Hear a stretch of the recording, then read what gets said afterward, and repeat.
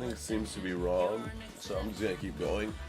And oh, so 1, 2, 3, won't you agree that you're the only reason why he's not with me? I don't know what anyone owns and just start coming.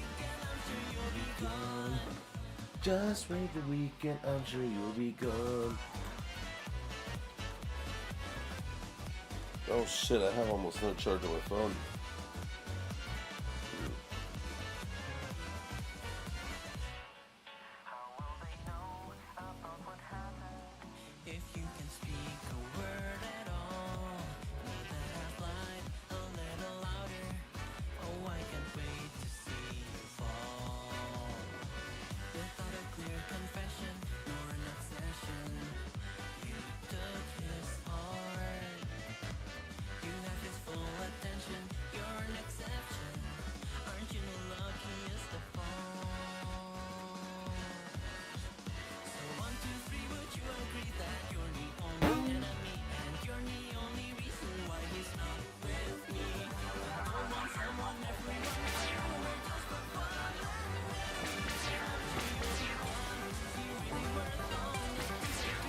Oh shit, isn't that what's... I forgot about the animation. The animation's really good.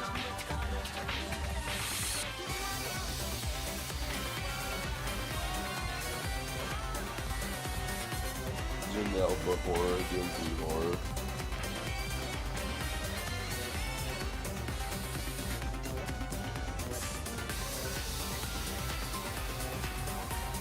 Bruh. I'm sorry, I know I should get out of my phone and just start playing the damn game, but I found a post that's like Gen Z, Gen Alpha horror versus Gen Z horror, which would be my type of horror versus like the younger person's horror. This is the Garden of Bam Bam, Poppy Playtime. On the other side is like Just the Killer. I don't recognize that one, but I recognize a lot of it. So 70 Hammer Bright. And then like in the fucking retweet stuff, Gen Z horror. It's a fucking screenshot of some people, I think on TikTok. Bro, I actually attempted to summon Hammer Bright. Someone relatable. Even worse is I had a crush on him. Like, dog, what the fuck? Man, one moment. Refresh chat because I want chat. Come on, give me chat. Computer, give me my chat.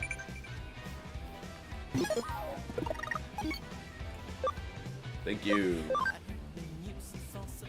Okay, I was just... Alright. So we're just doing quests, right? Like, quests that, I haven't picked up any cases lately. Yeah, okay, so that's all we're doing.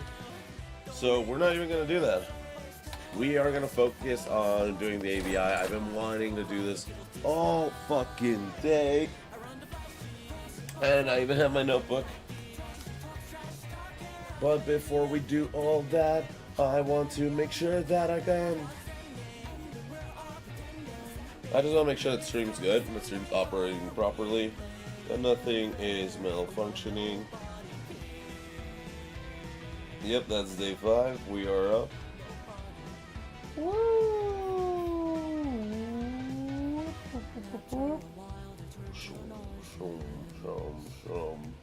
Test 2, 1, 2, 3, 4, 5. Wait, 5, 4, 3, 2, 1, 0. That should be good enough. Yeah, alright, that's great.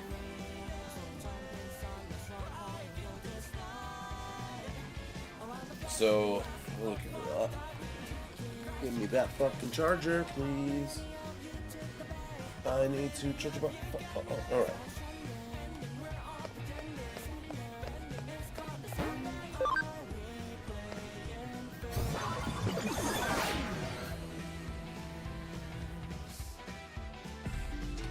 Okay.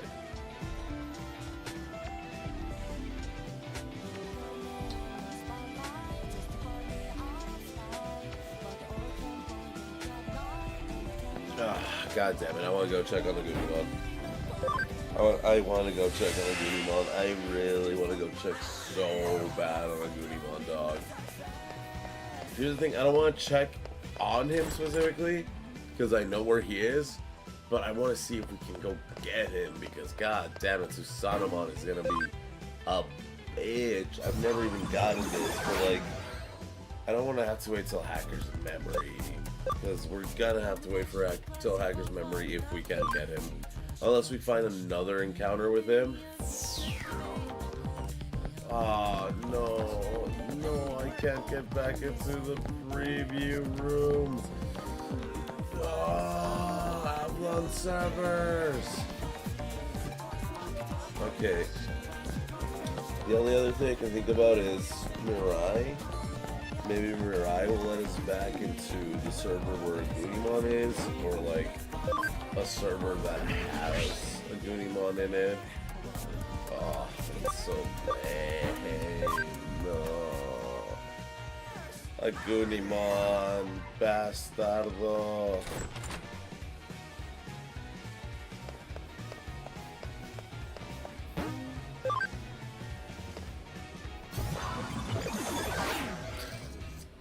Kind of mad about that. Kind of mad about that, not gonna lie. But alright. Did you convert? No. Perhaps. We'll come back to you. Sure. That's a rookie, so I want to see what he can give us.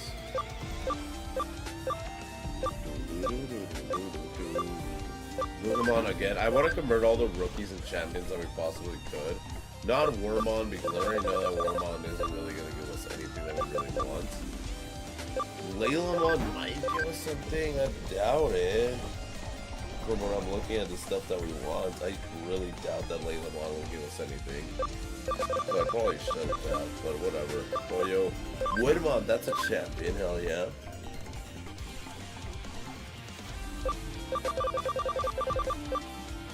Goblinmon, that's a rookie? Yeah, that's a rookie.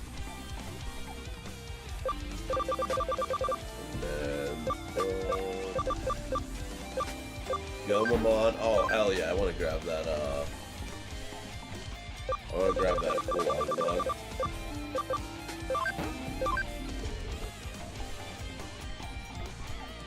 Gurumon, because we are trying to get Monamon.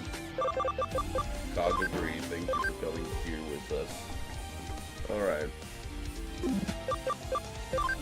Now move it. No.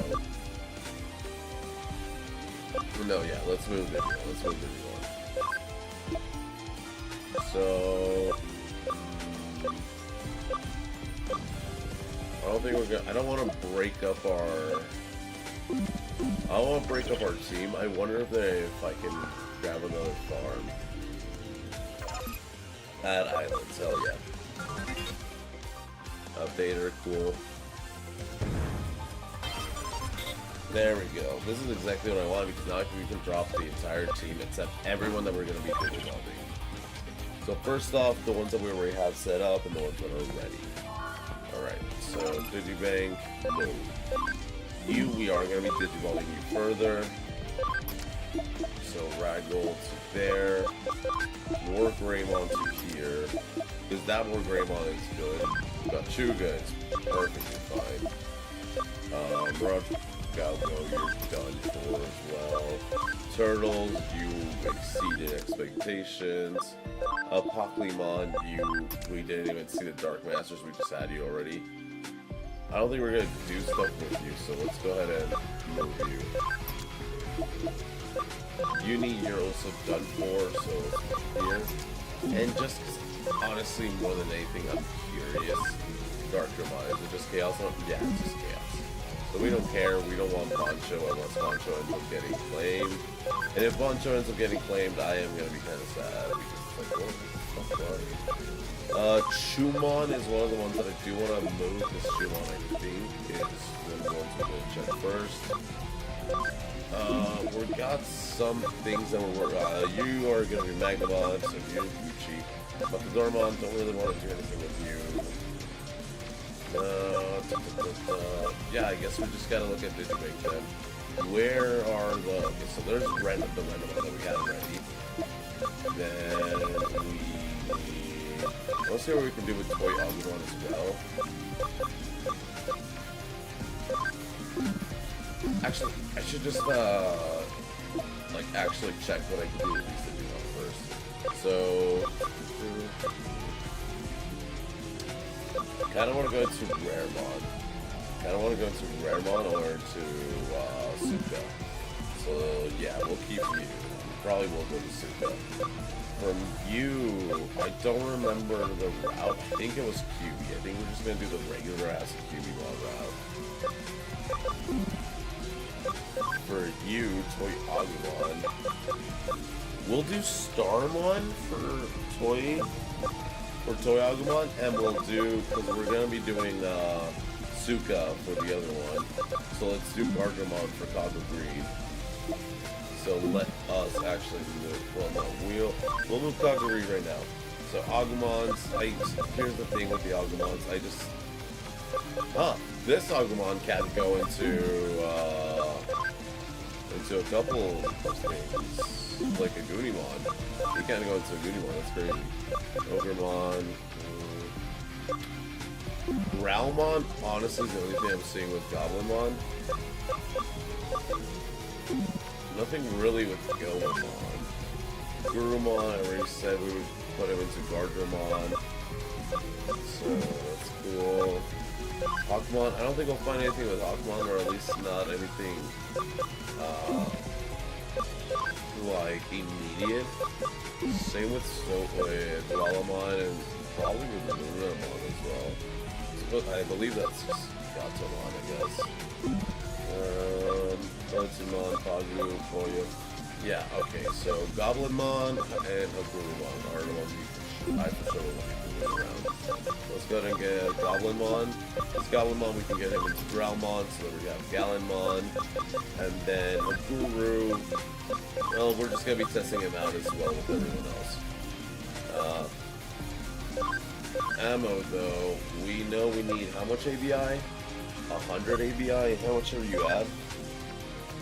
You are pretty low, so we are going to be taking you down a couple of pegs so you can get your Digivolution. We're probably going to put you back to rookie with everyone because rookie, yeah, they're all rookies. So let's just put Ammo back down to a rookie. Ammo thing goes. Okay. Hopefully we can find a line that that does go into. Oh wow, we could have gone to Arcadiemon Champion. Interesting. And then finally,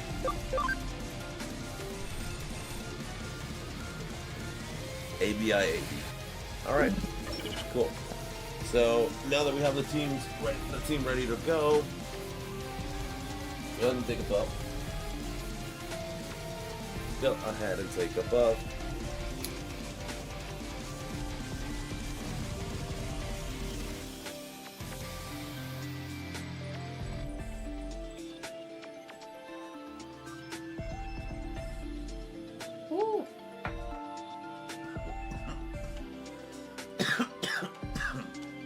All right.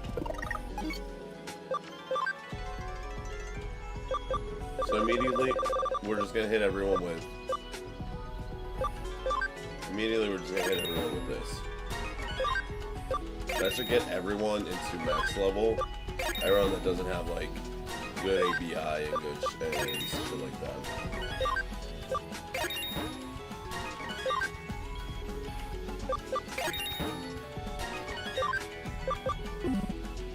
Okay. Honestly, wait. I should at least hit them with some with some friendship. Oh, we have 10? No. Let's hit them with 25. Let's hit all of them with 25. Since we're only working on these guys, they're not exactly like it's not like XP where we're gonna be using multiple at max. We'll be using 4 with them at a max, and like most likely not with all of them. So Ammo, let's get you back into Grisarimon. No, Platinum Suka would be cool, but no, Grisarimon. We already know your evolution line. Oh, then you're stuck here for a bit. But then Toyagumon, we said we were gonna have. Okay. Let's just do this one by one. So Growlmon, we said here.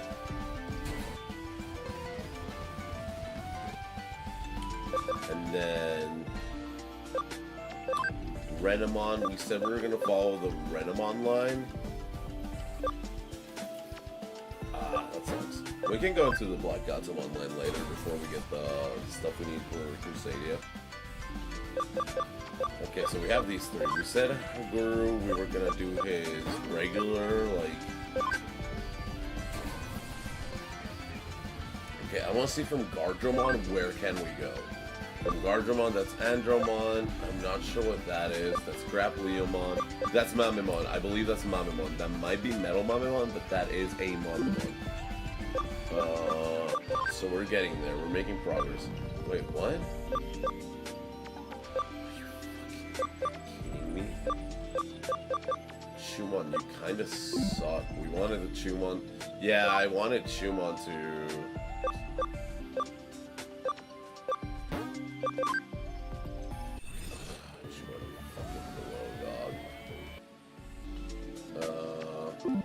God damn it.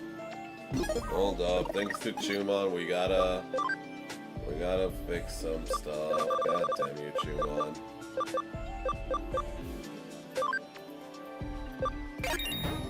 Sorry, we don't need anything else. I need to catch this bastard up to everyone now. Because I want to stay at the same pace with everyone, that's why. Oh shit.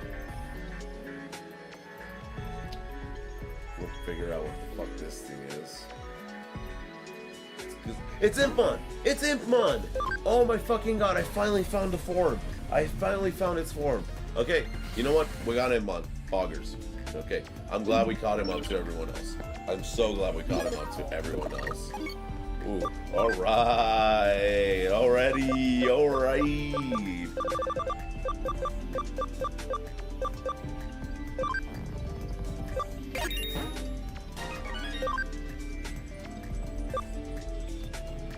That's not gonna be enough. That's not gonna be enough. Let's just give him another one. How much intelligence? Okay, he has 84 intelligence. Poggers. So I want to see if we can keep that evolution line for Inmon. Okay, now that everyone is pretty much back in order. Yes, there he goes. That's not who we were fucking trying to go to. You're kidding me? That wasn't Wizardmon? Okay, whatever. We're looking for ABI right now. I'm kind of ticked off about that. But whatever. I want to... Suka or Starmon? Starmon. Let's see what Starmon can get us. Mamemon. So this is actual Mamemon. Okay, so here's our Mamemon. And Gardromon. What are we gonna do with you then?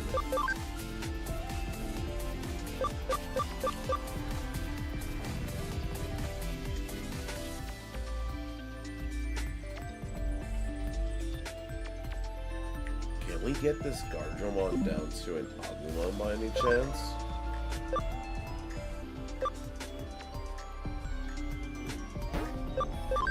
I'm curious, Chad. Can we somehow manage to go down to a Koromon from Dodumon?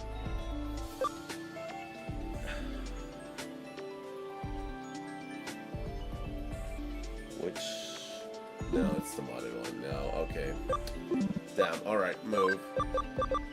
Dodumon. No, I don't want to replace those. Those are really cool.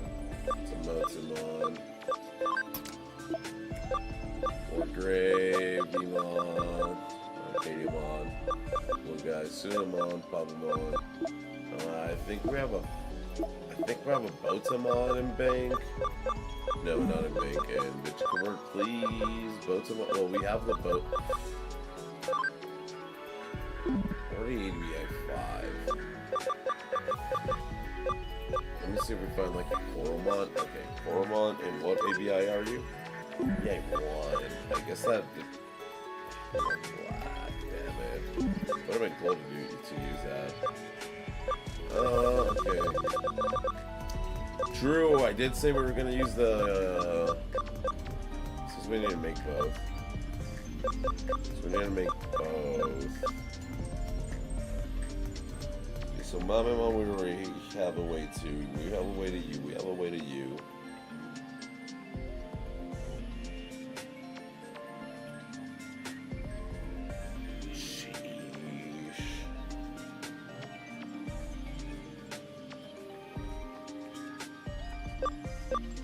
Ignore the Agumon line for now, man. I'm really tempted to ignore the Agumon line.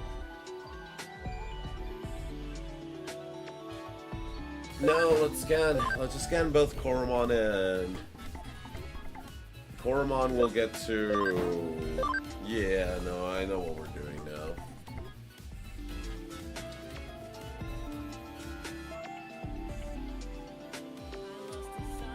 I thought there was someone in bed. Oh, Jesus Christ, I forgot we already had some stuff scanned with you guys.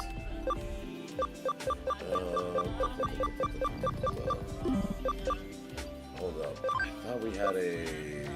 Not a bank. Sunamon. Oh! Do we have a Sunamon? Yeah, let's move that Sunamon. Party. Digibank. Bota, and there's Coral? Okay, we might have to catch up because once again I want to have everyone. So I want to have everyone. Let's go ahead and catch up both Bota and. I wish I had smaller. I wish I should have picked up more smaller XP stuff. Oops.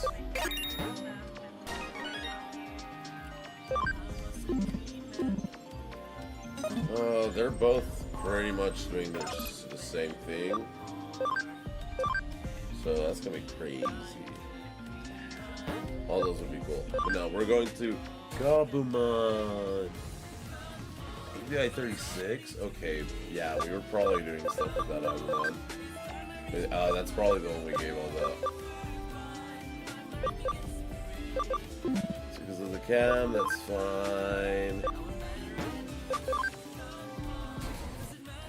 We'll fix that right now. Okay.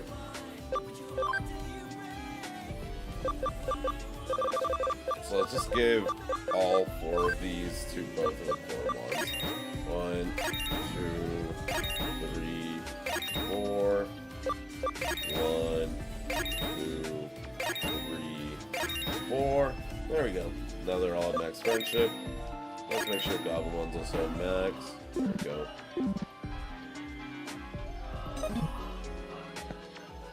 Alright.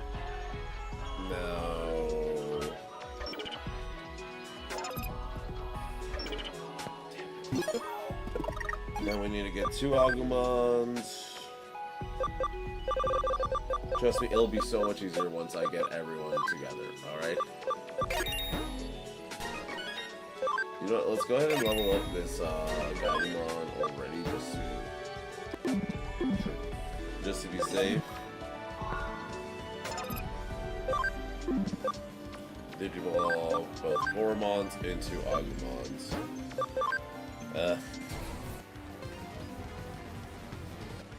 ABI 8 on you, and then you should be the one that has the higher ABI, right? No, you're the one that has the lower ABI. Fuck. Okay. I'm gonna reach for the stars, although they look pretty far. I'm gonna find my own way. Okay, there we go.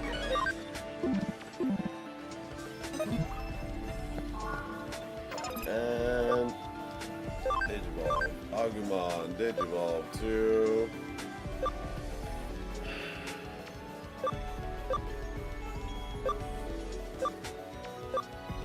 It'd be fun. I mean, we're gonna need ABI. We're gonna need a lot of ABI for one of these guys, actually. Hold up. Which one is this one? This the 8 one? Sure, let's have some fun with the 8 one. We're gonna need a lot of shit with him. So yeah, let's take him to Wargreymon so we can have a little fun with this. And this one's the one we'll take to actual Greymon. Alright, and for Gabumon, we'll actually follow the Garuru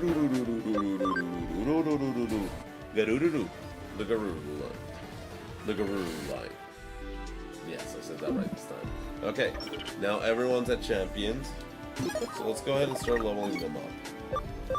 We're actually gonna use breakpoint Bs here. I'm gonna give 2 to each of them just so they have enough stats to go to where they need to go. I'm gonna grab some pep.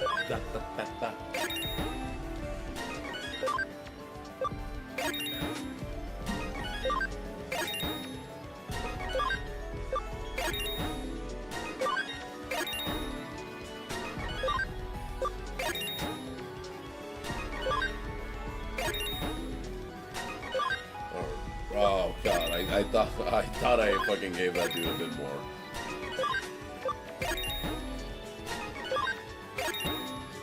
Alright, now everyone should have enough,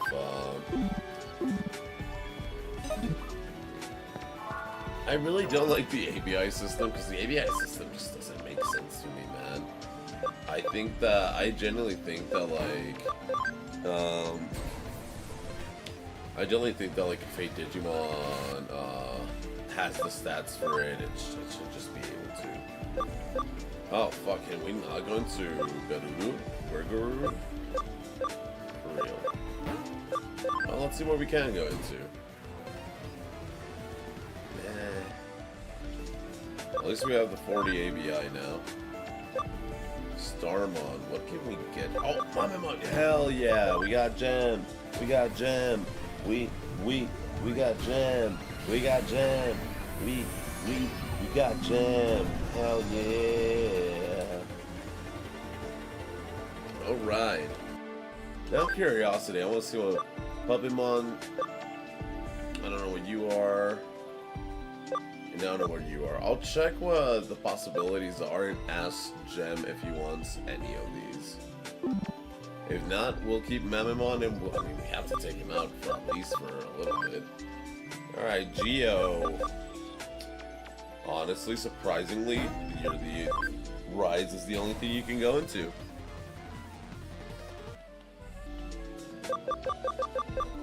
And then Greymon. You can go into anything. You can even go into Skull Greymon. I kind of want to take you to Skull Greymon.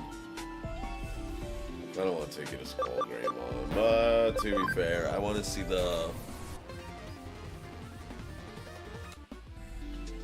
requirements for that bastard. And then yeah, we're taking you to Wargreymon.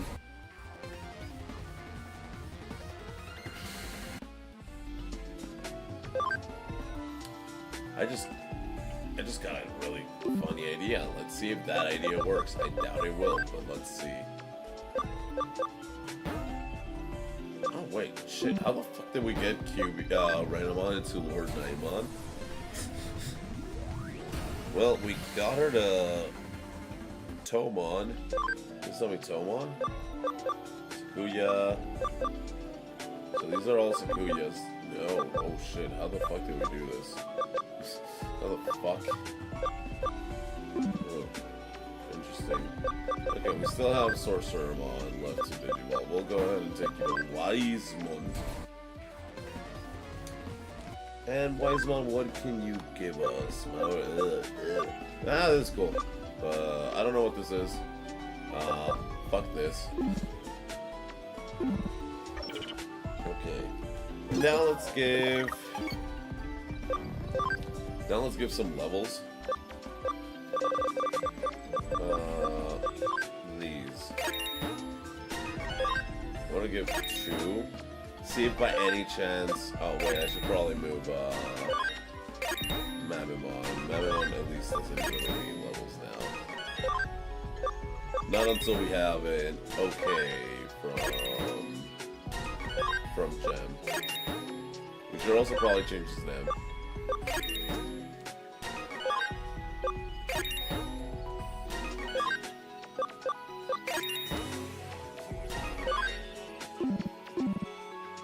Alright. Part of me kind of hopes that I just have to de-digivolve them again. Oh fuck, I guess I do. Oh fuck, I think I do. Damn, I forget Megas are level 50s. Shit. Yeah, literally everyone.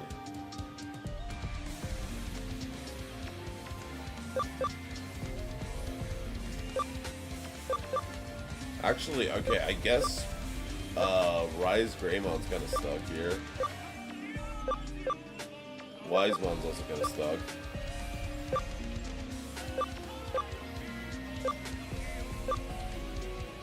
Yeah, no, they're all kind of stuck. Is this Wargreymon? I don't know, that looks so weird. That silhouette looks really weird.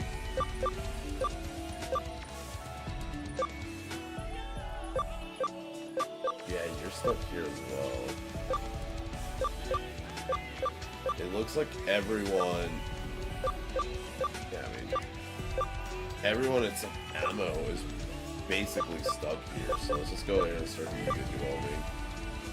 So, Ammo, we're gonna take your Kusarimon, get down to Kusarimon, and then we're gonna take you down to Caramel once again.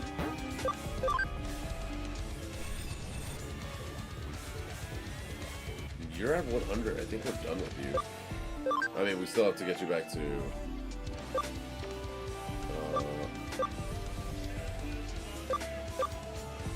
Oh, that's not fair. You're the only one that actually has enough to go into something. Oh, yeah, true. That's why. No. I want to keep everything... I want to keep everyone together.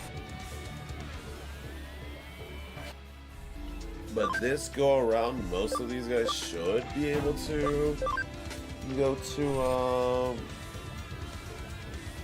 to Mega. So what are you?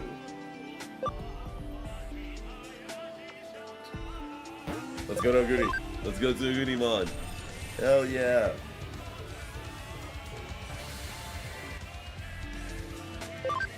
Okay. Fuck, we need the Beast Spirit of Flame as well. You're shitting me. Oh, it's so over. Our journey with the Goonymon has already come to an end. Ooh. Ooh, shit. Okay, so Susanomon seems that we are gonna have to save him for Hacker's Memory. God damn, that. That makes me kind of mad. That makes me kind of mad. That makes me kind of fucking mad.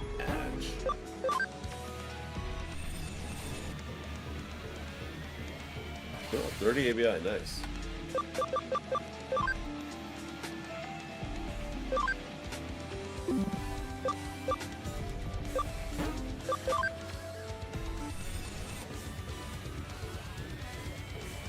Nice.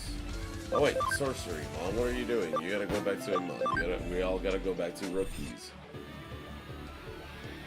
ABI 33 already? Nice. And Greymon, how about you? We can take him to the goggles one? Fuck yeah, we're gonna take him down to the goggles one.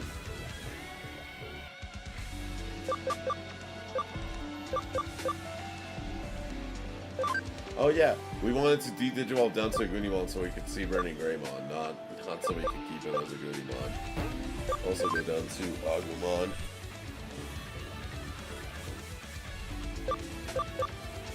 And then Talmon, go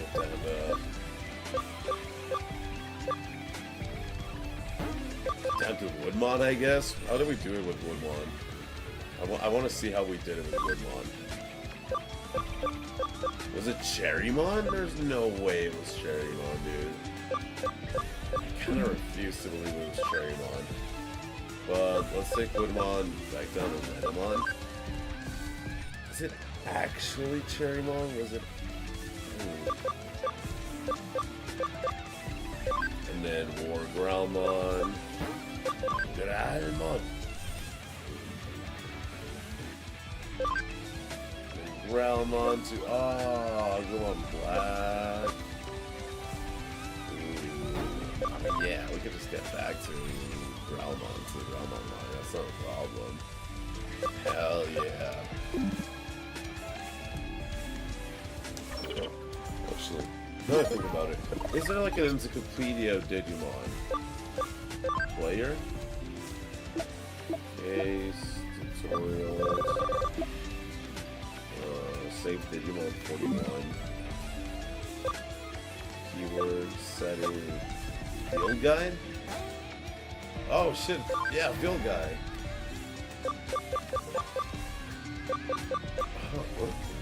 Oh, that was me. Okay, not bad. I don't really need my phone on me. I can just drop that over here for now. Okay, wow, this is cool. What the fuck? I replaced the baby?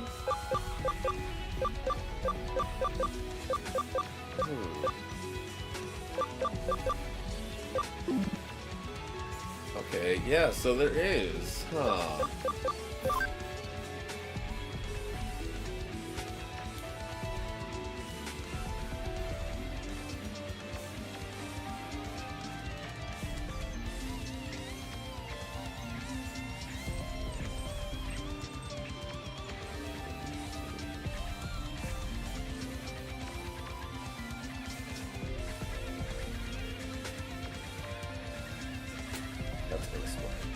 That's actually pretty smart. Sorry, I just realized that something I was doing was pretty smart, and I usually end up having to call out shit that I do when it's smart.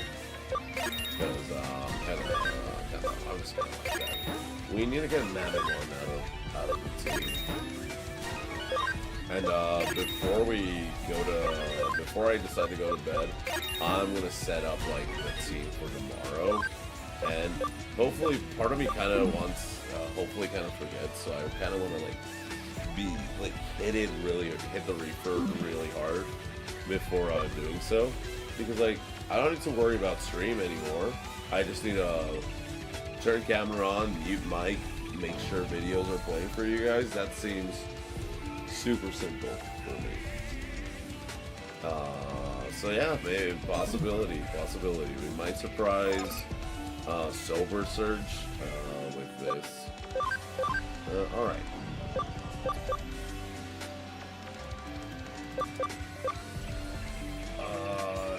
You're the one that, yeah, you're the one that came from Agumon. You're the one that has the higher stat. I just need to make sure.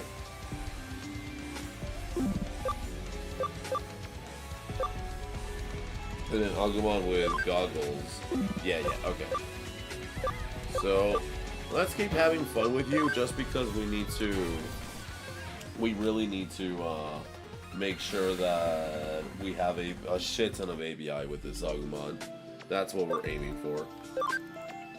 Agumon Black, I do want to see where we can go with him.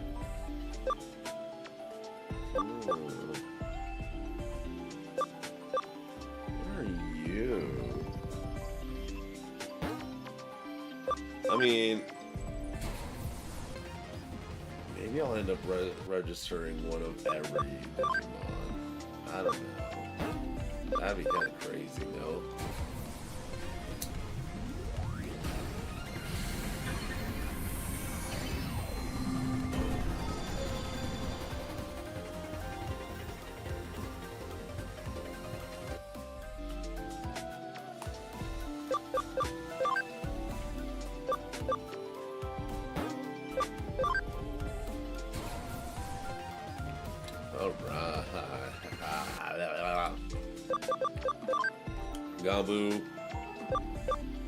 Gabu and Tsugaru.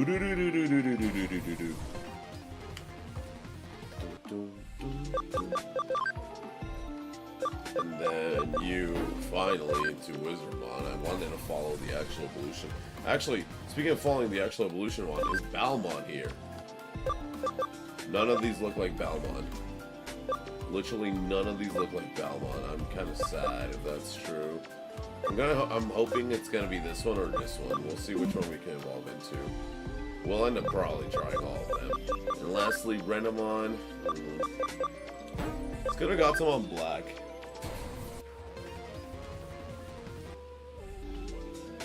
Okay.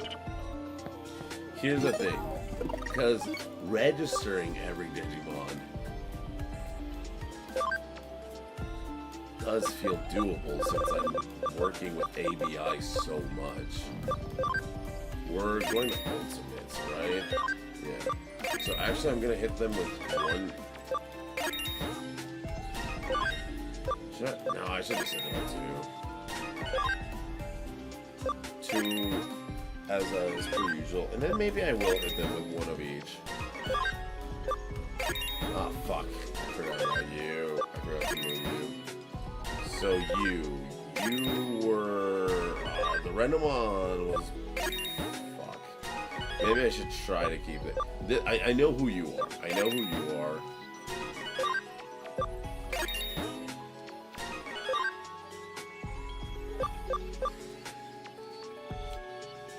Wizardmon. Crusader. Omega. You're Gallimon. You're Gallimon. You're Gallimon. That's who you are. That's who you are. You're Gallimon. Okay.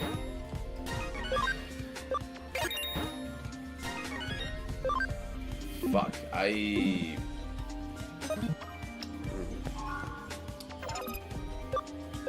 Yeah, I just kind of... I'll remember. I have my list. And then I'm moving Mamimon. We're putting him... oh my god. It's filled up. Shit. Okay. That's fine. Fine.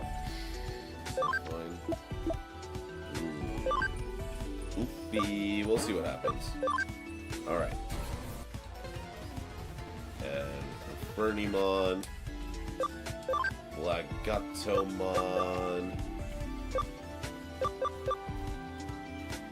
I'm kind of sad that she can't go into anything besides Lady Debbie because I do want to keep discovering stuff.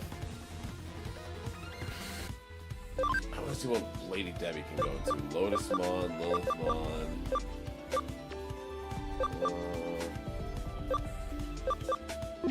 I mean, it's because Digivolving, going into Mega would... Come on! It's just the fucking attacks that I fucking forgot, man. What's our ABI at with Garuru? Okay, no. No, we're keeping Garuru like that. Okay, Greymon. Let's go to Skull Greymon this time. Skull Greymon. And then Skull Greymon. Ooh, what the fuck can you go into? You can go into a couple of things, actually. Alright, interesting. Monochromon. Ooh, Metal Tyrannomon or nah? Metal Tyranno or nah?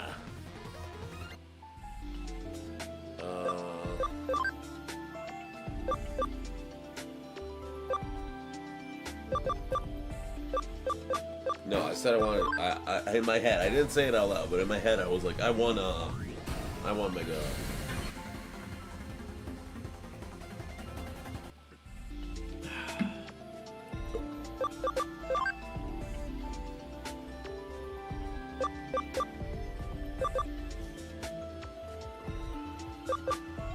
Well, he can go into this one, so maybe I was right about this, and this is Balmon?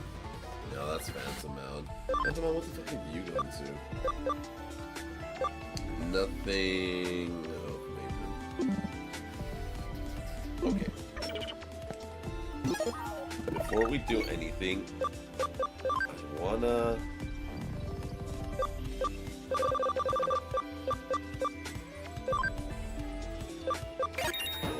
get Garuru.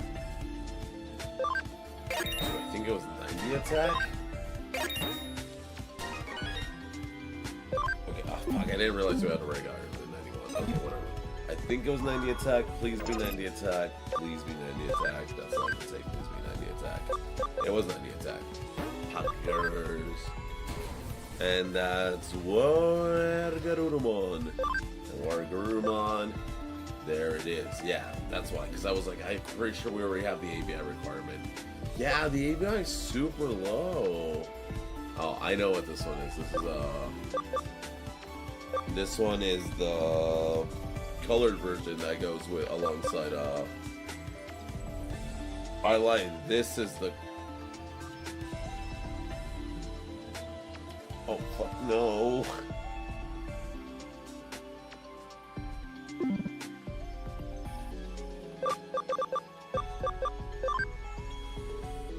I hope you realized you fucked yourself over, sir. But oh well. Flip a coin and let that coin win. Alright, let's get everyone to 55 now.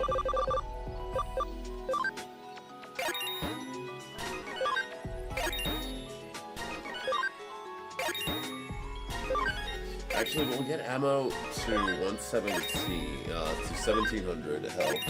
Because if I remember correctly, that's... Is that how much we need? I think that is how much we need.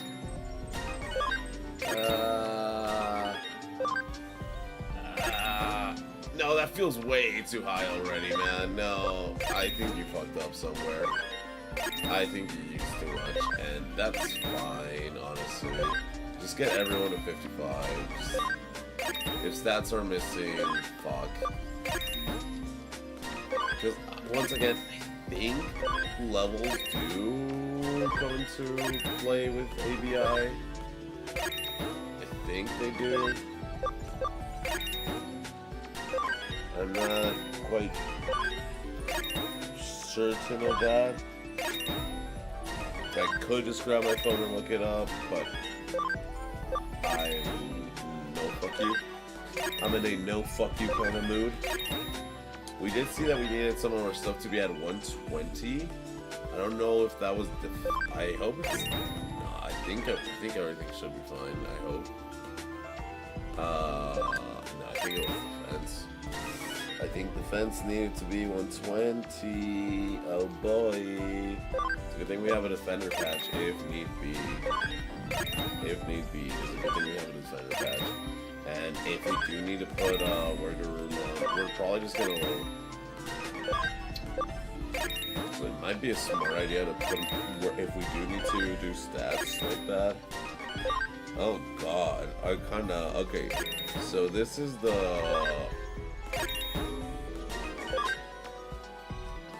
Yes, this is Agumon with goggles. This is Agumon without goggles. This is Agumon black. You're gonna be set. Alright.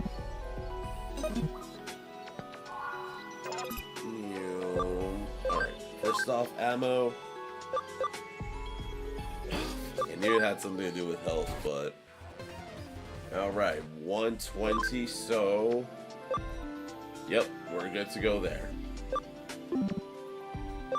Wargreymon's up next, and 120 defense. We might just feed him a shit ton of candy. For Ceramon, are you kidding me? Not a single one of these fuckers. We might just... Are you...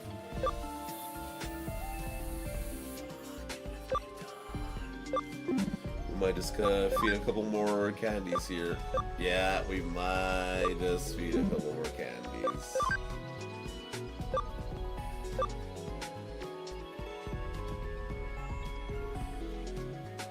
Is that a Wargreymon? No, there's no way. From Metal Tyrannomon?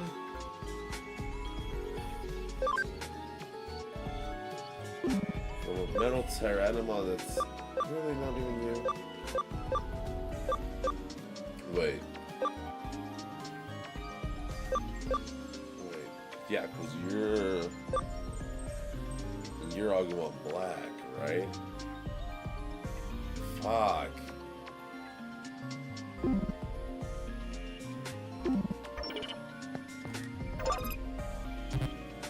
If it's really 20, then I am gonna feel really stupid. No, it is 20. It is 20 ABI. No, just feel stupid. It is 20 ABI. Skull Greymon back down.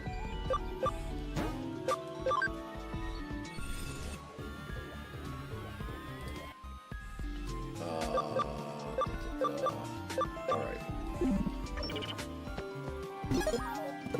Let's chuck the rest of these dudes with candy. Starting with... Okay, actually we're gonna give it to you.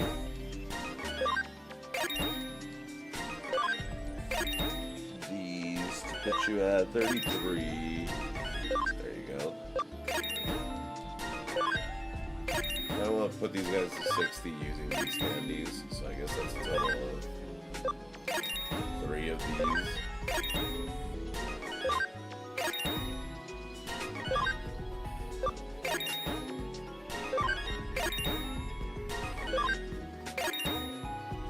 And then, after I get all these guys to 60, I'm going to go ahead and change to the bees. Well, actually, I want to see how far I can get out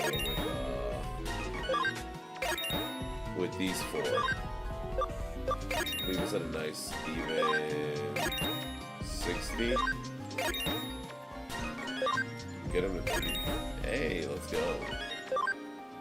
And now we change to the B and get ammo up to 55.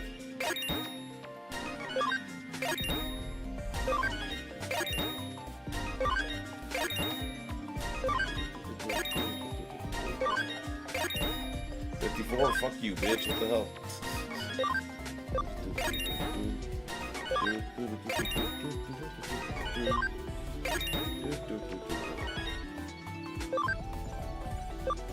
Yeah, 65. Sure, why not?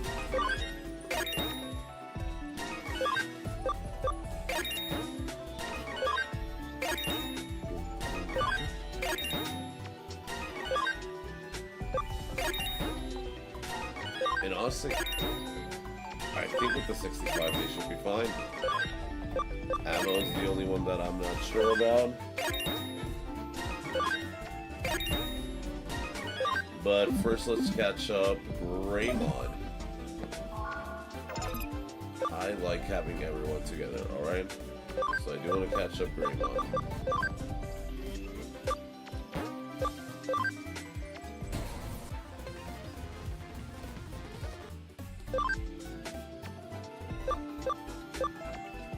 Yep, there it is.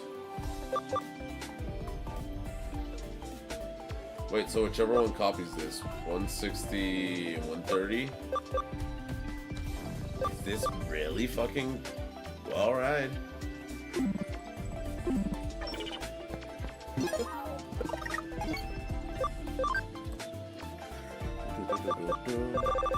And honestly, just because I want to catch him up quick. Just because I want to catch him up quick. Plus, we're going to spam ammo with a couple of these so we can get him to 2,000 health. Because we know that ammo needs to be at 2,000 health.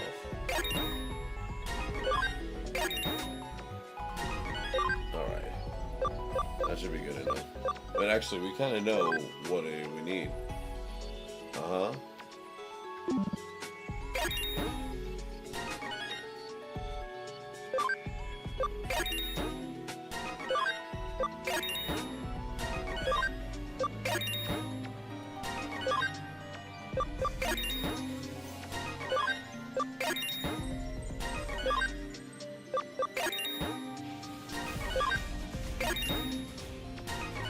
Alright. Let's do this. That, he's almost there. Let's go. I think one more level. Alright.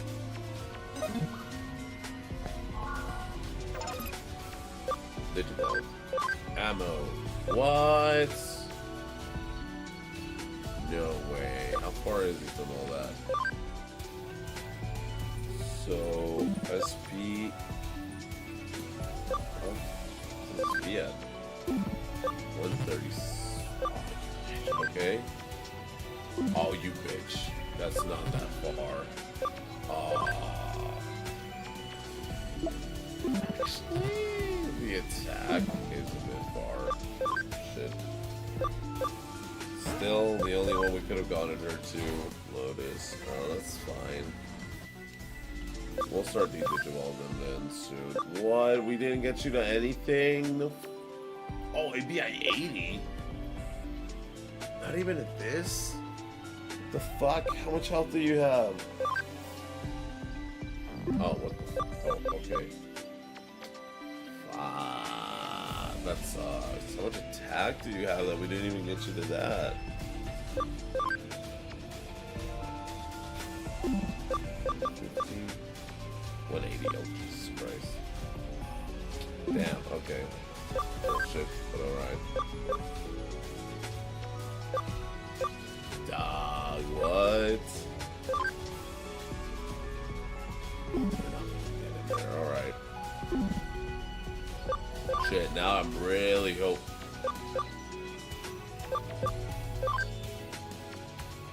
Bruh. Okay. Let's do Digivolve the one set before anything cool. Bruh.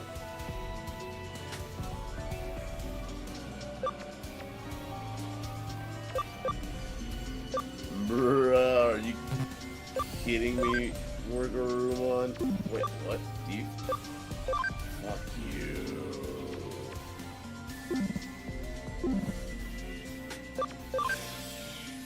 Yeah, we can get him.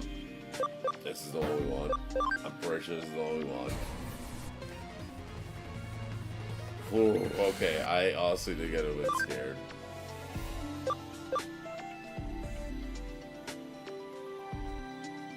Oh. Take. Okay.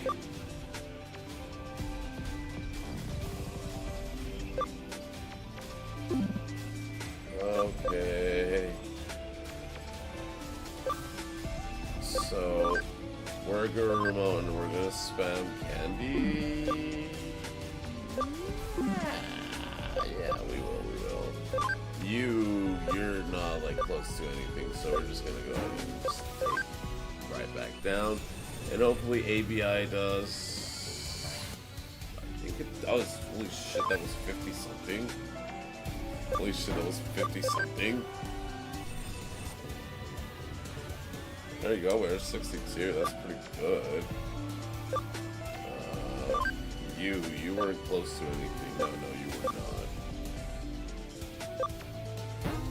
We took you from a Tyrannomon.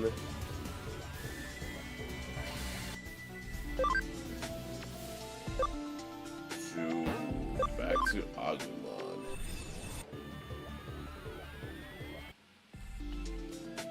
And then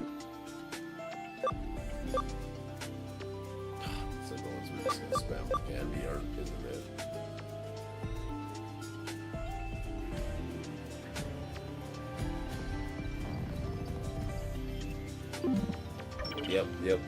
Yep, let's do it.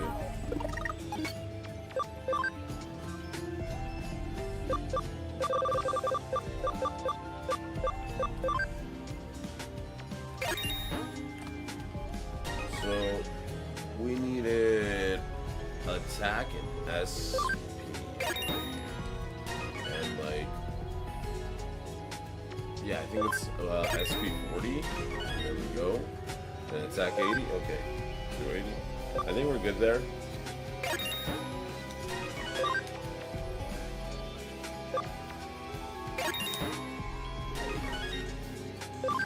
Wait, what's your ABI at? You're 40, you should be good. I should have done that.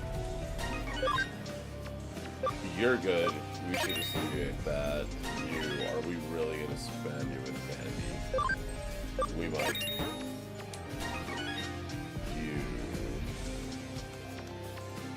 What are we trying to do with you?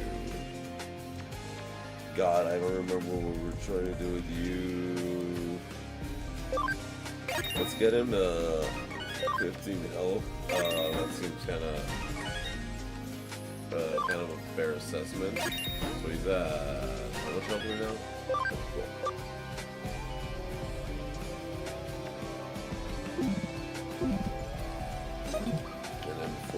back to that. Okay, Digivolve, please. We still don't mean 290. 290. How many are we at? 280. Ah, it's fine. Yeah. There we go. Finally, we made something with our Ceramon. I honestly want to grab the only one that I haven't grabbed before. What do we have here? Dude, that is something we needed. That'd be really fucking funny, man, if it was something we needed. I really doubt anyone would claim that. I really do doubt anyone would claim that.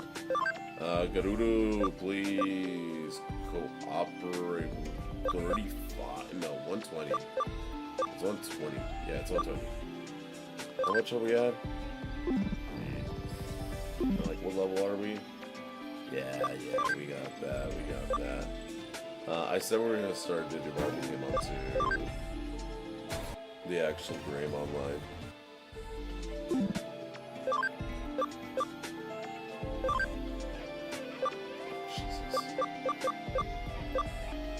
Impmon, he should be good enough to start actually digivolving to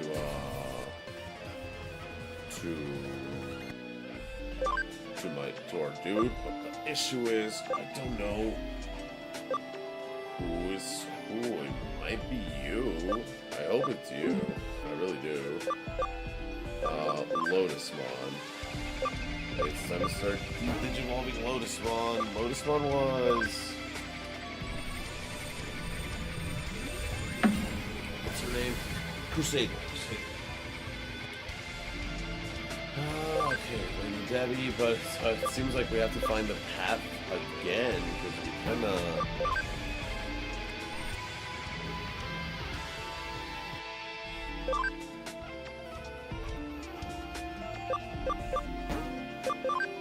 kinda don't know where to go. It might be Cherrymon. It might be Cherrymon, and I'm kinda... and that's kinda funny to me. Okay, Saber Leo.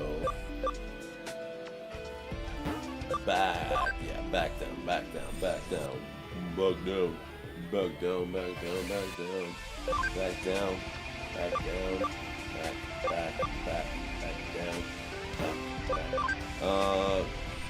Guilmon should be good to actually start going into the Guilmon line. So from Agumon Black we'll go into Growlmon. Okay.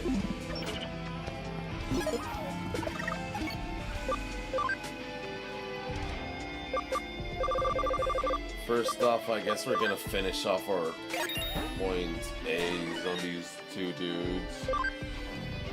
Oh, this is fine. This is fine. 290, you see? Alright, there we go. And then 120, we're not that far. We just need 8 more points. See, it's not bad. 6 more points. 4 more. We're going up by 2s, that's great. We're going up by 1, that's great. Oh, 1 more point, that's fine. See, it's all good. And now, and we still have 8 points, cool. Now we'll use these C points because you are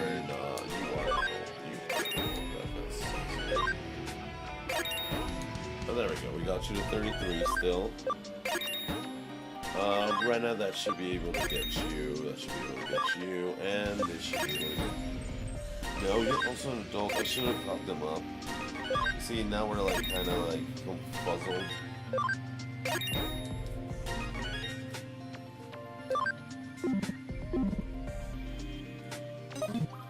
We are kinda confuzzled, but it's fine, we'll just keep going with this. Wargreymon. Fucking finally Digivolve to Metal Garurumon with ABI 80 and Cam 100. We can just go into Omegamon relatively soon. We could probably just pump candy into Metal Garurumon. We could probably just pump candy into Metal Garurumon. Nextly, someone we were working on for a bit. Armageddonmon. And the fact that he's called Ammo is kinda cool. Ultimate Flare, yo, and...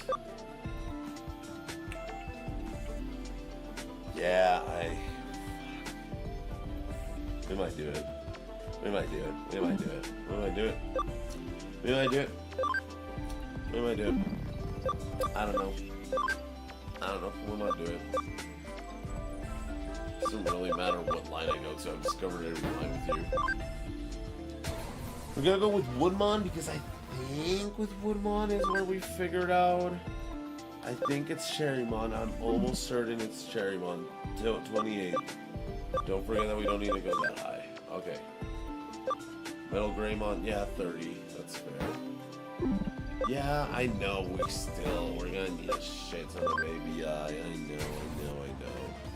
But I do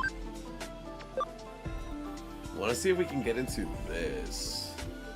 It's like very high requirement, so we are gonna have to like bump up a shit ton of stuff into it. But I want to see what that is. Wizardmon, I'm down to start spamming candies into Wizardmon. We just need 10 more. Yeah. And then Agumon Black, let's take you to... no, you should be ready to get to Growl. Okay, let's see how many levels do we need for where? 30.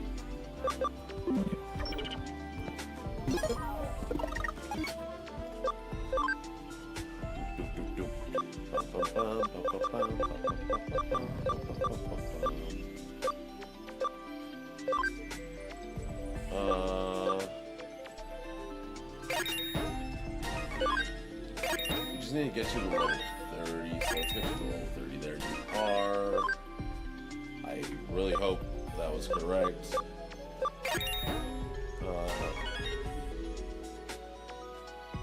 I was only... oh, it's because it was only 2 levels, that's why. Okay. And you, let's also get you to level 30. I think that's the level we needed. Honestly, the issue is the stats. That's why I'm gonna do it. To be at a nice even 40.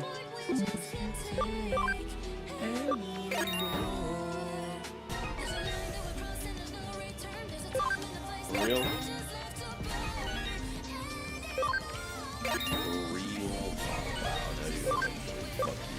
No, fuck. Okay. Stop touching shit.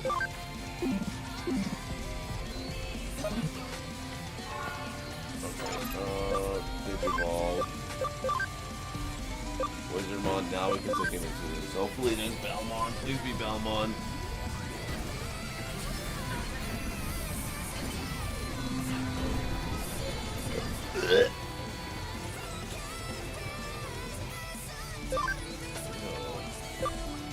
Can you do it at least?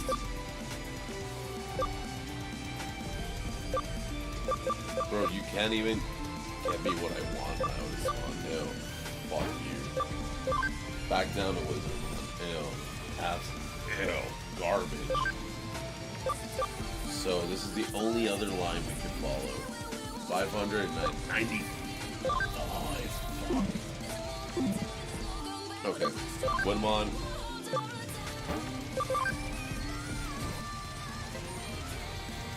Cherrymon. Cherrymon.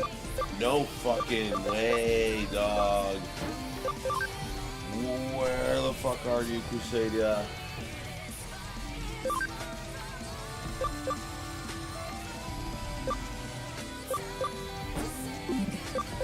It's Rena. It's Rena, because I remember I made the joke. I think I even made the joke to Jen.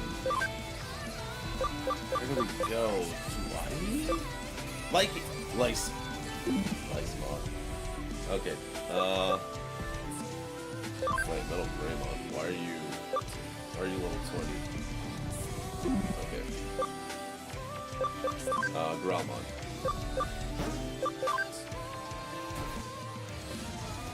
There we go.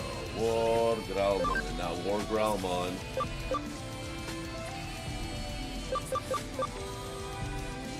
Yeah, it's gotta be this one.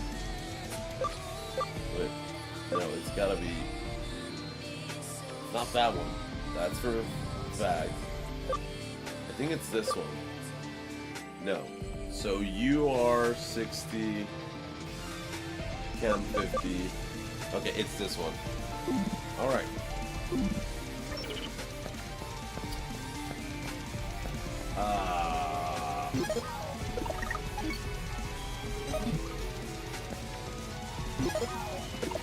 I want to see if I can wait so I can get everyone to Mega. So, oh yeah, we need to fucking get to the. Was it 195? No, with the health that we needed to get pretty high up, I think.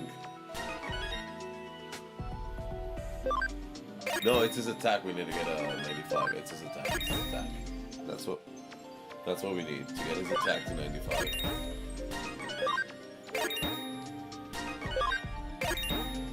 I know it'd probably be easier to just, you know, train him, but with levels. With just spamming.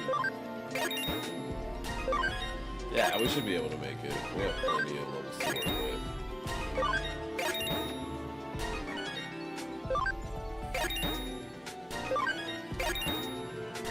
Come on. We have to get, wait, excuse me? Okay, for a second there, I thought he wasn't getting, levels, points of attack.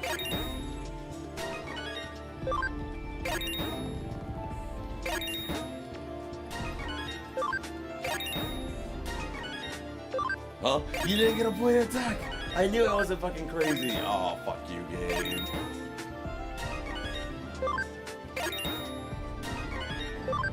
Come on, 90! Okay, let's put these two into random on. I actually probably only needed to put one of those into random on. Okay. Come on. 3 more! We got 2. Okay, we only went up 2 levels, that's right. Come on. There we go. Okay, so we get this bitch to 60. Actually, no. Let's get Wargreymon, Metal Greymon up. So we need 1500 health with you. That seems very doable. That seems very doable. Okay, so we obviously already have 1500. What do we need? I think it's 180 attack. I'm almost certain it's 180 attack.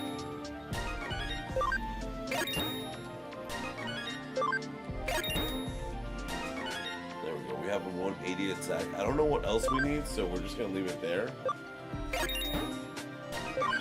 But we do need we need to put this bitch at 60 at the very least. So let's do that, and then we're just gonna have to go restock because we still need a lot of stuff. Okay, 62.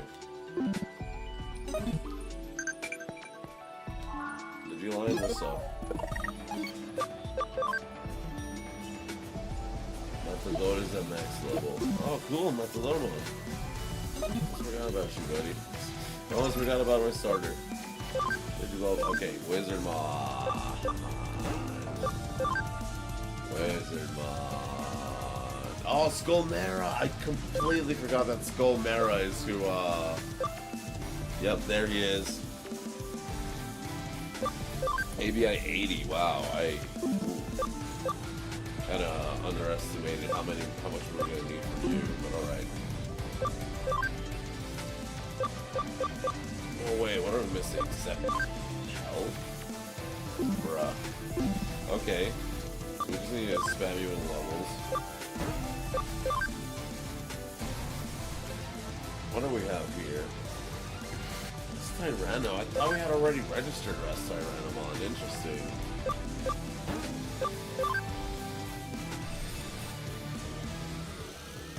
Interesting. I legit thought we had already registered a Rest Tyrannomon. Whack. Wargreymon. Gatsu. Goggles. Agumon.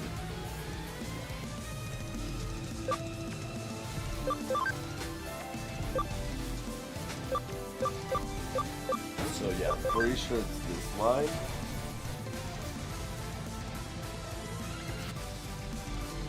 DIGIMON, and then I think I took it to Pressmon. I'm pretty sure it's Pressmon.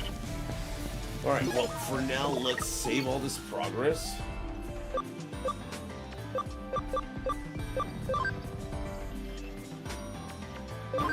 And keep going.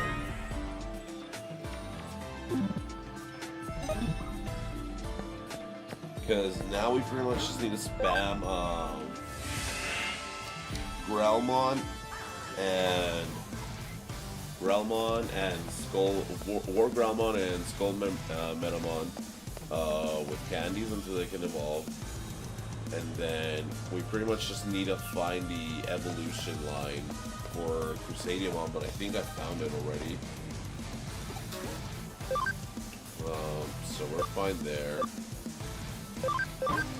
Let's also pick up the C's. It's really good to just grab these. I think the B we're gonna have to pick it up at the mirror shop, which I mean that's fine. What time is it? It's about to be 7. I should probably go do the Dogo probably needs food. By probably I mean he needs food.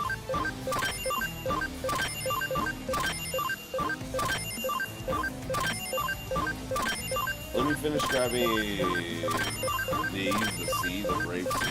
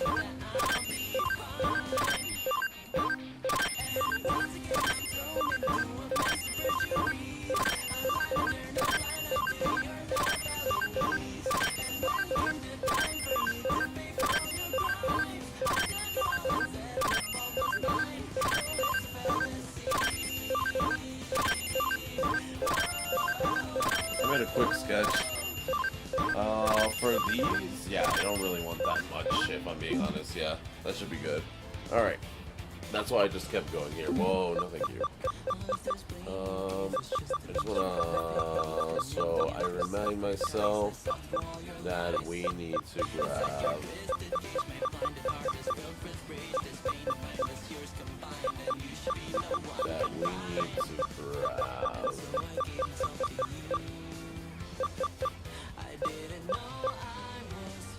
Wait, where's A?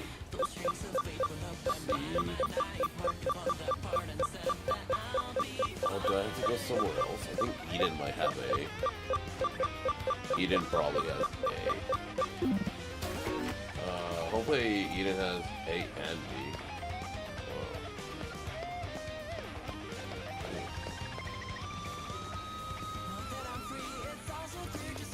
I felt like we had a weird cooldown. What's it called? A weird slowdown there.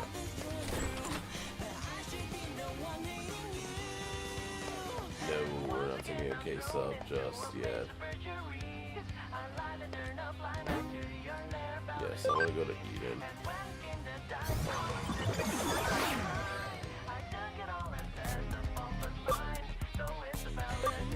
Eden Insurance. Okay. Now I'm gonna go give Dogo his breakfast. I don't think I'll get myself any snackless or anything if I get lunch needed.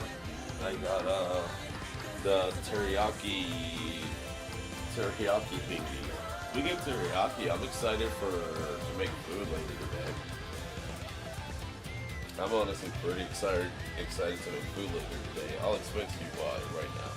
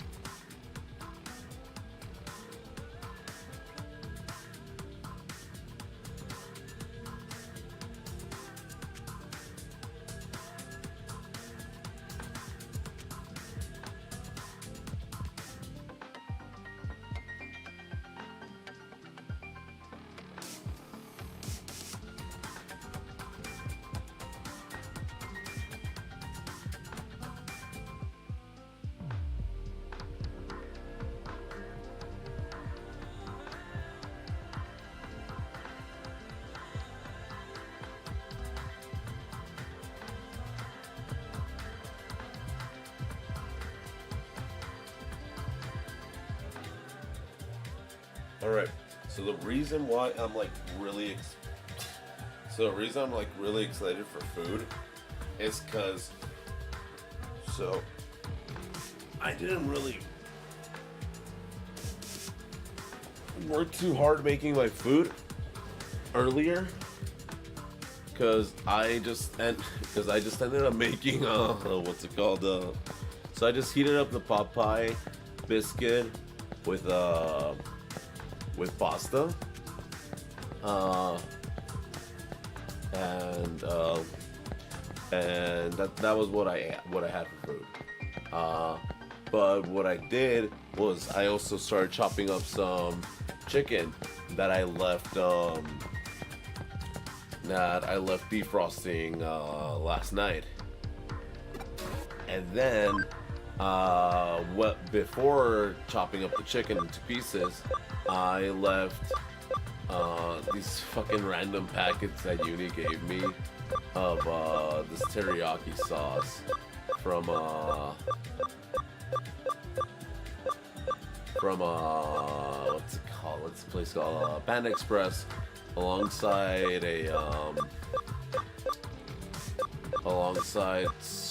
what type of packets were they? Alongside one chili from Panda Express, one chili packet, and then some lime and soy sauce. I mixed that all together. Let them alone so that the flavors can mix in well. And then I started chopping up the chicken. And after chopping up the chicken, bro, what? Where's the A's? Okay, well, Shinjuku for sure has A's. That's so weird, man. I thought there was a couple other places where we could get them, but no, Shinjuku for sure has them.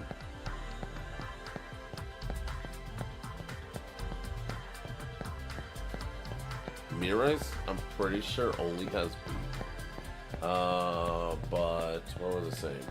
Oh yeah, so I left that all then, and then I put all the chopped up chicken into a container, threw in some garlic powder, some lemon pepper, and then I threw in the sauce blend, the teriyaki sauce blend, and I threw it in there. I sealed it off and started shaking it up. And now it's just marinating in that until tomorrow. And then I'm gonna make some white rice alongside it. Just plain white rice to go alongside it. And I'm gonna just grill it. Well, no, I guess it's not grilled. Where's it grilled? Do you really not have any eggs? What the fuck?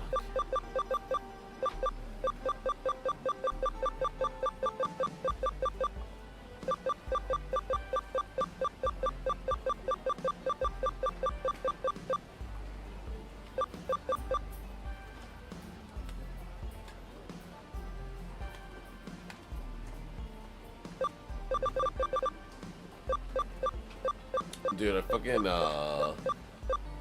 so thanks to the Summoning Salts, video on Tetris, I kind of want to learn how to roll.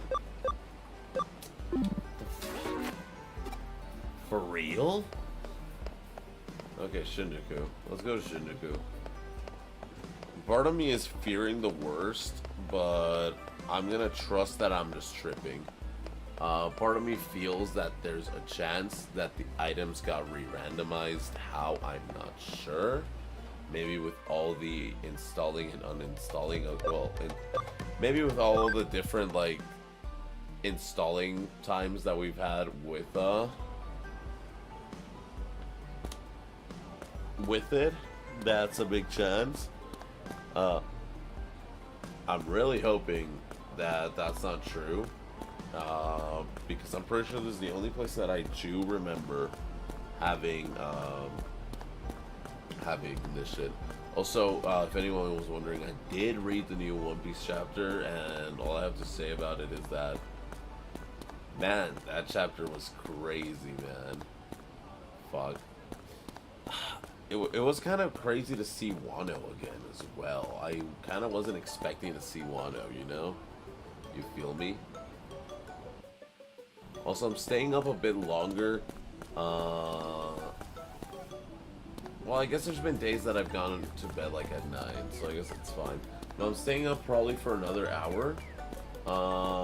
Besides, because I'm getting this stuff done. I don't want to have to be doing this on stream because as you can see, this takes so much time. And it's also because it's not meant to be done all at once. Obviously, like, they want you to experiment with all. I guess that was the point of it. Okay, we have B here, but before anything,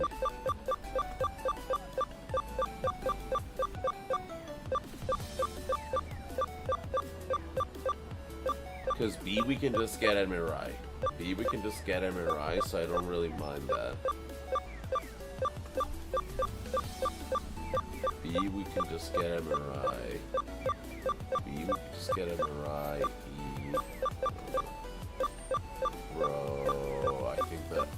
Oh shit, I think the end items did get re-randomized. Shit, we might not be able to get B and Mirai's either. That makes me want to go check every shop again.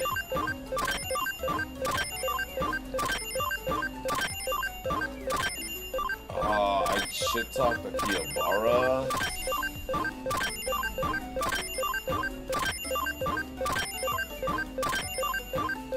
Should I go check every other place first?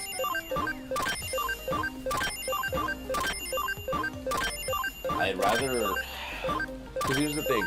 I don't want to use a home gate and go all the way to Mirai's to check to see if she has breakpoint A's, just to see that she doesn't have breakpoint A's, and then like have to use another home gate. Speaking of homemade games, after grabbing all of the breakpoint B's, I should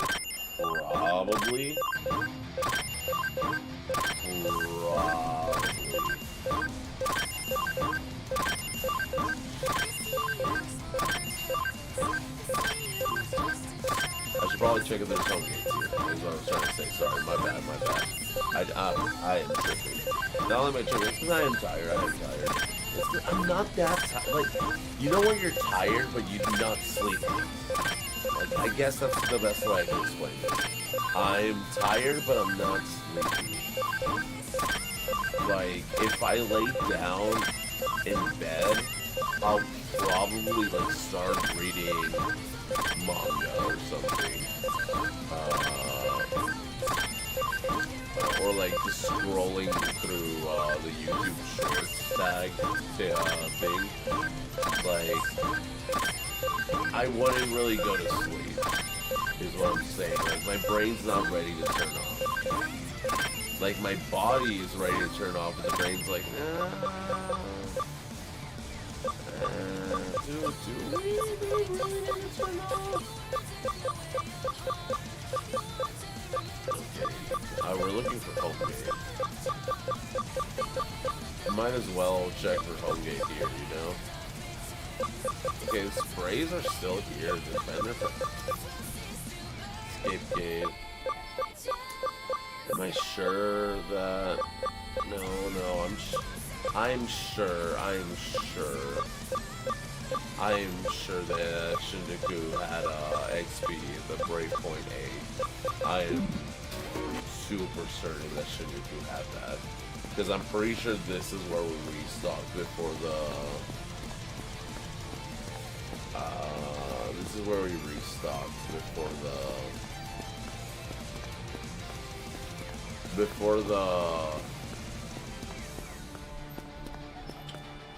before the last eater encounter, which I'm glad I did. Damn, I'm so glad I did that now. Please tell me this lets me go to map. Please, please, please, please, please. Oh, wait, what if the subway lets me... What if that's like a map?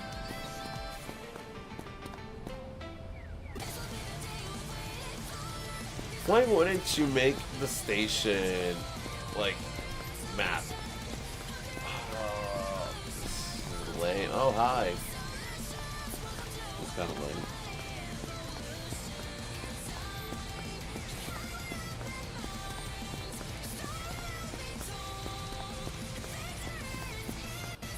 I'm kind of liking the setup, but I just kind of don't like the idea of having the door.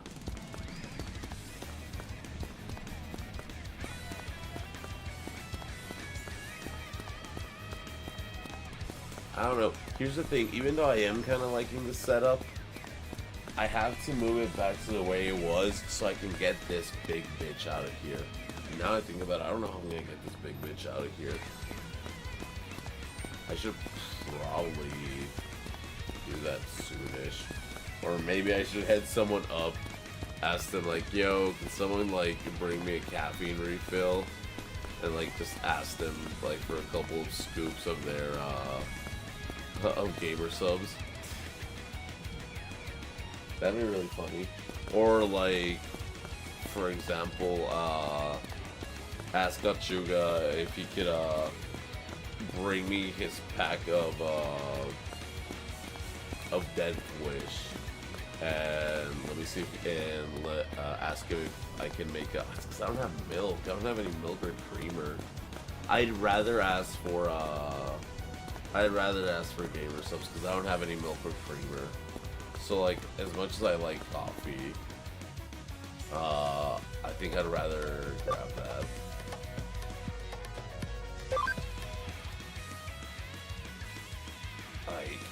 again, I don't want, because I don't want to go to Mirai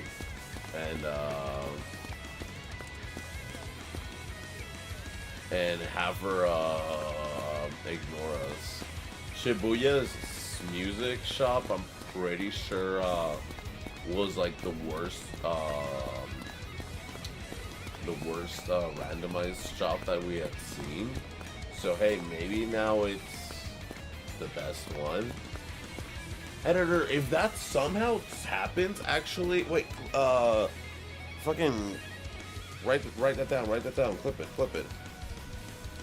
The day 5 as well. 136. Wow, 36 again, interesting. Well, let's put this arrow and then put like a key.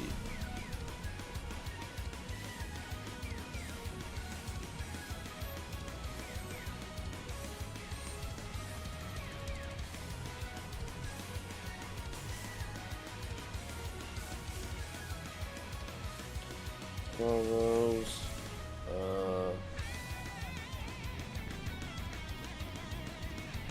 Before. There we go. Okay.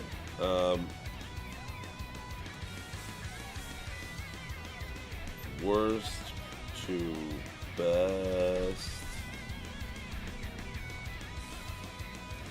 for okay, we'll leave it at that for Sha, and then we'll finish it off. We'll finish it off if it does become the best one, and then we'll just scratch it off if it's worthless.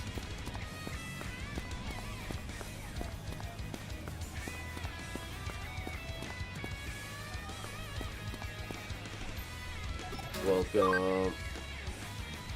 Okay, already starting off pretty good. Multi-recovery. Ooh, already starting pretty damn good, actually.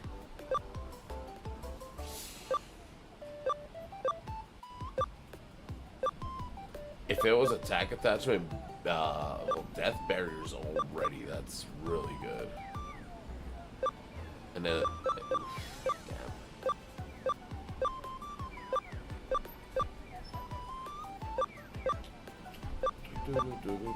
spray A as well. Actually, fuck. Revival capsule, sleep recovery.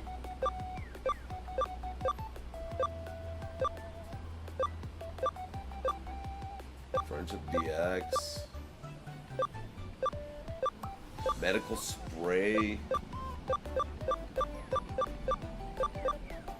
Breakpoint E, damn.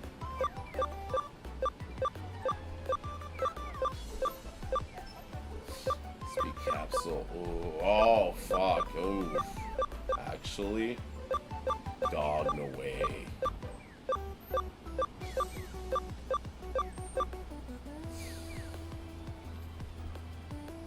That's how many 4 zeros? Ooh.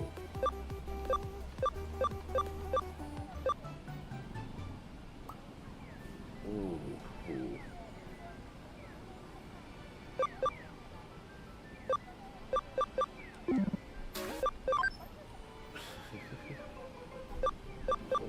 Hold up. Nah, this isn't really like worth selling. These though, these are a bit more worth selling.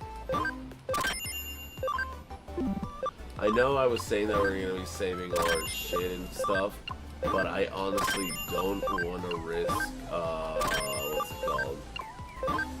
I don't want to risk losing this. How many more? Yeah, I only have like, because I pretty much just bought the exact ones I needed. 15, nice. Pearl, oh shit. Oh wow, that's why we only got one. Ooh, we can sell one of our Dovemons. Sure. No. Again, I don't want to delete this. Do not delete this prop at will. Feed that. Clever carrot, miracle meat. Oh, we should give these miracle meats to that boy we have. Yeah. No, fuck that. Okay.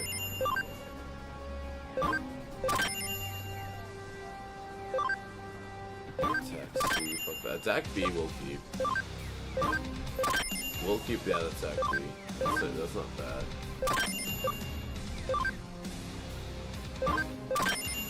Cheerfulness. Ooh, that's not bad. We can give that thief this too. Yeah, I know who we can give that one. I don't really care about like elemental specific stuff. The only one of these barriers that like I actually kind of care about is death.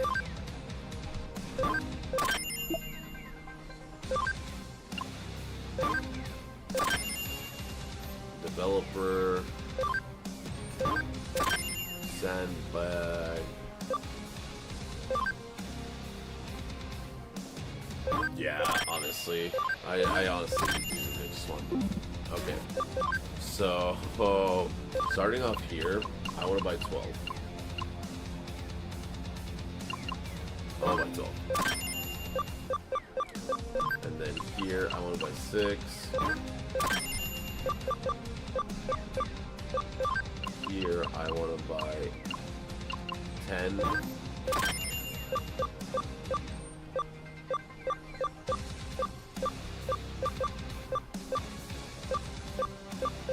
Here, I want to buy 8.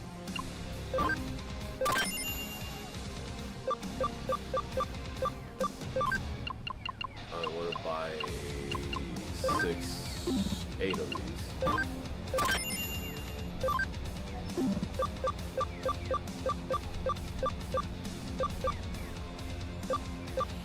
Ooh, I want to buy 6 of these.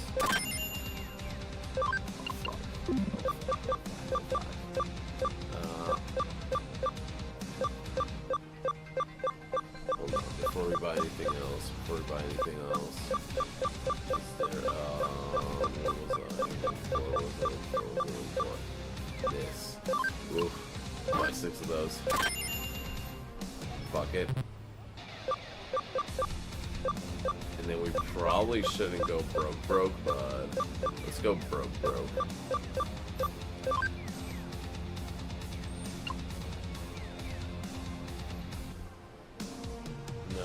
10. 10's good there.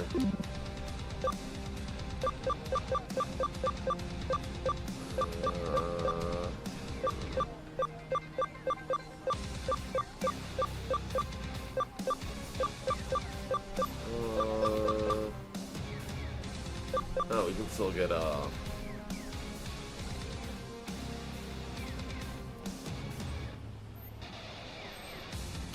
still get one more of those. That's funny.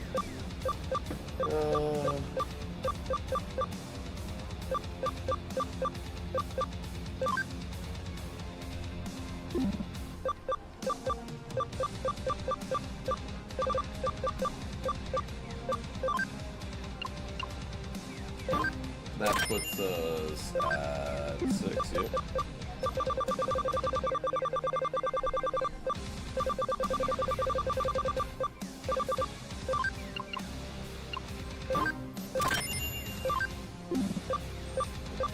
I can't buy any? Okay, if that's the case, then let's just up one more, I guess.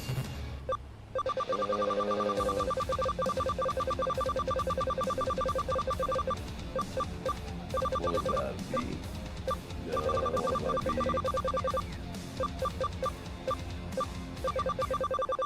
I mean, if B is the only thing I can buy, but I was really hoping to buy some more SP capsules. I don't think they have any SP capsules. Oh well.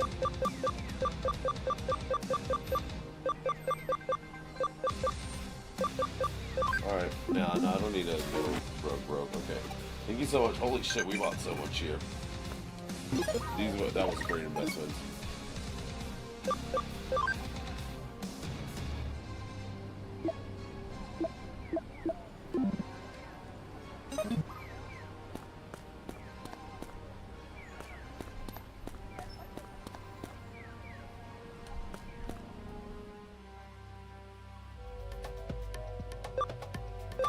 Akihabara, I'm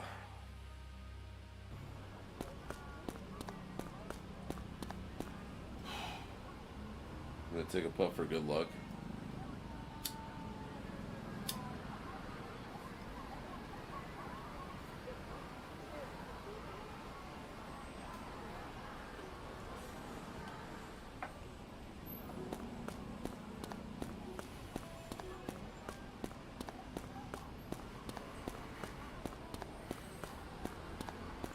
To believe that the Akihabara building is no longer going to be the Sega building.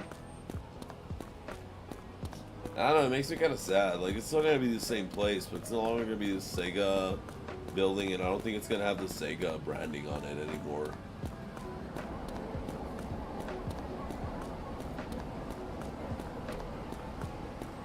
Hold up, Chad.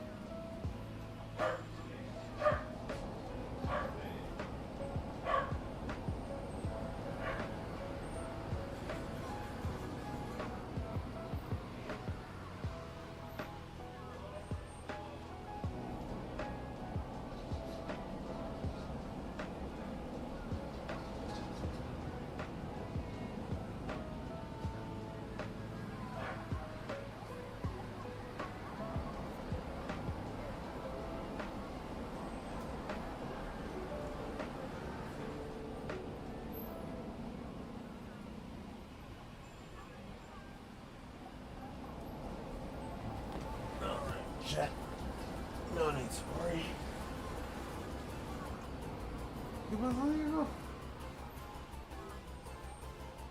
¿Qué traes, bobo? Ve con Rubén, ¿no crees? Ándale. Ve con él.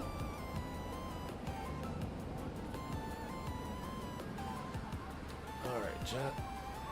Done.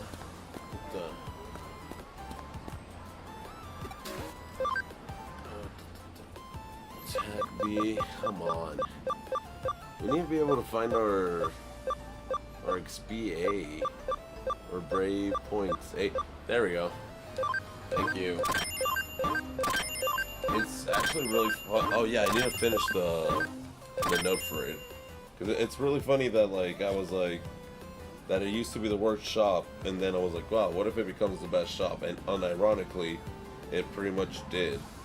So we don't have the SB capsules A yet because we didn't buy those. We did get a couple of sprays of spray A's, I'm pretty sure, and of spray B's. Like, yeah, I think no, like unironically, that was honestly such a good shop. Like, that's not even a joke. That's honestly not a joke at this point. Foreshadowing, yeah. It's kind of crazy, chat.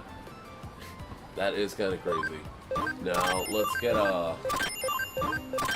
these bags. So chat, let's take these bits right now. So take my mom's phone. Yeah. So he's checking in on me to give him a note about this. So to him, yeah. spoilers since I am, but I'm streaming. Trying to grab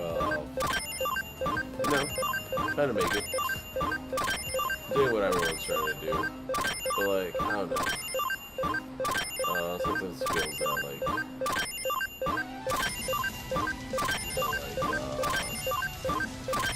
people want you to give up just because like they don't want to see you struggle.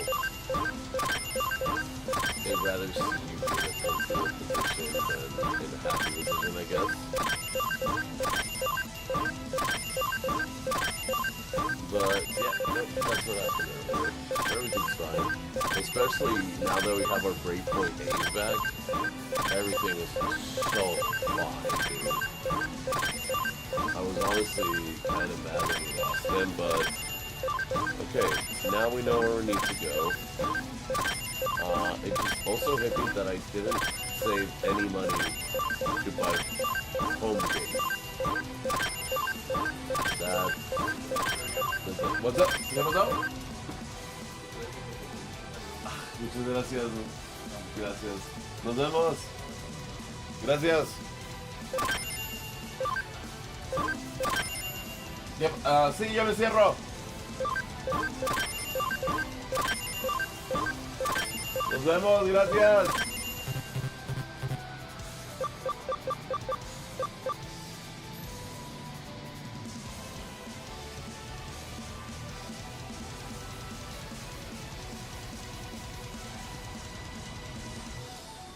Hold up, chat. He asked me to close the door, so let me go close the door. And he said he'd be back later, but he's probably gonna be back when I'm asleep. And for real, chat. And we're being for real.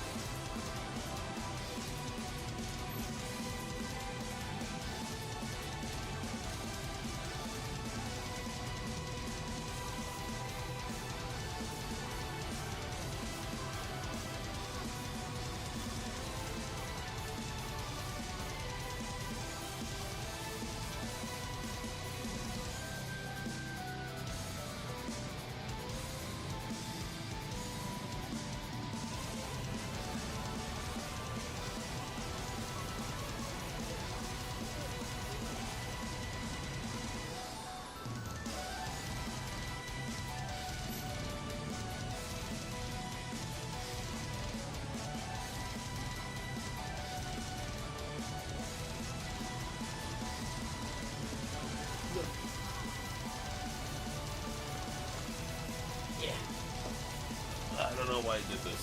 There we go.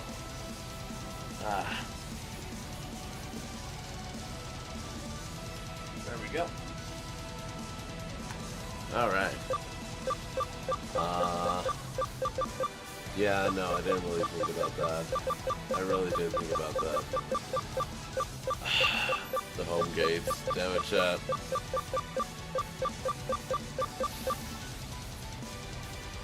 You scared me. How'd you make the noise that loud? You're so small. How'd you do that?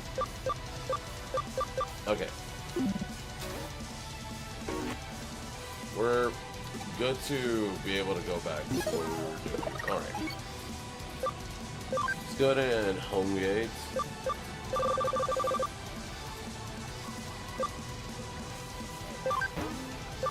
Yep, let's run to the base. I'm glad I hit everything. And I hit the room with the aromatherapy stuff, but I don't know if that was enough to, like, at least, like, keep him in the, like, okay, he was doing it, but, like, maybe he wasn't doing it when I showed up.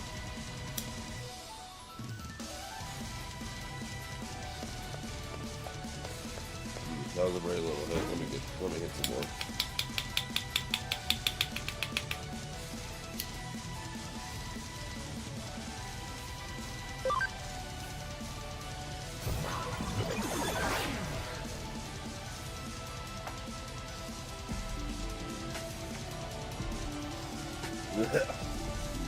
Huh. We hate to see that happen. Okay.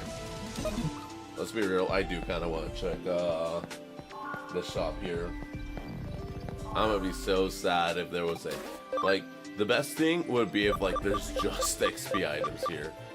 Friendship, that's not bad. But not exactly what we're looking for. Exports, that's not bad.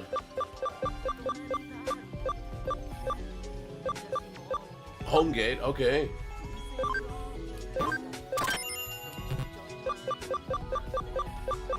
Revival stuff. Breakpoint D, I mean, do we have any? No, sure, why not? Let's grab a couple. Let's just grab like 20 of these. Yeah, let's just grab like 20 of these, I guess. The best thing I could hope for at Mirais is purely XP items. So if anytime the items get re-randomized, I don't think that's happened every time, and if it has, I have not noticed it.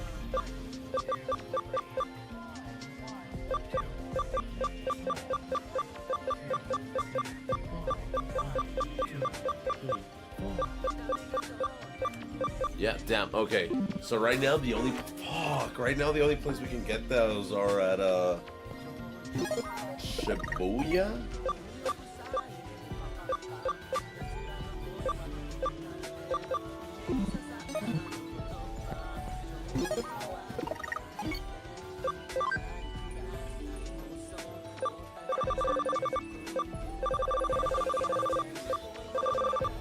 Okay, let's use breakpoint ease on Agumon. Okay, with 17th you can probably get to Wargreymon. So Digivolve, Agumon. Wow, well, I nailed it by 1.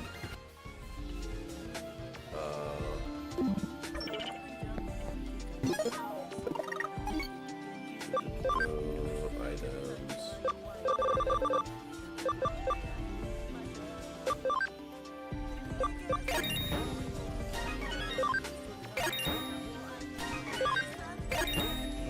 We need to get into 30. Also, yeah, Lysmon is.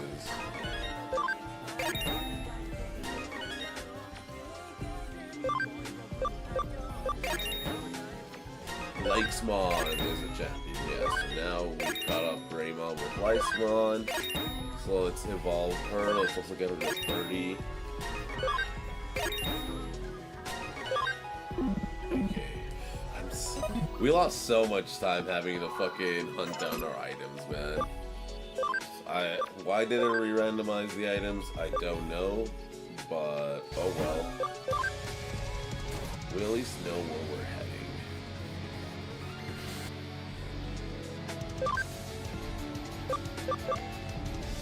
We're heading to this Wargreymon.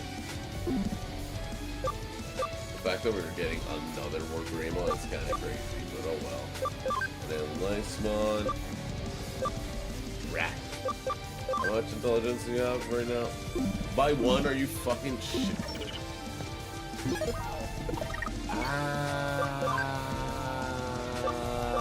I could genuinely just yell.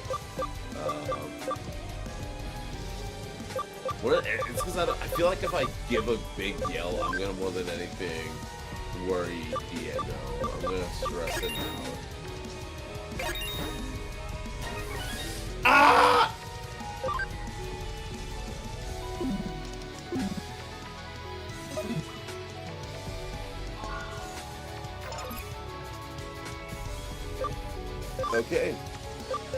take back the prior statement.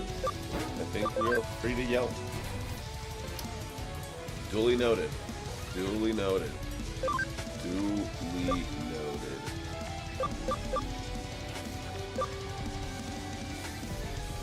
I think I was wrong, Chad. I think I fucked up again, Chad. Chad, how could I have done this? Chad, would have ever believed that I could fuck up like this once again? We need to get you to how much? 17 health? Damn, so we just need like one more level, got it. We only need one more level with it, we're just gonna give it a bunch of small shit. Oh, I get comfy. There we go. I'm really happy that I grabbed this chair because, like, I'm so fucking comfy. Let's go to 200 attack. I don't know why. I felt like that was one of the requirements, so that should be Gucci. We just need to get you to 55, I think. Let's get him to, I think, get to 57 just regardless if I just spam these, so... You know what? 60 just to be you, just for the sake of it. And you, it was also 55, but I think I'll also give you this, get you this... Bitch, what the fuck? Get rid of that. Yes. Out of here. Anyway. Also gonna use 61. Just, god fucking damn it, can you stop giving me shit? I don't care. Like, you give me these abilities as if I use anything other besides the fucking signature abilities. Like, I've tried using Destruction because I thought it'd be funny to get the 10%, and I slapped down to 10%. And, like, anytime that, like, I don't one-shot a Digimon, they just block the fucking 10%. So, now we can get you to know intelligent. ABI. Wait, I thought we already had the ABI. Oh, bitch, bastard. I thought we already had the ABI. Fuck, I feel stupid. I got him so fucking high for no reason.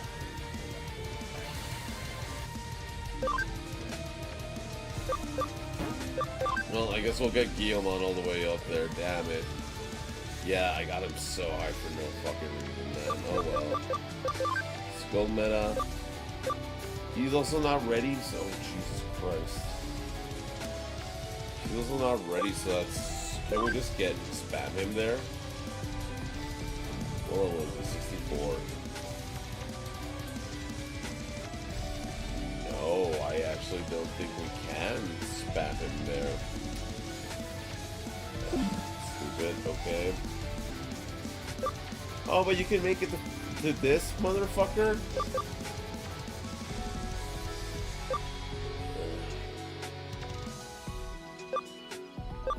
So you get 10 HP per level, right?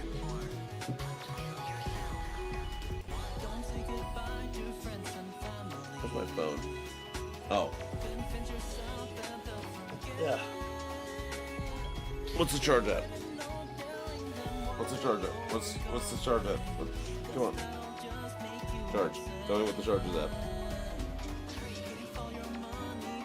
Ooh, a new Lucemon Chaos Mode. Hold up, let me check out the Lucemon Chaos Mode. This just got leaked as well. I might just probably like a couple, like a couple of hours ago. Oh, he's a yellow purple. Oh shit. On play, when Digivolving, your opponent may delete one of their Digimon or Tamers. If this effect didn't delete, recover one. And trash the top card of your... Fuck. That's crazy. So if your opponent chooses not to delete anything on their field, you get to recover and deal 1 damage. Honestly, I'd take the damage and let them recover. All turns once per turn with it. Well, it depends on how my board is actually. Because if I have like 2 level 6s and a level 3, and I'm like already kind of like controlling everything, I would probably I'd probably, what's it called, just let the level 3 die. All turns once per turn, when this Digimon will leave the battle area by trashing the bottom of your security, it doesn't leave. Okay, I like it. I like it a lot, actually. Okay, so now we need to calculate. So every level we get 10 stuff, right? We get 10. So we need 2,000. So we are at... So we need 300. So we need 30 levels, meaning that yes, we can do it per health. For attack, we cannot. There's no way in hell that we can get that. Intelligence, so we also need intelligence. Speed. Speed, we can do it via levels as well. It's literally just the attack. Fuck. God damn it, we're gonna have to, we're most likely gonna have to...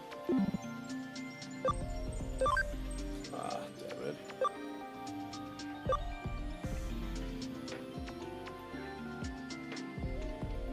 No, Crusadiumon's not here. I don't know how I fucked it up here.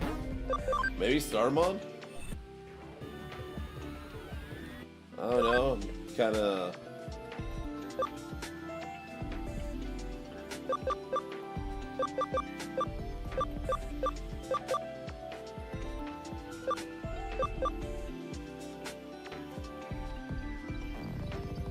What have I done? Oh no, we need to get this bitch back to random on. Oh, fuck. Okay, I feel so stupid. But whatever. Wargreymon, you're the only one that's not gonna fail us, right? To be fair, it's not like it really matters if he does fail us or not. We still need 200 ABI on him. We still need 200 fucking ABI on him. So let's get him down to Wargreymon. Let's get Wargreymon down to...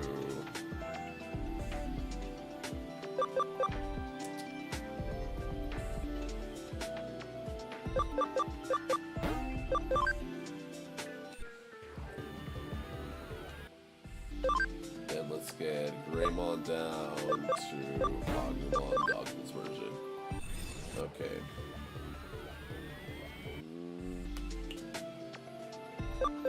And next up...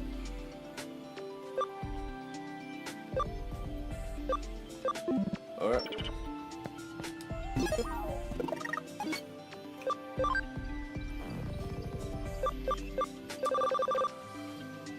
We don't have a fighter patch. Need money. Damn.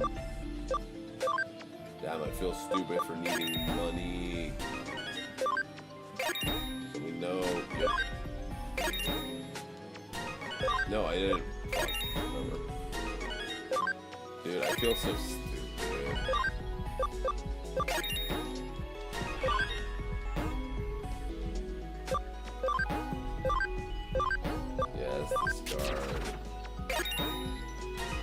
I seriously feel so stupid, man.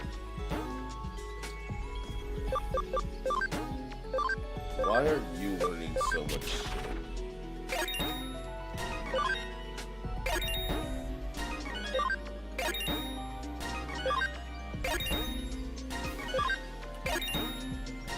He's almost at level 30. Oh, fuck up. I don't think he's gonna have any intelligence to go into, I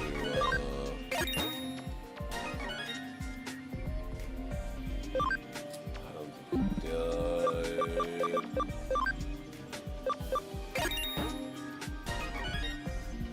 Okay, I think that's good enough.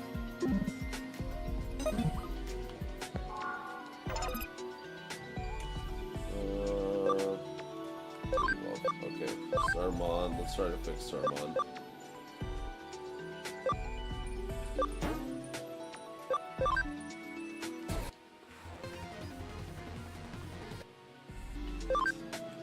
Chrisimon. Down to Likesmon. How do we do this? Is it Antiliamon or is it? It's Mac. It might be Mog. We'll see. God damn it, I'm tired of that. Alright. Greymon. Let us check out Greymon. And then Gilmon to get out and Mon.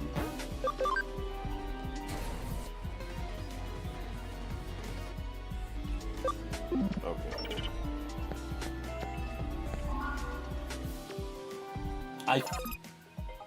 Fuck. I feel stupid, man. Okay. Defender, durable, builder, defender, builder, searcher, nimble, fighter. Okay, so change leader, fighter, make 0 the leader.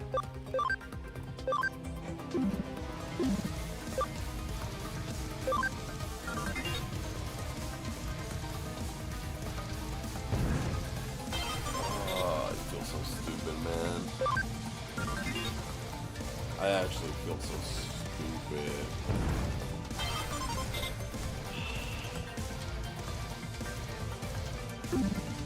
Fucking attack.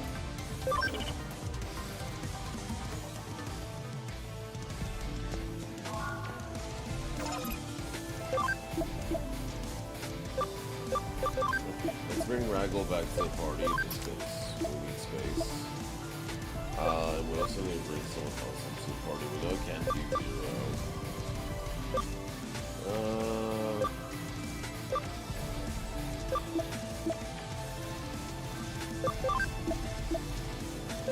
Let's bring in, sure, Pokemon. And then let's throw Wargreymon in there real quick.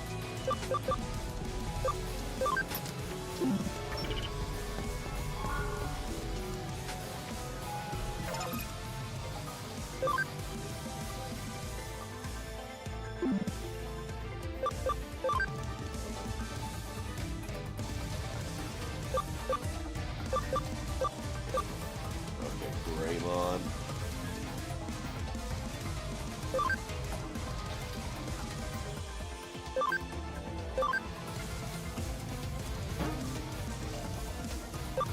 Yeah, speed anyway, bitch. It gives ABI. It's the only way to get ABI, bitch. Just 20 ABI? No way! Yo, it gives plus 20? So that puts us at 60. Oh. Well, that puts us at 50. This puts us at 60? Okay, this puts us at 60. So like one more rotation down, should be good enough.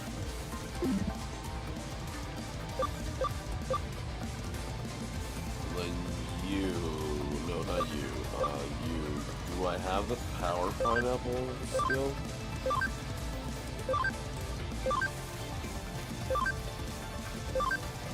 I do not. Shame. No, fuck, I didn't want to leave farm. Fuck. I want to leave in training.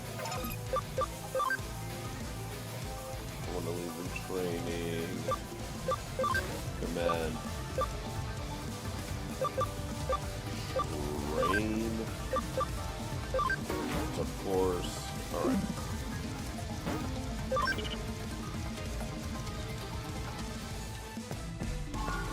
Move Greymon back to the team. Nope.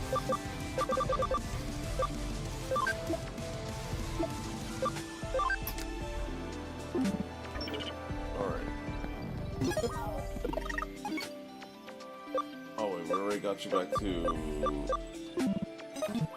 Yeah, we already got her back to Likesmon.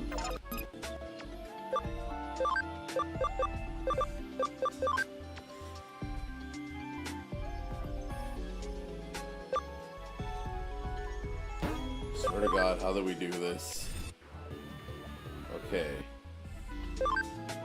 So Rena.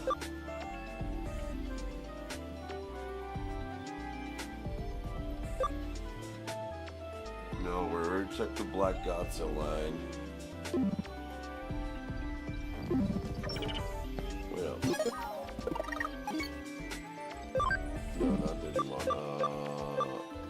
Here we go, Field Guide.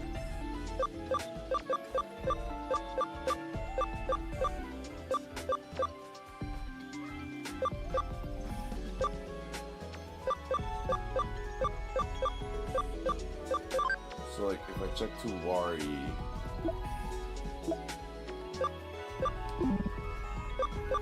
okay.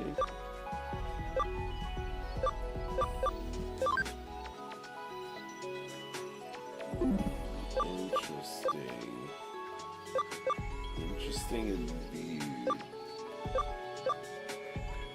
Cherrymon. We just went to Cherrymon and we saw that it wasn't what we thought it was gonna be.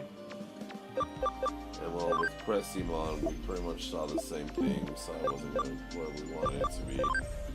Tailmon as well.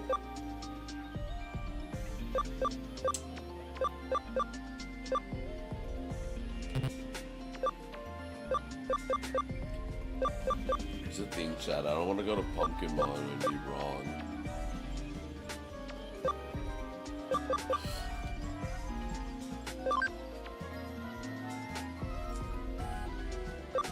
It might be Mach, if we're being for real. We know it's not you.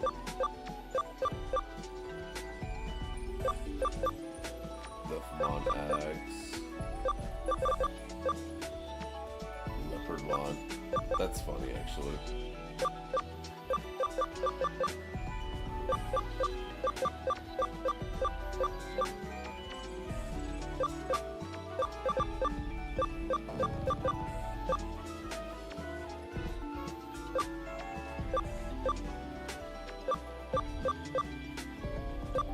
Let's go! Happiness.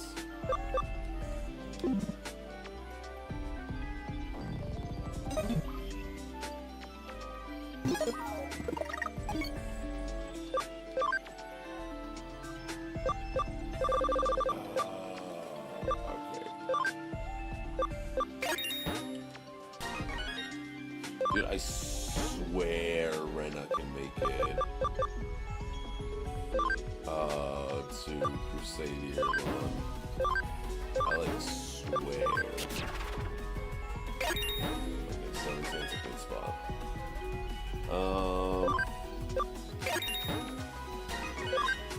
That's good.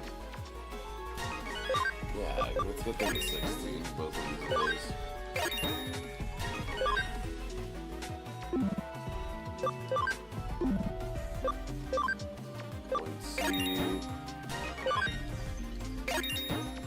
Get them to 30, 31 should be the trick.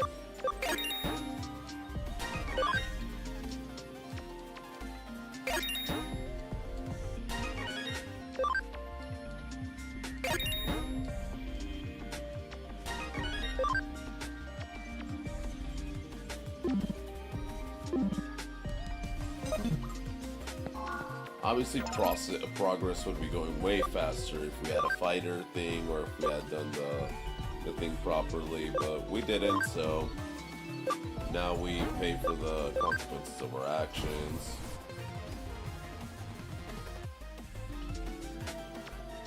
No, we need to get into, we do need to keep going further with him so we can get more API. Damn. Okay, ABI 80 with you.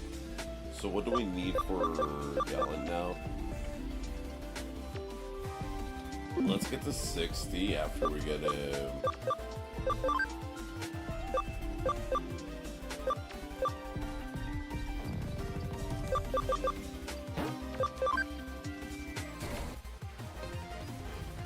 I don't know why I really think it's Hero, right?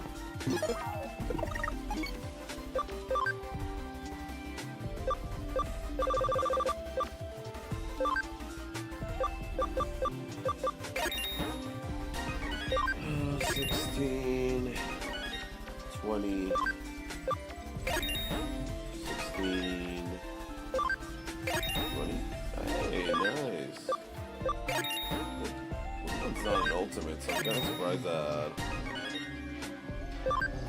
That's... Oh, we only have 2 breakpoint beans left. Yeah, let's just drop them on. Come on.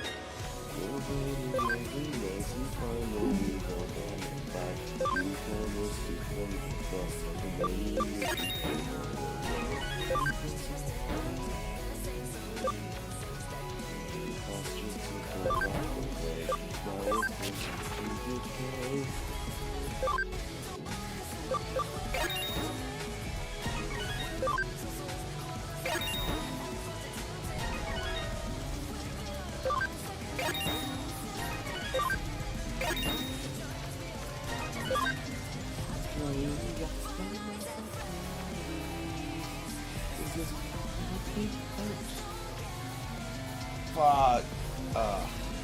That's gonna suck if you didn't see that. Oh well.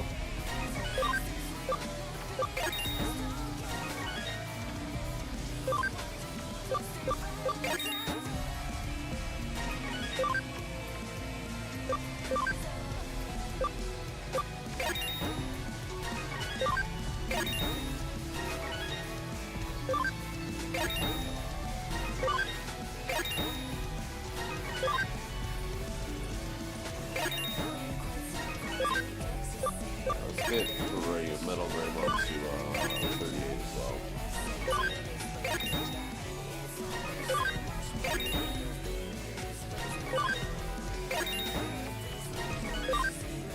Alright, let's go ahead and Digivolve Woodmon.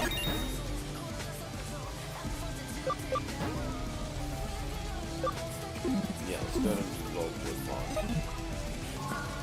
For Woodmon, we're gonna go to the only line that I don't think we've done with him. FalKKonE. Ah, please. Nope. Nope. Okay, so it's not Woodmon. I know it's not Garurumon.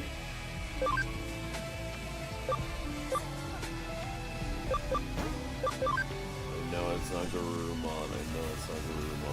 Okay. It has to be Wargreymon. It has to be Wargreymon.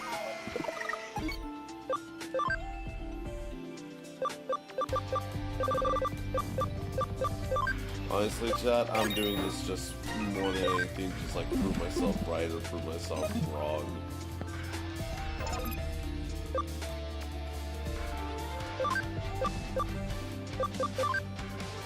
I need to see if I am correct or if I am wrong, chat. I'm telling you.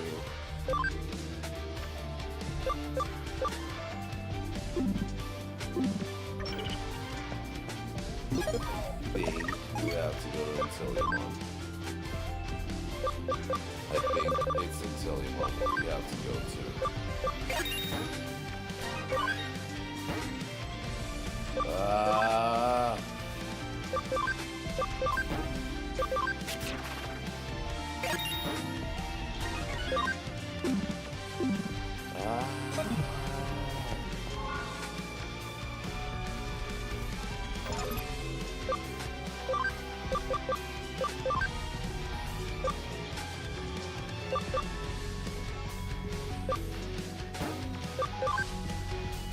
Oh well, let's see what we get here. Oh, CyberSleuth. Interesting.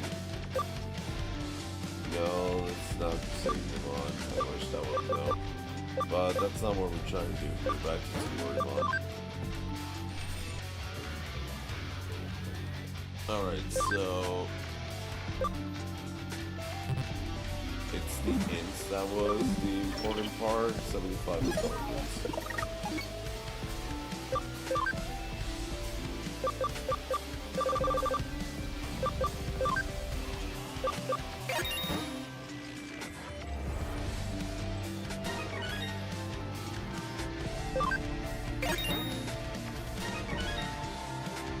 Okay. One there, one here. One there. There.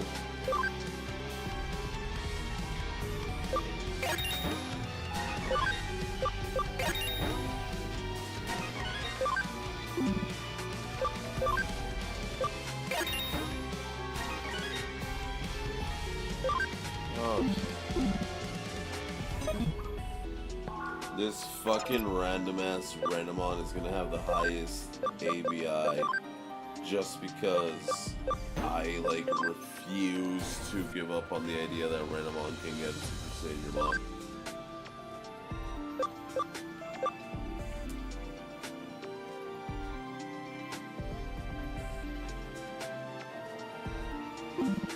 And I think that's still a no. God damn it, Sergio. God damn it, why are you still here? Just to suffer?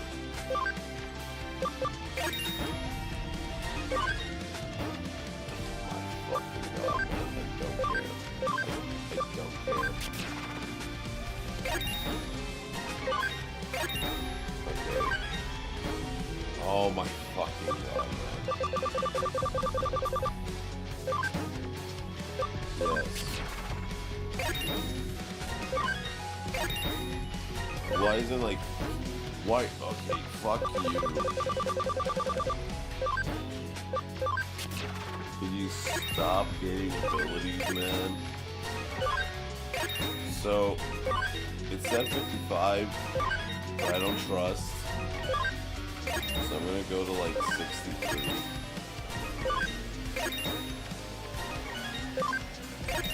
There we go, 64. Now I want to do the same thing with these fuckers. Go to like 64.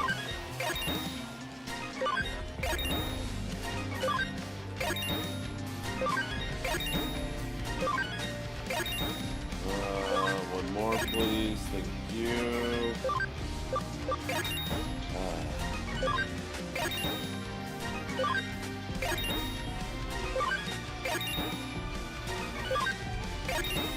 Can't believe I'm doing this, all of this before beans. I should have done this after the story.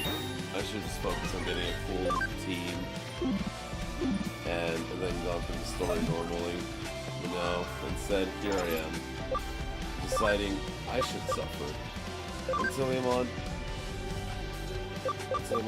what are you missing? 30? How much intelligence? Oh, fuck you. Okay, cool. No, you're cool. Wargreymon. Yay, we can get you to Wargreymon. Hell yeah. 170.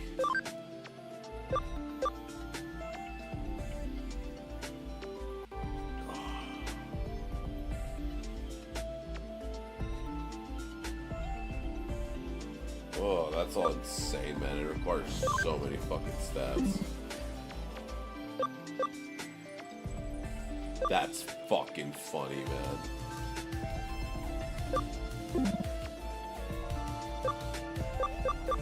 Oh, whoa.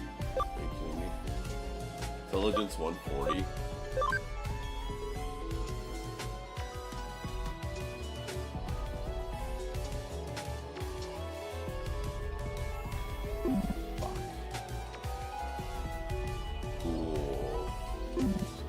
Okay, so we literally need to drop this.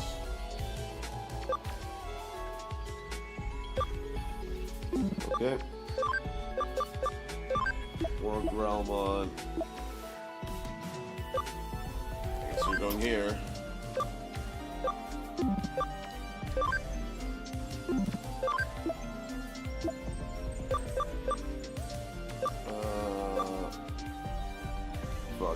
Which one's the one I need to... It's this one, okay. Right, it's this one. Yeah, okay. Cool, cool.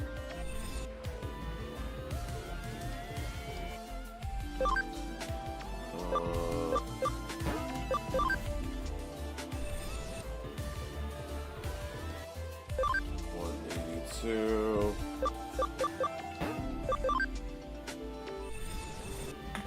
Oh, I'm out of DP. 185. Hell yeah.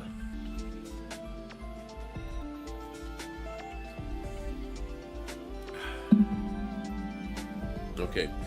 We were at 160 when we got back to doing this.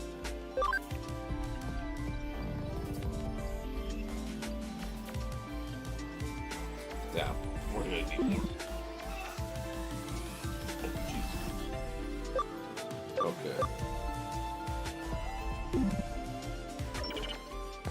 I say we get Omega. Okay. We do have to come over here.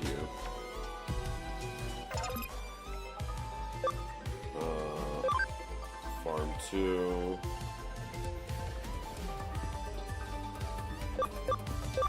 Farm goods.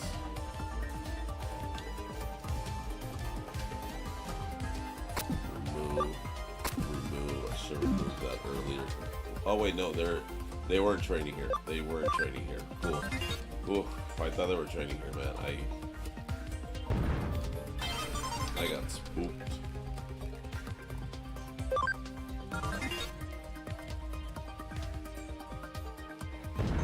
Okay. So we need intelligence. So we need brainy. Change leader.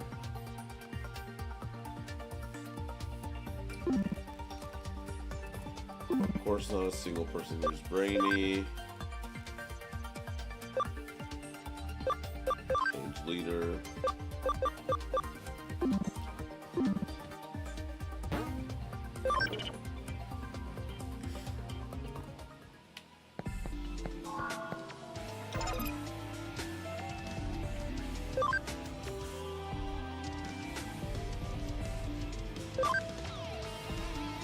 Defender, searcher, defender, fighter, brainy. Oh.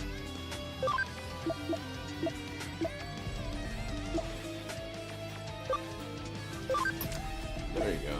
Ammo. Yo, Stingmon. You wanna come in here? Yo, XVmon. There we go.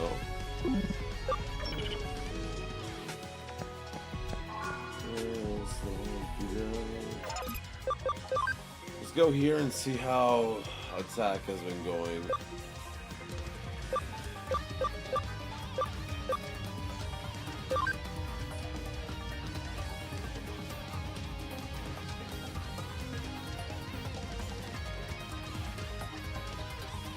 No, it's attack the one we need for him.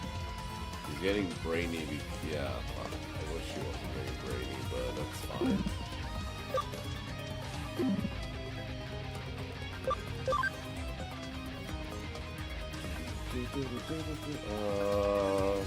Yeah, change the leader here to the brainy because we need that Wargreymon to gain intelligence to train. Okay, so we pretty much have Gallonmon cooking and Belzamon cooking. We have both of those in the oven already. 30-minute oven for both of them, so they're different ovens. Items though. We need a level up Agumon.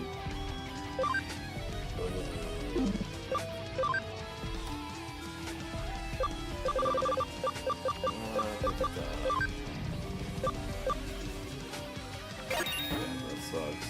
Anyway, that's my lowest one.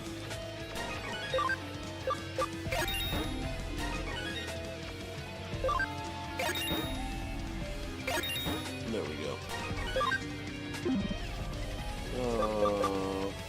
Friendship. Oh.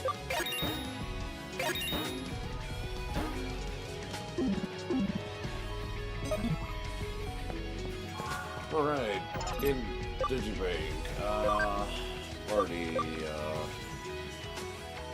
Antilia. What is this? Tyanamon? Fuck you!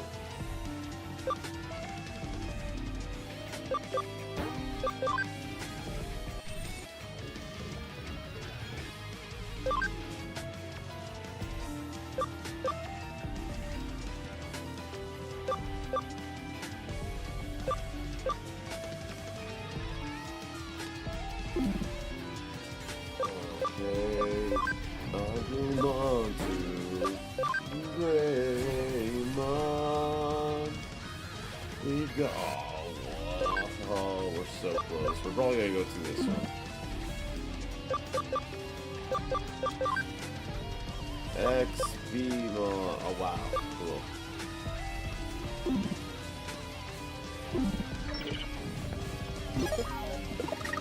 final.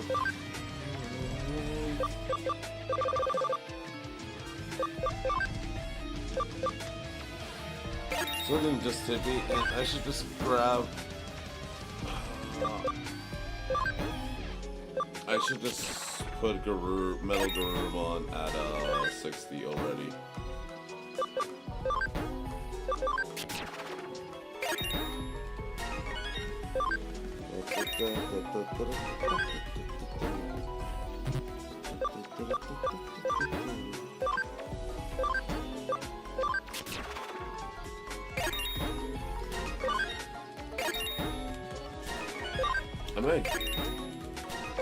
I'm gonna go a bit higher, actually.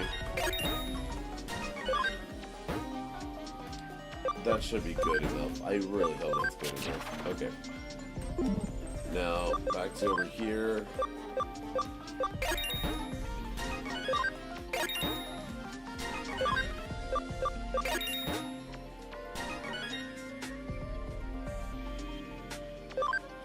I think it was 95. Wow. Okay, cool.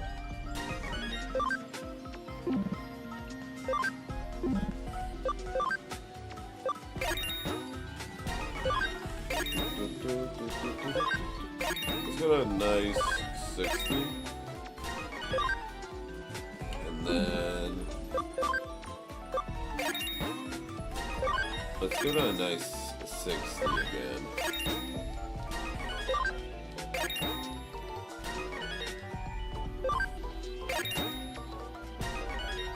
There we go. I hope I didn't forget to level anybody up there. Digivolve. So we're gonna be starting things off with attack 200, intelligence 150.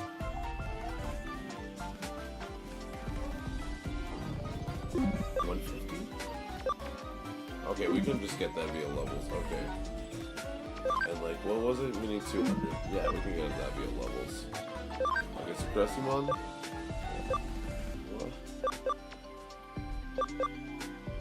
140, 150.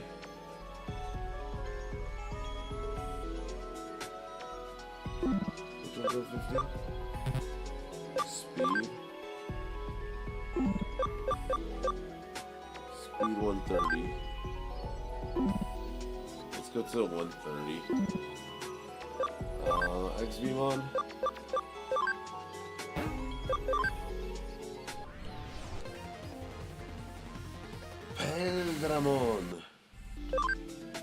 Paladramon, you can go to. Oh, what? I was not expecting that. Actually, wasn't expecting that. So, just take this bastard to 200 attack.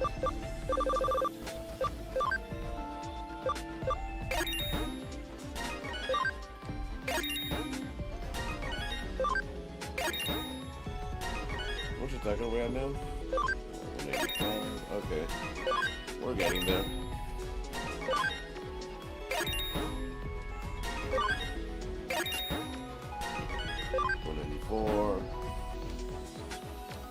Yeah, sure. There.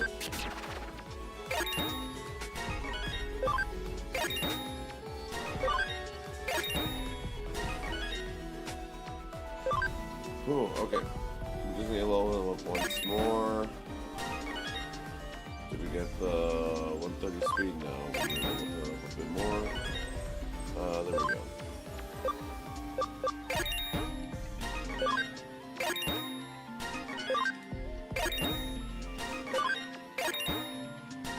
We'll take him to 60, just to see if we can actually get him.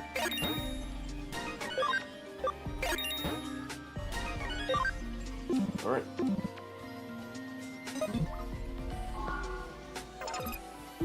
So, just to make sure.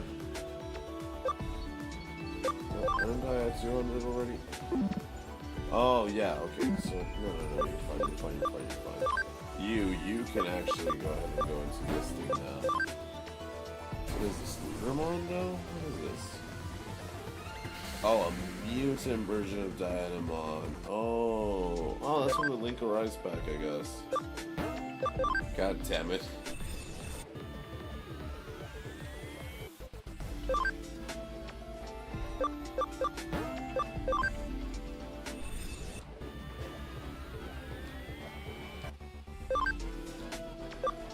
Oh, it's gotta be Go. It's gonna be Go.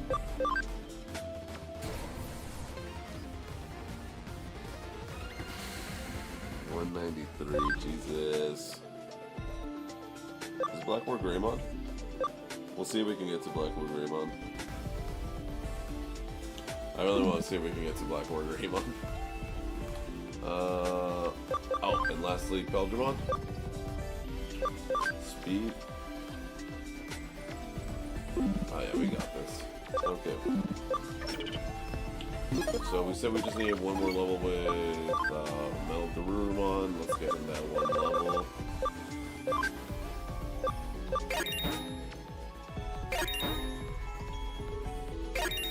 Bitch. Oh, 69, nice.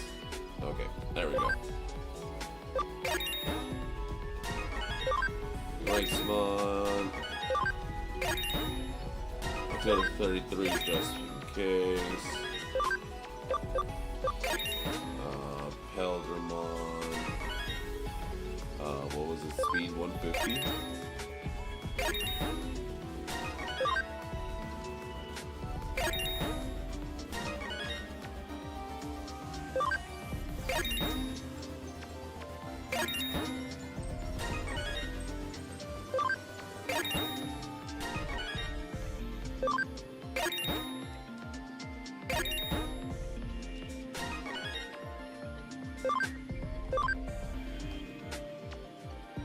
Alright, now let's give him a couple of points. We're gonna go to a nice even 50, and then go back to the,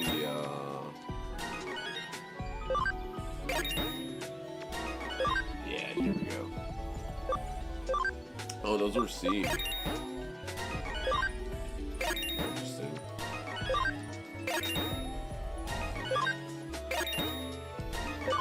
We're gonna go to 6. Oh, well, let's just go to a nice even 50, I think. Maybe, yeah, a nice even 50. Fuck it. Just to have room for error, you know. Alright.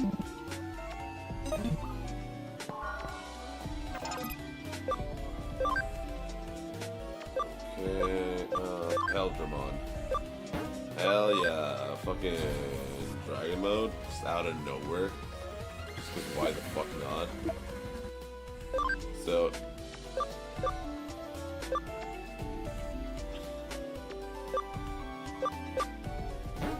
oh hell yeah, we could just mode change like this? Hell yeah, dude. Fuck yeah, dude. Look at that.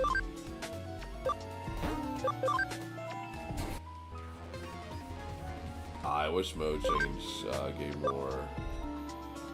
We need 100 ABI. Oh, we can go down to Dino Beamon? Fuck yeah, dude. And like, yeah, we need to get back up to Imperial Dramon, but like, fuck yeah, dude. That's cool. Alright, Metal Greymon Blue. Oh, hell yeah, let's go to Black Wargreymon.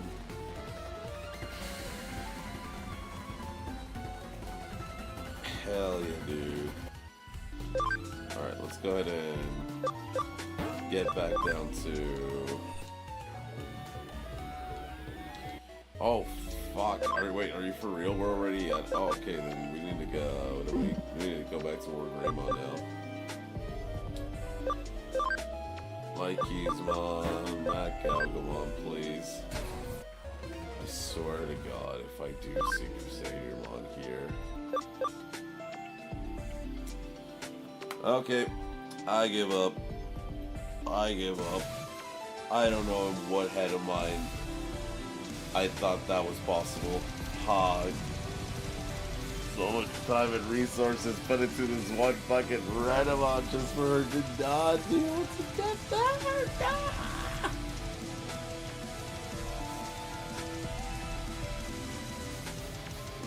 DIGIMON, CYBERSLEUTH.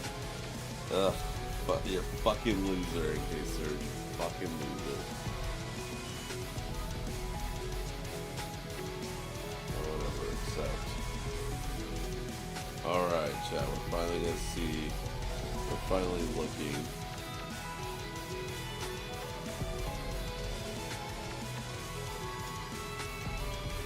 Wait, is this where we had seen him?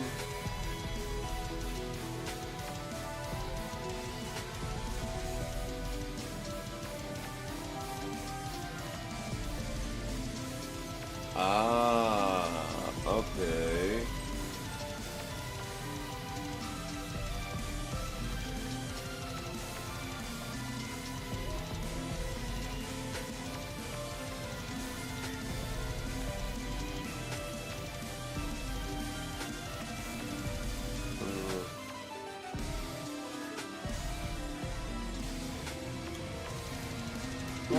Alright, Noble, alright.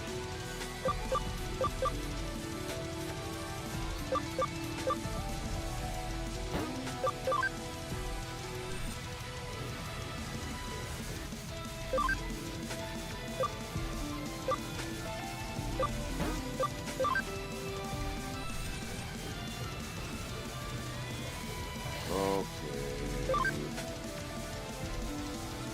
Bye, Renamon.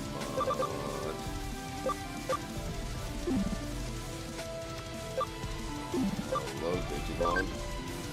No, that's not what we wanted. That's not what we wanted. Convert.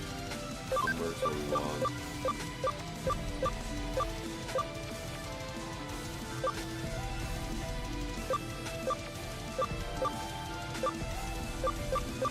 Rotate. Wormon Pumi. Toko. Let's do Toko. Because we haven't seen Patamon, like, at all, I don't think. I think we saw Seraphimon, but I don't know if we actually got Seraphimon. That's the problem.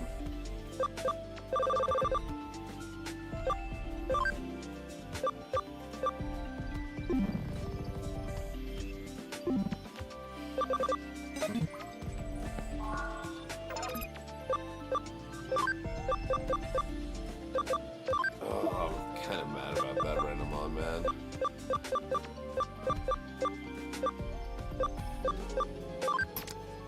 It's fine though.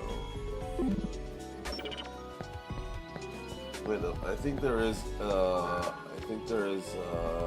something to do with XP here.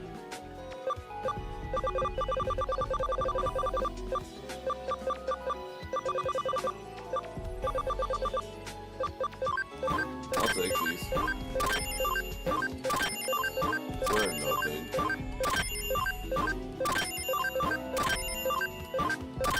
All that said, I was gonna be going for one more hour, and then here we are.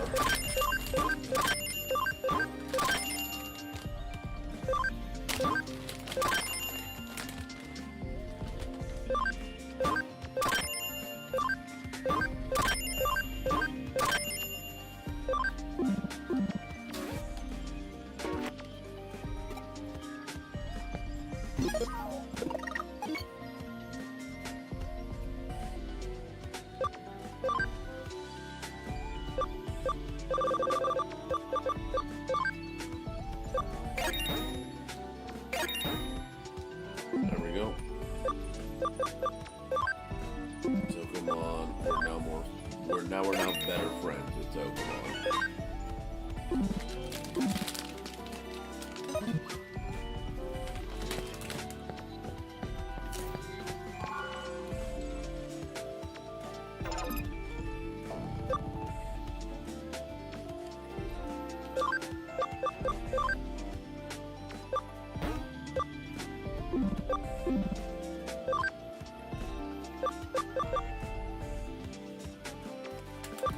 Jesus.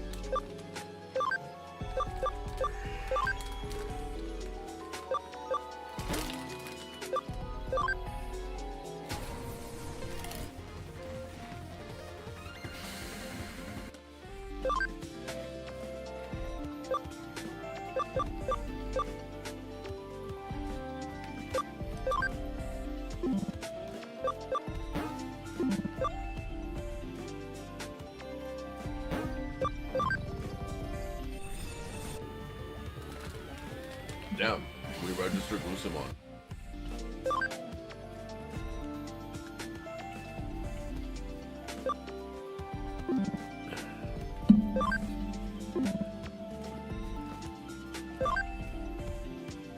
It's kind of funny that we're gonna have Lucimon then evolve into Magnamon.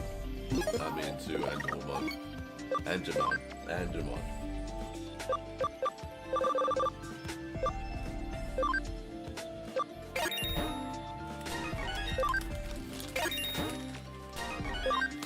I just really want to see.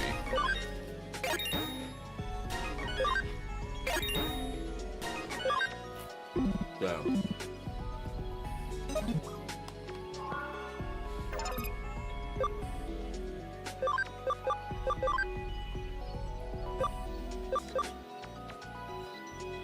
Oh, ABI 80, so like yeah, no, wow.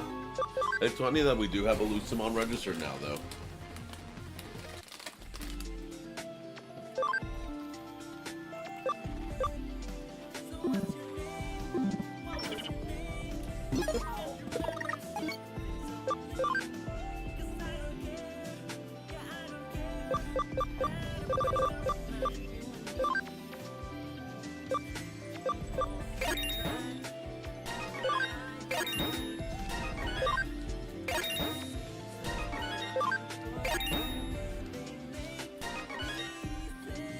I tend to use one more for good measure, because you know, you never know what the stats.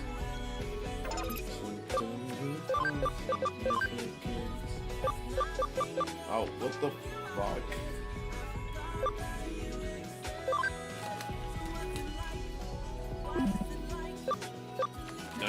Wow.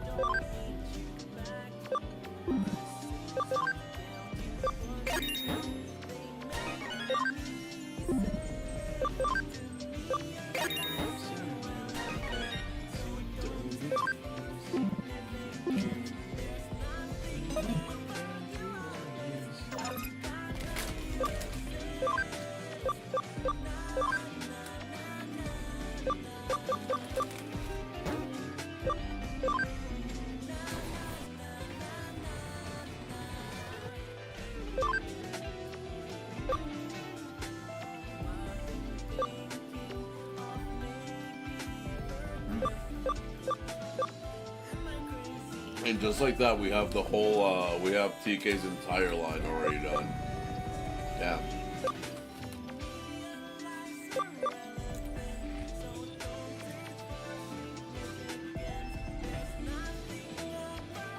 Fuck you! What do you mean fucking aliens?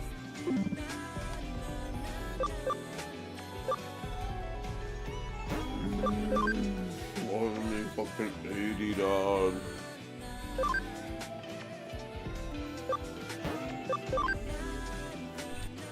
Well, time to register more digis.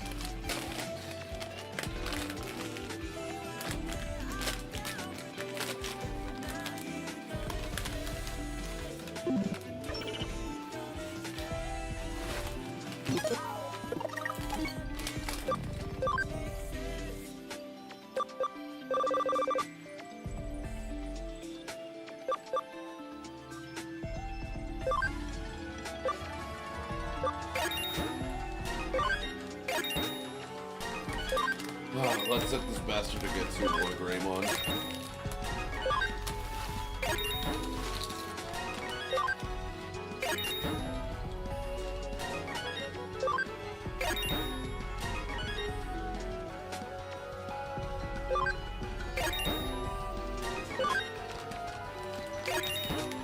I'm not risking the other 200. I'm not risking it.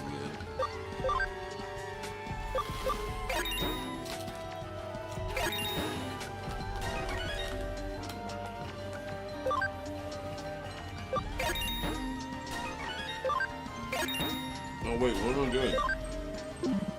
I need ABI.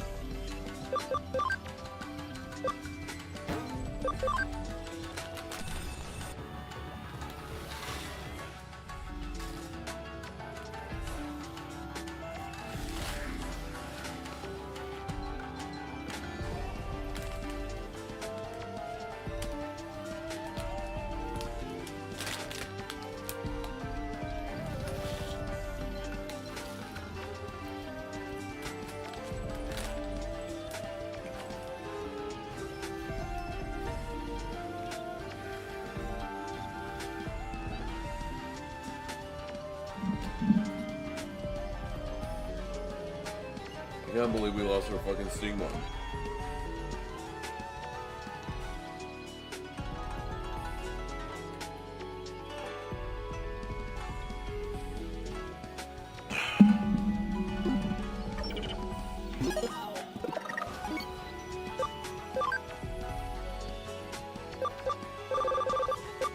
I cannot believe we lost our Stingmon like that.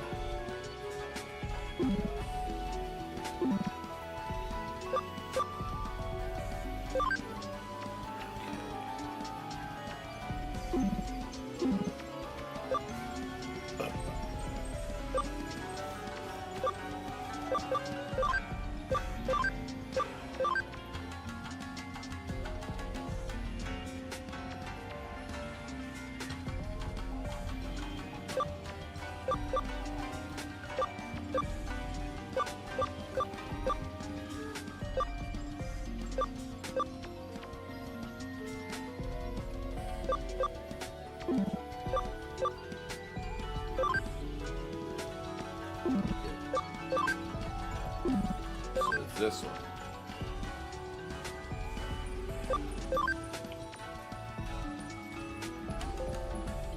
$51.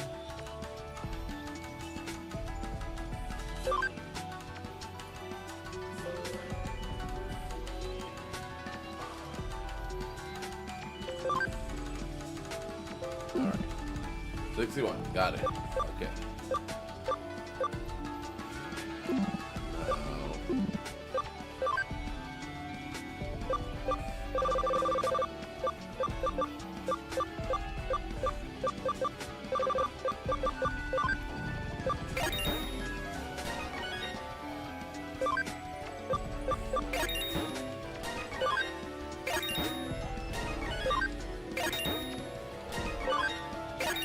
Let's get ourselves another Stingmon, because we were fucking robbed of our Stingmon.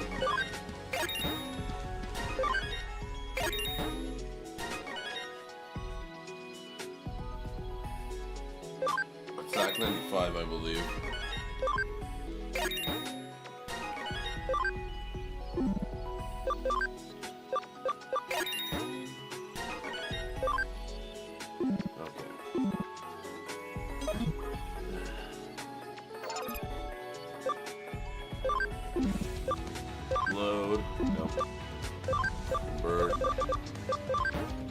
Well, I'm glad we didn't use this Wormmon.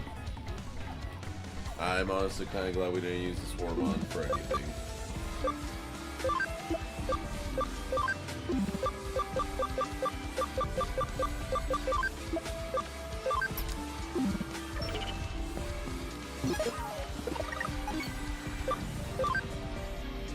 Oh, okay, here we go, Wormmon. 1, 2, 3, 4.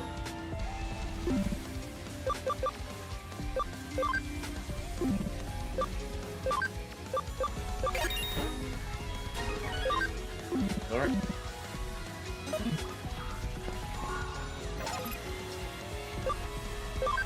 Ball. DIGIMON. Man, there's like a couple of these I would like to.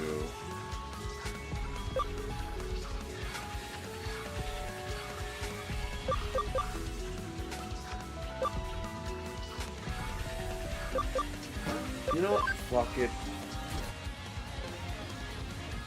Ew, Jeremon. Got Edamon. Alright, let's see what we can get with these two, but now Wormmon.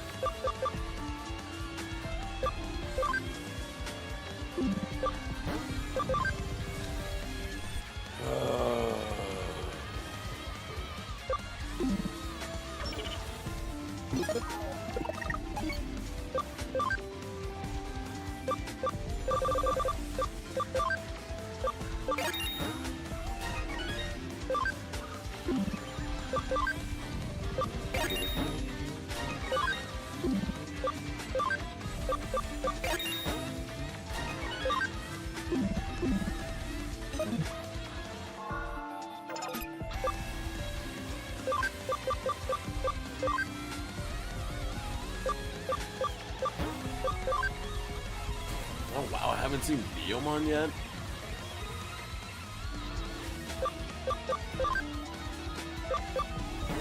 Well, you can only go one place, so might as well, huh? Oh, Superstarmon, yo.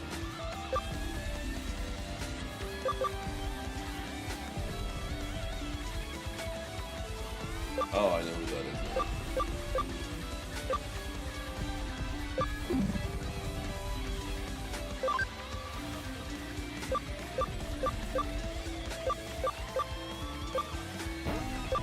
Individual back to Starmon. Which in turn will be Digital.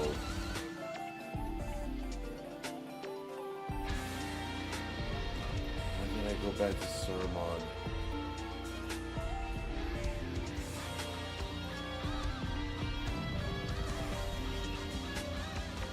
Oh, fucking duck. God damn. Joe.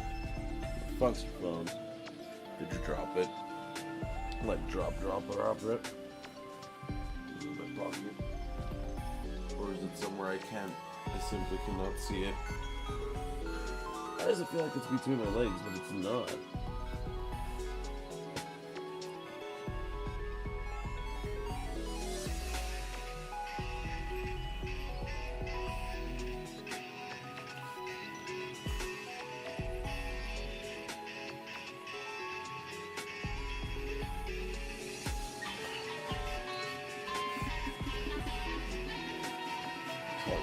On it. Yeah, I was just sitting on it. I fucking knew it was there. Okay, so either we get him back to Starmon.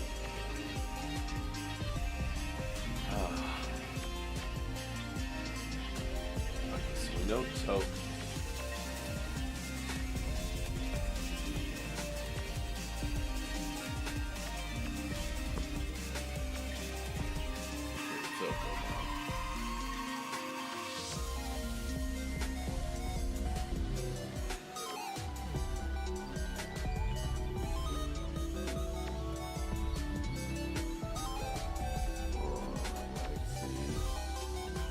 So, no, honestly, best plan is just to get this bitch back to Superstarmon. Damn.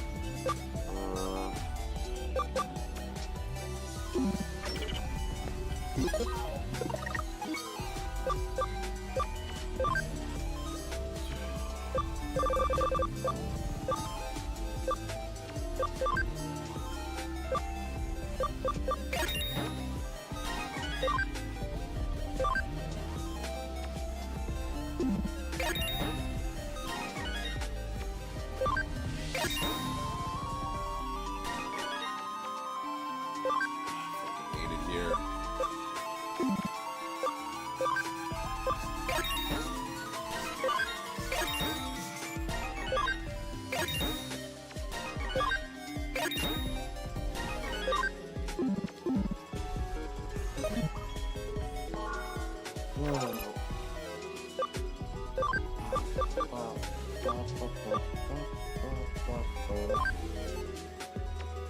Still can't believe we can't get this thing on yet.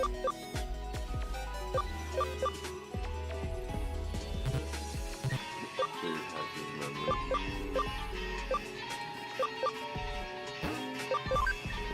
Let's grab Waspmon, whatever.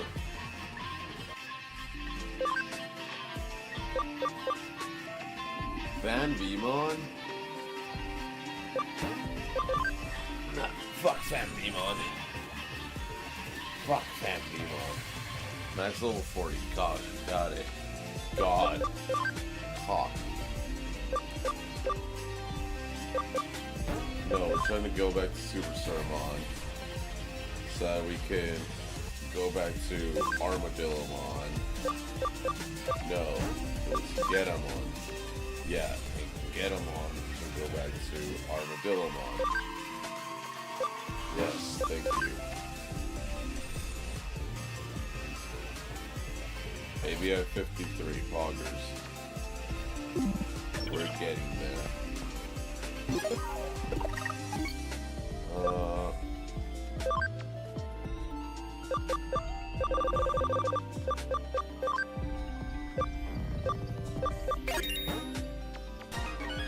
Fuck you, Wargreymon. We need a bunch of speed out of you.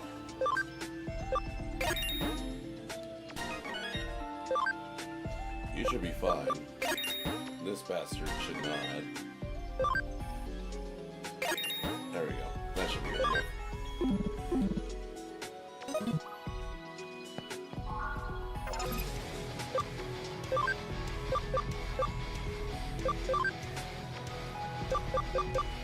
There it is. Stingmon. Stingmon. And then Armadillomon to Ankylomon. And then XPmon. Oh, so that is.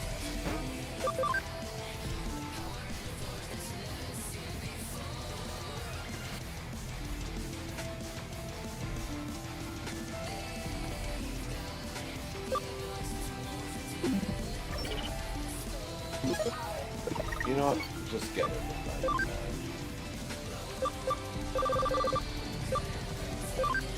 Just get it, 99.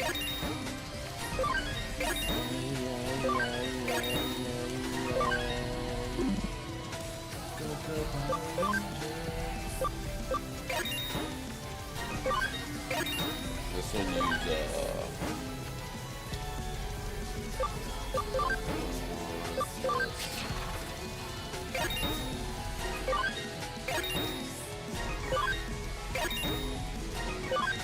I think a nice 30, a nice even 38.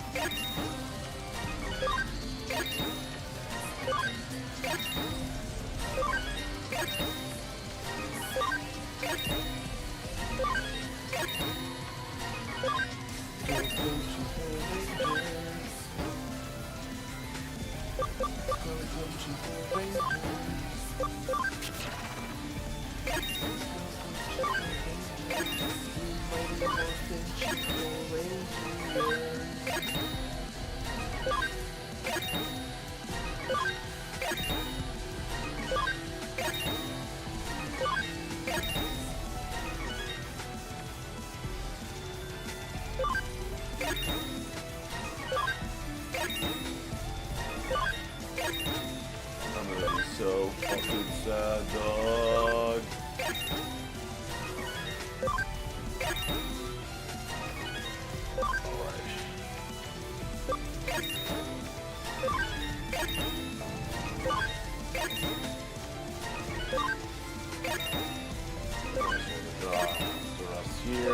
Dragon mode.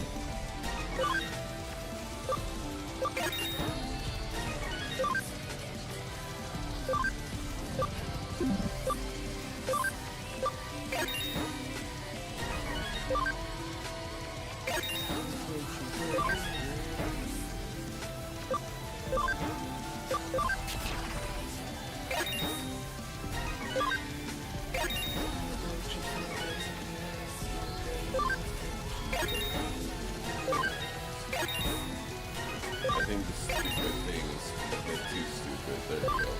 70 might be good. So we got it's gonna be like 75. Yeah.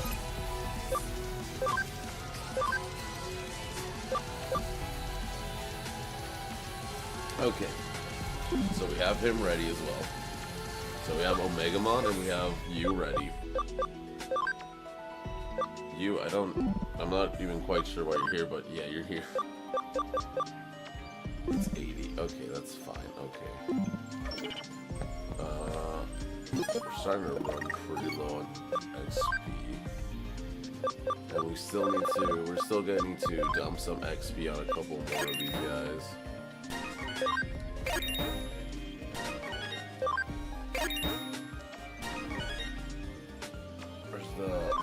This should be the last one. Straight up 80, okay, and then we need to put you at 150.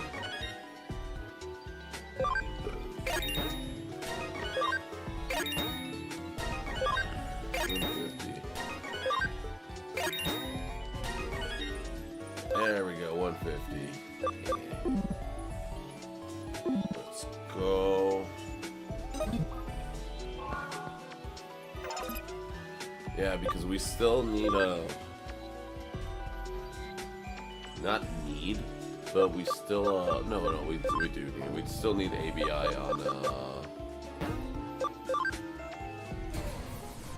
on Magna. Yeah, you see 60, but what we need is 80. Yeah, we need 80.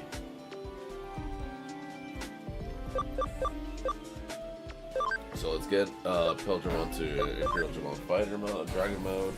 I could take him to Fighter mode.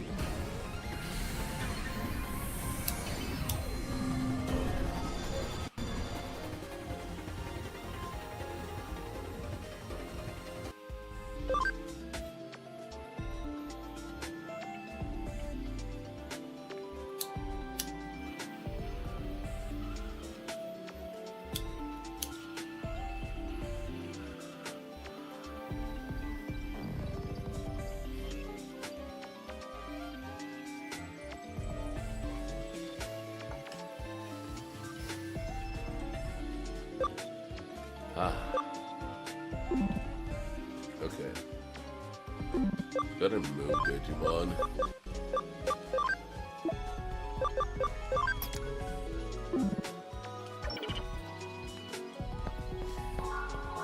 Here's the thing. Here's the thing, chat. I did that for one very specific reason. One very specific reason. Okay, so we need him to be at... We need him to be at what? 250? We need him to be at 250. He's at 216 right now. We gain around 1 level per stat. I might have to reset training here.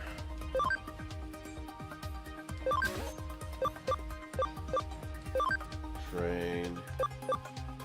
It seems I'll be going for at least another hour. I mean, another 30. Let's see how Wargreymon is going. I don't remember how many I needed, but...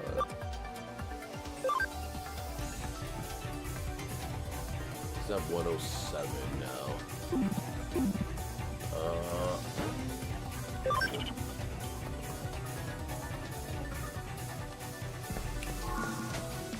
He's at 107. How much did he need?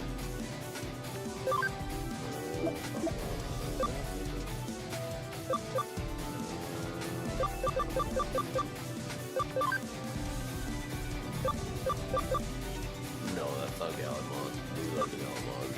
It's 140 down.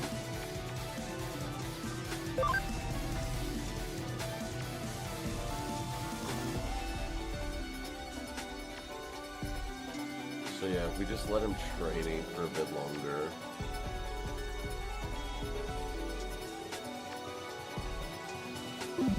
Yeah, okay.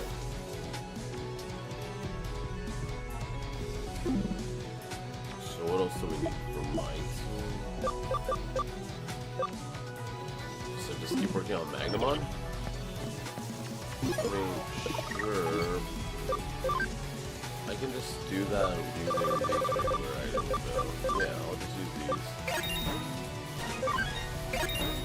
We'll get him to 40 using these. I think we can get him 40. Yeah, we got him 40 exactly. And now we'll use Breakpoint B's to get him to like past 55.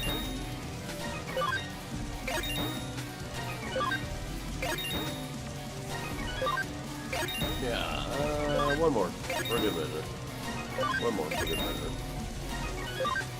One more for good measure. There we go.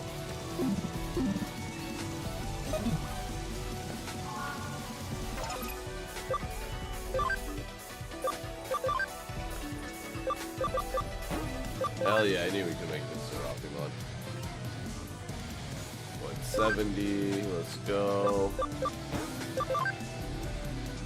Magna. 60.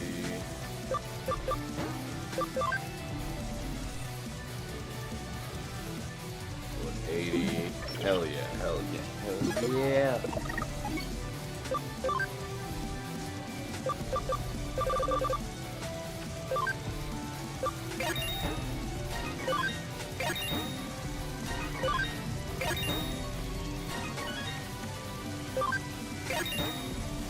Always go for one more for good measure, right?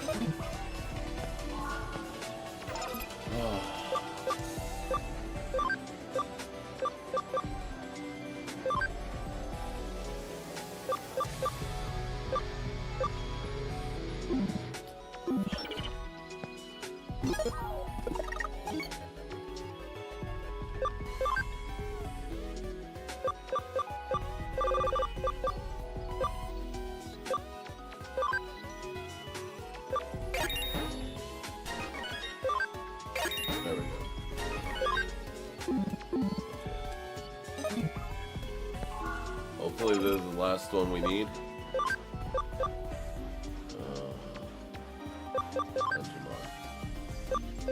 Digimon.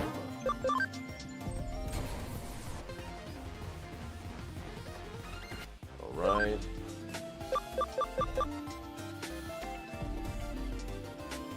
.150 speed. That's the thing we really need to worry about. 150 speed. Because that's like the highest thing. Alright, let's see if we can get Magna that high up.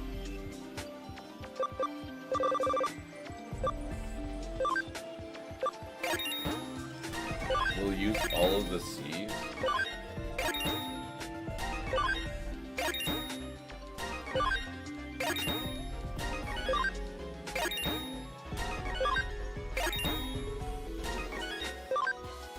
Alright. Breakpoint B.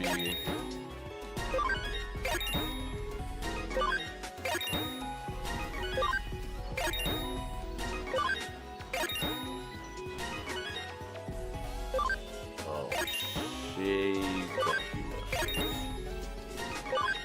Might have picked the worst.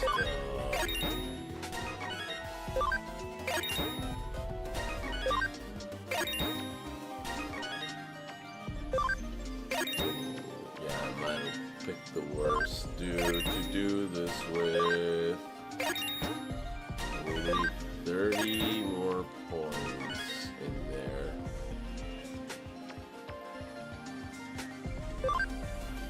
Okay, let's not risk it. Let's make someone nimble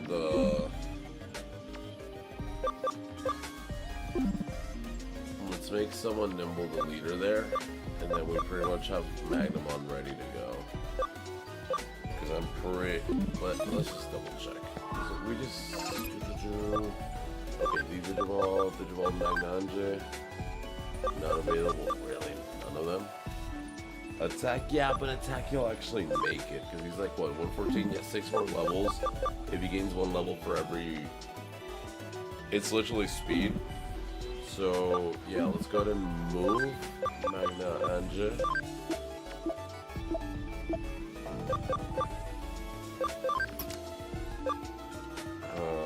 Stats. Fighter, no. Nimble, okay. Searcher. Alright, so nimble.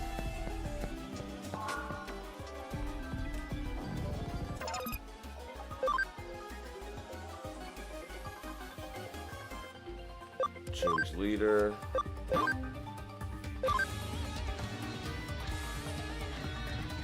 Okay, just because I'm really curious, because I got fucking claimed by Amelie. Oh, what the fuck? This show is still open? No, okay, no, that kind of explains my computer just kind of stuttered. Oh no. Okay, cool.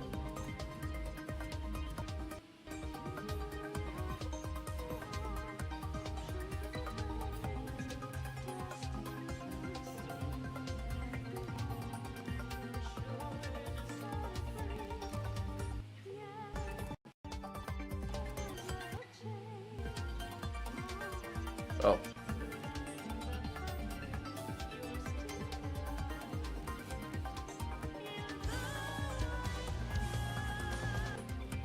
Thank you.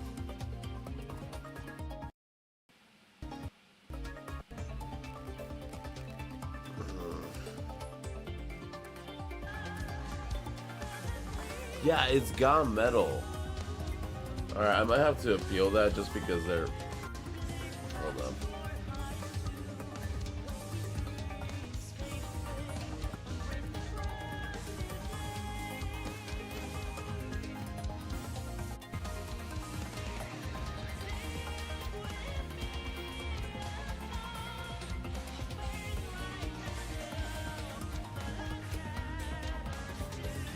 Okay, what the fuck?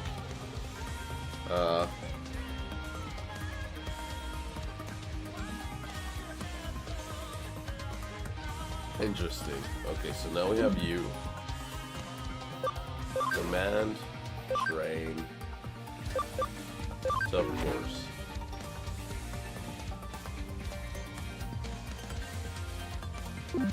Okay.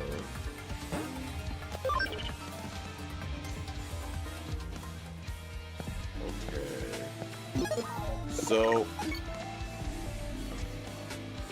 let's go ahead and do a quick check. Mememon done. Crusadiermon pretty much done.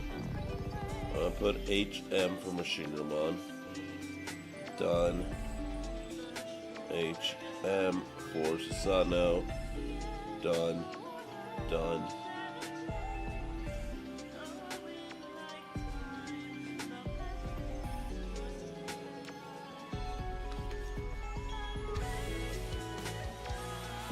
Alright.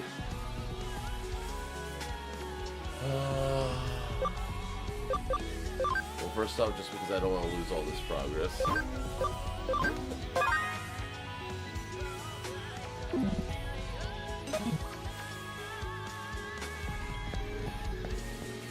No, we don't have anything here.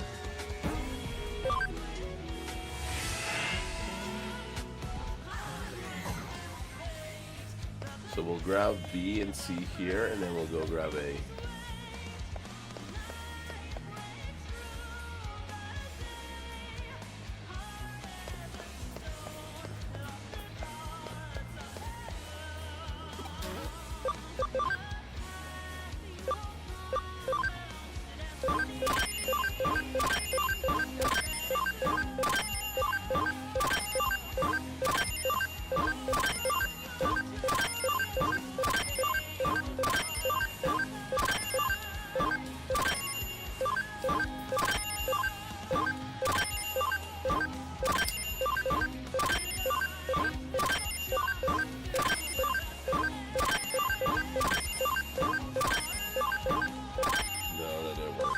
Okay.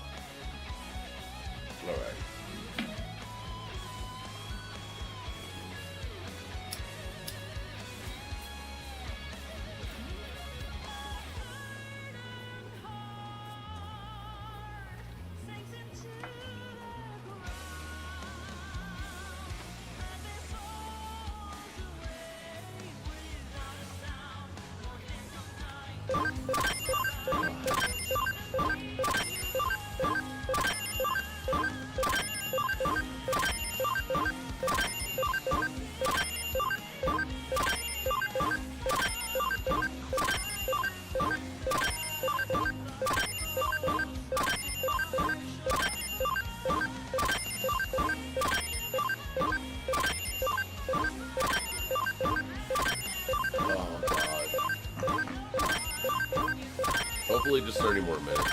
Well, here's the thing. It is actually going to be like 30 more minutes. Just because what's it called? Just because we're pretty much just waiting for the trainings to be done.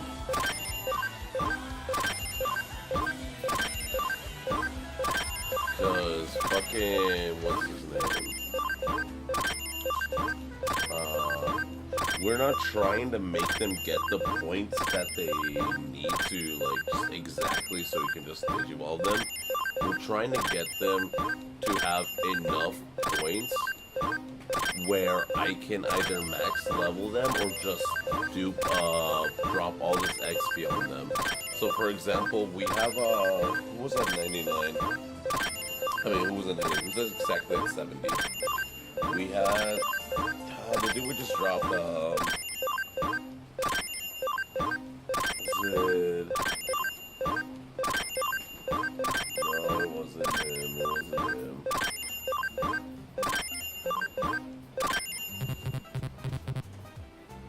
Oh, already? What, already? Okay. Crusadermon. So it's Magna by Angemon. He just needed 30 points in speed, I believe. And we could have gotten those just by dropping XP points into him. But there was a chance that he wouldn't have, that wouldn't have been enough. So it's like, oh shit, might as well just, you know. There was a chance that like just duping the levels wouldn't have enough, just in case like it didn't. Because I noticed that it wasn't giving me. You only have the C's, you fucking stupid bitch.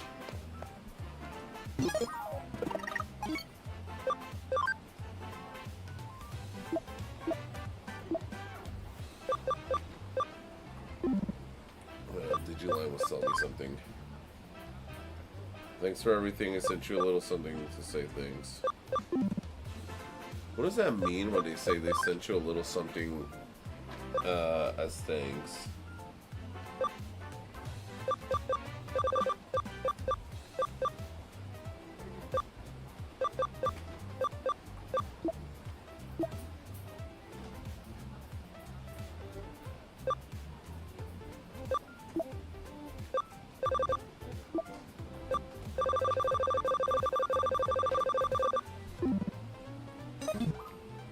All right.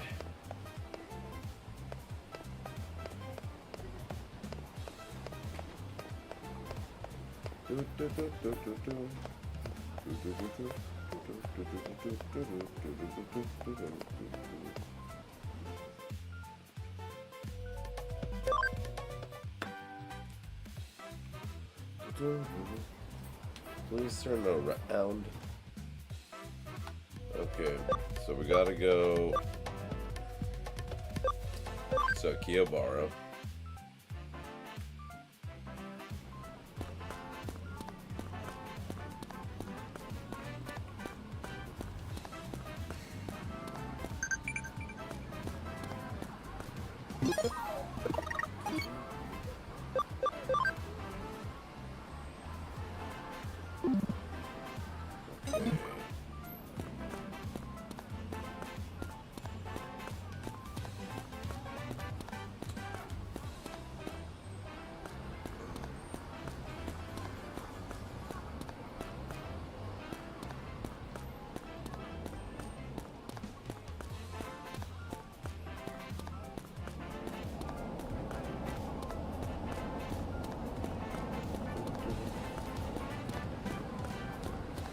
Was in Farm 2. Would we put in Farm 2?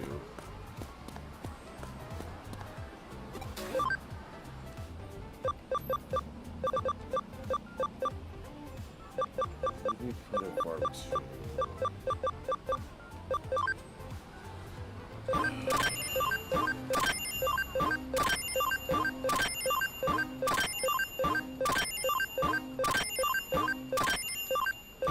we put in Farm 2?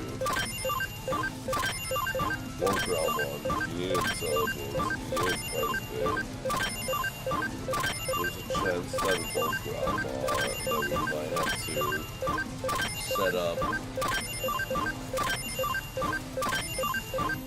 That thing again. The training again. Dude, I'm not gonna remember that I did any of this in the morning, and if I somehow, by some miracle, remember that I did all this, I deserve to pat myself in the ass. Just give myself a little pat, pat, pat, pat, pat.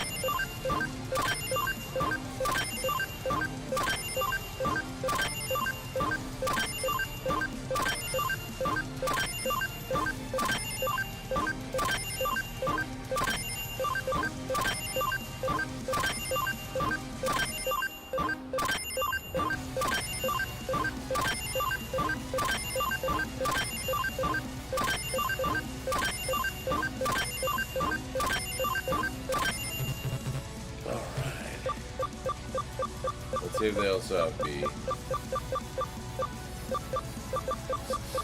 I saw B and I was like, oh.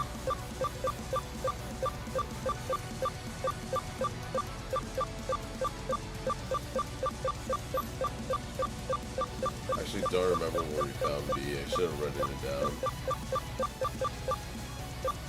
Yeah, B. We have C and A.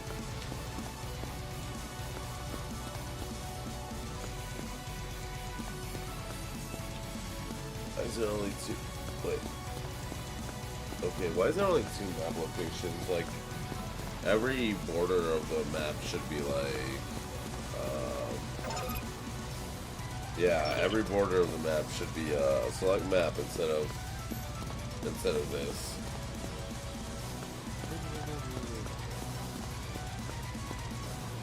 What other shops are there?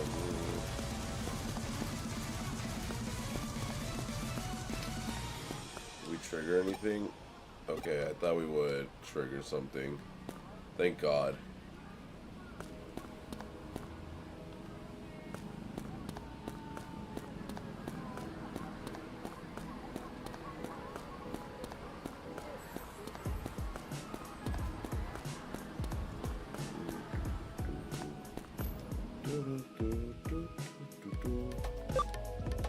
Alright, let's check out Asaka, because I don't think we really explored this place much.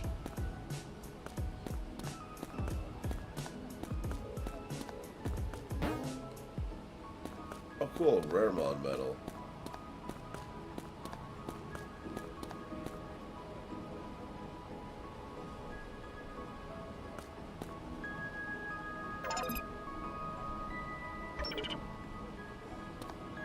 Huh? Wait,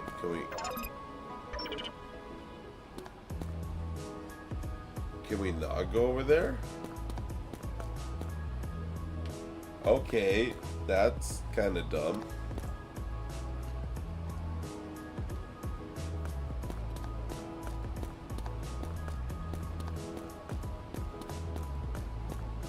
There's really nothing to do here. Okay.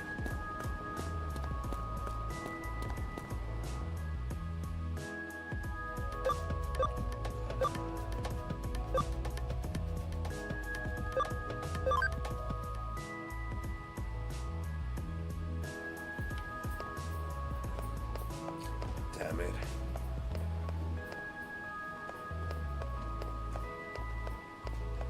Damn it, man. I was really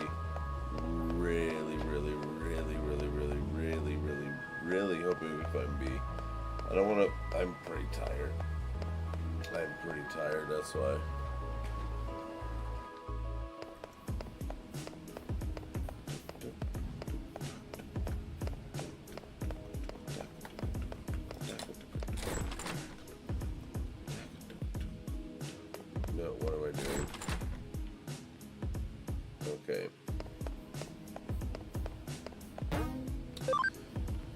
It's a Digilab. Yes. Alright. First off, Digibang, Digivolve. Let's check Farm 2. We were here for you. So 140 int, and you're at 117. Yeah, we can get you there. And then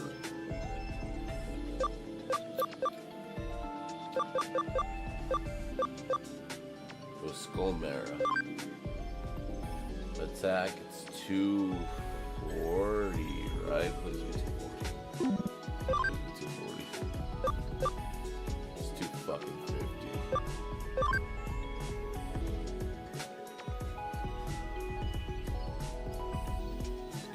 So 30 levels?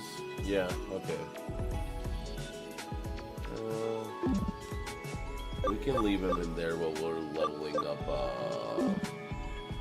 Wargreymon. And lastly, Magna. We need 150 speed. How much do we have?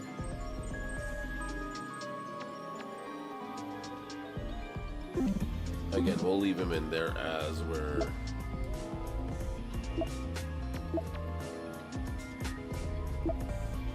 Because Wargreym's already done, right? Like, the timer in there is just done.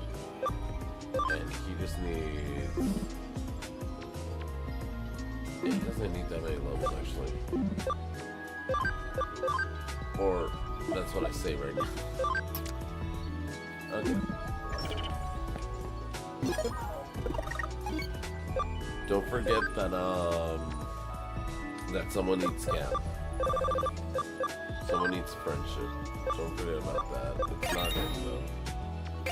Or I thought it wasn't him. It could be him. But no, just try it out on everyone, just in case.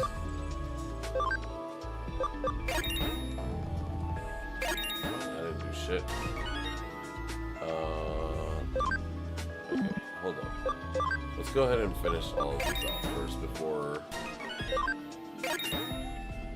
69. Woo. Okay, 20 more levels, or 20 more points. So yeah, 20 more levels.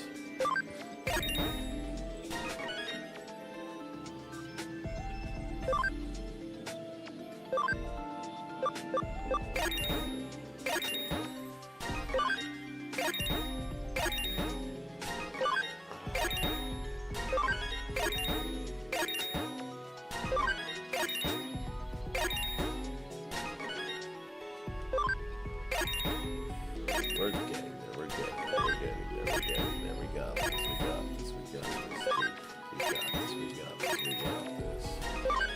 You know why? Because we only need 10 more.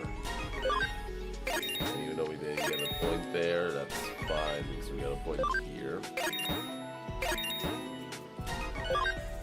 And then we got another point there. And another one here as well. Yeah. We just need 7 more. 6 more? Fuck you, 6 more.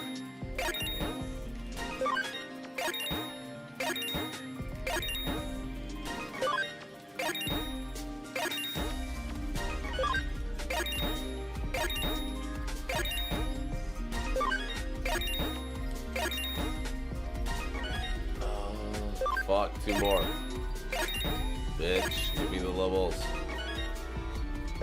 And last one. There we go.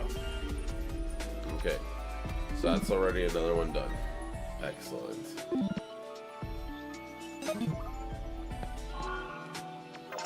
Now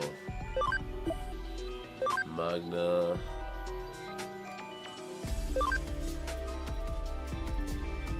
Oh yeah. Just go ahead and just give them to us already. It's 150, I believe. 150. Yeah, it's 150. It's Magna the one that needs so Magna's the one that's still let him cook a bit longer. Skullmara, where are you? Skullmara, there you are. are you doing? What did you need? Was it intelligence? No, it's attack. You're still at. You're still at 125. Just need 25.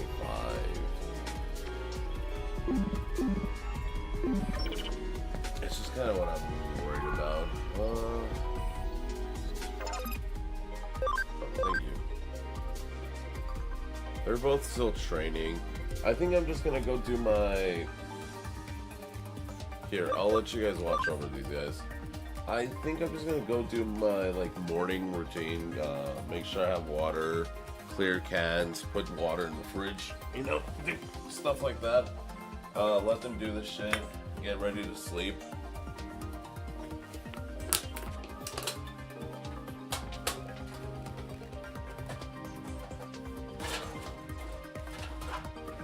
Get ready to sleep, you know, chat. Whoa.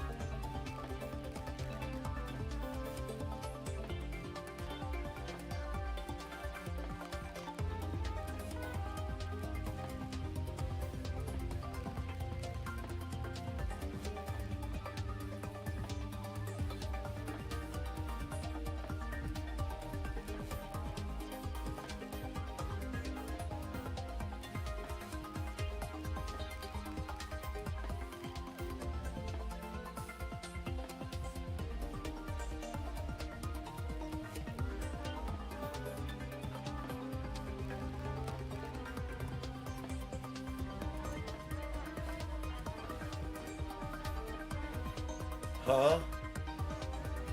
Excuse you? No fucking way. Was the timer just frozen because I was at the farm?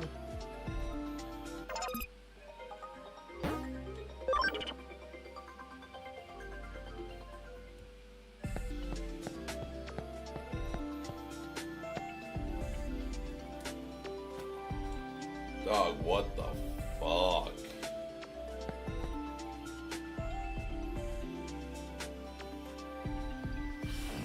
Be right back, I guess. What the fuck?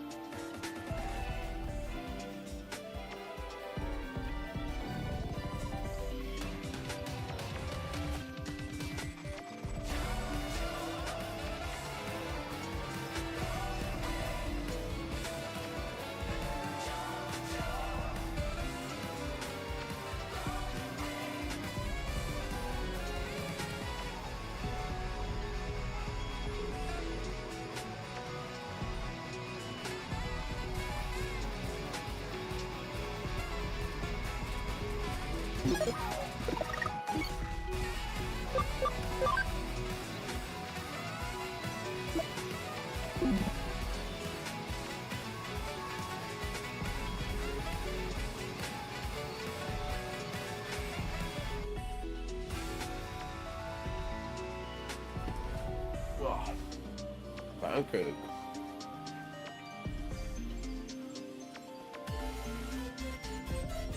I did not go and make a pancake, by the way. Frozen pancakes.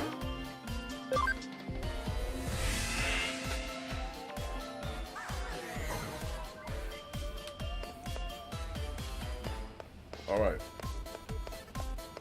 Let's get us ready for the next challenge.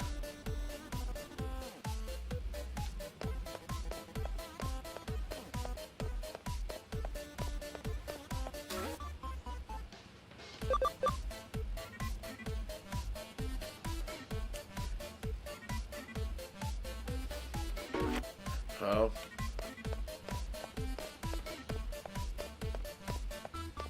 What's up, Yoki?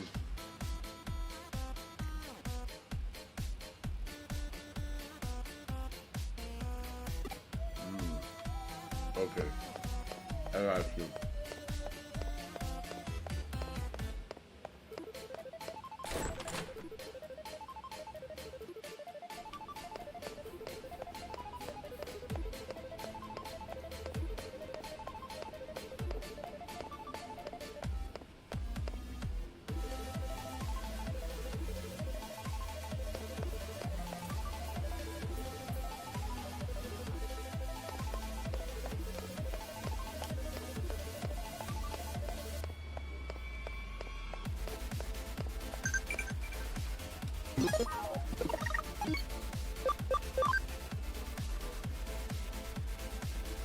Damn it.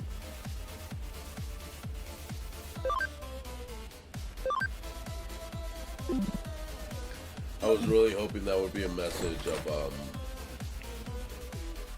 you've gone ahead and done this shit. Wah wah wah wah wah wah.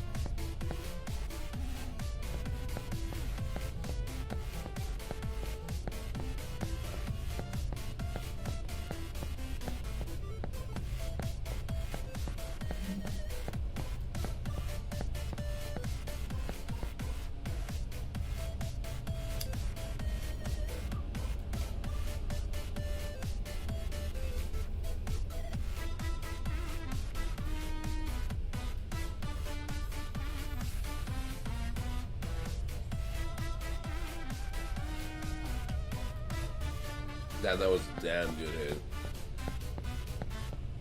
Alright.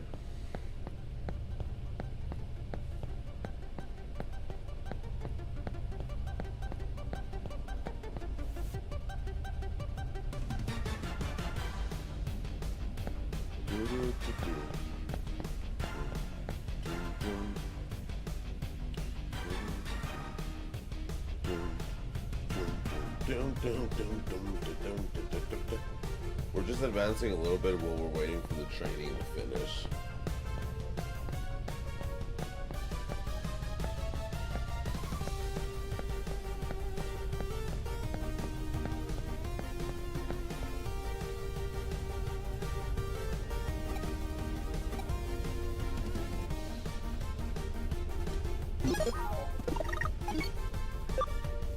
Alright, we've advanced the story a bit.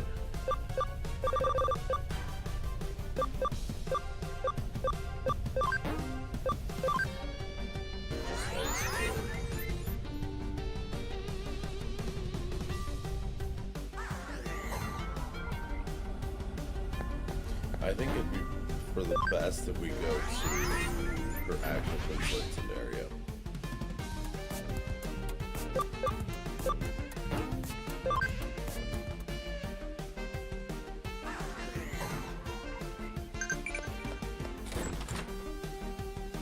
Wait. Please? Alright.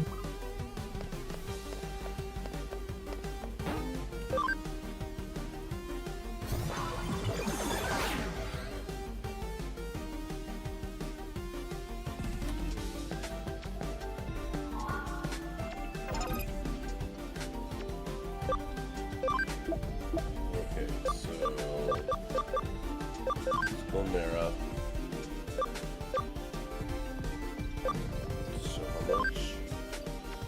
Yeah.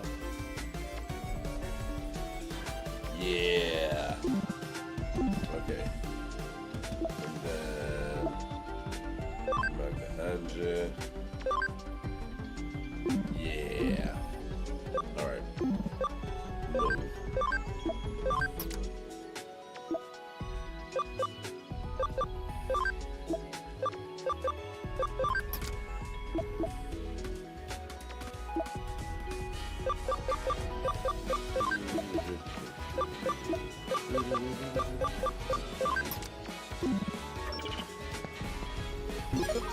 Alright, let's get these boys to where they need to be.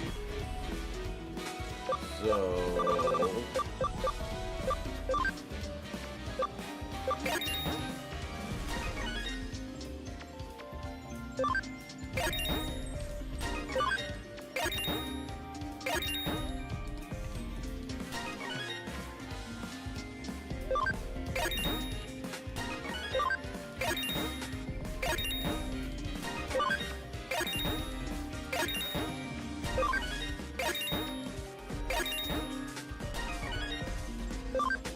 one more.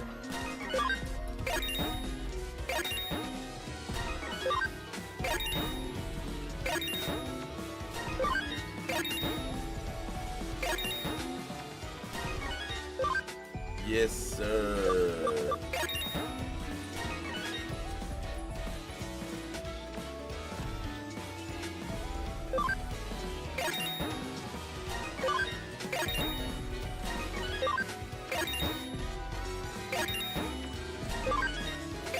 I mean, actually, yeah, there's the last I need, actually, before...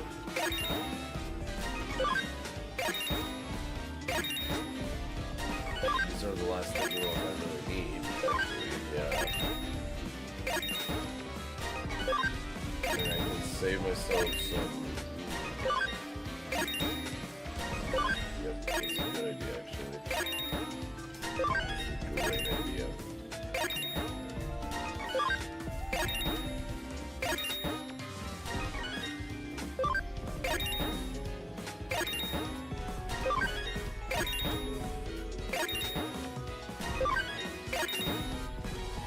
Alright, before we finish this up,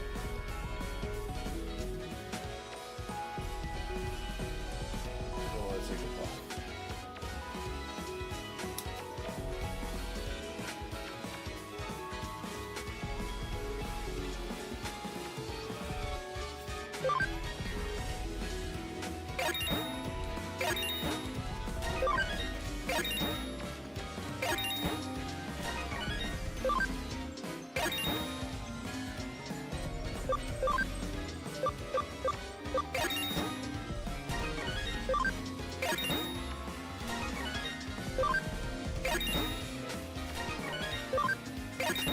For good measure, let's go to 92.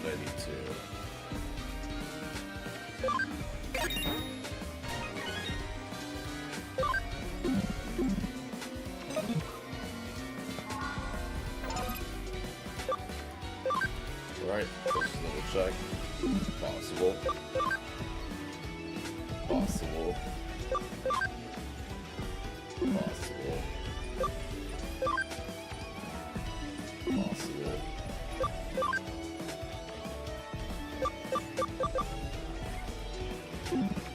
Forgot about the friendship. Well, we don't need to worry about you. And, okay, yeah.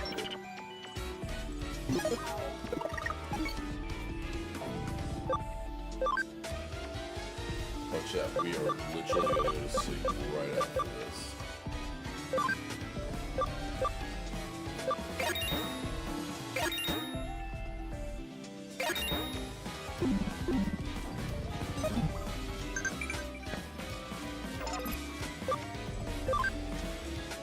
Okay, we're probably going to leave that for last.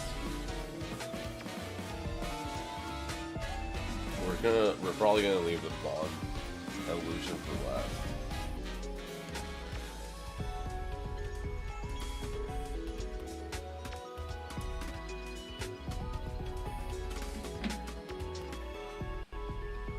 Let's start with Wargreymon, honestly.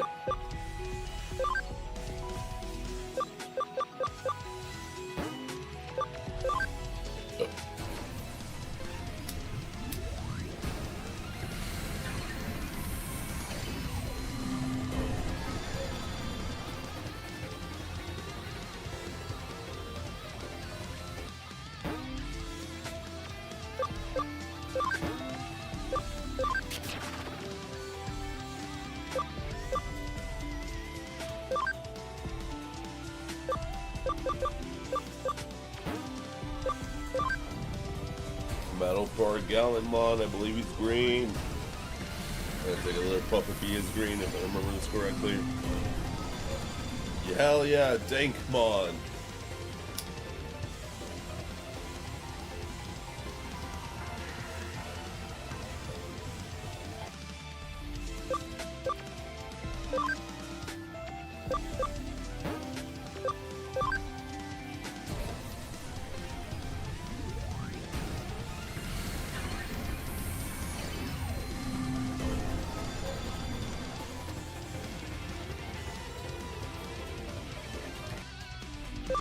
Hold up, this bastard can keep going though.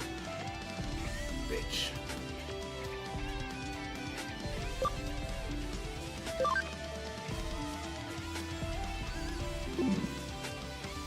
We might be able to get him right the fuck now, actually. Well, I mean, ABI is actually the only thing that's screwing us over, right? Because we're 96 and we need 100.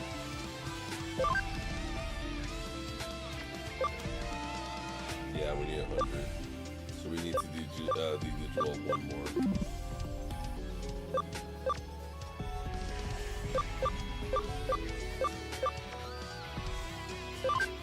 Let's do Megamon first. Oh, that would be so sad, but there's this whole reason why. Why I named him 61. Oh, Megamon! Bro, fuck yeah, let me take a bump to a Megamon.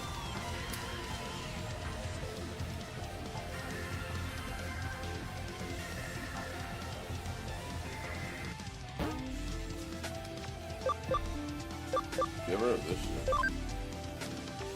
Oh, give her this shit. Give her that shit. Give her that. Give her that.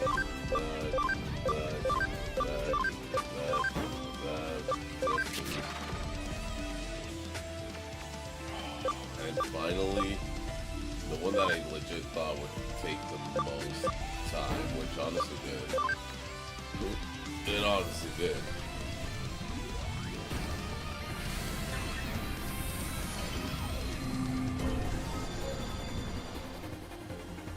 Oh, wow, actually.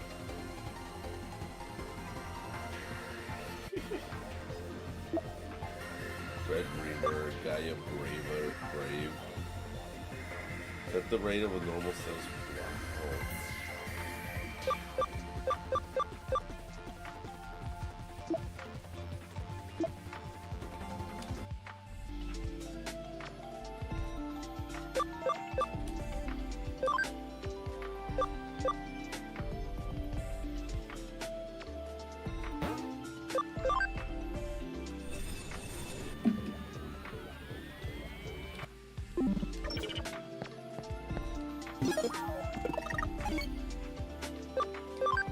God damn it, Sergio. God damn it, Sergio. God damn it, Sergio. Why are you like this? Why are you like this?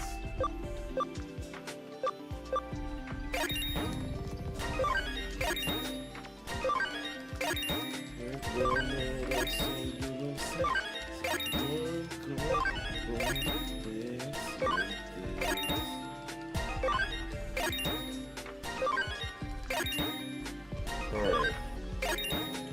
I'm trying to cook a tea right now. We can do pure royal tonight, so like, I'd be pretty happy with that in the morning for sure. What else can we do? What else can we do? Dude, damn it, if Elsewell was here. I know Gonchuno would for sure have picked an Elsewell if that had been an option.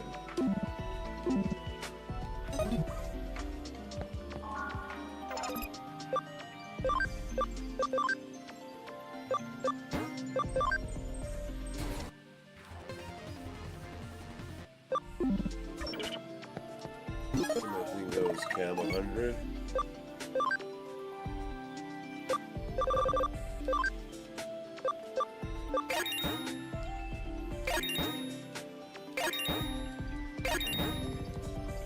And just like that. Oh wait.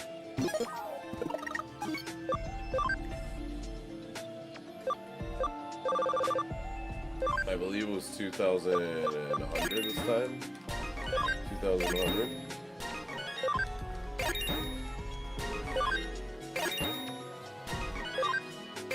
What was the speeches?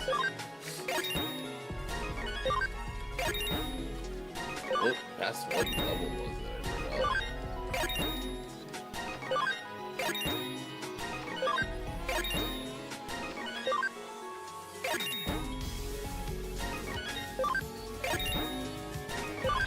Well, I'm just gonna keep going until we have the health we need, actually. I think that's the smartest solution. I think it is past 80. Oh. Yep.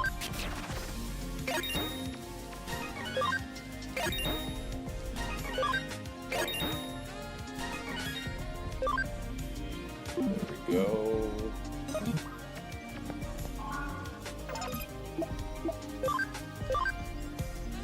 Oh, whoa, I don't want to move him, at least not yet. Nah, we want what?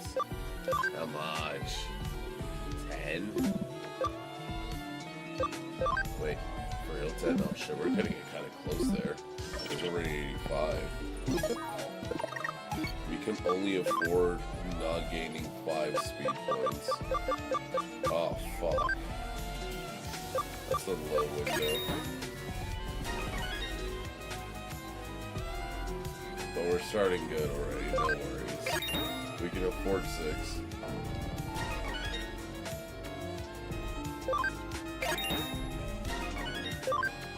Ooh, we can afford 7.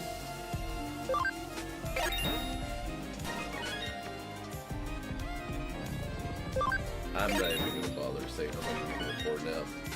There it is. Thank you so much for Legit City. This is amazing. This is an amazing way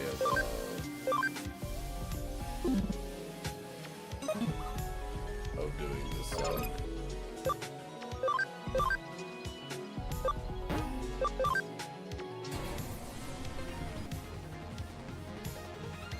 And there he is, blast mode. And just like that, we are. Oh, now this. Oh, yeah, hell yeah. Just like that, we are done. Alright.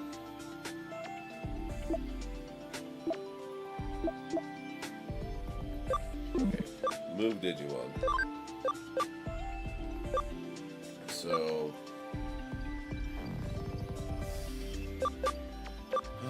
So how many spaces we have? We have 3 spaces left here. So for sure we want to bring the Chuga. Chuga's just amazing to have.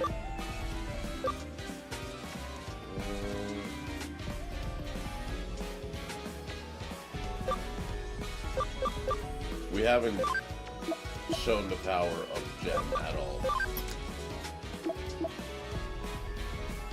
Now, lastly...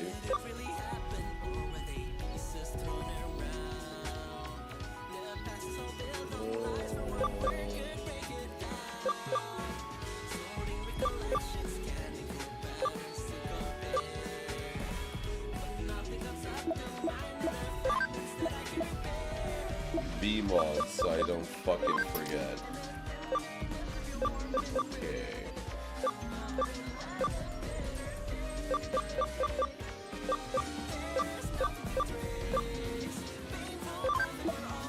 Stadiumon. Go there. We need ammo. And here as well. Oh, blue guy, you gotta be in part 3. Oops, blue guy. Alright.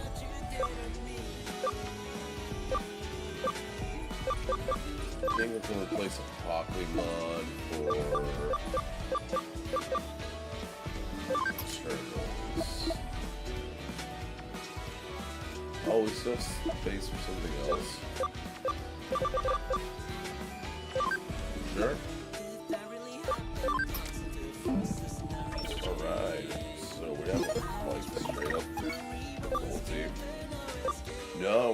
missing space for one more thing.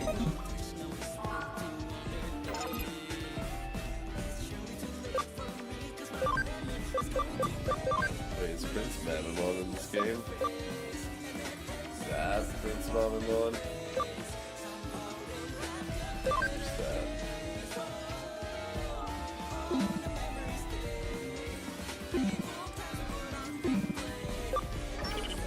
No, okay, so we'll save afterwards. Oh yeah, I wanted to grab somebody else. Okay. Firstly,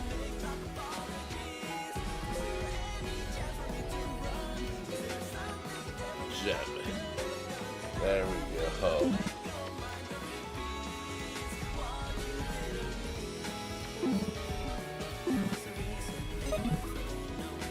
So we have space for one more Digimon.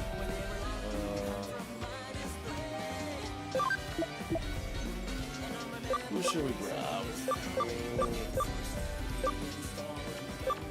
I'll say, I know we haven't used Crusadermon at all, but fuck Crusadermon. So you kind of want to grab a Pokemon. Like, let's be real, a Pokemon is kind of our get out of jail free card. Okay, so I'm going to take final hit of the night as I go ahead and organize this team. I'm going to make sure it's a good one.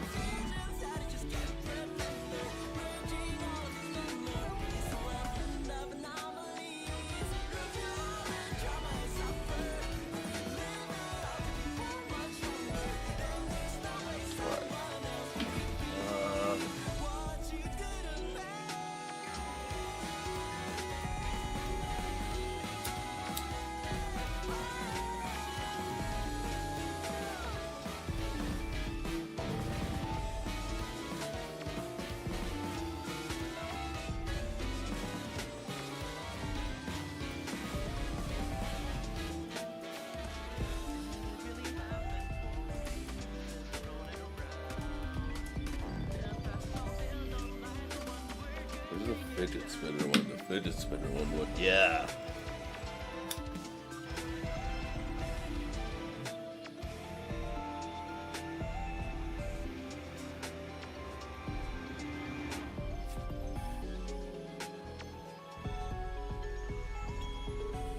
All right. So, this is what I have in mind. Omegamon right there. Mamamon dead in the center.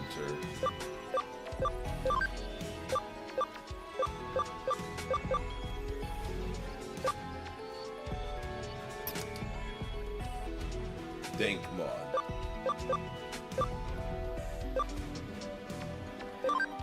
I like the idea.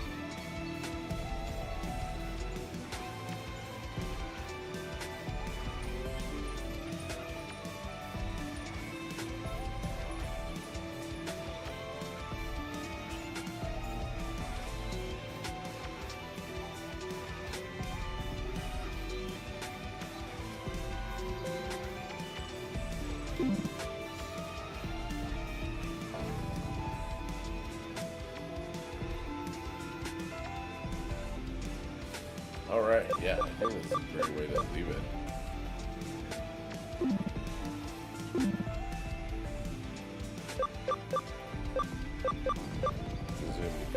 Yeah, actually, what's our...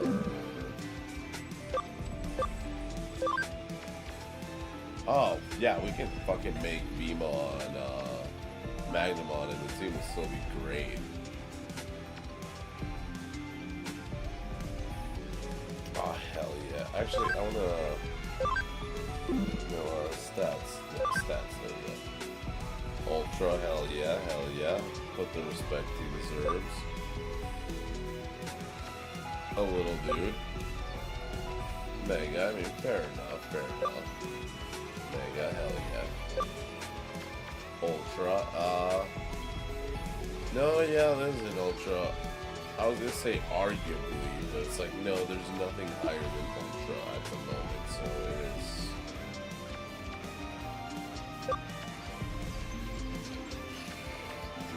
Hell yeah, he's so strong. These moves are so strong. Man, summer.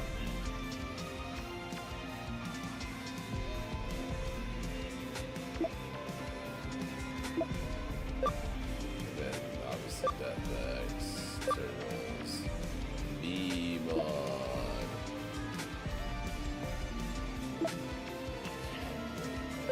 I'm so excited. Then we have ammo. Fucking god. This thing looks so cool, but at the same time it looks so fucking creepy, dog. This kind of reminds me. I feel like I could see this in the Cloverfield universe. Like, I would want to see this fight the Cloverfield monster, but I mean, this towers. I feel like this towers over the Cloverfield monster, and even if it doesn't tower over the Cloverfield monster, it is way stronger than the Cloverfield monster. There's a reason this thing's called Armageddonmon. Fucking the Cloverfield monster is city level. This dude is fucking world ending. Alright, but no, this is the team that he's gonna have to deal with. And honestly, I think he's gonna be fine. He's probably gonna be like, oh, well, I'm just gonna go ahead and level them up a little bit.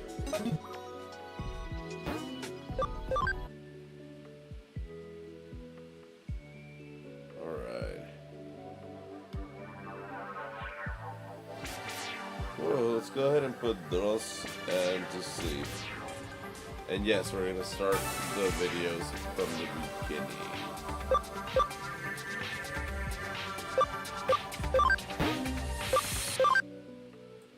We're gonna start watching the videos from, I think from where we left off would be a good idea. From where we left off instead of from the very beginning.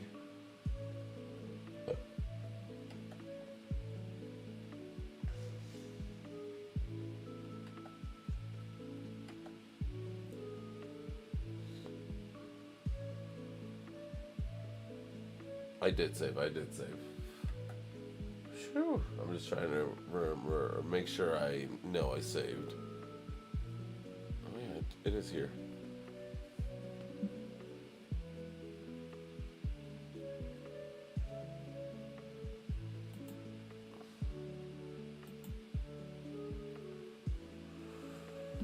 Alright, chat. Wow, we went way over that hour that I wanted to go.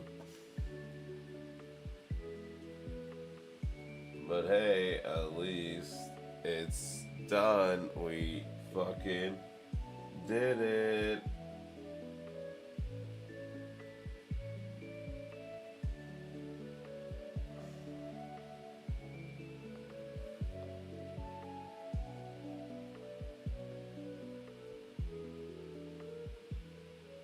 What is up with you? Go to turn off.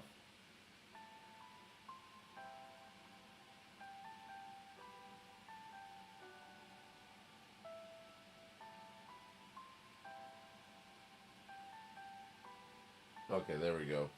I was getting worried that it wasn't turning off.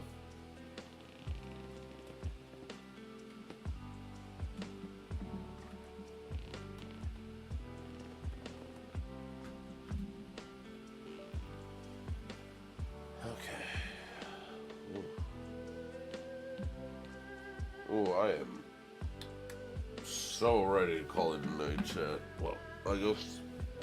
Oh, whatever, you know what I mean. You know what the fuck I mean, chat.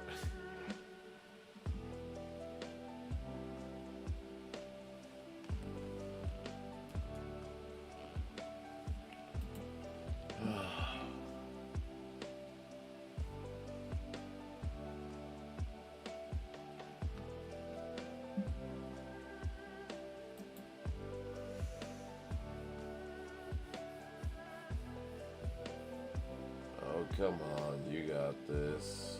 Why you struggle?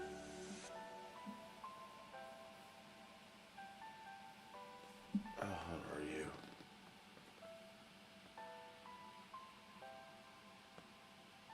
Doesn't seem like you're overheating yet.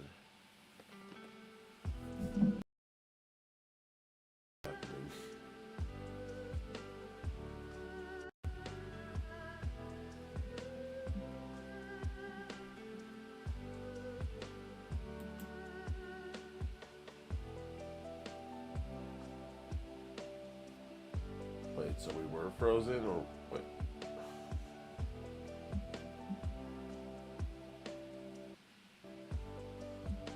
Okay.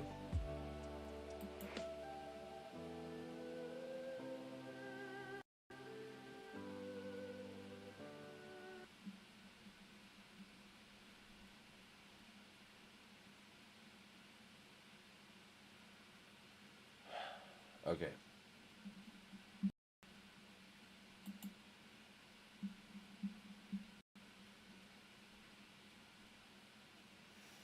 Thank you. Christ, why was that so hard for you to do? Oh, I'm so ready to sleep.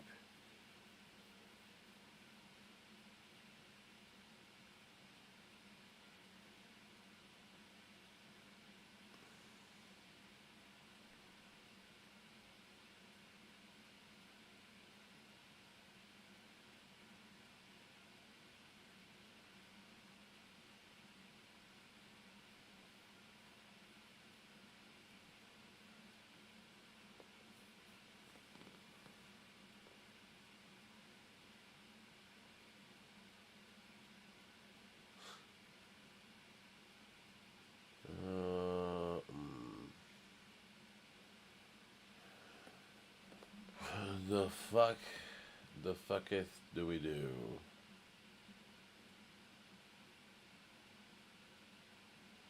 Let's put summoning salt. Let's put summoning salt. I'm honestly so down to fall asleep to summoning salt, dog.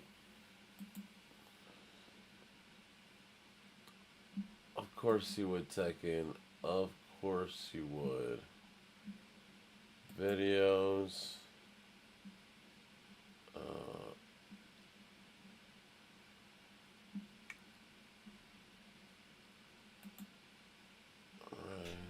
On a level 133? Yo.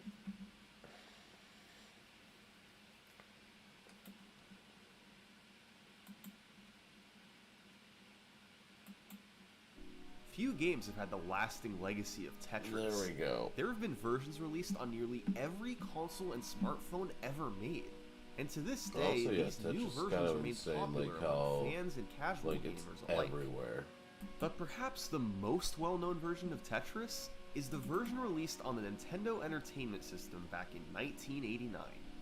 Gamers never stopped playing it ever since its initial release, and in recent years, it's absolutely exploded in popularity. There are huge in-person tournaments, monthly competitions online, and most importantly, a crazy chase for the high score world record. This record has had 35 years of history, featuring some of the best players to ever pick up an NES controller. And it has one of the most insane stories from start to finish that I've ever seen. This is the history of NES Tetris World Records.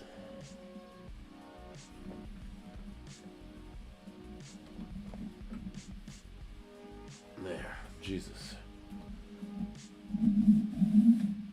And now a word from this video's sponsor, Opera GX. Look, we all know that Opera GX is the best web browser for gamers. It's easy to switch to, uses GX control to limit your use of resources, and is super customizable. But today, we're introducing its newest feature, a Summoning Salt GX mod. It has an awesome retro gaming wallpaper, as well as custom sound effects featuring yours truly. So here it is. Thanks. It's super easy to add. Just go to the GX store, type in Summoning Salt, and hit install. But there's also thousands of other mods to pick from. And that's not all Opera GX does. There's also GX Corner, where you can stay up to date with the latest in gaming news, deals, and even get free games, all in one place. There's also new features with AI, saving you time by summarizing articles or talking with ChatGPT on the sidebar. If you want the best web browser out there, download Opera GX using my dedicated tracking link. Just click the link in the description or pinned comment. Thanks again to Opera GX for sponsoring this video. Time to sleep. Later, Shad. There are two main concepts to understand in NES Tetris: the scoring and the level system. We'll start with the scoring. Like with most versions of the game, you accumulate points in NES Tetris by clearing lines. You get a different amount of points depending on how many you clear at once, but by far the most valuable score is getting a Tetris. The only way to score one of these is by using the long piece vertically to clear 4 lines. So ideally, players try to score as many Tetrises as possible by leaving a column open on the right side to drop a long bar when it comes. Then there's the level system. The higher the level, the more points you get per line cleared.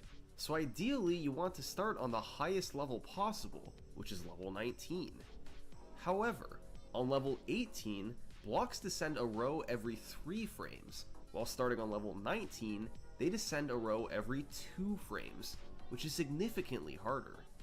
So, top players would generally start on level 18, where they could play for a while at a more reasonable speed at barely any score cost. After 130 lines cleared at level 18, the game transitions to level 19, and then moves up a level for every additional 10 lines.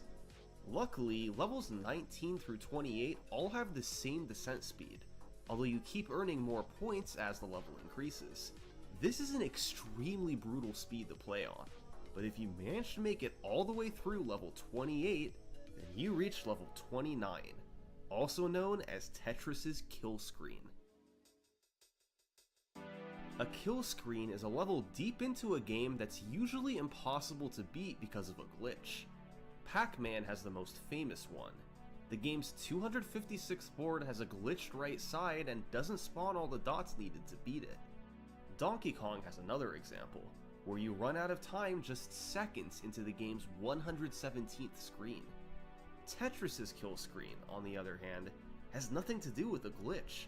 It's the intended end to the game, because starting on level 29, pieces begin to fall so fast that it becomes unplayable. This is Tetris's kill screen.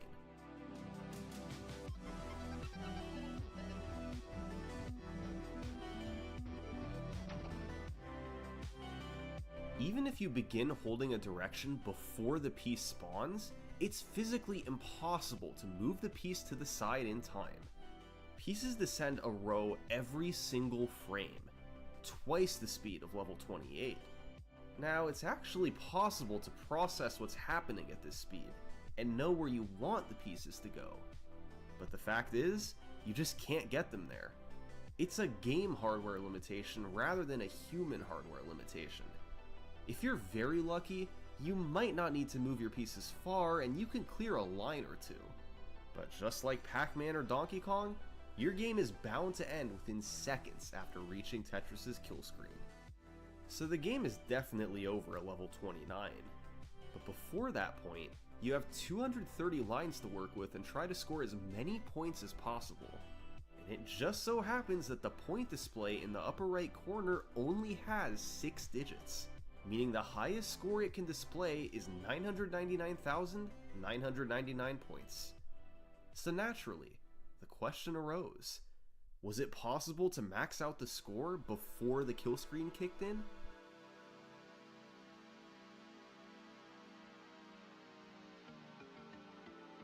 Well, in order to get a max out, you have to make the most of your 230 lines. That means getting as many Tetrises as possible, while avoiding other clears that eat into your 230 lines, otherwise known as a burn. It's extremely risky to play this way. You might need to build your stack up very high while waiting for a long bar, and there's not a moment of rest. You can't break your focus for even a second. But as brutal as the difficulty is, it's technically just possible to max out the score before the kill screen kicks in. And there are actually reports of people doing it all the way back in the 90s. It's difficult to determine how to treat these claims. Standards were different back then, and none of these claims have a full video to go along with them. However, some have more proof than others. Thor Ackerland, winner of the 1990 Nintendo World Championships, is reported to have maxed out the game in the early 90s. He didn't record his game, but being the literal winner of the Nintendo World Championships, he was one of the best Tetris players in the world at the time. Judging by his skills and the testimony of people who watched him play, it's very likely that his claim was legitimate. Another max out claim appeared in a 1992 edition of Nintendo Power magazine from a player named Scott Anderson. Very little is known about Anderson today, but in order to get your score in Nintendo Power, you did need to have photo proof, so there's a decent chance his score was legit too. And another player, JW Tetris, claimed a max out back in 1996 that seemed to have no proof, but 25 years later, he managed to uncover a VHS tape of the end screen that, sure enough, showed all nines. While it still lacks concrete video proof, this is probably the claim with the most evidence, and is very likely legit. Then, by the 2000s, all sorts of max out claims appeared on internet forums. None of them had video proof, and honestly, they're really hard to judge. Some seem more suspicious than others, but just like with the claims from the 90s, it's really impossible to say which of these internet claims were legit. Some provided their names, while others used pseudonyms or usernames. And in 2001, a max out claim popped up on PlutoBseen.com from someone named Jonas. Just like all the other claims, Jonas didn't have any proof to back up his score, so his claim was lumped in with all the rest. However, in 2005, a man named Trey Harrison was trying to accumulate videos of Tetris performances to put up on his website, TetrisMaster.com. He was looking for a recorded max out, and sure enough, in the replies, up pops Jonas again, saying he'd just recorded one on tape. Jonas dropped the video off at Trey's house. Trey uploaded it onto his website, and it was then that the world was first able to see on video a max out score of NES Tetris. A score showing all nines by future Tetris legend, Jonas Neubauer.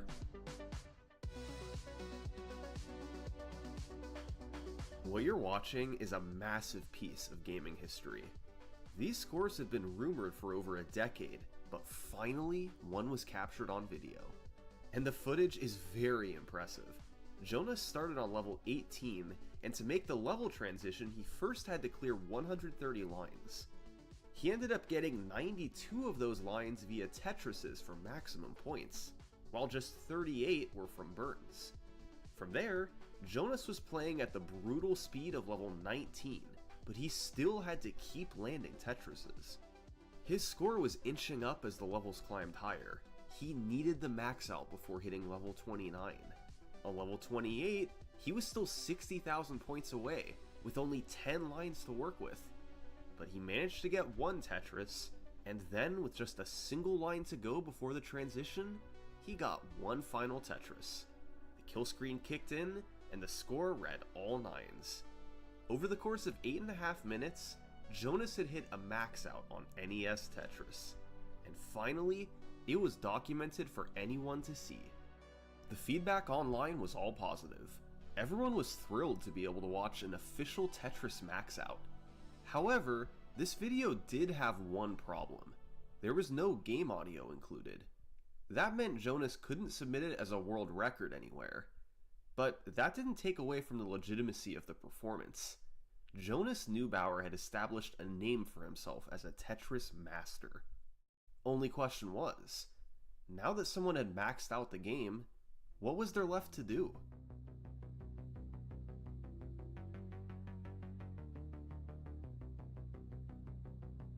Over the following few years, while competitive retro gaming was still in its infancy, more people gravitated toward playing NES Tetris. Even though Jonas had maxed out the score, it remained a popular game and others tried to replicate his achievement. Between 2008 and 2014, more than a dozen other people were able to achieve max outs in NES Tetris. And even though their scores were officially tied, there were still ways to compare max outs to each other. Ultimately, two different methods of competing became popular. Method number 1, going for the earliest possible max out. In Jonas's game from 2005, he hit the max out right as the level transitioned to 29. In other words, at the last possible moment. But the more Tetrises you hit, the earlier you can max out, and the more impressive the achievement. In April 2009, Harry Hong produced the first recorded max out with game audio, and he was able to get the max out slightly earlier than Jonas, late in level 28 rather than on the transition into level 29. Harry was one of several people who claimed to max out on internet forums years prior, but now he had recorded proof too. In early 2012, a player named Matt Bucco recorded a game where he maxed out in mid-level 26, much quicker than previous max outs. He landed Tetris after Tetris starting in level 19, which was where he pulled away from previous players. And then, there were a couple claimed early max outs. Harry Hong claimed an early level 26 max out on tape, but he didn't upload the score, only claiming it on a Tetris forum. And in August 2014, a player named Terry Purcell reportedly maxed out in late level 25. This score used to have video, but it's since been deleted from YouTube. Most of these players' only goal was to get an early max out. As soon as that happened, they stopped playing and let the game end, even if it was several levels before the kill screen. However, not everyone did this, and that's why there was a second method of competing. Playing the game all the way to the kill screen, and then manually calculating the score later. In other words, trying for the highest score possible. Even though the score doesn't display higher than all 9s, you can still add up all the points achieved after this to determine your true score. For instance, in Jonas's first ever max out, he got a Tetris while his score read this. That meant he added 36,000 points, and his score actually finished at 1,018,160 points. And so, this became another method of determining whose max out was best. In 2008, Jonas achieved another kill screen that finished slightly higher than his 2005 max out, 1,023,860 points. However, since he used a camera from the 1800s, this was never verified as an official world record. In 2011, while recording himself for a documentary, Thor Ackerland achieved a score of 1,043,000 points. And a couple years later, a player named Ben Mullen took the score even higher, 1,071,000 points, before the kill screen took over to end his game. However, if the players going for the earliest max out had finished out their games, it's possible they would have achieved higher scores than these. Terry Purcell's level 25 max out is reported to have finished all the way at 1.195 million, but without video proof this can't be verified. And although Matt Bucco's score of level 26 cuts off right here, he claims to have kept playing this game all the way to the kill screen, and in the comments, he says he'd upload the rest when he got home. Well, it's 12 years later, and apparently Matt still hasn't returned home. So, the community was split between these two methods. Some wanted to go for the earliest max out, while others wanted to go for the highest score. The big problem was the score display. Since it only had 6 digits, it wasn't intuitive to keep playing after it maxed out. It led to two different sides of competitive play. And these sides wouldn't converge until one key event in 2015.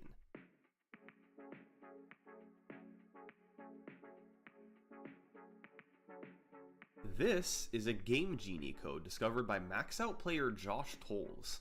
It changes the leading digit of the score into hexadecimal, meaning that after 9, the score keeps counting up.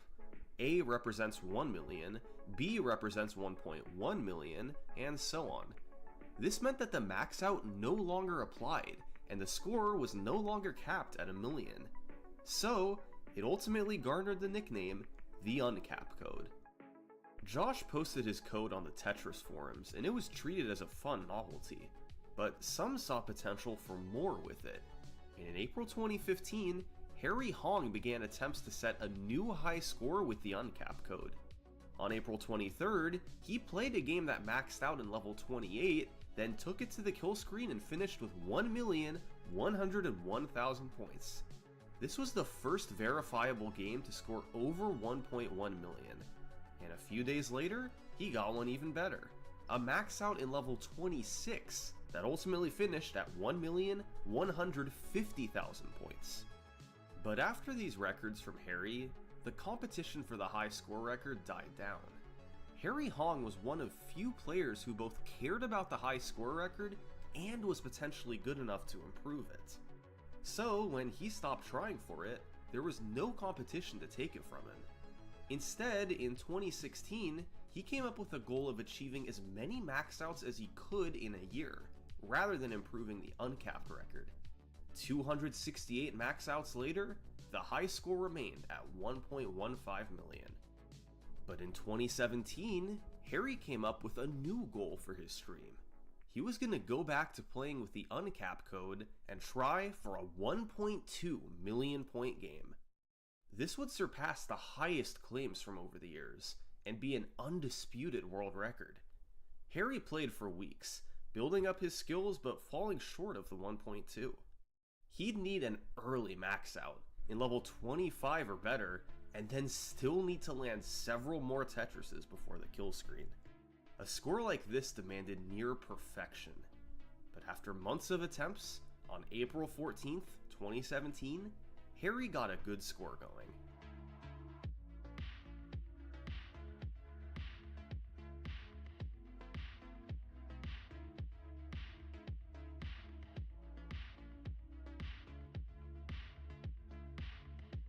A max out in mid-level 25, Harry was on pace for it. From this point, he needed at least 5 Tetrises before hitting the kill screen on level 29.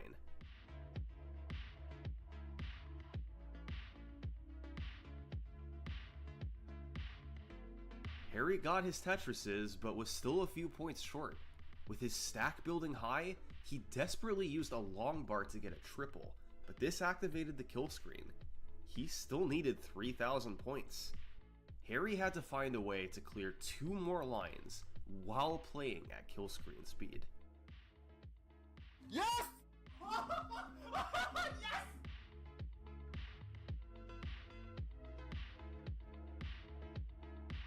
History was made. The congratulations poured in as Harry had taken Tetris to new heights. After all the max outs that came before him, from the internet claims to the ones with concrete proof, this one was the best of all. Except, it's never quite that easy with NES Tetris. There are reports that, around the time of Harry's 1.2, a player named Bo Steele achieved a 1.2 million game of his own. Nobody remembers what his exact score was, or what the level of proof was. But Bo is a verified max-out player, so his score claim isn't unreasonable. Still, Harry Hong gets the most credit for being the first to achieve 1.2 million, and he was one of the best players in the world, one of the few who was capable of a score this high. However, as good as Harry was, there was still another player who had potential to go even higher. See, every year since 2010, the biggest Tetris tournament was the Classic Tetris World Championship, where the best NES Tetris players in the world competed. Of the 7 annual tournaments by this point, 1 had been won by Harry Hong. As for the rest, all 6 were won by the same player, Jonas Neubauer. And your winner of the 2016 Classic Tetris World Championships, 6-time world champion, Jonas Neubauer! In the 12 years since his first recorded max out, Jonas had turned into a monster. Every year, he went head to head against Tetris's best players. And time again, Jonas proved better than the rest. His stacking was brilliant, and he was able to get out of trouble when others couldn't. Jonas Neubauer was simply considered the best NES Tetris player on Earth. Yet through all this, he'd never really cared about the score world record. He was more focused on tournaments. But in 2017, he started streaming on Twitch, and on July 24th, he booted up a casual game of Tetris.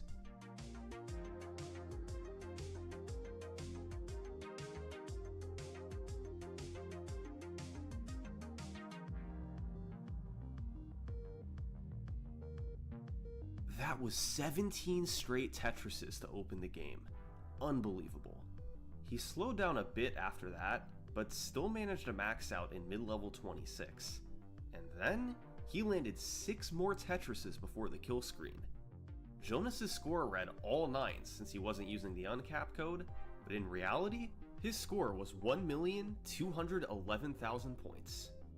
On a random game where he didn't even bother to use the uncap code, Jonas had just set a new world record.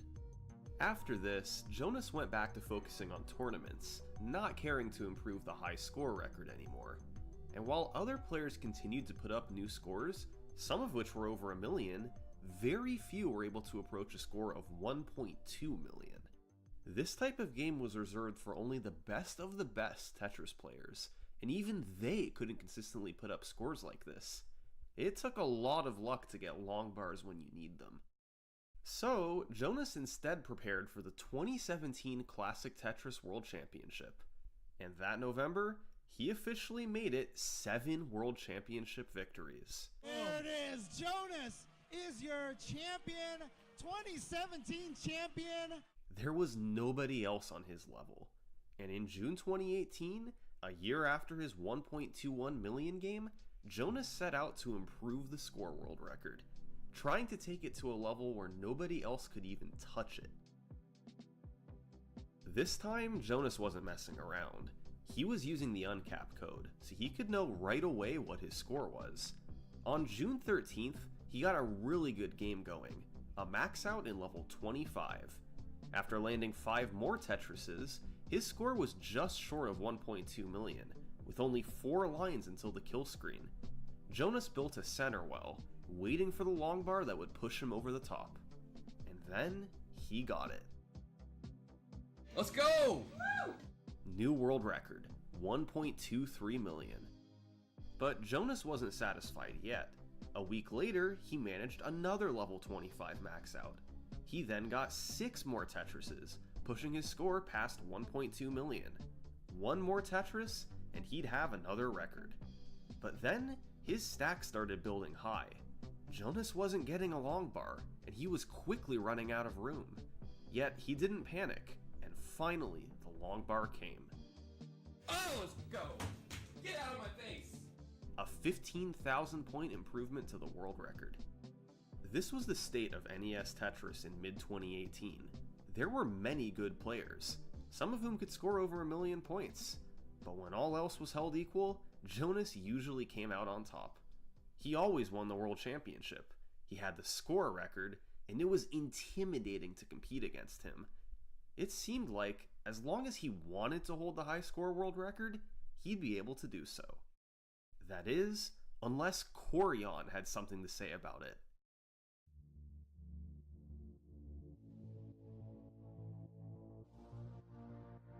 In 2016, a player named Wargreymon posted a video of his first NES Tetris max out. By this point, several players had achieved the max out, so the achievement alone wasn't too notable. However, when he posted a video with a hand cam, Wargreymon was shown to be doing something very differently. He was mashing the D-pad to move the pieces laterally, rather than simply holding it down. In Tetris, there's a concept known as the delayed auto shift, or DAS. When you hold down the D-pad in NES Tetris, your piece will auto shift to the side every 6 frames, or 10 times per second. This is quite fast, and leaves you with enough time to navigate even on the breakneck speed of level 19. However, Wargreymon is from Japan, and NES Tetris was never actually released in Japan. So, His background was from playing various other versions of Tetris, including the Game Boy edition. In Game Boy Tetris, when you hold down the D-pad, the piece hesitates momentarily and then moves roughly 7 times per second. This process is too slow when playing at higher levels, so Game Boy Tetris players have to repeatedly repress the D-pad to move their pieces quickly enough. And since Koryon was used to playing this and various arcade games, it was only natural to mash the D-pad in NES Tetris as well. But this actually gave Koryon an advantage. He was able to accurately mash faster than Das normally moved the pieces. He could move blocks just a little bit quicker than normal, and it meant that once he reached the kill screen on level 29, he actually stood a chance to clear a few lines. He couldn't play for long, but it wasn't necessarily an instant game over. In June 2017, he managed to clear 10 lines on level 29 and reach level 30.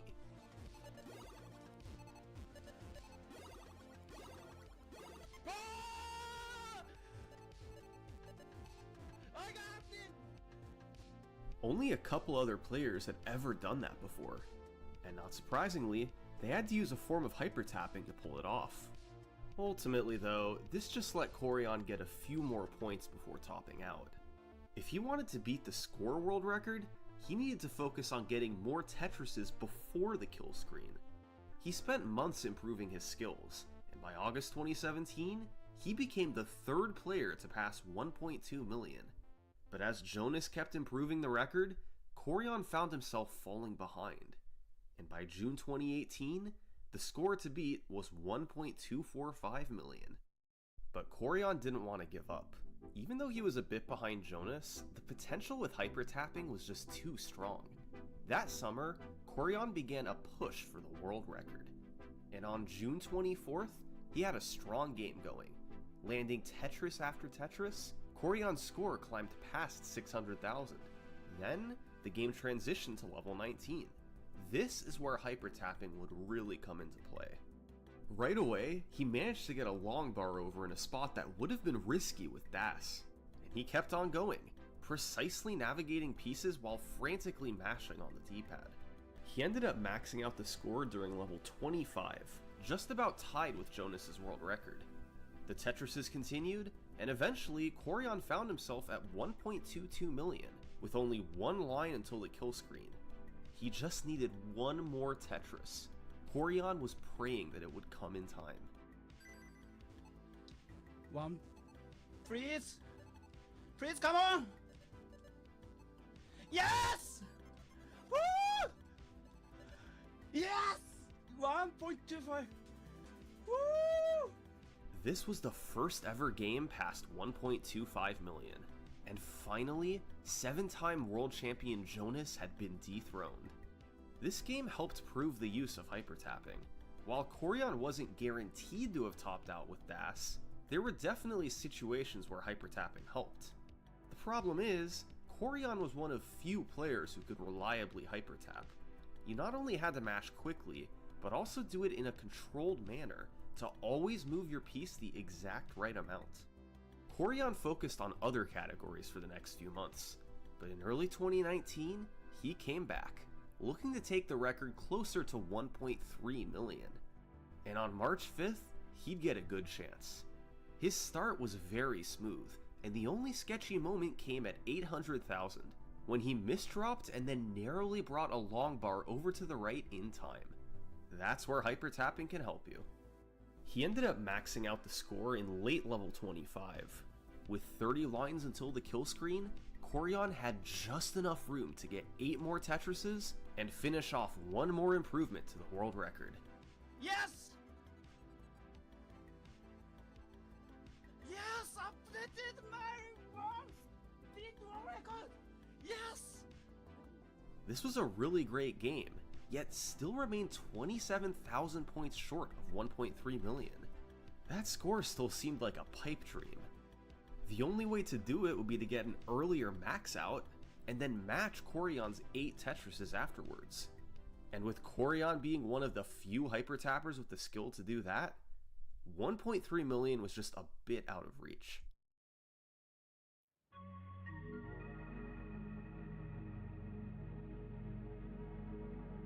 few months after Korion's 1.27 game, one of the strangest events in Tetris history took place. One day in June 2019, a man named Tyler Peach popped up in the Discord server.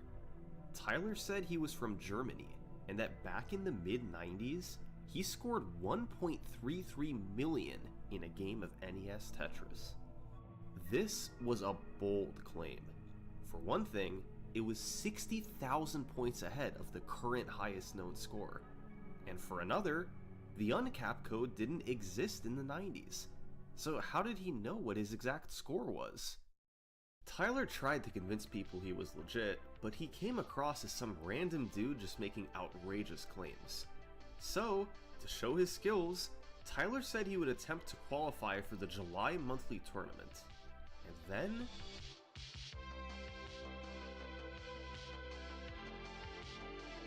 Tyler proceeded to post the highest qualifying score ever for a tournament. Only a handful of players had ever achieved the 1.2, and Tyler just did it on command to show his skills. He immediately began doing live streaming attempts to break the score world record, and just days later, he achieved a score of 1.298 million, smashing the world record by 25,000 points. He maxed out in level 24, one level sooner than Korion did, and proceeded to match his 8 Tetrises afterwards. And while Tyler didn't use a webcam, it seemed that he too was hyper-tapping. He was able to get his pieces to fly across the board. Who on earth was this guy? Were his scores faked somehow? Nobody knew for sure, and the top players had a variety of opinions. But there was nothing in Tyler's gameplay that screamed it was fake. The circumstances were just so weird. A legend from the 90s, who nobody had heard of before, coming back and crushing the competition. The story sounded too insane to be real. Well, months down the road, the truth came out. Tyler's scores were 100% legitimate, but he wasn't a real person. Tyler was actually the alt account of one of the best Tetris players in the world. He was the teenage prodigy, Joseph Saley. Joseph came onto the Tetris scene in 2017 and spent hours watching the game's 2 best players, Jonas and Korion. He learned a lot from them, and Joseph's skills rapidly improved. By March 2018, he achieved his first max out. By September, his score was up to 1.15 million. In less than a year, he had become a world-class player. However, there were still a handful of players who had a better score PB. But a few months later came the 2018 Classic Tetris World Championship. Joseph entered the tournament and played beautifully, defeating opponent after opponent and making it all the way to the finals. And what a surprise! The other finalist was Jonas Neubauer, the 7-time world champion. Jonas was heavily favored to defeat Joseph and take home his 8th title. But in a shocking twist, Joseph swept Jonas 3-0. There it is! Tetris for Joseph! And we have a new Tetris World Champion! Joseph Saley was now a world champion. But despite that, he didn't have the score world record. That still belonged to Korion. So, in early 2019, he made an effort to take it, first passing 1.2 million, then 1.25 million, but he still remained a bit short of the record. And that's where he decided to have some fun. Joseph started streaming attempts to an alt account, and built up the Tyler Peach persona. And even though he didn't do many attempts there, one of them ended up breaking the world record. So, he decided to roll with it, before eventually revealing that he was behind it all. So now, Joseph had them both, the championship title and the score record. But even beyond that, Joseph had one specific skill that no other Tetris player had. He could actually play on the kill screen. Joseph was a hyper tapper, and a very good one at that. He moved pieces quicker than anyone else. The kill screen kicks in on level 29, and in September 2018, Joseph became the first person to make it to level 31 on video. A month later, he became the first to make it to level 32. It was amazing. Kill screens are not meant to be playable, but Joseph was doing it. He couldn't go for long, but he was legitimately clearing lines and even full levels. He was even outsmarting the developers. Upon reaching level 30, the game's level counter appears bugged. Tetris's programmers did not expect anyone to make it here. Joseph was doing what was thought to be impossible. But as impressive as this was, it wasn't enough to get the score record. Joseph would still have to maximize his Tetrises earlier to really rack up the score. And not only that, but he wasn't the only one gunning for the world record. Harry, Hong, and Corion, two previous record holders in the category, were interested in trying as well. And so, it became a three-way race between Harry, Corion, and Joseph for the first 1.3 million score in NES Tetris. Harry was the first to strike. In August 2019, he got a new high score of 1.275 million. This was short of the 1.298 world record, but those who thought Tyler P was cheating considered this score the official world record. Still, it didn't reach 1.3 million. Harry would have needed one more Tetris before the kill screen to push him over the top. Instead, maybe Corion could get the 1.3. He was the more recent record holder, and his personal best remained at 1.273 million. Perhaps his hyper-tapping skills would be enough to get him there. In November, Corion had a great game going. He got a max out in level 25, then landed 7 Tetrises, pushing his score past 1.2 million. After getting another Tetris, Corion was in position to crush his PB, and maybe get 1.3 million if he could just get one final Tetris.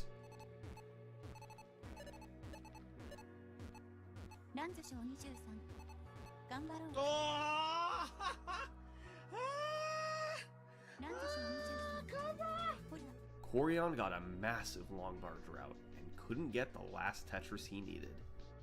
But of the three players, the one with the best chance at 1.3 million was Joseph. He'd already gotten 1.298 million on the Tyler account. He only needed a tiny improvement to get him there. Well, that December, Joseph found himself in nearly the exact same position as Corion. A max out in level 25 and needing one more Tetris for 1.3 million. This could be it. But the long bar had to come in time.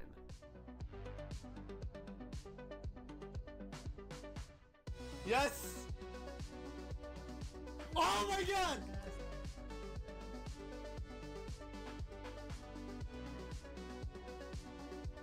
Oh my god! Oh Jesus Christ! Joseph already had 1.3 million, but then he landed a Tetris on the kill screen. This move was only possible with good hyper tapping, not DAS. This gave him another 36,000 points and pushed him past 1.35 million. It was the first time anyone had ever gotten substantial points on the kill screen in a record, and it raised all sorts of questions. Was this move realistic to replicate? How many kill screen points could you get? And since he was past 1.35 million, could Joseph get the score record to 1.4 million? This score would have nearly sounded impossible just weeks earlier, but now there was a blueprint. We'd already seen Joseph get 1.3 million points going into the kill screen. If he could land a few Tetrises and get 100,000 points on the kill screen, that would be enough for 1.4 million. Joseph was the only player who could realistically do this, and a few months later when the pandemic hit, he decided to fully commit and make a push for the 1.4. This was going to be an intense grind. Joseph had to maximize points everywhere, both before and during the kill screen. For one thing, he decided to start on level 19 rather than 18. That meant the pieces fell faster, but it also allowed him to rack up more points, potentially 30 to 40,000 more than starting on level 18. And Joseph needed every point he could get. He couldn't afford to burn lines. He had to nearly exclusively go for Tetrises to maximize points. Yet, as tough as all this was, it was actually the easy part of the grind. The hard part was then scoring 100,000 more points on the kill screen. Joseph could score 1.3 million by level 29, but getting the last 100,000 at this speed was brutal. As fast of a hyper tapper as he was, the kill screen was still the kill screen. You're not intended to play at this level. And Joseph had run after run die after making it this far. Clearly, 1.4 million would require the stars to align. Well, that June, Joseph would get a chance. He got a max out in level 25 and arrived at the kill screen just shy of 1.3 million points. He'd been here before. Now, he had to make it to 1.4.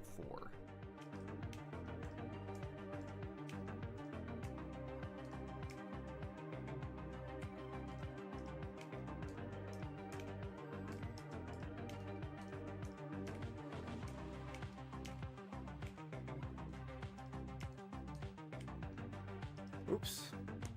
Hey, this world record though. Nice. A new record, but Joseph seemed to barely care.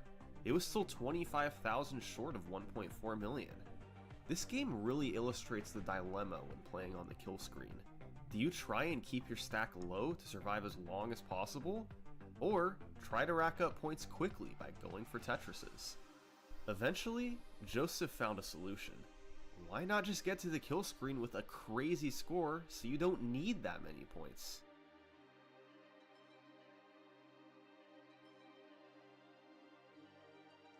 Dude. You got it, you got it. Oh my god, dude. Shut up, Mark. No.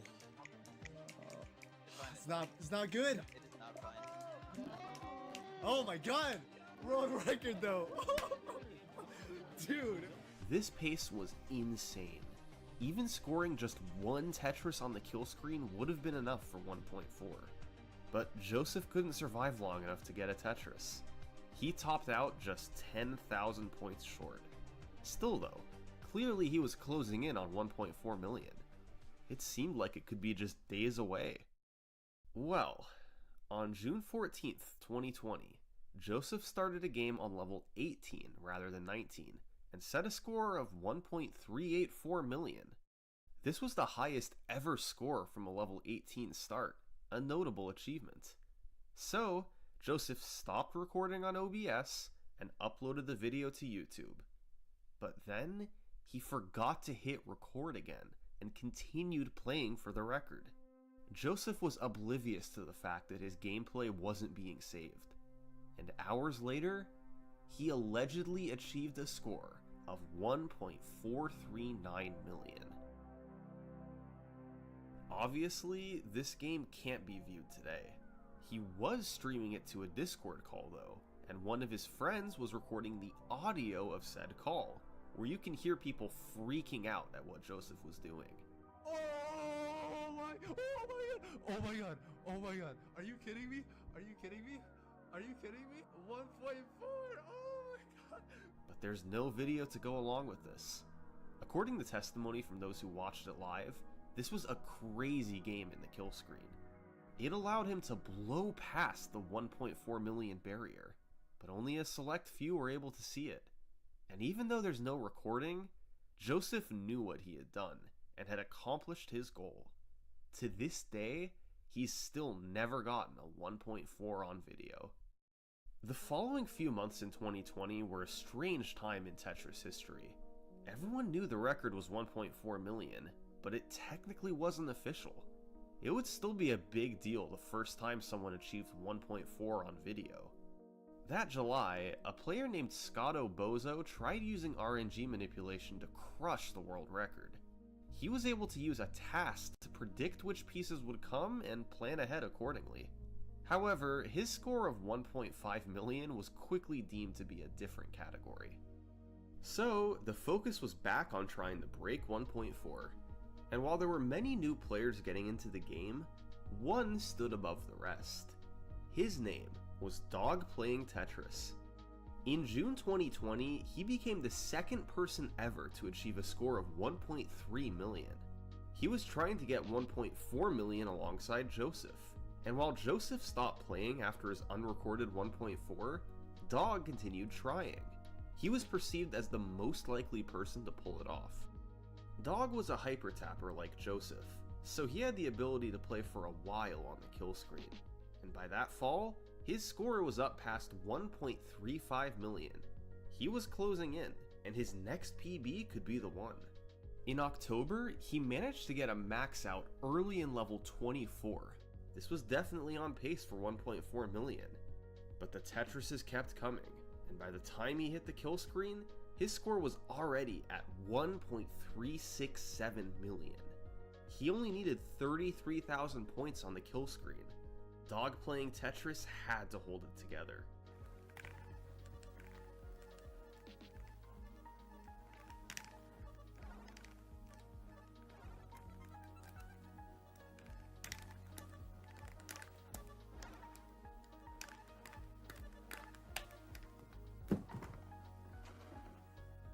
He missed it by 14,000. This was still a new high score, but not enough to break 1.4. Even months later, the world had yet to see a score over 1.4 million on video. The combination of getting to level 29 on a good pace, and then getting enough points on the kill screen, was just too much to ask. It almost mirrored the max out claims from decades prior. Even though a 1.4 million score had very likely happened, there was still no video of one for the world to see. It remained a nearly impossible score that existed only as a legend. Now, you might think this is all a build-up to someone finally breaking through, but that's not what happened. No, something much bigger was brewing in the background. While much of the community was focused on trying for 1.4 million, little did any of them know that Tetris was about to go through a revolution. Everything was about to change.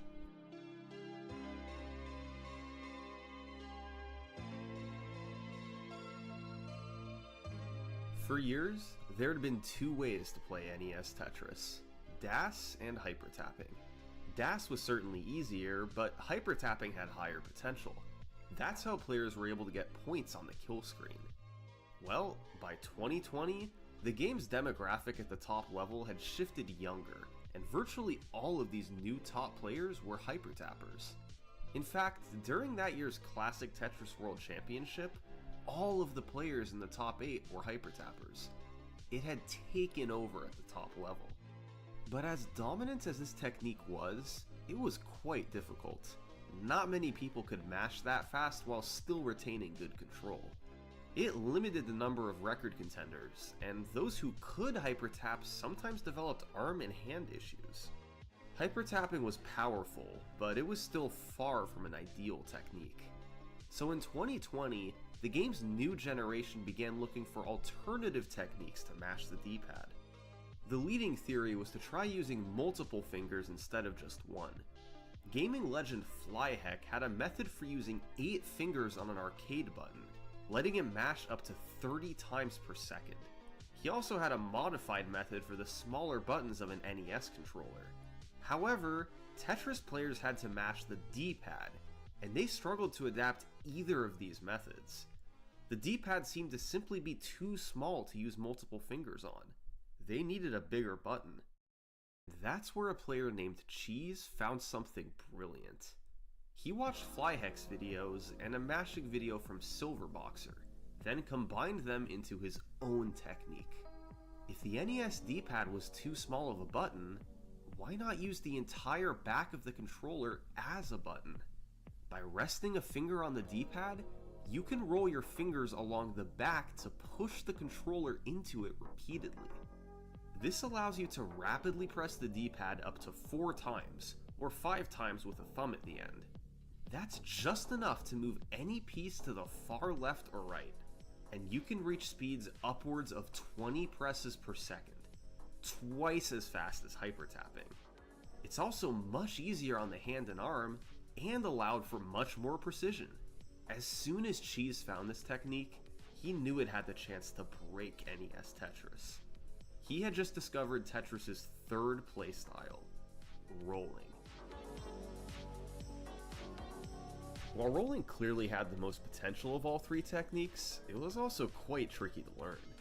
Even though Cheese had discovered rolling, he struggled to use it for the first few months, but he still had a head start over other players, and eventually, he started to get good with it. By early 2021, he was using it whenever he reached the kill screen, and it quickly became clear that he was able to do things that nobody else could. Cheese wasn't just playing on the kill screen, he was thriving. The best hyper tappers could last a few levels on the kill screen, but with rolling, Cheese found himself making it all the way to level 40. And remember, the kill screen kicks in way back at level 29. Simply put, the kill screen had lost its meaning. It no longer marked the automatic end of your game. At least if you were able to roll like Cheese could.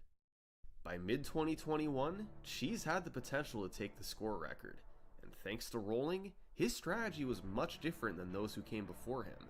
His emphasis was less on maximizing points before the kill screen, but rather going as deep as possible on the kill screen while landing Tetrises. This meant he wouldn't need such a crazy score going into level 29. If he could then last long enough on the kill screen, he could beat the score record anyway.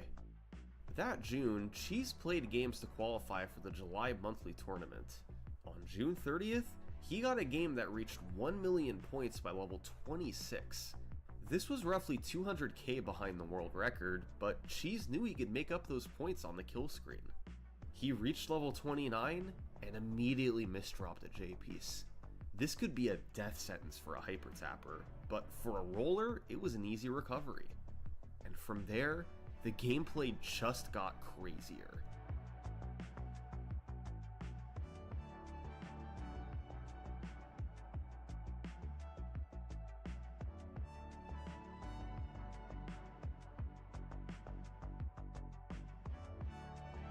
$1.461 million. Cheese had just smashed the world record.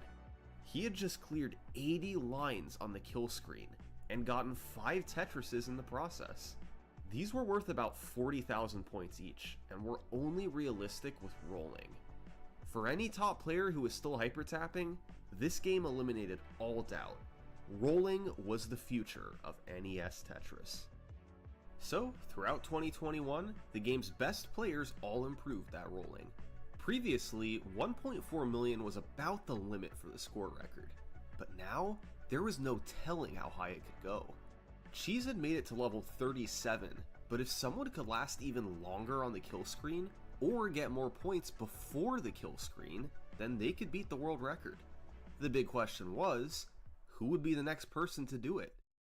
Well, Dog Playing Tetris was the winner of the most recent World Championships, while players Pixelandy and Huffaluffagus came in 2nd and 3rd place.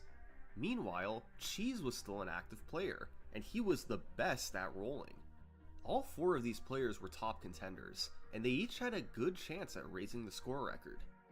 However, in a surprise to most of the community, a player named Hydrant Dude moved into 2nd place right behind Cheese. Hydrant Dude was more known for his contributions other than his gameplay. He'd made numerous ROM hacks of Tetris, and later published videos explaining the game's code and inner workings. Beyond that, he was also a good player, but not usually considered one of the absolute best in the world.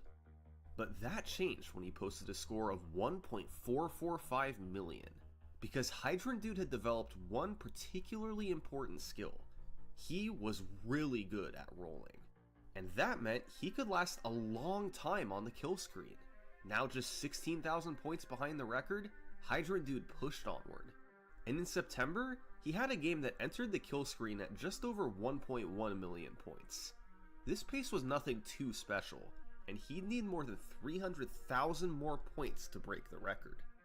But Hydrant Dude decided to take a different approach now.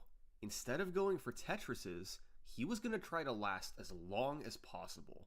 He would have to survive for probably 15 or so levels if he wanted to accumulate 300,000 points. But like I said, Hydrant Dude was really good at rolling.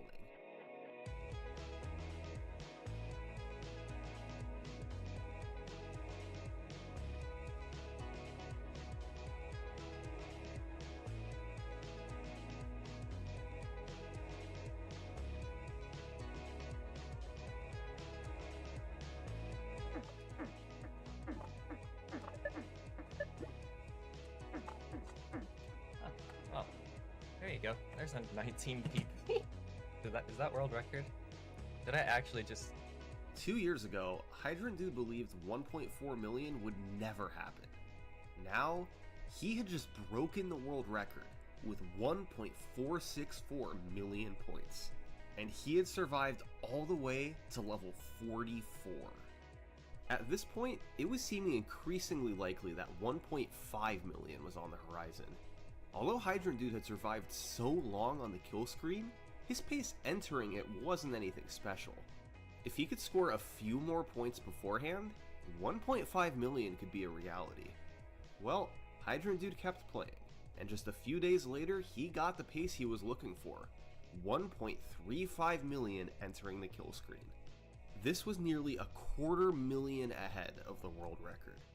After landing 3 Tetrises on the kill screen, and making it to level 41, Hydrant Dude finally topped out. But his score wasn't 1.5 million, it was 1.6 million. He had skipped straight over an F score and rolled the hexadecimal digit back to 0. This was the first ever rollover in NES Tetris history, and it was also a 160,000 point increase over the world record. Hydrant Dude had proven that he was no fluke. His Tetris skills were legit. But he also had some heavy competition. As more time passed, the top players got better and better at rolling, and by late 2021, Huffaluffagus was making a run at the record. Huff was already a world-class hyper tapper, finishing 2nd place in the 2020 World Championships. But once rolling became dominant, he made the switch in technique, and was able to nearly reach 1.4 million. Huff was notably a very conservative player on the kill screen. He played even safer than Hydrant Dude, rarely going for Tetrises and just trying to survive. In November 2021, Huff had a game that reached the kill screen at 1.15 million. This was nearly 200,000 behind the record and didn't seem to have much of a chance. But then he put his survival mode into full effect, and the level counter climbed higher and higher.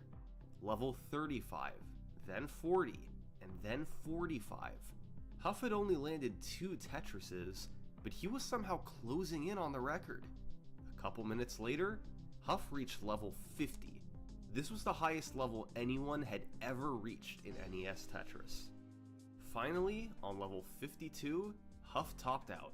His score, 1.676 million, a new world record for score, level, and points on the kill screen. His survival playstyle had worked to perfection, and it was unbelievable to watch. He lasted through 23 levels on the kill screen. Rolling had forever changed NES Tetris. Gone were the days of needing to squeeze out every point before the kill screen ended your game. Now, players could just survive longer to make up those points. How high could this score go?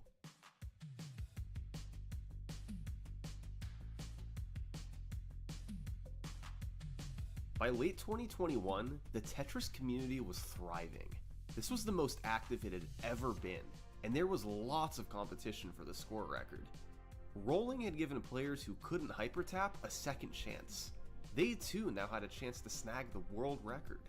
And even though the top score was 1.67 million, it was climbing so fast that it seemed like a 2 million point game wasn't far away.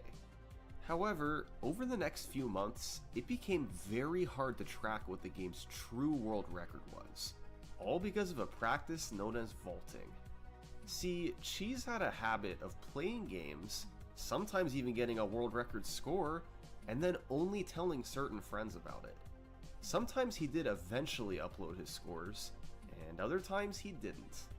Cheese gave various reasons for doing this: to better space out YouTube uploads, to make memes with his friends, and sometimes just because he could.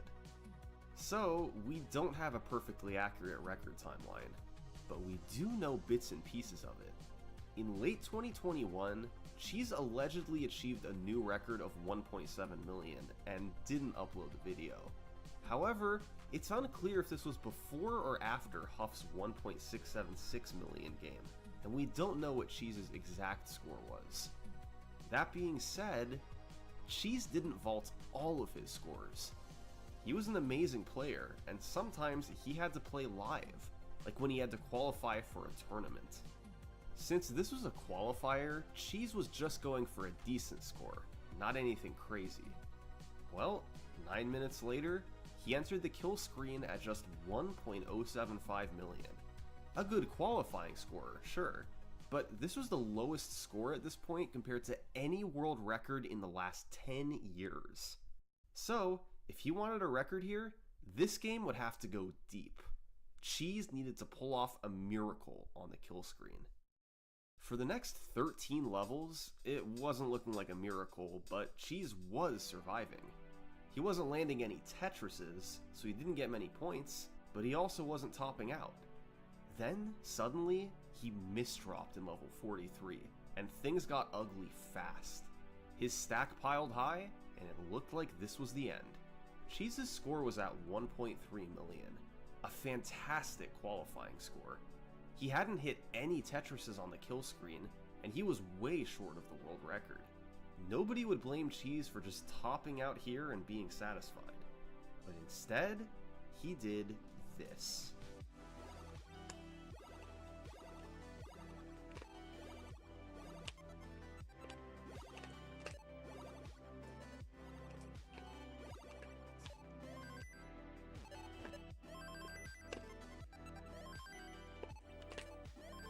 $1.8! 1.9! Let's go! Oh my god! 2 million! This is insanity, honestly. I never expected to get this high of a score. GG.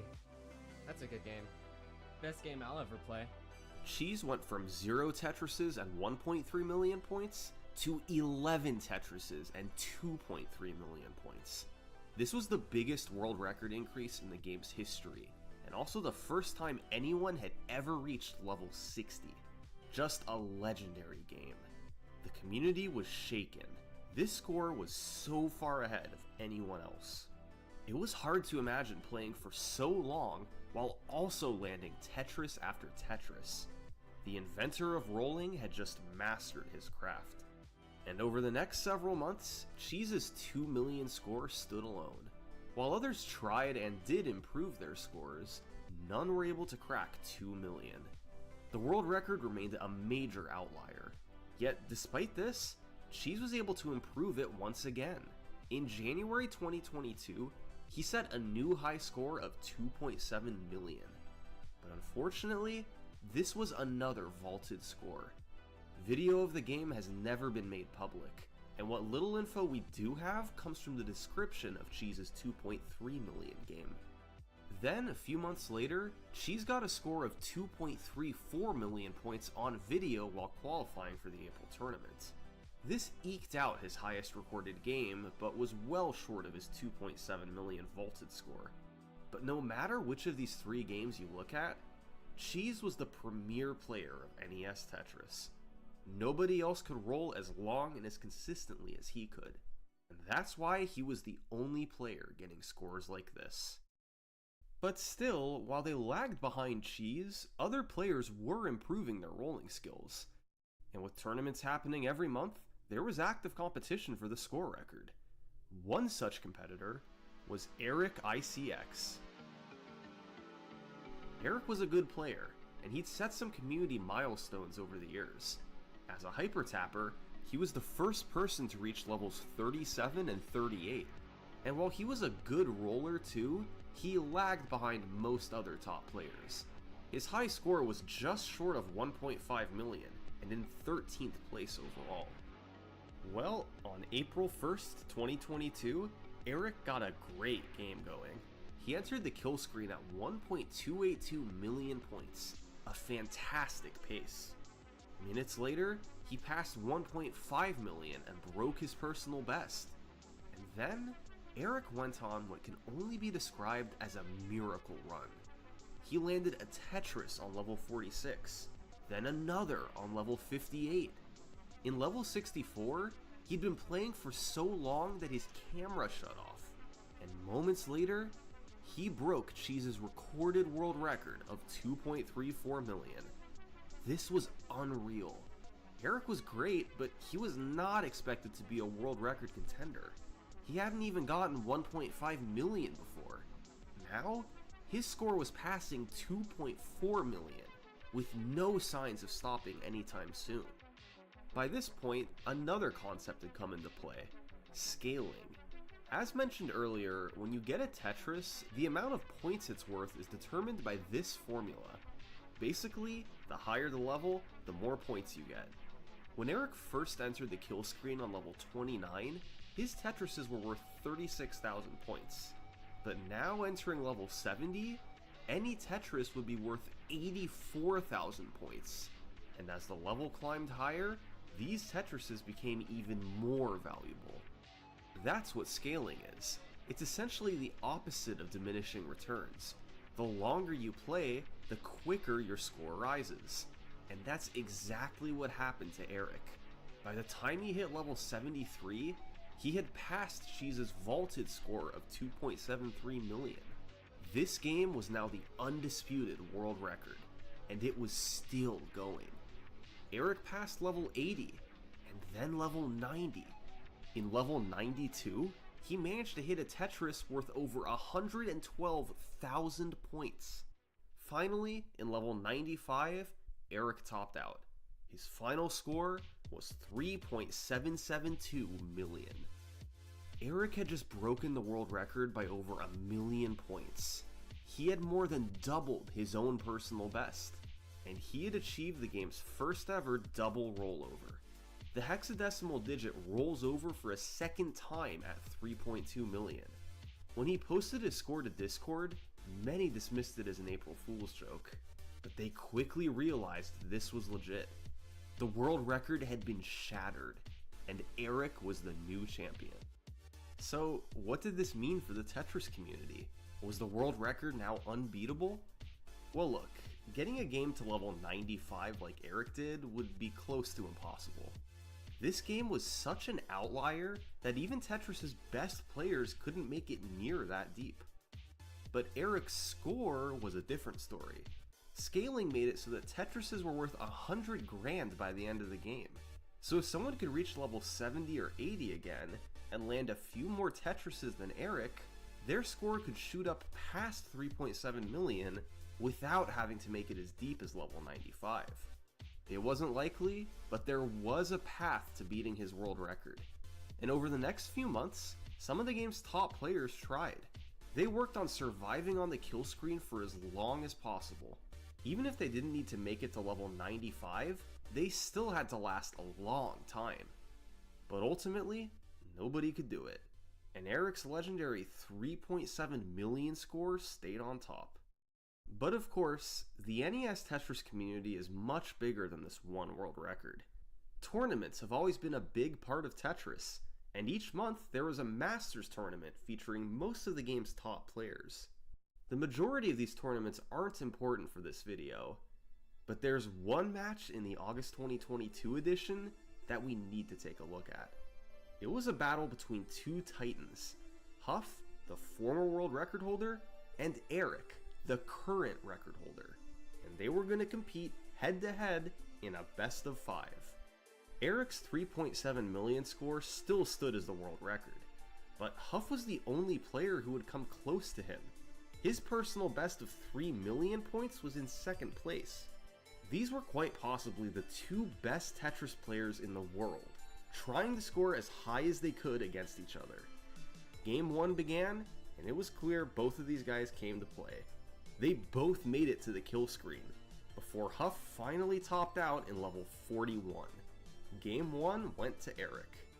Game 2 began, and it looked like a repeat of Game 1. Both players were locked in, and made it to the kill screen. But this time, Huff had a slight lead over Eric, 1.1 million to 950k. They both survived to level 40, with Huff retaining his point lead. A few minutes later, both players arrived at level 50, and at this point, the game was entering rare territory. In the entire history of Tetris monthly tournaments, only 4 games had ever survived to level 50. The fact that this one had both players still alive was astounding. But Huff and Eric weren't done yet. A few levels later, they both rolled over the score. Huff still had a 100,000 point lead, but Eric wasn't backing down. As they both hit level 60, the game entered legendary status. This had become much more important than just a tournament match. Eric and Huff were so locked in that there was no telling how high they'd go. They kept cruising through the 60s. But suddenly, on level 66, Huff needed to get a long bar all the way to the left. He started his roll too late, and it was all over. Huff topped out after an incredible performance all the way to level 66. Eric now needed just 100,000 more points to win the game, but he was already in rare territory. This chart shows all games that had made it to the kill screen in the last year of monthly tournaments. Making it past level 40 was very rare, while making it past level 50 was almost unheard of. The best tournament game ever made it to level 67. Huff had made it to level 66, just one level short. And yet, Huff ended up losing this game to Eric. Here's why. This is how far Eric ended up making it.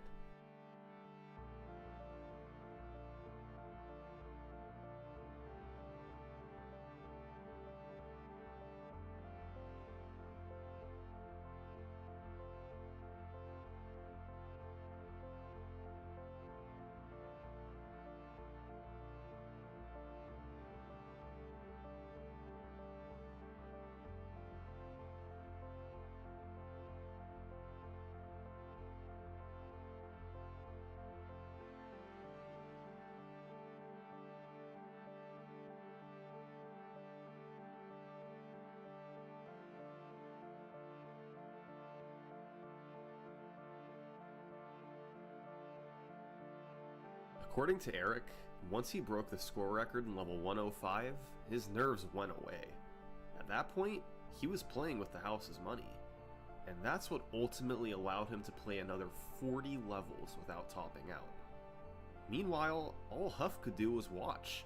He simply looked on in astonishment as Eric completely destroyed the game in front of him. And at the end, he applauded Eric, said cheers, and sat back in his chair. People had known NES Tetris would eventually get to this point, but Eric had rapidly accelerated that timeline. The goal was simple: last as long as possible on the kill screen. And while the best players have been able to survive for 10, even 15 minutes before, Eric had just survived for 28 minutes, double anyone else's best performance. In case there was any doubt, this game had made it crystal clear. The days of needing to maximize your score early with Tetrises were now over. Now, Tetris was a game of survival and endurance, and nobody else could keep up with Eric.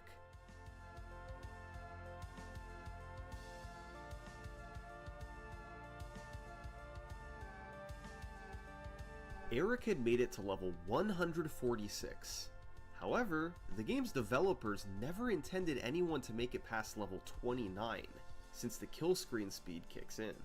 And from level 30 onwards, they never checked that all their code still operated correctly. Now, most things still work fine, but gradually, as you get deeper and deeper beyond level 29, Tetris begins to break more and more. The first sign of this is the level counter appearing bugged starting on level 30. The game plays exactly the same, except with this one graphical glitch.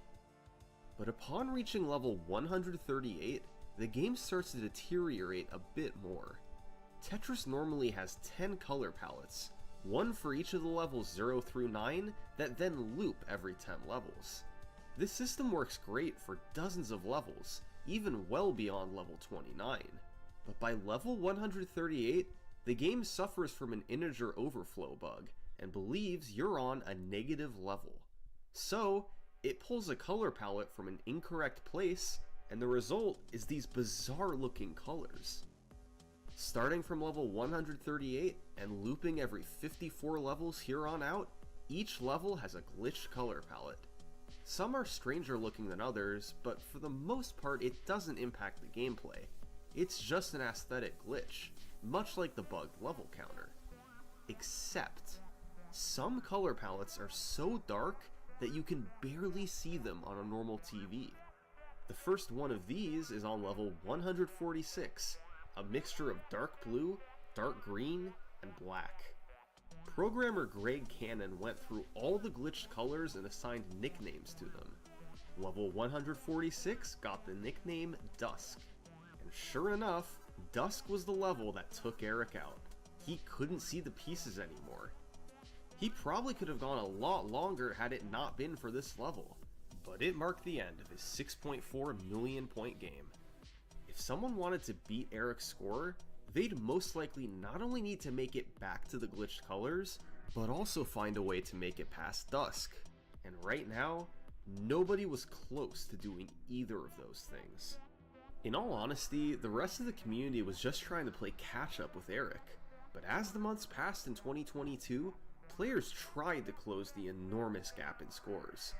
In September 2022, Alex Thatch became the second player to break 4 million points.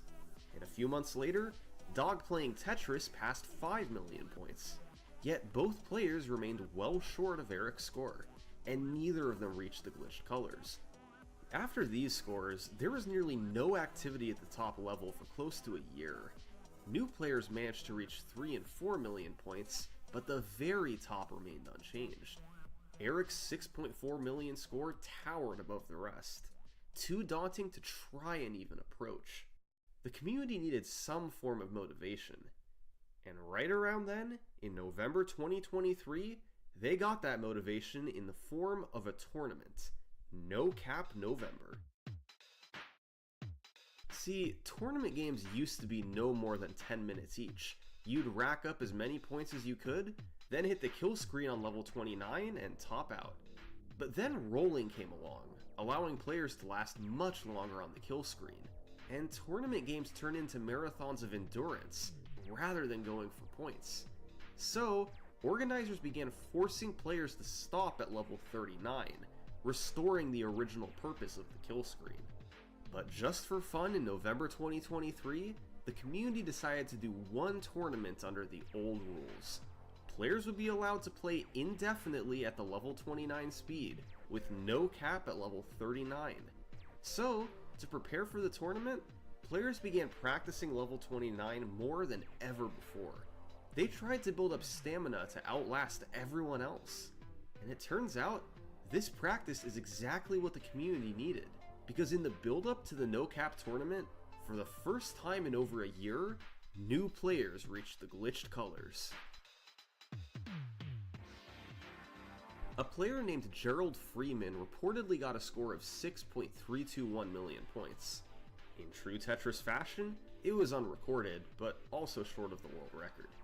Instead, the score we're going to look at is one performed by Pixel Andy on November 17th, 2023.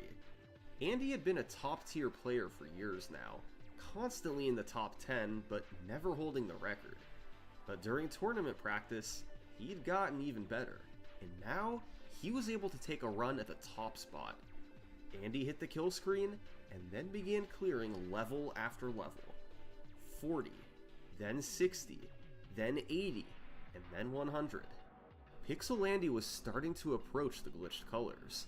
The world record was getting closer, but he'd likely still have to beat Dusk. Passing level 120, Andy was still rolling. But then, just 8 levels away from glitched colors, he misdropped. Thankfully, his stack was still low, and it was a quick recovery.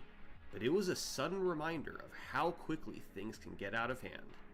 On level 138, Andy entered the glitched colors. 8 levels to go before reaching Dusk. He played through the bizarre looking colors, and then was moments away from level 146. It was time for Dusk. And yet, when he got there, I don't think he was ready for it. E00 lines, what is this? Wait.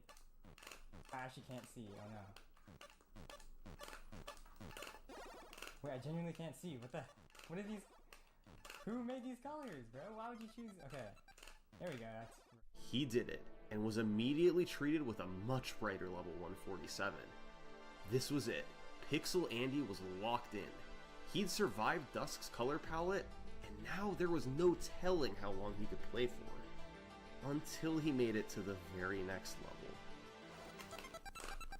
What? What is going on? Wait, the colors. I can't see it. No, I couldn't see it. I couldn't see it on my screen. It just went dark. Yeah, Dusk isn't the only hard color palette. Just 2 levels later, on level 148, you encounter Charcoal. It features a mix of white, dark gray, and black, and it's even harder than Dusk. After playing 147 levels beautifully, Andy was not ready for Charcoal.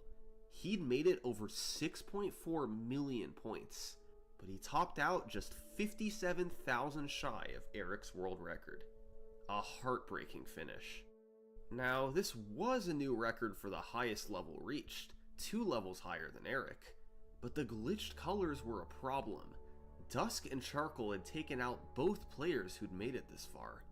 But to significantly raise the score record, you'd need to make it past both these levels. The community was at an impasse. Someone had to find a solution. Maybe that someone could be Fractal.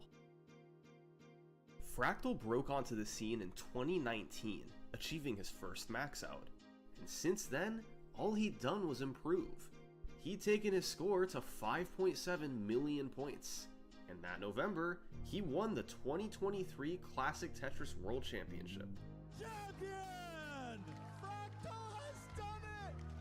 Now, despite being 4th on the score leaderboard, Fractal was considered to be Tetris's best overall player, and he was also the most likely candidate to break Eric's record. Fractal had some history with the glitched colors. Back in 2022, he technically became the first player to ever reach them, but he did so on the PAL version of the game, which runs 17% slower. This made the kill screen speed easier and helped Fractal survive. When Eric reached the glitched colors on NTSC, he got the credit and attention, deservedly so, since doing it at a faster speed was much harder. Now in 2023, Fractal tried to prepare himself for Dusk and Charcoal. He practiced these levels extensively, making sure he wouldn't be caught off guard by their dark color palettes. But still, for Fractal, reaching the glitched colors kinda felt like been there done that. He was the world champion and was probably the best player in the community. So, Fractal didn't just want the world record. Instead, he set his sights even higher. He wanted to reach NES Tetris's true kill screen, the game crash.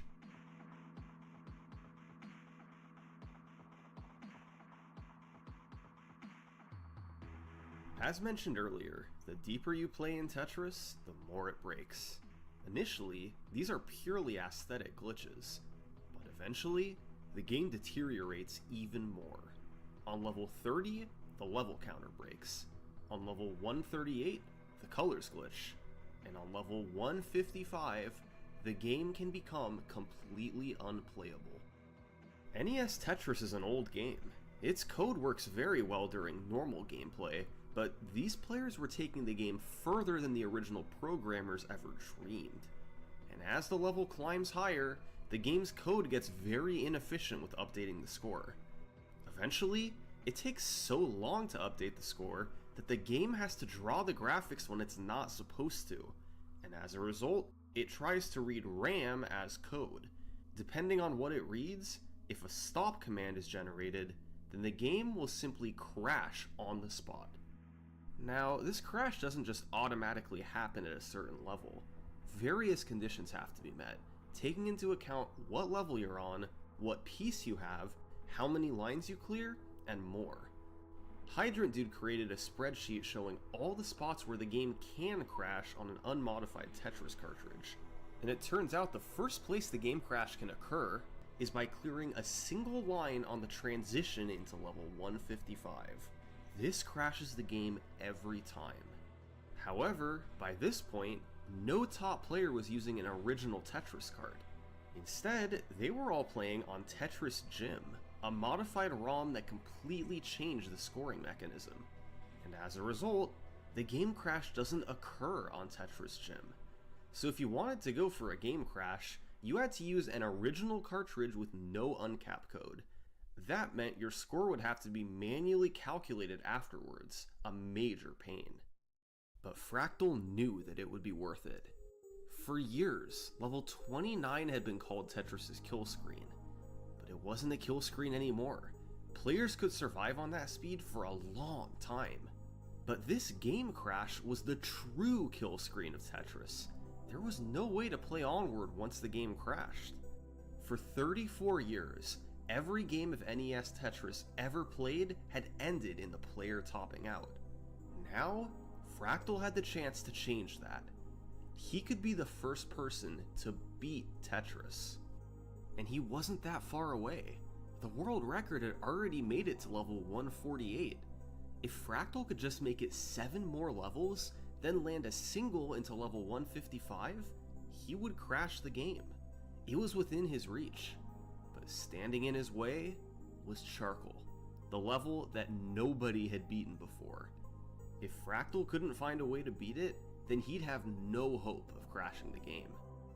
Over the next few weeks, Fractal practiced extensively. He came up with strategies of staying alert on the dim levels. He built his consistency with rolling, and eventually, he felt he had a good chance to make it past Charcoal. Finally, it was time. Fractal's years of playing Tetris had all led up to this. He was ready to start streaming attempts to crash the game. Fractal went live and started playing. But just an hour into his first night of attempts, someone else shocked the world.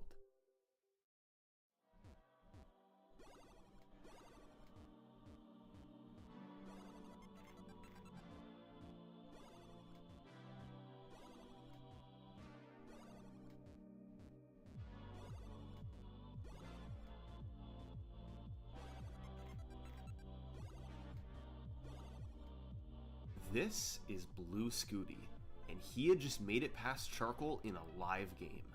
Blue Scooty was an elite player, but not considered to be quite on Fractal's level. Just weeks ago, he'd finished 3rd place in the Tetris World Championship that Fractal won. But with his personal best at 5.2 million, the world record was technically within reach. And now, he'd just become the first ever player to make it past Charcoal. Scooty was able to hold it together for a few more levels, but ended up topping out in level 153. His final score?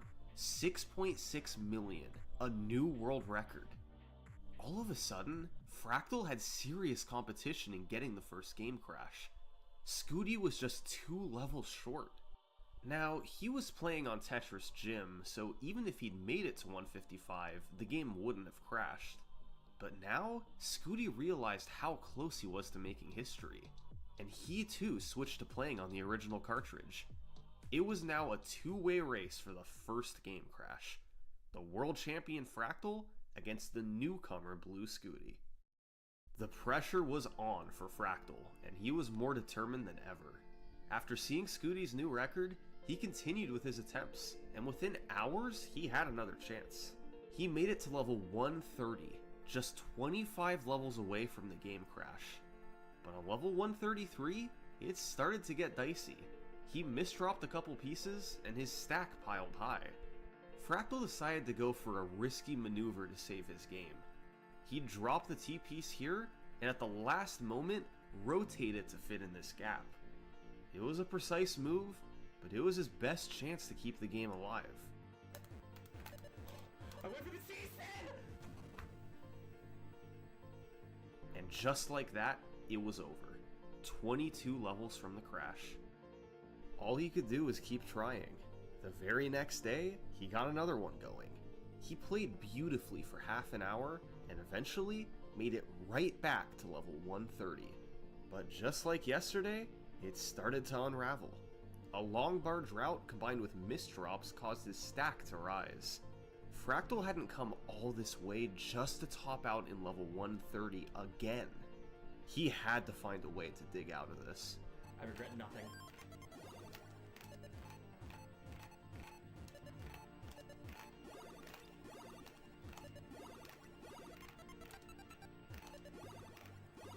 Just incredible work. The game was alive. 20 levels till the game crash. Are you ready?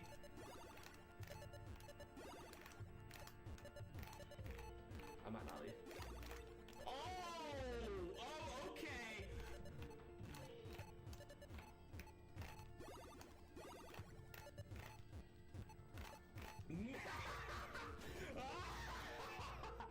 Game over on level 137, just 18 levels short of the crash. Any of these games could have been the one. Fractal couldn't stop now. He kept his stream going, and within hours, he found himself on another promising game.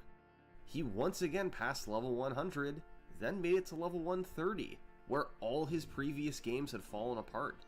But this time, things were different. He kept his stack low, and ended up reaching the glitched colors. 17 levels to go until the game crash. Fractal powered through the different color palettes, and he knew what was coming next. Dusk and Charcoal. He'd mentally prepared himself for them, and felt there was a good chance he'd make it through. Moments later, Fractal entered level 146. It was time for Dusk. Oh my god. No, I got completely blindsided. Man. Even though he knew what was coming, Fractal was still caught off guard. He instantly misdropped and couldn't recover. This game was enough to beat Blue Scooty back for the score world record, but it remained just 9 levels short of the crash. Finally, Fractal had to stop for the day. That was 3 close calls in just 24 hours. No one could say he wasn't trying, but today, it wasn't happening. He stopped his stream, went to sleep, and the next day he started up attempts again.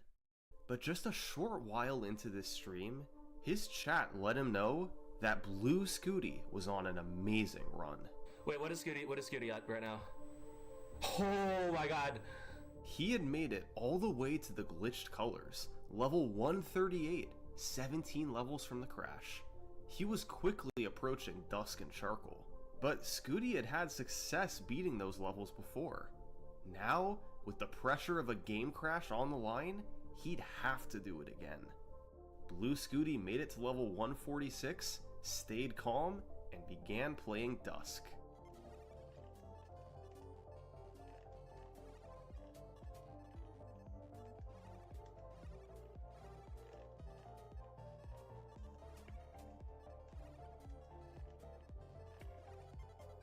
Beautiful. 1 down, 1 to go. Charcoal was next, the level that nobody else had beaten before. Scooty knew that if he could beat Charcoal right now, he had a really good chance of getting the crash.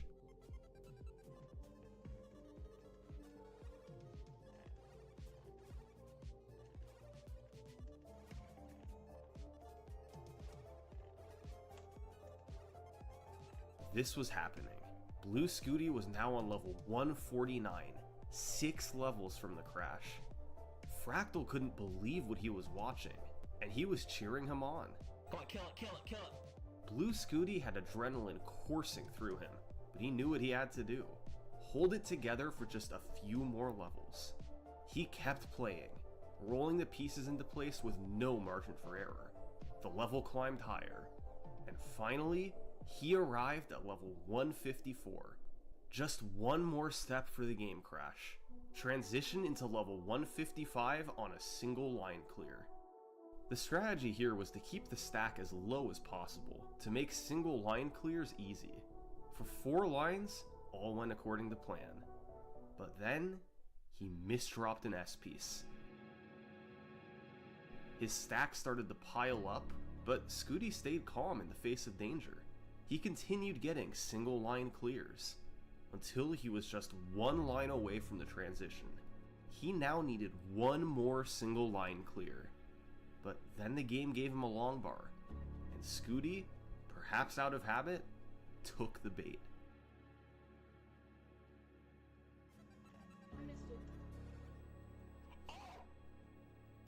Scooty had made it to the glitched colors. He'd beaten Dusk and Charcoal. He'd held it together the entire way. and at the last possible moment, he'd still missed the crash. He was flustered, but he knew it might not be over. There were still other places the game could crash. Scooty didn't know exactly where, but he hoped that if he kept going, maybe the game would crash at some point. Please crash. Scooty played through the next couple levels. He did beautifully given the weight of what had just happened, but the game didn't crash. But in level 157, it was too much. He started misdropping, and it was clear that he wasn't going to be able to recover this. The game would be over in a matter of seconds. Out of desperation, Scooty threw a J piece to the left, hoping that a line clear would somehow crash the game. Oh my god! Oh my god!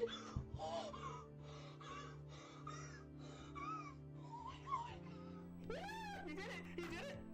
Wait! He got it! Oh my god! Let's go! Blue Scooty had defeated Tetris. This is the game's true kill screen. It's where Tetris gives up and says you win. Had Scooty missed this one line clear, it's unlikely he would have been able to get another one before topping out. And he also had a bit of luck on his side. According to Hydrant Dude's spreadsheet, this line clear only had a 73% chance of crashing the game. But it all lined up, it all worked out, and Blue Scooty crashed the game. But even crazier than the achievement itself was what happened over the next few days. A Game Scout published a video talking about Scooty's accomplishment, and it went viral. 10 million views in a matter of days. Soon, media outlets were picking up on the story. Articles were written. News segments were broadcast. Blue Scooty was interviewed on morning news shows. And then he got to meet the creator of Tetris, Alexei Pajitnov. It was a media phenomenon, one of the biggest stories of the week. And in the background of it all was Fractal. This was supposed to be his achievement.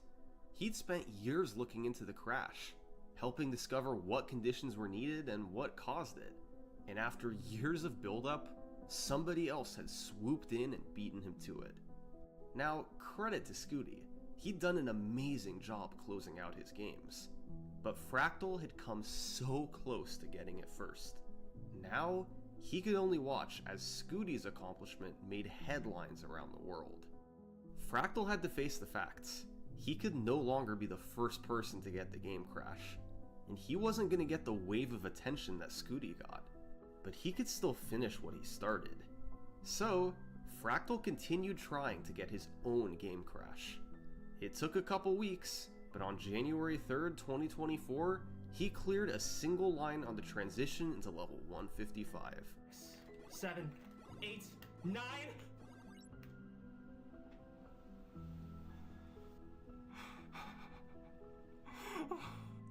This wasn't the first game crash, but it was the world record for the earliest game crash, level 155 versus Scooty's level 157. And while there weren't news stories or Good Morning America interviews for Fractal, the Tetris community knew what he had accomplished. And now, hopefully all of you do too.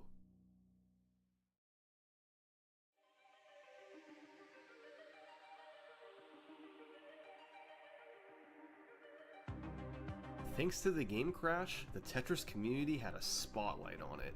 New players were getting into the scene, and veterans were playing more than ever before. But now that the game crash was out of the way, people turned their attention back to the score record. It had become a bit lost in all of this, but the highest score of all of these games was Blue Scooty's first game crash, 6.85 million points. And it was beatable. Scooty was playing as safely as he could to make it to the crash, so he only got 3 Tetrises after hitting level 29, leaving lots of points on the table. If someone had the guts to go for a Tetris after reaching the glitched colors, it would be worth over 166,000 points. Land a few of those, and you could crush the score record. Several players ended up going for the record here, but the player who ultimately broke it was Pixel Andy. On January 11th, He started a game that made it to level 29, and for a while, he wasn't going for any Tetrises. But then, they started to pour in. Good choice. Nice. Nice. Yes, dude. Yes, man. By level 130, Andy had already broken the score record before even reaching the glitched colors. But he didn't stop there. He continued landing them, scoring over 170,000 points each time. This hyper-aggressive playstyle was working. His game could end at any moment, but in the meantime he was racking up the points. Finally, in level 148, Andy topped out. His final score was 8.9 million points, more than a 2 million point improvement to the world record. That's the power of landing Tetrises late. Scaling comes into play, and your score adds up fast. Now, the community had a dilemma. Andy's score record landed so many late Tetrises that beating it by scoring more points wasn't too likely. Instead, players would have to beat his record by playing further than he did. And with the game crash just a few levels away, there didn't seem to be much room there. So, they had two options for how to proceed. Option number 1, crash dodging. Starting on level 155, many levels have some trigger that can cause a game crash. Initially, it's how many lines you clear, and in later levels, it's what pieces you drop. However, these conditions had all been mapped out, so in theory, someone could memorize what to avoid on each level, then dodge crashes to keep playing indefinitely. However, the combination of playing at this speed in the first place, with memorizing conditions on every level, and then executing it at the same time, it would be a lot, even for these amazing players. But there was also an easier option. Players could simply go back to playing on Tetris Gym, which patched the crash, and not have to worry about crash dodging at all. Now, some might argue that this isn't exactly fair, because if you played Tetris on the original cartridge, the crashes would all be present. Why are you allowed to just patch them out like this? There's a wide range of opinions on this topic, and you can come to your own conclusion about what's fair. But there's no denying that removing crashes does simplify things quite a bit, and ultimately, players had been using the Gym ROM for years. The race for the game crash was a fun one-off challenge, but now, most agreed it was back to playing on Tetris Gym. And with the crash patched and players breaking new boundaries, these guys had a new race in front of them. The race for 10 million points. The Classic Tetris YouTube channel began hosting weekly Race to 10 Million events, where Blue Scooty, Fractal, Pixel Andy, and a few others all played to break the score record. On top of that, there was a community-funded bounty of $2,600 for the first 10 million point game. There was a lot of anticipation, and with so many top players trying, expectations were just as high. However, weeks passed, and not only was there no 10 million point game, but nobody even improved their high score. Playing long enough to score 10 million points required immense concentration, and when factoring in the pressure to be the first to cross a barrier, and the cash bounty at stake, each good game was like a mental battle. Fractal, Blue Scooty, Pixel Andy, Dog, Gerald Freeman, these guys were all good enough to reach 10 million, yet week after week they came up empty. But then, on the night of March 11th, 2024, someone started messaging players in the Classic Tetris Monthly Discord server. These were from another top player, Alex Thatch, and this is what he sent.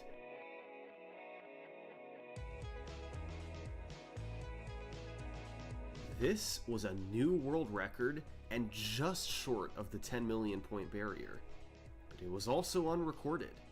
Now, Alex was definitely a good player, holding a few various records over the years. He used to be one of the fastest hyper tappers, and was good at rolling too, but had never officially held the score record before. He was claiming to have crushed his recorded PB, offline and without video proof. Alex said he was practicing late at night while listening to Moist Critical, and out of nowhere, he got this crazy game. The general consensus was that the score was likely legit, but without a video, it couldn't be considered official. So, the very next day, Alex Thatch began streaming attempts to prove himself. Now, expecting to match or beat yesterday's score was unreasonable, but if he could put up some decent scores on command, that would help substantiate his 9.9 million claim. Alex sat down and started playing some Tetris, but little did he or anybody watching know that this was going to be the greatest game of Tetris ever performed. It started off like any other. He reached level 29 and decided to play conservatively in hopes of getting a deep game. Slow and steady, like, wins the race, you know? He kept climbing through levels, and for the most part his stack stayed very low, and eventually he passed level 100. Yes! Level 100! Sheesh, the 3 digits! The game was starting to get serious, but Alex stayed very calm. On level 138, he entered the glitched colors, and he was cruising. As he reached the dark palettes, he echoed the words Fractal used to lock himself in. Eyes wide open. Eyes wide open. Eyes wide open! It worked. Alex played through the 150s, and at this moment, if he was playing on an original cartridge, the game would have likely crashed. But since he was on Tetris Gym, he was able to keep going. And all the while, Alex just kept talking. Yes! Redemption! This is redemption! Oh my god! And we're gonna keep fighting for this 10 mil. We need to win that bounty. You got nothing on me. I'm gonna keep going. I'm going for the 10 million. And I'm gonna get it. This was actually a brilliant strategy. The main thing stopping players on these games was themselves. Nerves caught up to them, and they just couldn't hold it together. So to counter that, Alex distracted himself. He hyped himself up, and as a result, his nerves melted away. Give it! Bring it on! Come on! On level 185, Alex crossed 10 million points. This was now the official world record, and he'd earned the $2,600 bounty. And then, he crossed level 190, and then level 200. All the while, he wouldn't be quiet. Bro, these colors got nothing on me. I like literally. On level 216, Alex landed a Tetris. It was worth over 260,000 points. How is this game happening? Could it go on forever? Does Tetris have an end? Well, it sort of does. You can play all the way to level 255, and then the level counter rolls over to 0, and the game essentially restarts. This is known as the rebirth. For years, it was known to exist, but wasn't considered at all viable. But Alex might have a shot at it right now. However, there was still one thing standing between Alex and the rebirth. Level 235. In NES Tetris, levels last 10 lines. However, due to a bug, level 235 is a bit different. It lasts for 810 lines. It's an absolute marathon to make it through, especially with the dark green color palette it has on Tetris Gym. So when Alex entered level 235 moments later, he knew he had a tough task ahead of him. Oh wait, what? Wait, this is the 800 lines level. Oh my god. He'd cleared 10 lines so far, only 800 more to go. For the first time all game, Alex stopped talking. He struggled to see the pieces and needed to use all his focus. For 70 more lines, all went well. But eventually, he began to misdrop. Oh, that might be it.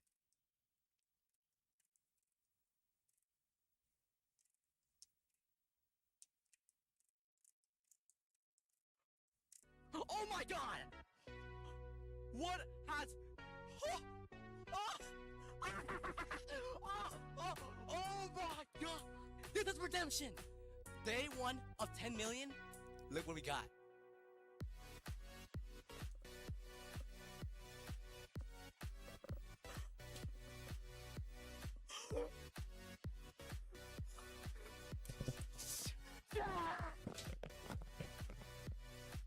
This just completely blew every other game ever played out of the water. To put it in perspective, prior to this game, few people had ever cleared more than 1,400 lines in a game. Alex had just cleared 2,374 lines, and his game lasted a full hour. He had figured out the secret formula to surviving in Tetris. Just distract yourself and don't care. A few weeks later, Alex raised the score slightly to 16.7 million, and to this day, nobody else has beaten his score. But there's no doubt that the rebirth is coming. Alex, Blue Scooty, Pixel Andy, and others have all been trying to make it there. They're certainly all capable of doing it. And sure, it's gonna be a slog to make it through the 810 lines of level 235. But if there's one thing we can be sure of, Tetris players are constantly redefining what's possible. And before long, one of these guys will achieve the rebirth. The only question is, who's gonna do it first? Thanks for watching. For a behind-the-scenes look at how I made this video and storylines that I couldn't include, join my Patreon page. I only charge when I upload a video. Thanks!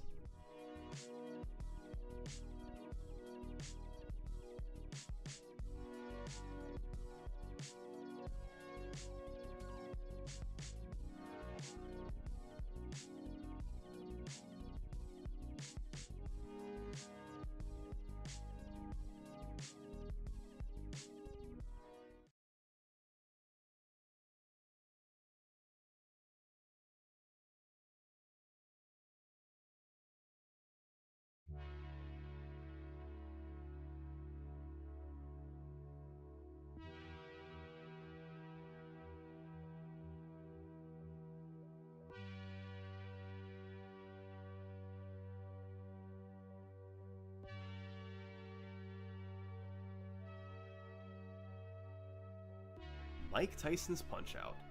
We've seen people beat this game blindfolded, we've seen a community rally together to take down its greatest player, but this whole time, we've missed out on the game's most competitive angle, beating the entire game from start to finish in world record time.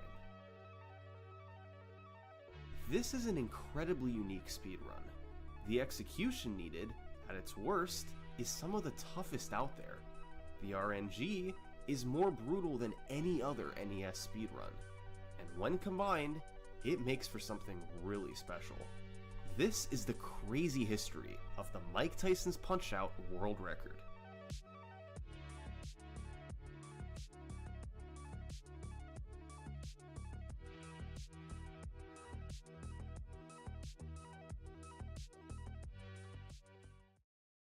And now, a word from this video's sponsor, Empires & Puzzles.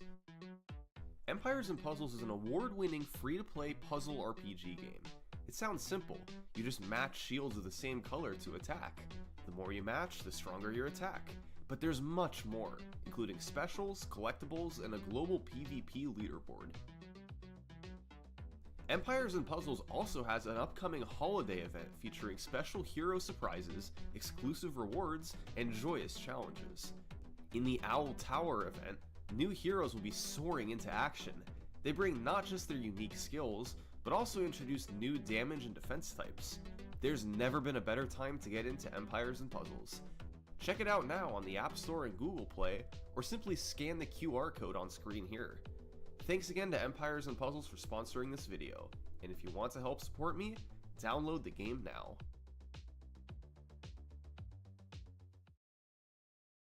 The early days of Mike Tyson's Punch-Out speedruns differed from most games. Rather than playing the entire game, players would pick one fight to focus on, replaying it over and over to grind the time down. This was a logical way to do it. The game has a built-in timer, and displays your exact time after the fight. So, players could easily compete on individual fights, and post their times on game FAQs. That's what the old school runners did for years. But one runner did something a bit different. He decided, just for fun, that he was going to complete a run of the full game, all 14 fights back to back. He was the only old school Punch-Out runner to do a full game run, and it was way ahead of its time. The runner who did this was Matt Turk.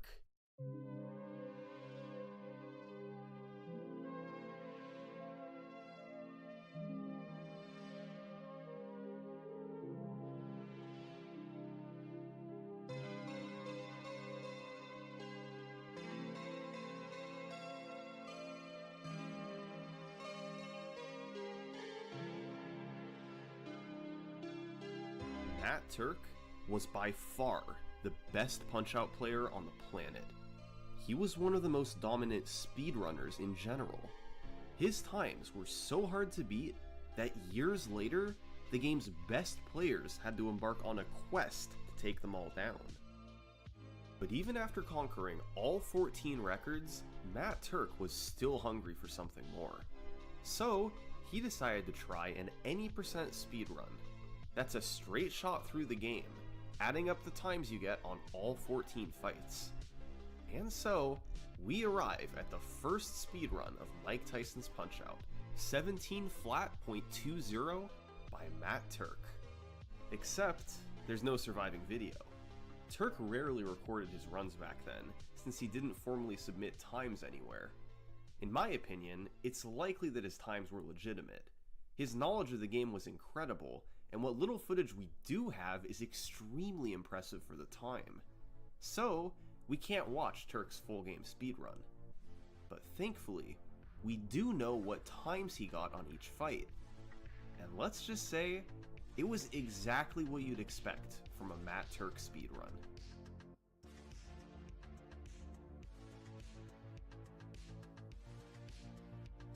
Turk started with Glass Joe.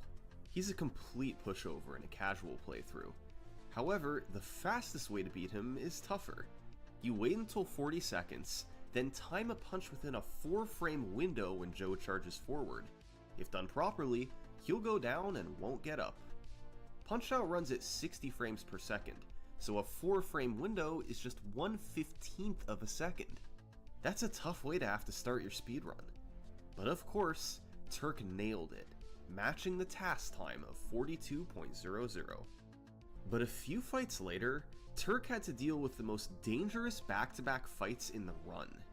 First up was Dawn Flamenco 1, aka Frame Perfect Dawn. By punching then dodging, and waiting until the last 60th of a second to counter him, you'll get a star. Star punches are essentially powerful uppercuts, and on Dawn 1, a star punch instantly knocks him down. He gets up, but with little health, and once you punch him down again, he'll stay down for the knockout.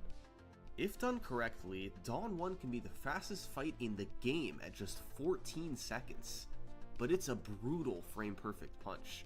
Just 1/60th of a second to properly time it. Every miss costs 6 to 7 seconds, so the time could snowball quickly. Not only did Turk get the star on his first try, but he ended up once again matching the task time of 14.97. Complete perfection yet again from Matt Turk. Then came the second part of the back-to-back, King Hippo. He is the living embodiment of RNG. You can only hit Hippo when he opens his mouth, and he has a 3/8 chance of doing that on any given punch.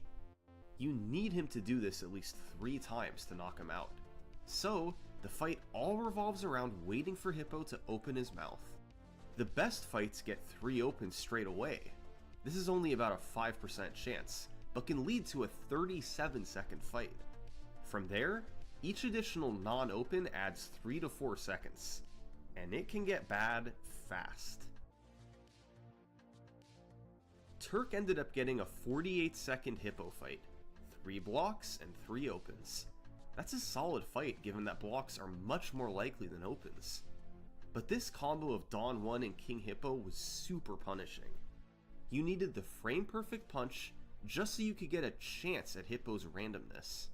It was a terrible 1-2 combo, but on this run, Turk had made it through relatively unscathed. The next several fights featured a mix of tricky execution and harsh randomness. We're going to get to most of these fights later. For now, it's important to know that Turk had a pretty clean run through most of the second half. No fights stuck out as getting terrible luck, and he made few, if any, mistakes. Matt Turk had himself a very solid run going. Yet, none of this actually mattered, because there's a fight at the very end of this game that makes the previous 13 seem completely irrelevant. I think you may have heard of him before.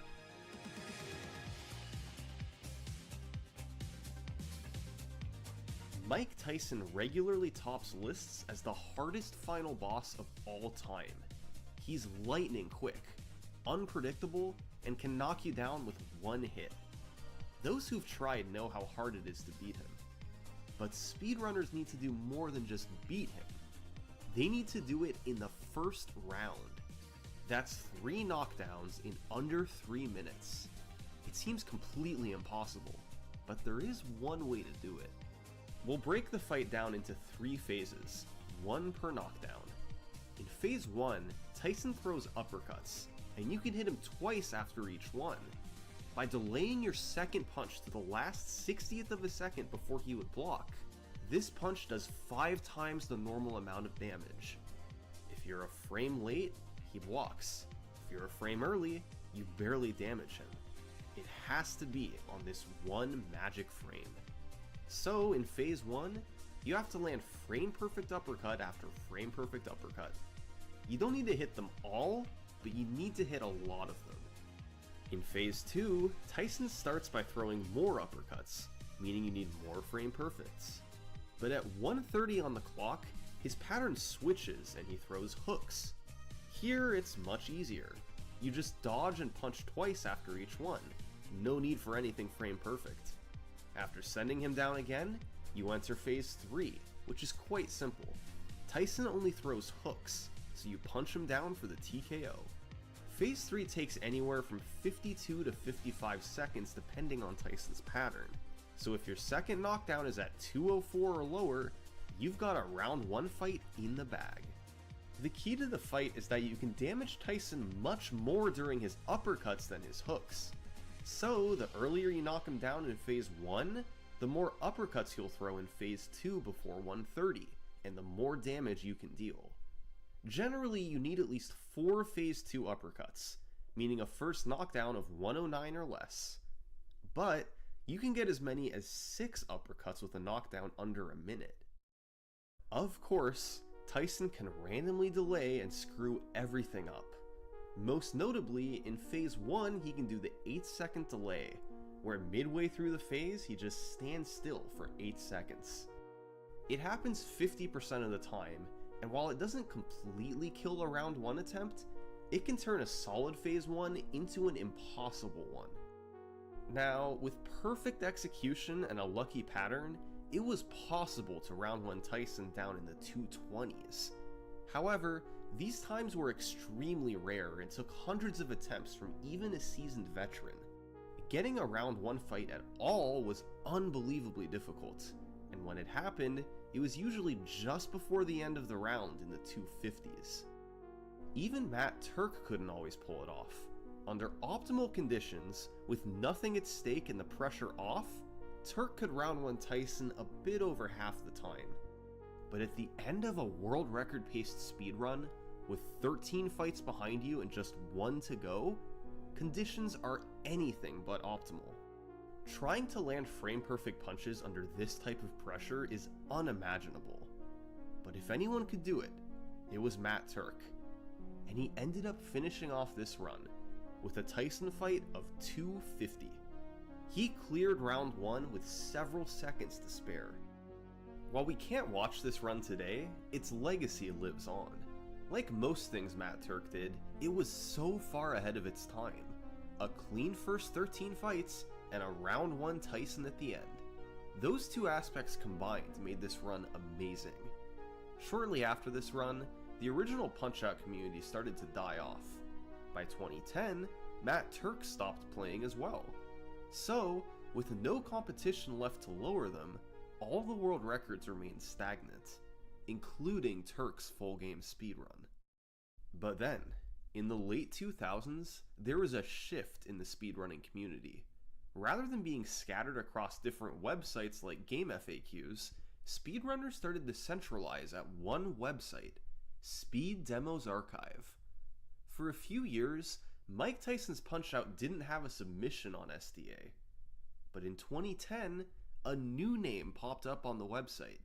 He was the first new Punch-Out runner in years, and unlike most before him, his main focus was completing a run of the full game. This runner's name was Sinister1.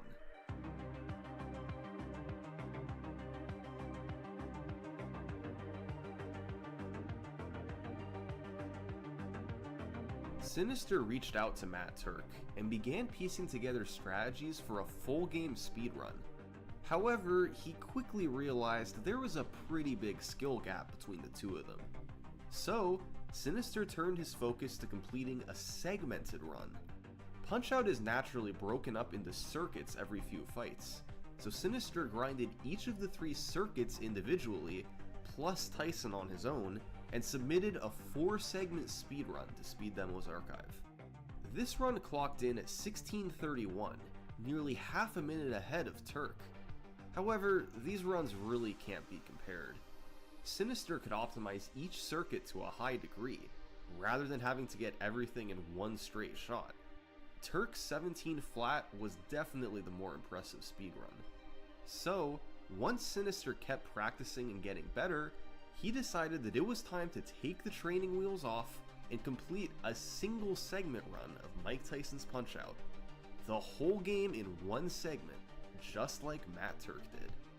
Sinister tried for weeks, and while he was able to get runs in the low 17s, he struggled to do better than Turk. The main problem was the combination of Dawn 1 and King Hippo. Dawn's frame-perfect star killed a lot of runs, and the few that made it through usually died to Hippo's randomness. It was so hard to get runs out of the early game, and although Sinister eventually got a 17:06, he was still behind Turk. His best efforts to get the world record had failed. So, Sinister gave up. Years passed, and Turk's 17 flat remained untouched. By February 2013, not much had changed. Matt Turk's 17 flat was still on top, and Sinister was right behind him. However, a new player was just starting to mess with running the game. And this guy had a pretty good track record. He was the world record holder in both Super Punch-Out and Punch-Out Wii. His name was Zallard1. Right away, Zallard started looking for new strategies. Dawn 1's frame-perfect star was still brutal, and he wanted to find a way to make it more consistent. He ended up finding a timing cue that helped a little, but not much. And Sinister1 was not impressed by it. He told Zallard, "Come back to me when you find something that can get the star 10 times in a row." Otherwise, he wasn't interested.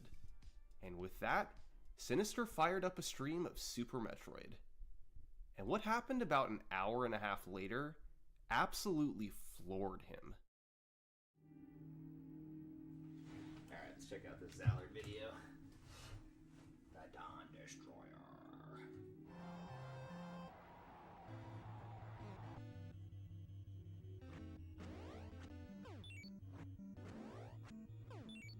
Oh my god, are you kidding me? Dude, no way. This can't be real. Dude, this guy's a hacker. Hacker? No way. Okay, I gotta try this. Alright guys, you might be about to witness the greatest thing of all time. Wow. Wow. I'm so astonished I had to get hit one time. I don't believe it. I don't believe it.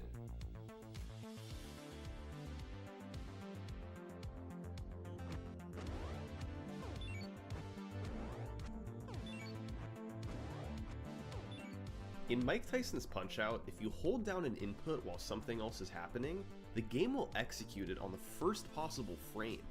So, by holding down different inputs consecutively, you can perform a series of moves that always come out on the first frame, and therefore always take the exact same amount of time.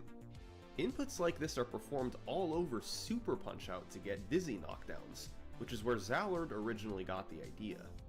So, on Dawn 1, by buffering a left gut punch, a left dodge, a left quick dodge, then a left face punch all in a row, you arrive on the exact frame where you can get the star. It turns a frame-perfect trick into a few trivial inputs. Zallard also found that you could do something similar on Glass Joe. By buffering a left face punch and a series of gut punches, you can guarantee a 42 knockdown, no timing needed. The Dawn 1 buffer was probably the greatest discovery in the game's history. Instead of resetting half of his runs, now Sinister would never have to reset there again. Zallard had revolutionized Mike Tyson's Punch-Out, but Sinister was the one who could really take advantage of it. I don't have work tomorrow. World record incoming tomorrow. It's a lock.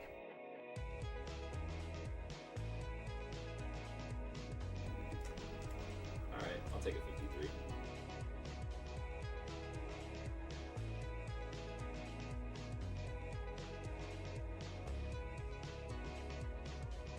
Over the following several fights, he was able to keep it close with Turk, leading time without falling too far behind. But Sinister knew there was one place he could make up a bunch of time: the penultimate fight in the game, Super Macho Man. Matt Turk's split here was a 118. This was a solid enough time back in 2008, but by 2013 the fight had evolved. In a worst case scenario fight, Sinister was looking at a 110 or so. Best case scenario, it could go under a minute. Macho's speedrun strategy looks ridiculous, with punches being snuck through his guard and stars thrown all over. But the fight largely comes down to one specific moment. If Macho's fourth punch is an uppercut, which is 5/8 likely, you'll get a good fight. If it's a hook, then it'll be a slower fight. Either way, as long as his execution was clean, he'd save big time over a 118.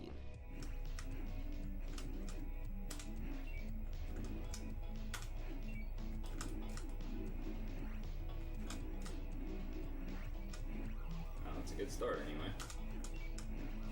This is pretty good luck, you guys. Alright, 59. It was exactly what he needed. In one fight, Sinister had shot himself into the lead, but his job was far from over. After all this, he still needed to round 1 Tyson in 254 or less. The pressure was on.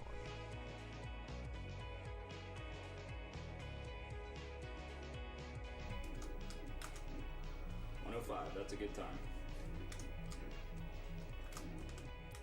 Sinister had pulled it off. After carrying a lead into Tyson, he had nearly matched Turk's round 1 fight, clutching out a 251 to break the world record. This was the first sub-17 in the game's history, and while Sinister was elated, he knew there was still work to do. The Dawn 1 buffer had blown the door wide open, and a few of his fights had suboptimal luck and execution. So, Sinister decided to see if he could shave a few more seconds off. And just weeks later, he got on this run.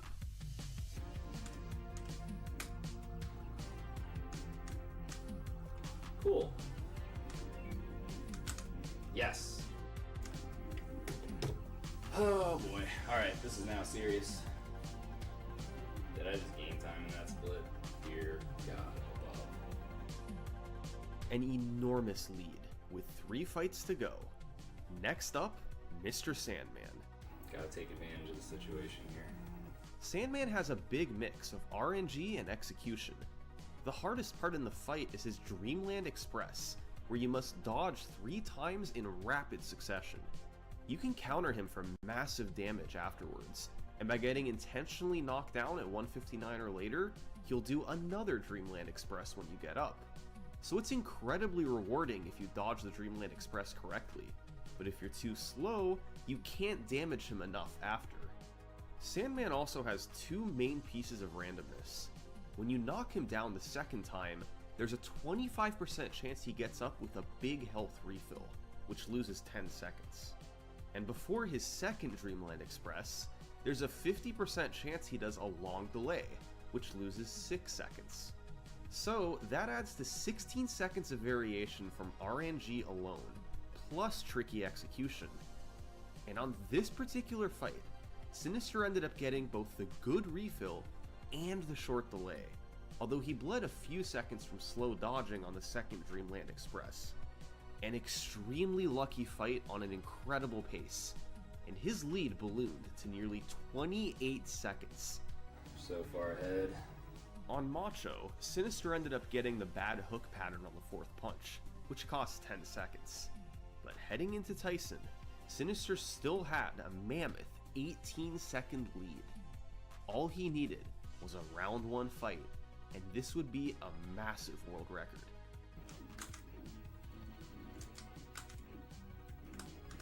Yes. Okay, he's gonna throw 5.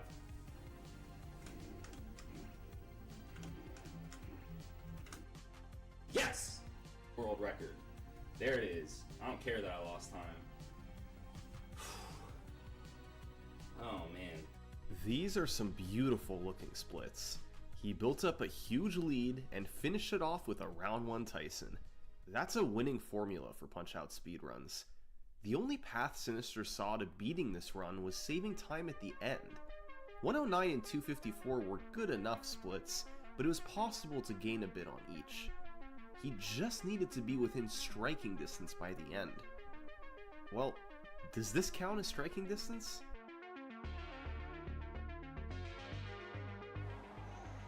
Alright. A few months later, Sinister was in a tough spot. He'd made a 7-second mistake on Honda 2 and got awful luck to lose 16 seconds on Dawn 2. This was a big deficit, but he did have time to save. Was it possible to climb out of it? Good start. Yes. Yeah, 57, baby. He needed a 247 on Mike Tyson. There'd never been a world record with a Tyson fight in the 240s. Sinister needed to break new ground.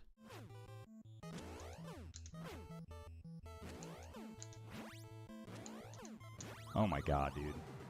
Yeah, those Tyson fights in the 220s I talked about earlier, this is how you got them. A 57 Phase 1. Unfortunately, Phase 2 didn't go quite as well, but a 150 was still an incredible pace.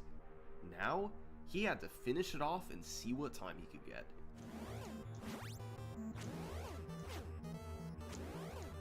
Yeah. Yeah, dude. Oh my god, I got that. I can't believe it. This was a legendary Tyson performance. With his back against the wall on world record pace, Sinister managed to go 9 for 9 on frame-perfect hits in Phase 1. The final result was a 243, an unheard of time for the end of a world record. As the congratulations poured in, Sinister debated if he should keep going. Those last 2 splits were really brutal, but he also had lowered the record pretty quickly. Maybe he wasn't at his full potential yet.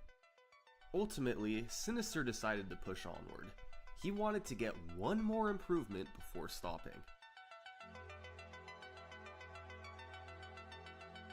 5 weeks later, Sinister had another good one going.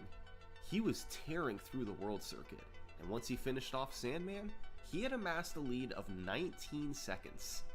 But he knew what he was up against in his final 2 splits. And right on cue, Macho gave him the bad pattern. But he recovered nicely, and was on his way to still having a nice lead going into Tyson. No!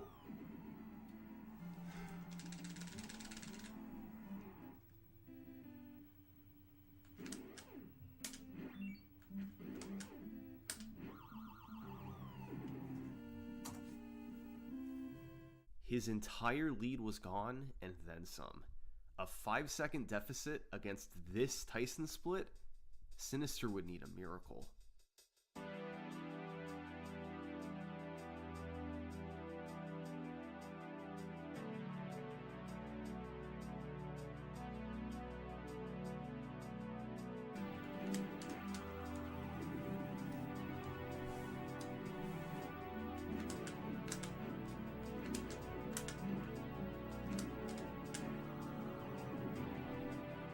against all odds, Sinister had actually brought this run back. He was guaranteed to finish Tyson between 234 and 237, enough for a new world record, albeit a fairly small one. But there was something else Sinister could go for here. Frame-perfect hooks. In Phase 3, Tyson gets up with 40 health. Normally, you hit him twice after each punch for 2 damage each, a total of 4 damage. But if you instead delay the first punch to the last 60th of a second possible, you'll throw a single punch that deals 5 damage. Theoretically, if you land 8 frame-perfect hooks in a row, you can get a 37-second Phase 3, a massive time save over normal. But going for frame-perfect hooks is risky. They're harder than frame-perfect uppercuts, since you can't easily establish a rhythm. Each frame-perfect hook saves about 2 seconds, but each one you miss can cost up to 5. Generally, hitting 4 hooks is enough to save you some time, while hitting 2 is enough to break even. But add in blocks, and your Phase 3 time can spiral. So, it was decision time. Do you take the guaranteed small world record, or risk it to go for glory? Going all out.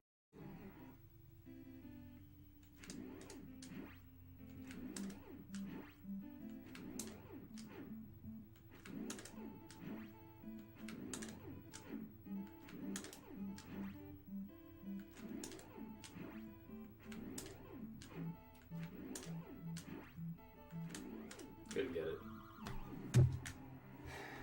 I couldn't get it, dude. I couldn't get it, man. I couldn't get any frame perfect hits. I was too nervous. Had Sinister just played it safe, he'd be celebrating a new world record. But can you blame him for trying? It was a chance to demolish the record. He had missed on this occasion, but that was alright. Shake it off. Just get another run back to Tyson, and you'll get it next time.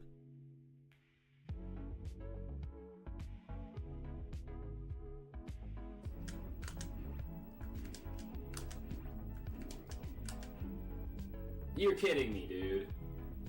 You're kidding me. 8-second delay there. There he does the 8-second delay. Good game. Good game, Luck.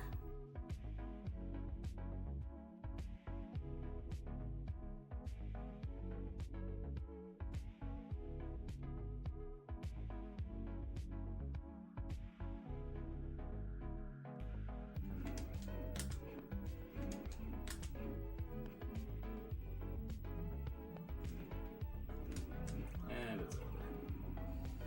8-second delay killed it.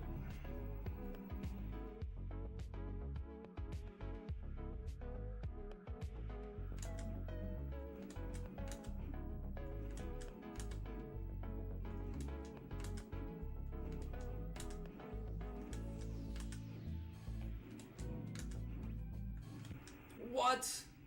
What? What? No, dude. You gotta be kidding me right now. Oh my god. That was gonna be a low 1 minute time, man. Look at his health. That was gonna. Oh my god, man. Come on.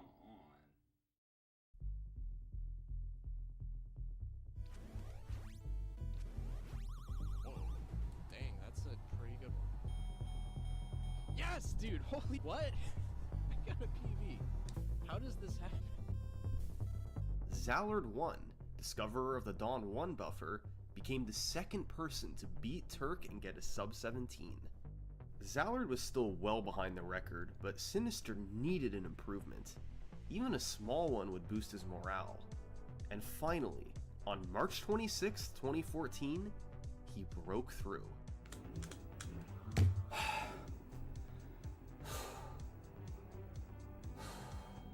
Sinister was able to get a lead early and never relinquished it. He started with an excellent 41 on Hippo, and got average luck on Sandman and Macho. His Tyson execution wasn't perfect, but a 105 knockdown meant he'd get 4 uppercuts in Phase 2. He ended with a 251, enough to lower the record by 3.5 seconds. But Sinister's relief wouldn't last long. because Zallard1 was flying down the leaderboard, and just days later, he finished off this run. Oh man, that's quite the PB. Dude, I got Whoa. The run had a notable mistake on Great Tiger. Tiger is one of the only fights in the game with no RNG. The execution consists of 4 gut punches that each have a 6-frame window. They're usually not too hard to hit, but when you miss one like Zallard did here, you earn a 54 instead of a 48. It was a 6.5 second mistake. Zallard missed the world record by 6.23 seconds. Had he not missed the gut punch, he would have dethroned Sinister and taken the top spot. These two guys were neck and neck. They had similar consistency overall, and could both reliably round 1 Tyson in the 240 to 250 range given no 8-second delay. But as similar as Zallard and Sinister's skills were, their ultimate goals were different. Zallard wanted to keep lowering his personal best and maybe snag the world record, while Sinister had even loftier goals. He wanted a single segment run that would beat his old segmented run, the 1631 from 2010. After all these years, it would be a remarkable achievement. So, each player had their own goals, and for the next few months in 2014, they both continued running the game, going up against brutal RNG and frame-perfect punches galore. But neither one was able to find success. Zallard couldn't catch Sinister, and Sinister couldn't catch his segmented run. So, Zallard moved on to other games, while Sinister went after Matt Turk's 213 Mike Tyson record. And all the while, the single segment record stayed put. But one random day in August 2014, Sinister decided he needed a break from the Tyson grind.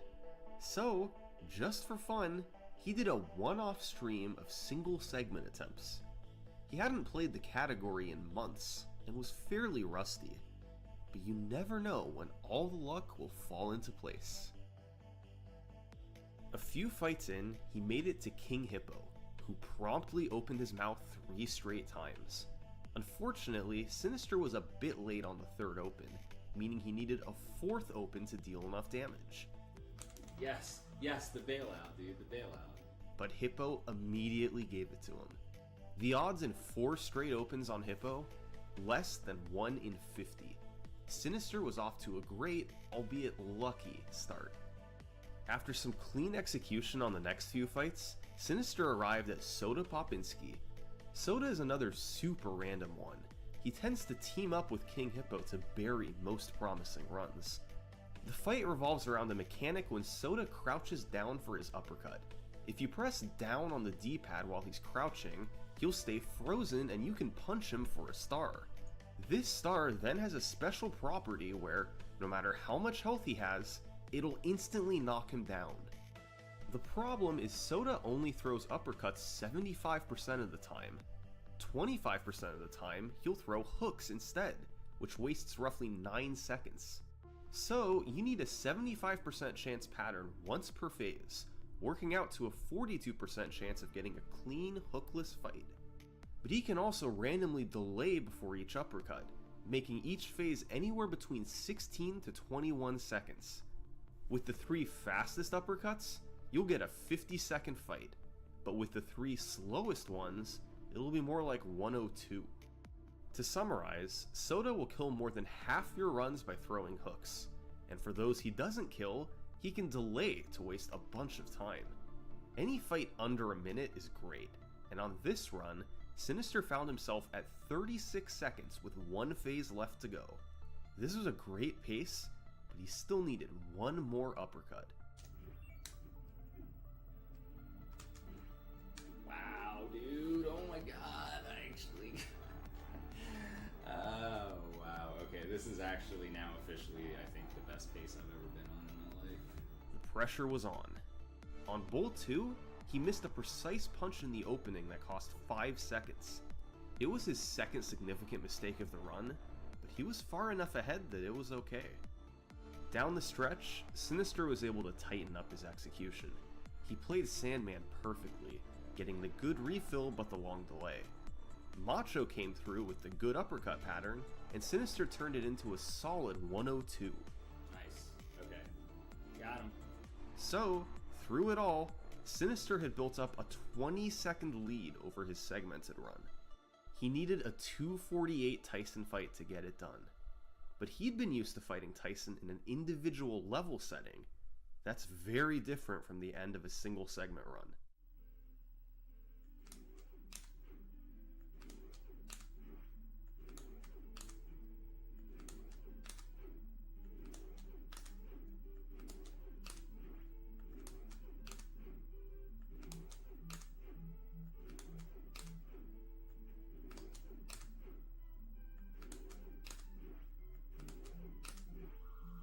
That was a horrible execution of phase 1. Pull it together, man. Pull it together. Yeah, it wasn't pretty, but a 108 was still doable. Sinister got his 4 uppercuts in phase 2 and landed a 157 phase 2 knockdown. Playing it safe here wouldn't cut it.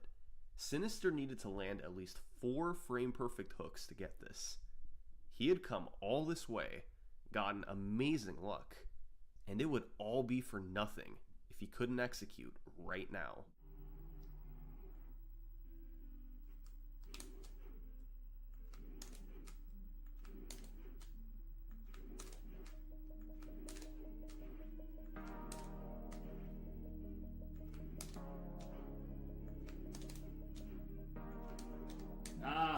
Is that it? I got it. I think I did it, dude. I think that's it. I think that's it. Oh my god, is this... Hold on. Let me put in the time. Yes! Yes, dude! 1627 out of nowhere! 4 years ago, Sinister's best efforts at a segmented run yielded a 1631. Now, he could beat that with a straight shot through the game. This was a pretty lucky run, as Sinister made multiple mistakes that could have killed it.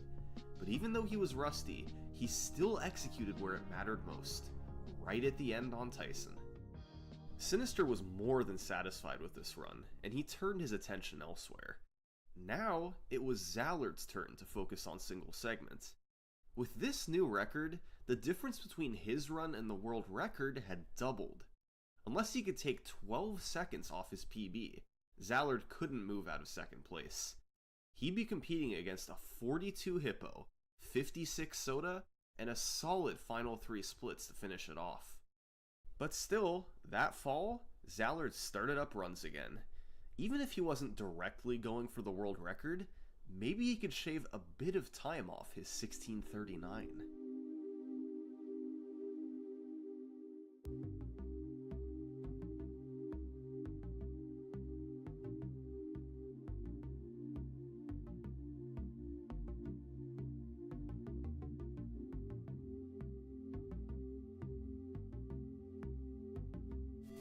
Come on, Tyson. Just round 1. That's all I need. Just a round 1 fight.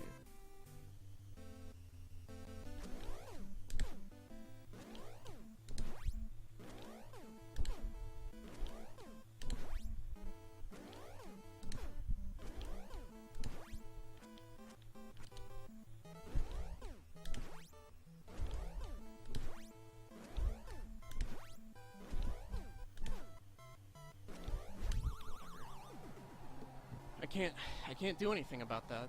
I just can't.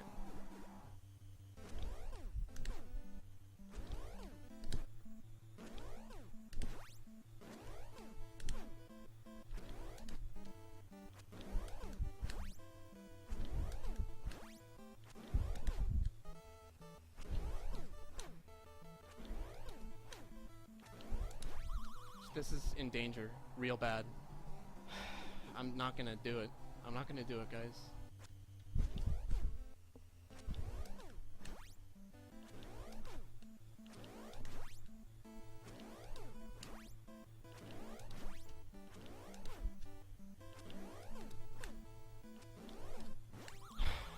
I don't even know what that is.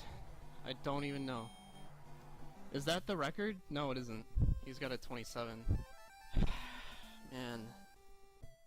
Such a crushing PB. In phase 1, Zallard actually played quite well. He got the 8-second delay, but still turned it into a respectable 108. But Phase 2 was his downfall, with 2 blocks and several other missed punches. Because of the pace going into Tyson, it was still a massive PB. But this luck was practically impossible to see again.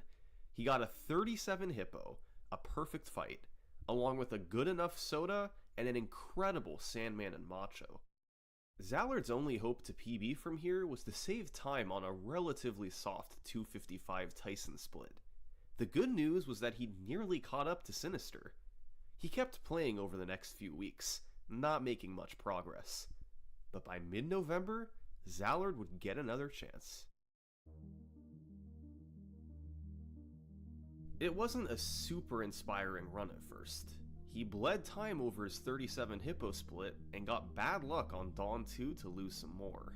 But he was able to keep pace with his strong final 3, first getting the good refill and delay on Sandman, then the good pattern on Macho. It wasn't amazing, but heading into Tyson, he had a chance. Zallard needed a 241 on Mike Tyson.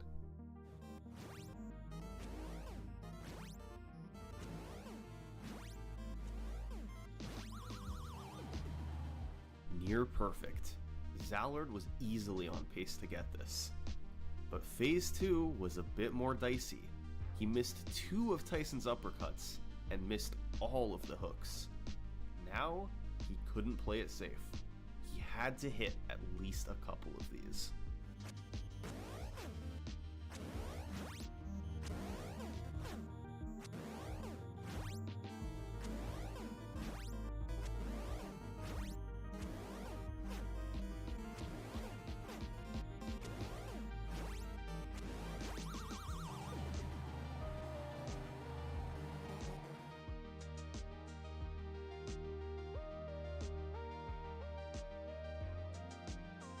Zallard had been dominating Super Punch-Out and Punch-Out Wii for years.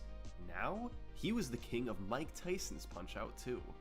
Congratulations poured in across the community, even from Sinister, who was good friends with Zallard and was happy to see him succeed.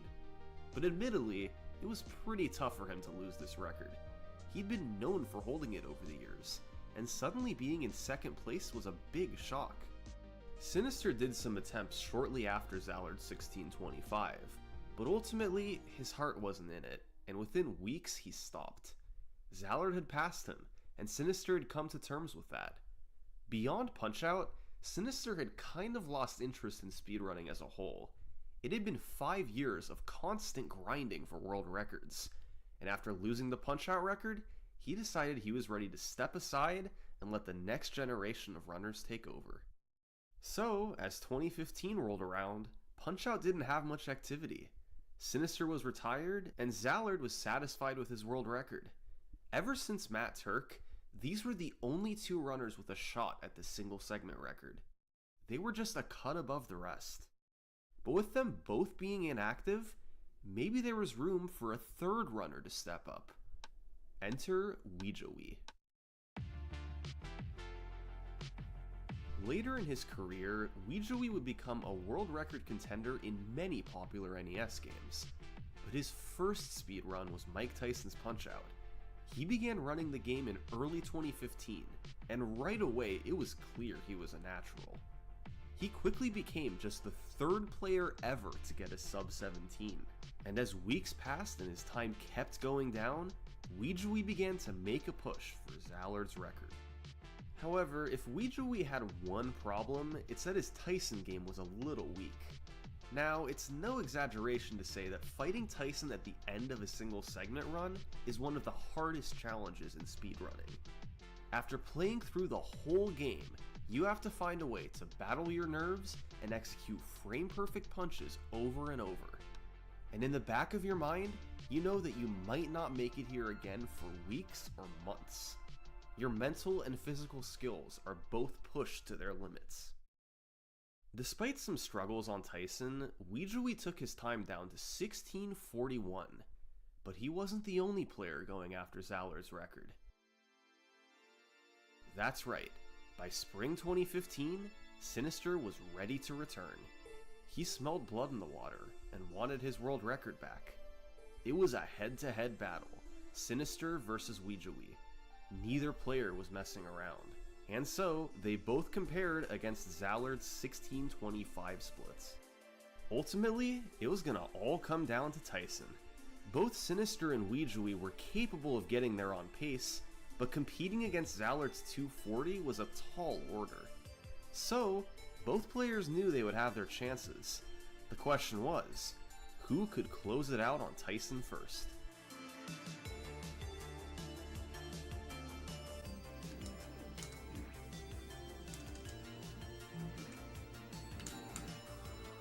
Nope, not it. 1628.25.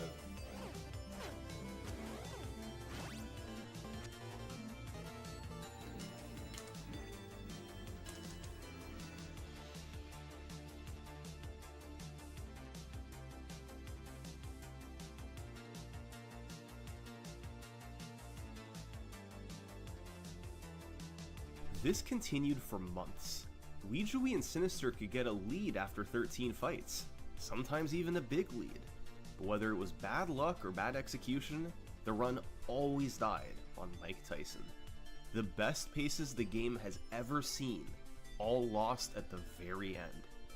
But here's the thing, although the 8-second delay is a big problem, it's still possible to get a fast fight with it. A time in the 230s is doable, although there's little room for error. Sinister and Weejoey had to forget about the RNG. As long as they played well, they could have a chance at the record. But that was much easier said than done.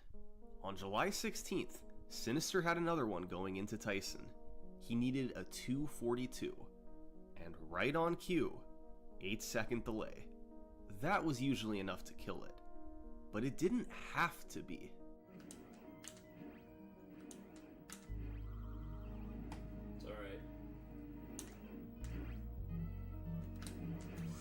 Dude, that last delay was a killer.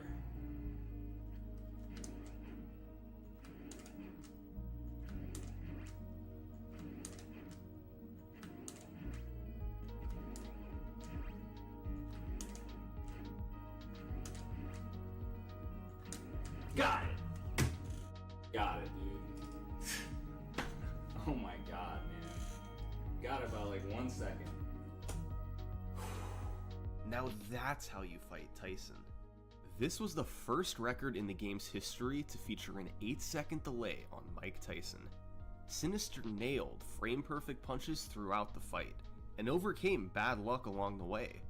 It was the best execution the game had ever seen from start to finish, and despite getting worse luck than Zallard, Sinister still finished ahead of him at 16-24.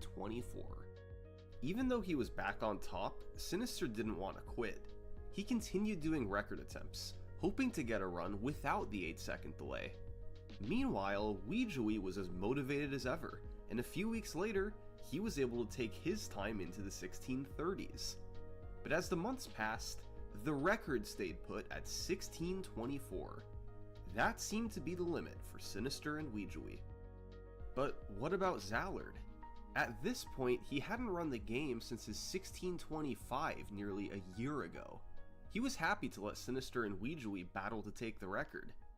However, in October 2015, Zallard signed up for a 3-way punch-out race in the annual Best of NES Marathon. He was going to be up against Sinister One and Weejoey, meaning he needed to shake the rust off and get back in practice. So, for the first time in 11 months, Zallard fired up a stream of single segments.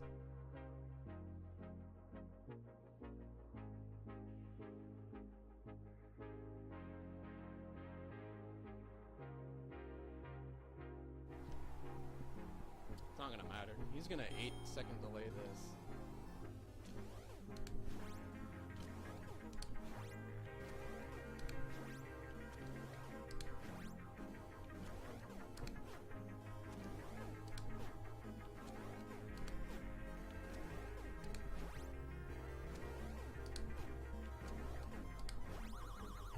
Or not? Question marks? Okay.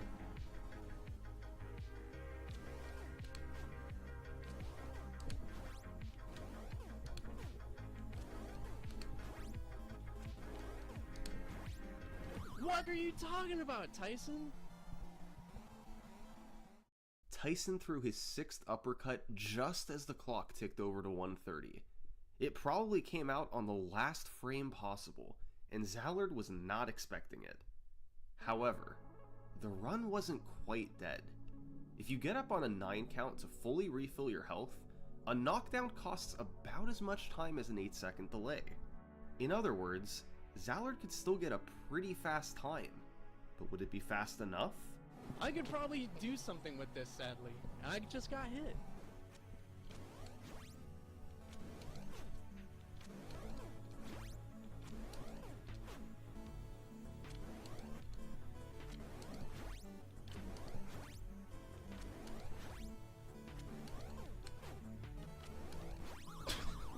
What a stupid run, dude.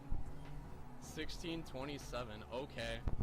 It had taken Zallard 2 attempts to nearly match Sinister and Weejui's combined output over 6 months. If he didn't get knocked down, or had he not gotten blocked in Phase 3, or a myriad of other small changes across the run, this easily would have been the record. Zallard had to settle for a 16:27 on his first day back. How could he possibly follow that up?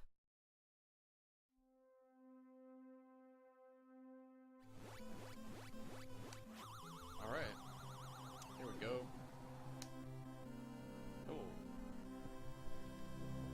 Alright, soda.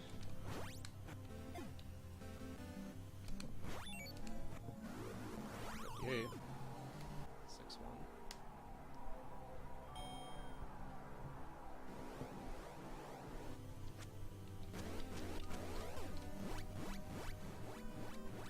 Uh-oh. It just got real. That's a split you're not supposed to gain time on. 4-8? This is so dead. This is the deadest speedrun I've ever seen. Oh my god, dude. This is doomed. This is doomed. This has no chance. Zero possibility of finishing.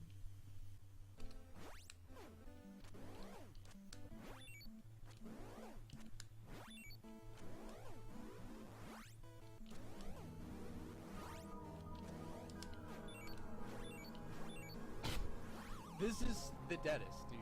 You can't get this luck. Tyson's 8-second delaying this. I will bet you all the money. I will bet you all of the money, Cash. This is not gonna happen. This cannot happen.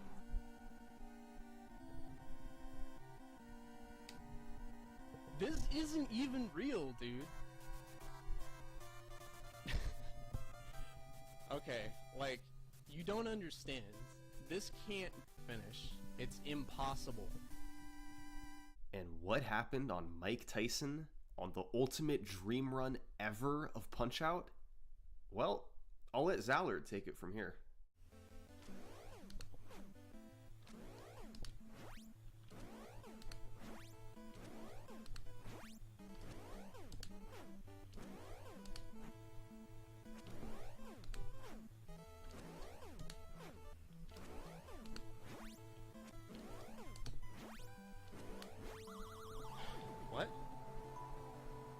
What? It's 102. I'd never got the 8-second delay in that first phase, so that meant I pretty much got past every luck barrier in the entire game, and it's just me versus Tyson. That's it. Like, all the nerves that I didn't have, they came back, like right here, right here.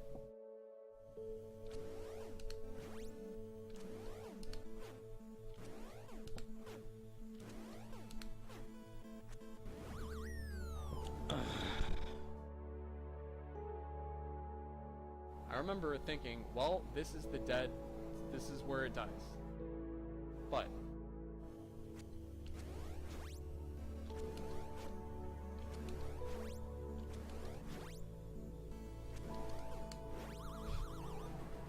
this is, I feel so bad right now. So bad.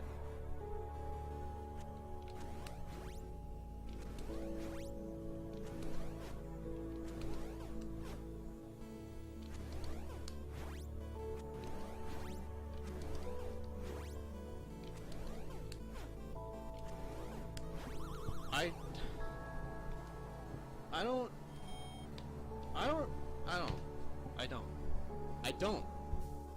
I just don't.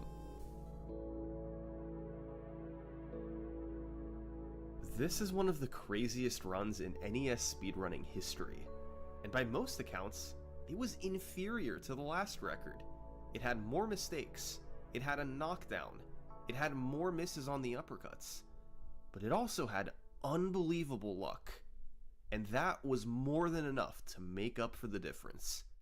Sinister and Ouijui had been left in the dust. Zallard was breaking new ground.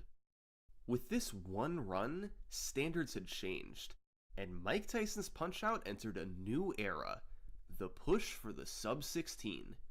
For years, it was a theoretical time, but more of a pipe dream than a rational expectation, much like the mythical 457 in Super Mario Bros.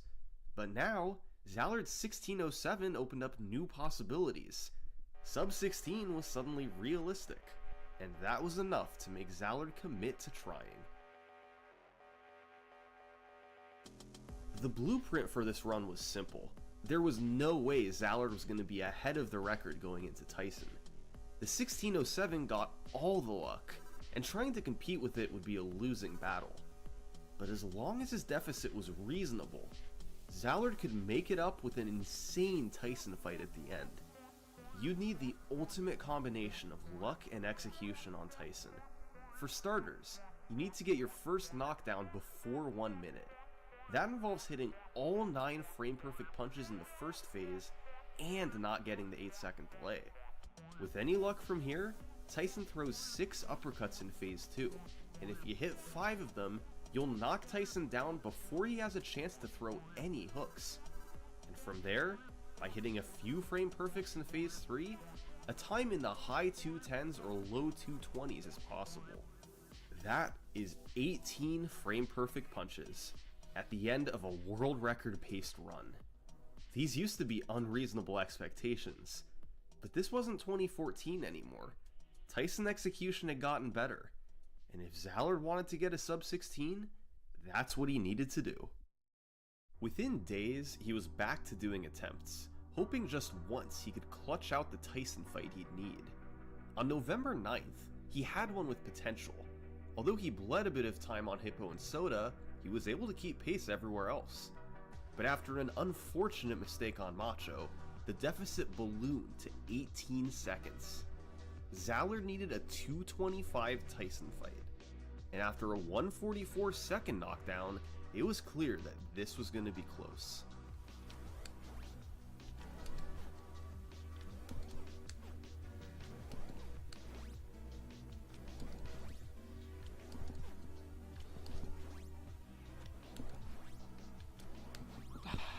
Come on, man.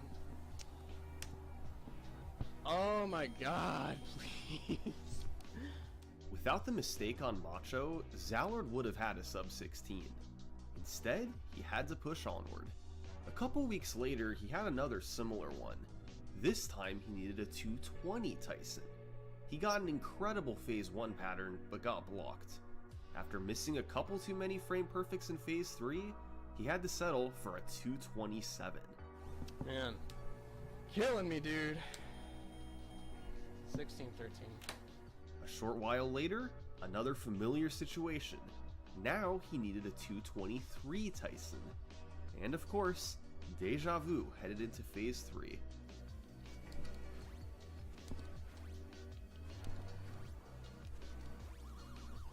You gotta be... Why? Why? Just why? Time and time again, Zallard just couldn't quite get the Tyson he needed. He was playing well, but not perfect. At this point, over a month had passed since his 1607, and Zallard wasn't able to beat it. But he wasn't the only one trying. That's a PB. It is a PB. Man, that was 1622. All right.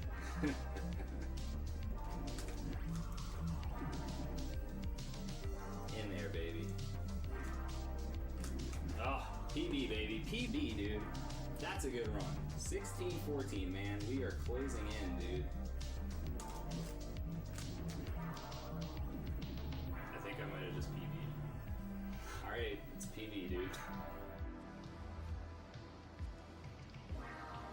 Alright, I'll take it. Missed world record by 4 seconds, guys. All of a sudden, Sinister and Weejui had closed in. They were both within 5 seconds of Zallard's record. All three of these guys had been grinding heavily over the last month, and Zallard was the only one with nothing to show for it.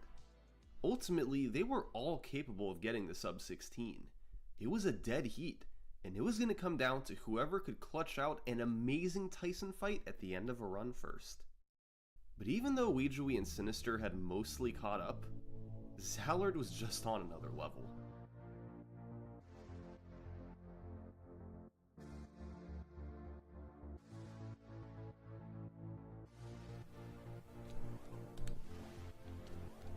Oh, baby.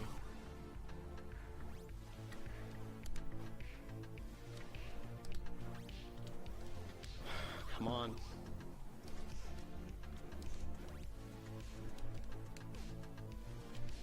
Yes!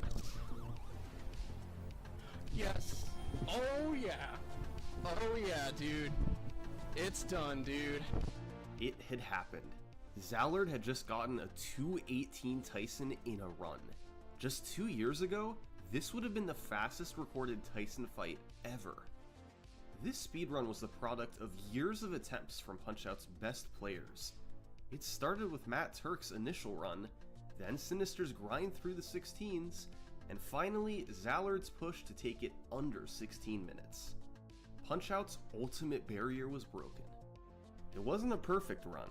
Most notably, he got a hook on Soda, which cost about 10 seconds. But the 2:18 Tyson fight more than made up for it. Zallard was done, and seeing what he had accomplished, Weejui and Sinister decided to stop grinding as well. Everyone was satisfied with this incredible world record. The sub 16 was real. By 2016, most of the Punch-Out community was inactive. This is common once a landmark world record is set. People feel no need to even try beating it. So, for months, there was no movement on the leaderboard. However, that changed in late January 2016. For the first time in a year, somebody new entered the top 3. And all of a sudden, in one fell swoop, he passed both Sinister 1 and Weejui, only trailing behind Zallard's world record. This runner was me. Yeah, this Punch-Out history we've been looking at, I was absolutely invested in back as it happened. They're some of my fondest speedrunning memories, and were instrumental in getting me into speedrunning as a whole. Sinister's 16:27 was the first world record I ever watched live, and from there, I was hooked. I slowly began learning speedrun strategies for all 14 fights. By mid-2015, I was doing full game runs.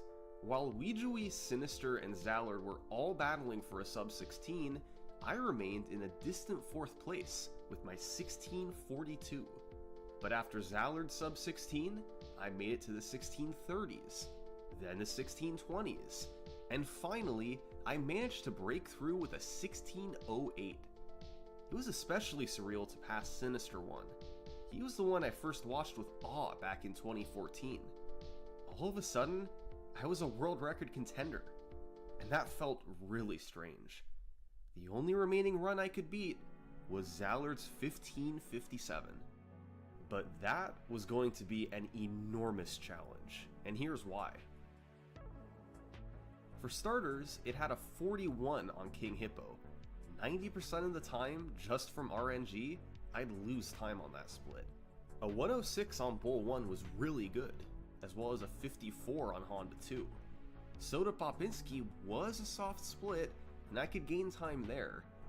But after that, it was a gauntlet. 128 and 140 on Bull 2 and Dawn 2 were both excellent splits. There was time to save on Sandman and Macho, but not much, and on average I could expect a time loss. And on Tyson, I was up against a 218. That was faster than my best Tyson fight ever. I was practically guaranteed to lose time there. So, the goal was to keep it close into Soda, pick up about 10 seconds there, then try and preserve my lead as long as I could. And with King Hippo killing run after run early, that was not going to be easy. But I was determined to try, and so I embarked on a quest for my own sub-16. For weeks, I streamed my attempts on Twitch, going nowhere as early game RNG stopped me. But eventually, I started to break through, first getting a 1607, then a 1603. Little by little, I was chipping away at my time. But what kept preventing greatness was Mike Tyson. Zallard's split was too tough to compare against. I was pretty reliably able to get fights in the 230s, but lower than that was extremely rare. Eventually, I caught on that my Tyson execution was holding me back, and started to focus on him. I worked on building my consistency, and over time, fights in the 220s started to become more common. As such, my confidence started to grow. If I could get a run on pace, I had the ability to get the type of Tyson I'd need. On March 1st, 2016, I started my session with Tyson practice just like I always did. And on my first attempt, I recorded my fastest ever Phase 1 knockdown, 55 seconds. The fight ended at a 223. My Tyson execution was on point today. Now, I just needed to get a run there. And roughly 2 hours later, this happened.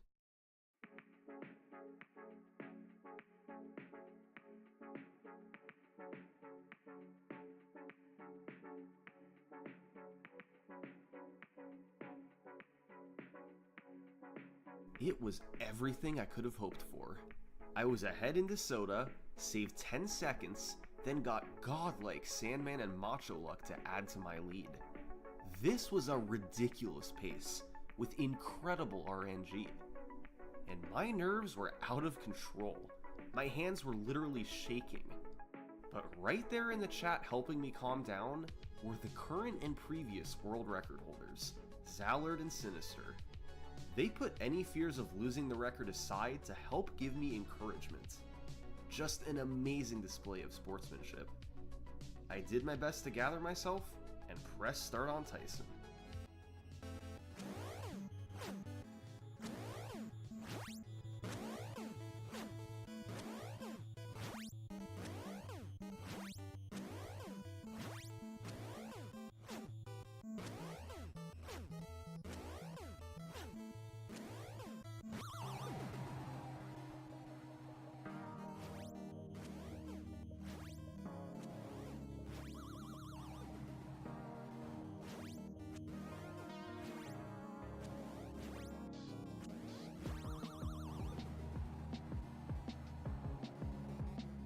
This was better than I could have ever imagined. I had clutched out a 224 after these first 13 fights. It wasn't quite as good as Allard's 218, but given the circumstances, I was more than happy. And right there cheering me on were Sinister and Zallard. Two guys I had idolized were celebrating me taking their world record. Just a completely surreal feeling. With a 15-second lead over second place, I felt pretty good. This run had outstanding luck, and a solid Tyson at the end. There were very few spots to gain time, and I had no intentions to try and lower it. So, I took a step back and played other games.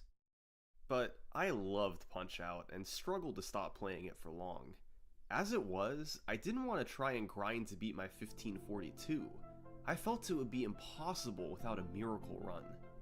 However, if I could find new ways to save time, then maybe beating it would become realistic.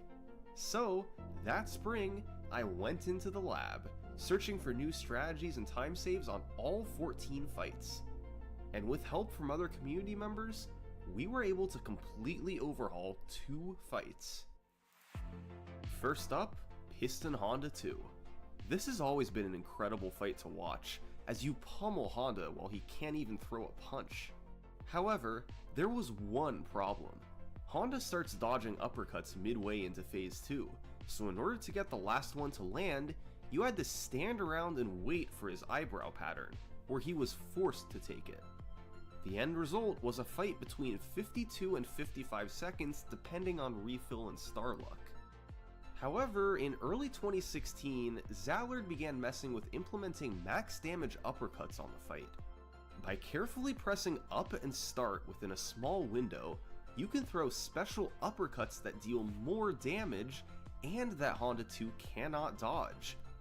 I struggled to hit these consistently, but by messing around one day, I figured out that doing a quick dodge beforehand provides a visual timing cue, making the punches much easier. So now, there was no need to wait for Honda's eyebrows, and the fight ranged from 45 to 51 seconds. And the other fight was Don Flamenco 2. We ended up transforming him from a normal fight to the most random one in the entire game, even more than Hippo and Soda. On the first counter of the fight, you get a star, and you get another guaranteed one every 7 counters. But on all the rest of the counters, you have a 1 in 16 random chance of getting a star. It's a complete mystery why Nintendo designed the fight this way, and frankly, it's pretty baffling. But getting extra stars can be enormously beneficial, since they deal massive damage to Dawn. Zallard worked out a phase 1 where you'd get 9 chances at the 1 in 16 random star, and from there, I helped develop a roadmap for the rest of the fight depending on how many stars you get and what health refill Dawn gets in phase 2. This unlocked times on Dawn 2 that were previously impossible. With 2 stars in the mid refill, you could get a time all the way down in the 120s. The problem is, getting this luck is extremely unlikely. Most of the time, you'd get 0 stars in phase 1, and end up in the 140s like usual. Now, this 1542 world record was quite optimized for the strategies used, and the new tech wasn't guaranteed to help. Honda 2 was now harder, and Dawn 2 was way more random. But there was clearly potential here to beat the 1542. I wasn't sure exactly how much time I could save, but if I got everything to line up, the record could go down by a lot. So, in May 2016, I got back to the world record grind. My goal time? Sub 1520. I didn't know if that was a realistic goal, but I wanted to at least try for it. And right away, things were not looking good. The random elements kept ending run after run. Hippo barely let anything through, Soda killed half that made it to him, and Dawn 2 was never giving me stars. They were teaming up so that on every run, at least one fighter gave me unwinnable luck. The new strategies didn't seem to be helping, but there was still one way I could beat the record. On May 24th, I got on a run that lost 18 seconds to Soda Popinski. This effectively killed it, but I decided to play it out, and entering Tyson, I had a 10-second deficit. I needed a miracle fight, and ultimately proceeded to get the first ever perfect Tyson in a run.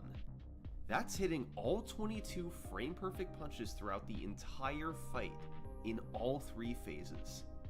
Doing this on the uppercuts isn't too hard, but proceeding to then hit all 8 hooks is super tough. But with the pressure mostly off on a pace like this, I was able to get it, and lower the record to the 1530s. A few days later, I was in a similar spot. The first 13 fights had done me no favors, so I only had a 7-second lead compared to a 2:10 Tyson. I needed another miracle fight, and I somehow did it again. A 2:13, matching Matt Turk's IL record from 9 years prior. This time, it was a perfect fight other than one missed hook in phase 3. Clearly, I had stepped up my Tyson game a bit, but I was doing it with the pressure off. Neither of these runs were on a good pace, and the Tyson fights are the only reason they were records. If I wanted to reach my goal of sub 1520, I had to execute on Tyson when the pressure was on. And a few weeks later, I'd get my chance. It started with a perfect 38 on King Hippo. After a solid next couple of splits, Soda gave me uppercuts, and I got a 53. I made it to Dawn 2 with a 17-second lead, and while he didn't give me the god luck, I got one random star and a good refill. After a decent Sandman and a great Macho, It added up to a 21-second lead going into Tyson. This was an amazing run. Now, those 210s and 213s I had gotten were super rare. I could maybe pull it off 1 in 20 tries. Add in the pressure of a pace like this, and it wasn't looking likely. But I didn't need a perfect Tyson. If I could beat him around 220, that would be an amazing fight, and I would get the sub 1520. But I also had the 8-second delay to contend with, as well as nerves. No time to think, here we go. I had to execute right now.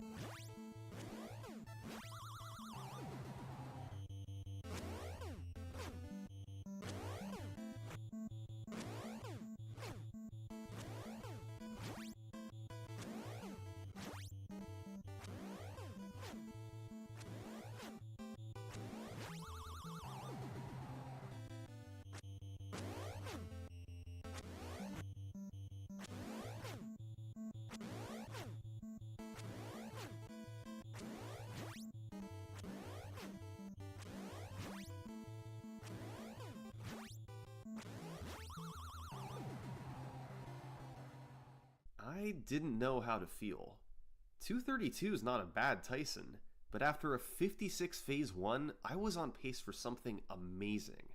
It was still a world record, but not the one I was looking for. So, I kept playing. This was going to be a very hard run to get out ahead of. A 38 hippo and 53 soda meant I was pretty much always going to be behind. The obvious time save was Tyson. Even if the super low Tysons weren't realistic, I could still save a solid 10 seconds there with some regularity. But keeping pace with the rest of the splits would be brutal. Although there was one other place I could hope to save a bit of time.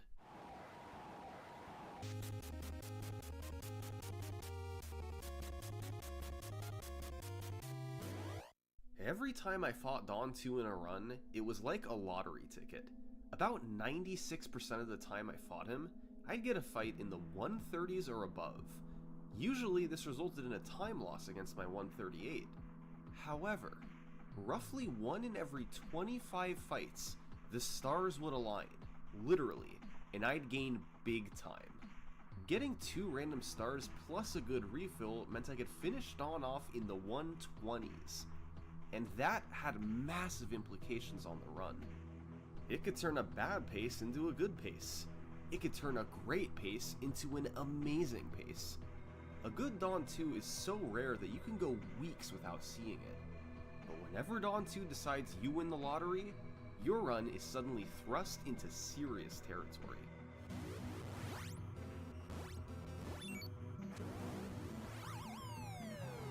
And that's exactly what happened on June 22nd. Dawn 2 gave me a 124, approximately 1 in 50 luck. And all of a sudden, I was ahead of my splits with 3 fights to go. This was a golden opportunity. A 7-second lead, knowing I had time to save on Tyson at the end. I just had to avoid a catastrophe. Oh, bad refill on Sandman, there's 10 seconds gone. Ah, bad delay, there goes another 5. Ugh, bad macho pattern, another 10 gone. And a knockdown. The run is over. This is what the game does. It'll give you false hope with a miracle Dawn 2, but you're far from out of the woods. Sandman and Macho can team up to immediately kill your run, and there's nothing you can do about it. By this point, I was starting to get pretty frustrated. I'd been grinding every day for over a month, and although my goal was sub 1520, I hadn't even gotten sub 1530. I realized that part of it was a mental battle. I was going up against my 1531, which had an amazing early game to make me always in the red. So, I decided to run against my 1534 splits again, which were much friendlier before Tyson. But even still, although I could get out to a lead, it always came crashing down somewhere. This continued for weeks, and and I began to wonder if sub 1520 wasn't realistic. The type of luck I needed, on top of an amazing Tyson at the end, might have been too much to ask. I kept doing runs, but they always died somewhere. I couldn't get everything to line up. The sub 1520 just wasn't a feasible goal. It would take a near perfect run, and the game just doesn't let you finish runs like that.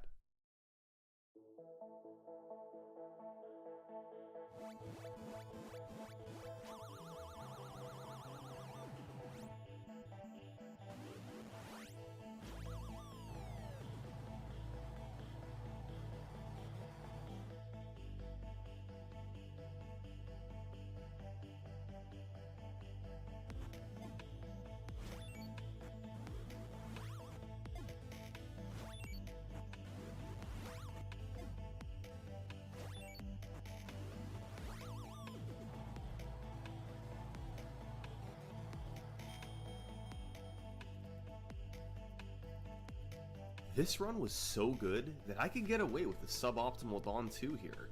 A time in the 130s would be fantastic, but even something in the 140s could be acceptable with a lead this big.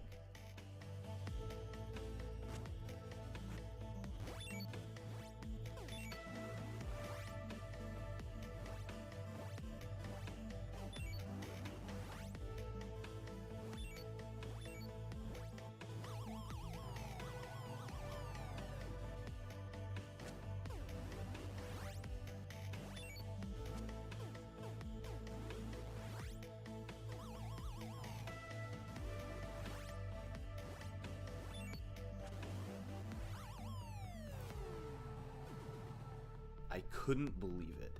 On the best pace of my life, I had gotten the 1 in 50 Dawn 2 luck. This run was approaching once in a lifetime territory, but I still had 3 more fights to go.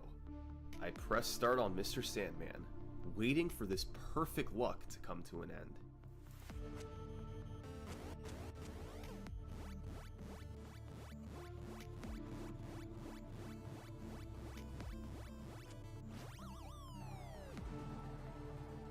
More perfect luck. I felt like I was dreaming. The good refill and the short delay, meaning another 6-second time gain.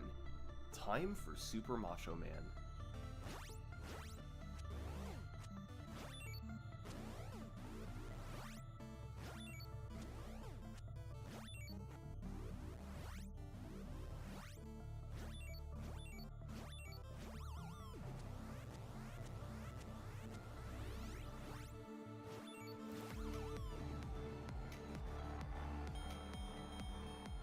Perfect luck again.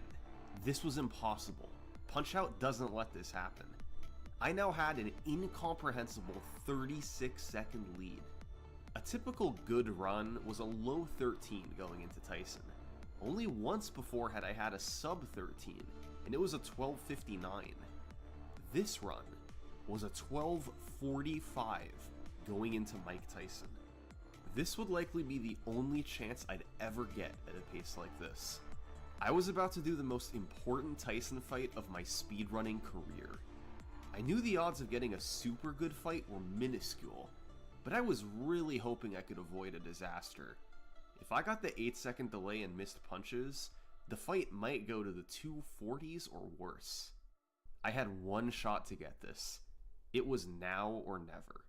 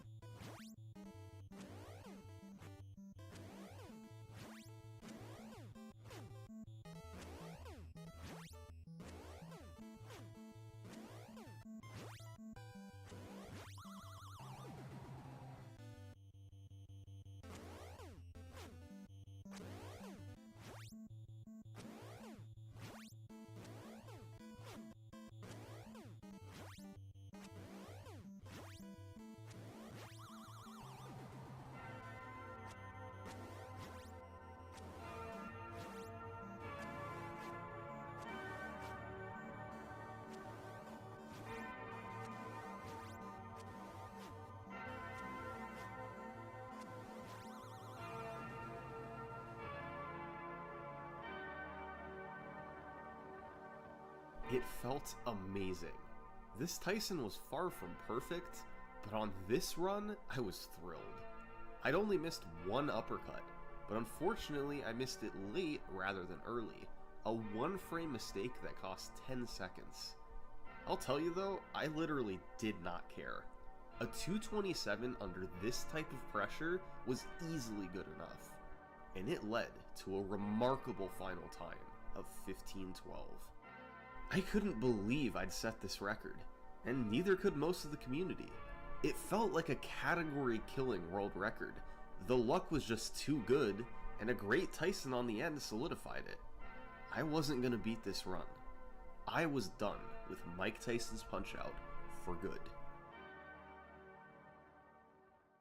Okay, hysterics aside, let's talk about the 15:12 rationally. This run wasn't called unbeatable because of my execution.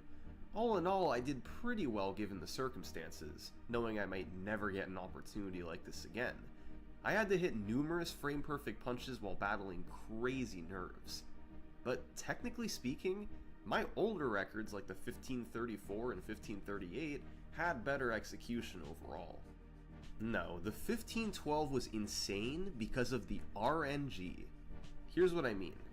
On King Hippo, I got just one block, which is in roughly the 90th percentile of luck. Bald Bull 1 gave me the literal best pattern he could, in the 99th percentile. Honda 2 gave me the good refill and I played fairly well. Soda Popinski did 3 nearly instant uppercuts, in the 95th percentile. Dawn 2, we already know he gave me the 1 in 50 God pattern. Mr. Sandman, we got the good refill and short delay, with solid execution. And Macho, literally the best luck at every random event. Finally, at the end of all that, Mike Tyson could have done the 8-second delay to kill it, but he didn't. He too gave me good luck. Virtually every fight gave me perfect or near perfect luck. The result was this super statistically improbable world record. In just 1 year, thanks to a combined effort from Sinister, Zallard, and myself, the world record had gone from 16:25 to 15:12. I was now 42 seconds ahead of second place. There was nothing more for me to do. I wasn't beating this record. So, I moved on.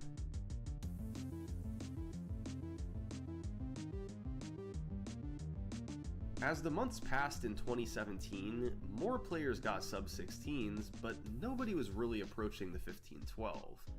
Meanwhile, I was busy working on the Mike Tyson individual fight record. I ended up getting it and lowering it a few times, but it also had a side effect of building my overall Tyson consistency. I had always been able to get low times, but now I was starting to see them a bit more regularly. More like 10% of the time rather than 5%. It made me look at my 227 from the world record a bit differently. It wasn't bad by any means, but I was starting to see a realistic 10 to 15 seconds to save there. And if I could save that much time in one fight, maybe the 15:12 wasn't so unbeatable. By 2018, I hadn't grinded single segment in a year and a half, but the possible Tyson time save was enough to intrigue me. So, I got back to doing attempts. If there was any hope of beating the 15:12, I had to get a crazy Tyson fight. There is no way I was going to get out ahead of these splits. I know I've said that before about earlier runs, but for real this time, I had no chance of being ahead after the first 13. It may have been only about a 10% chance on Tyson, but it was the only way this was going to happen. I began doing runs and immediately it was rough. The worst offender was Dawn 2. That fight was pretty much a guaranteed 15-second time loss. And on the rare exceptions that he gave something passable, someone else always stepped up to kill it. This continued for months, and typically the culprit was Dawn 2. But one good sign was that my Tyson game had definitely improved. And even if they weren't records, I was getting some really fast runs. What a run, oh my god, 15-17. The real test was going to be fighting Tyson when the record was within reach. And thanks to Dawn 2 and the rest, that was never happening. Hippo killed most runs, Soda took care of some, and Dawn 2 was the insurance. But finally, on April 7th, I managed to only lose 13 seconds to Dawn 2 on a run tied with the record. That was actually a pretty good fight. And after I matched my Sandman and Macho splits, my deficit was only 12.5 seconds going into Tyson.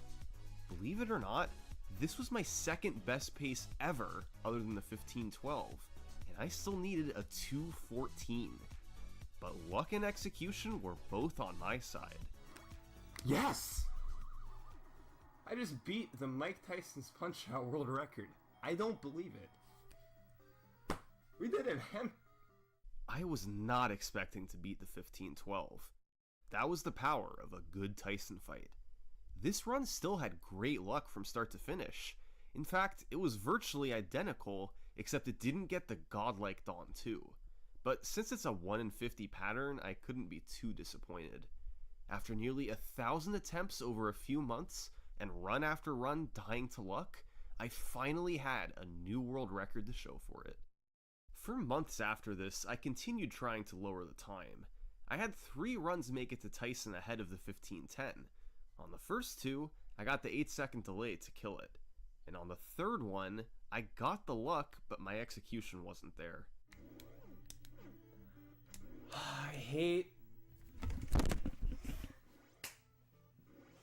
As I've said before, getting it all to line up is nearly impossible.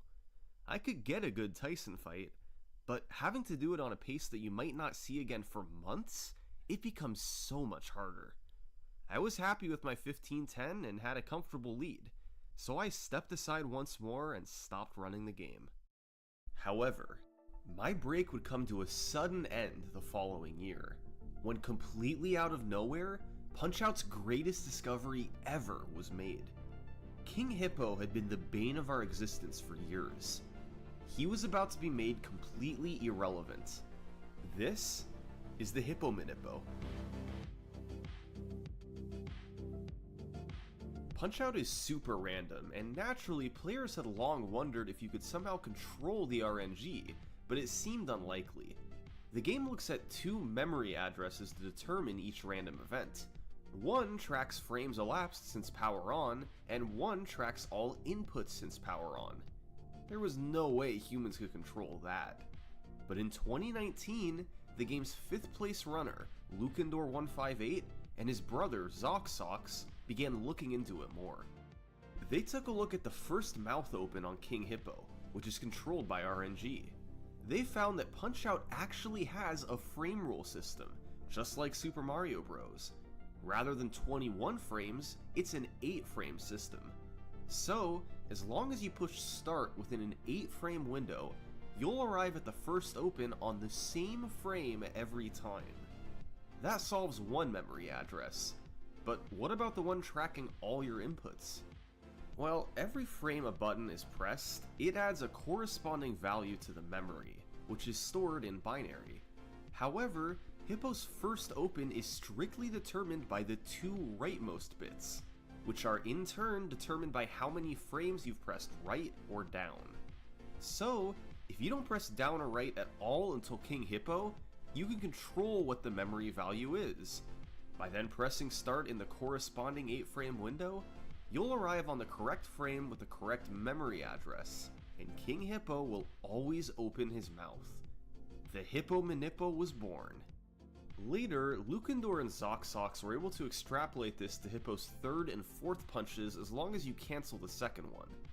When the dust settled, King Hippo had become a non-random fight. You had to start a timer upon powering up the game, then press start in an 8-frame window, then carefully fight him to get the 2nd and 3rd opens. It was a difficult strategy, but if done correctly, you would always get either a 40 or 41 on King Hippo. It probably goes without saying, but this was enormous. We used to reset 80% of our runs to Hippo. Now, we'd make it past him 80% of the time, and always with a fast fight. We'd now have so many more chances at Soda, Dawn 2, and the rest. The world record was already down to 15:10, but with the Hippo Manippo, a sub 15 was starting to seem realistic. Just a few years ago, sub 16 was thought to be the ultimate barrier for Punch-Out. Now, 14 5x was the endgame. Around this time, I enlisted the help of one of my viewers, I Am the Dinosaur. He built an archive into my split spreadsheet, so I could keep track of every split of every run that I performed. This was great data to figure out my average fight times, my consistency on certain fights, and my overall luck. Dinosaur also helped me with something else. We plotted all my runs, comparing their paces and seeing how far they made it. Before the Hippo Manippo, few runs made it past the early game, but with RNG manipulation in effect, it was a different story.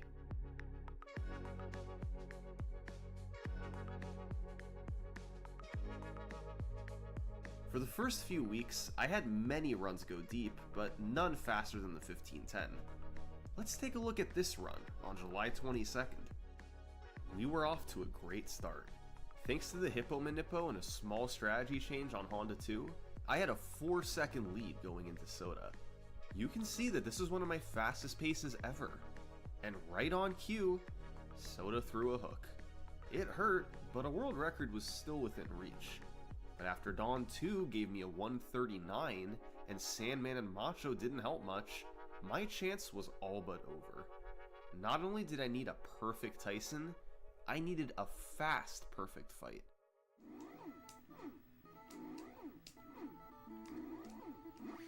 Oh my god, that's so fast.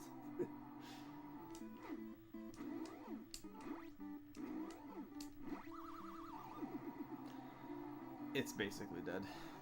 I mean, I would need something amazing.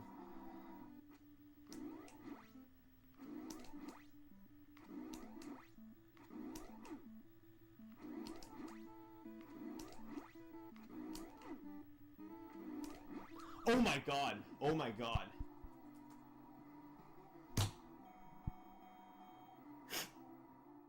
Somehow, some way, it was a new world record. This was a very unorthodox way of getting there, but in the end I had brought it back. It was a small improvement, and wasn't what I was ultimately looking for, but it showed the power of Hippo Manippo. It took just a couple of weeks to set a new record. Still, I wanted to go faster. I continued for a few weeks, and then on August 6th, I managed to get a 49 on Soda in a run. 3 instant uppercuts. It turned a mediocre pace into a great one. Heading into Dawn 2, I was praying I'd at least get something. And I did. 2 stars plus the mid refill. I was starting to break new ground with this pace. My fastest run ever. The next step was to make it past Sandman.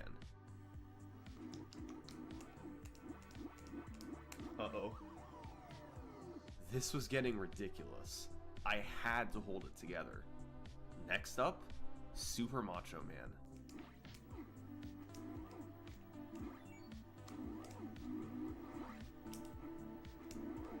Well, that's gonna hurt. I don't really know where his guard is here. I made like a 2-second mistake there. Maybe 1 second mistake. The rest of that was on Macho. Back to reality. But I still had a chance on Tyson if I could get a really good fight.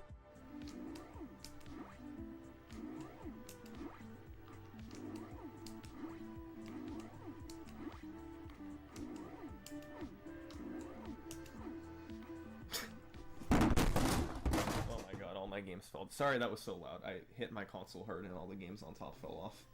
Run over. I hit my punches and got the 8-second delay. It seemed like a crazy pace, but it was just a tease. The game took it away in an instant. Nothing I could do about it. But thankfully, the very next day, I'd get another chance. Let's go. He coughed up another good fight. 124 this time. I had to preserve an 18-second lead with 3 fights to go. Mr. Sandman gave the good refill, but he also gave the long delay, meaning I broke even. Macho gave me kind of sketchy luck, but it was still good enough for a sub 1 minute fight. I was able to take a 13-second lead into Mike Tyson. This was my best pace ever since the 15-12. I was still 4 seconds behind that run, but I had the chance for a massive record. If I could avoid the 8-second delay and hit all my punches, then sub 15 was on the table here. I had to calm my nerves down and try to handle the frame perfects. My heart rate's not even that high, man. I'm just shaking. Alright, do my best.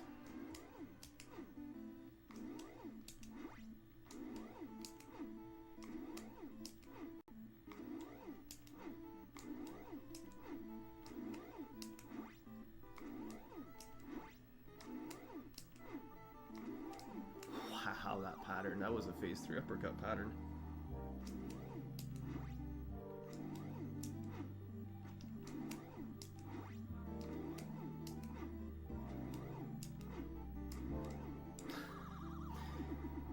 It's too fast, man. I can't do the buffer.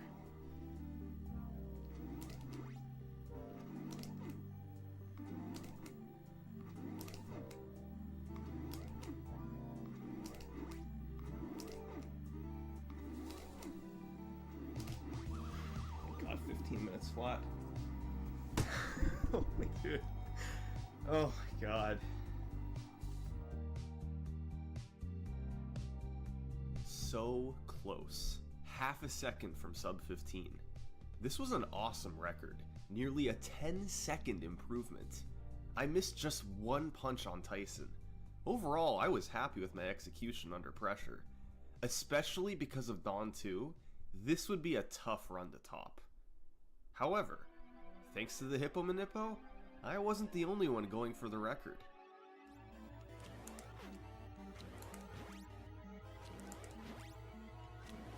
Yes, alright. That's a sick PB right there. What is that? 15-16. Let's go, dude. Let's go. Zallard was back, and now that he had the Hippo Manippo, he was able to demolish his PB. With just one run, he cut my lead in half, and he was a serious record contender. Zallard's 15-16 didn't get the crazy Dawn 2 luck that I had, and his Tyson pattern was slower, but other than that, we had very similar runs. He was also able to take advantage of a new strategy I recently discovered on Soda. By taking an intentional knockdown, he always does an instant uppercut when you get up.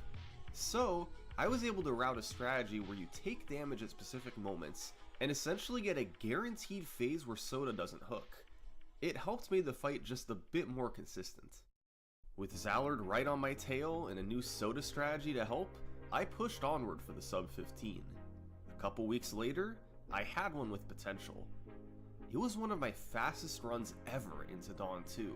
I had a 4-second lead.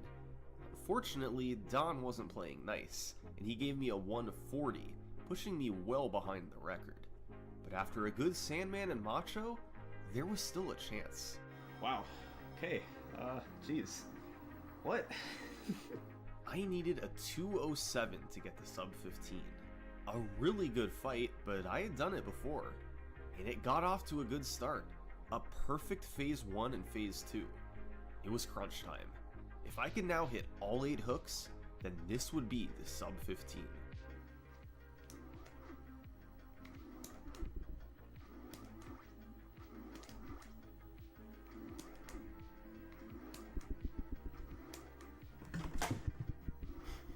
Couldn't do it, man.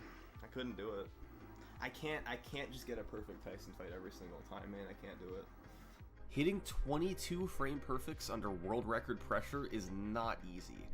I was 3 hooks away and couldn't quite hold it together. The next several weeks were awful. Dawn 2 was destroying everything in sight. I'd enter him with a lead and the run would be dead moments later every time. He was never giving me stars and always giving bad refills. This continued for a couple months. And then, that October, I had a run going that looked like nothing special, but it took a sudden turn at Dawn 2.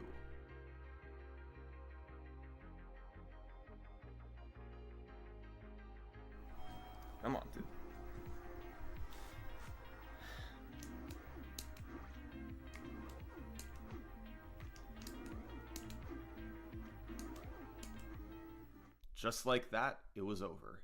Tyson gave a horrible pattern and I missed too many punches. If it's not obvious yet, this fight is so brutal. The hardest part of the run, by far, right at the very end. I kept going. I had less time to play in late 2019 and a few months passed without anything significant. However, in February 2020, we had a serious development. I'd gotten a 128 Dawn 2 after already being on a great run, and after a perfect Sandman, I found myself 7 seconds ahead. It was my best pace ever to this point. 2 fights to go. I moved on to Macho. The fight started as normal, and I was able to successfully sneak in 2 punches after his first uppercut, although I didn't get a random star. The most important part now, I needed to get the good pattern. And I did. That meant a 28-second knockdown with 1 star in reserve. In Phase 2, I was hoping he'd stand still so I could get stars, since I didn't get the random one earlier, but he backed up. So, instead of hitting him with an uppercut after his spins, I had to do something a bit slower. Phase 3 was now the inverse. I wanted him to back up right away since I had loaded up on stars, but he just stood still. 2 more seconds down the drain. In the end, I got a 57-second fight. Not great, but it was far from a bad time, and it all added up to a 12:40 going into Mike Tyson. This was the first time I had a lead over my 15-12 this late in the run. It was by far my best shot ever at a sub 15. Tyson started, and almost right away, I missed a frame perfect. That was okay as long as I didn't miss any more. And for the rest of Phase 1, I was able to hold it together and avoid the 8-second delay. A 56 Phase 1, a very good start. However, in Phase 2, he started delaying everywhere. It messed with my timing, but I managed to still hit my punches and knock him down by 132. I'd made it. Phase 3, on sub 15 pace.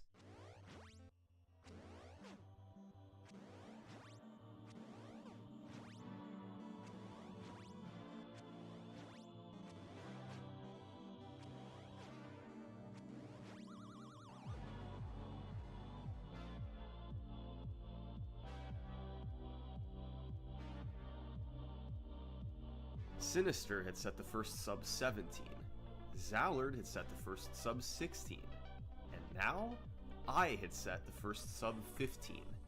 It was my best chance ever to get it, and I was super happy I'd clutched out Tyson when I needed it. I'd done nearly 1,000 attempts since the Hippo Manippo's discovery. It was mostly a brutal RNG grind, with some heartbreaking deep runs mixed in. But at long last, the sub 15 was finally real. Even though I was thrilled with the run, I was still interested to see if I could take it lower. And right after this, the pandemic hit, and I had a lot of free time on my hands. So, I started grinding attempts harder than ever.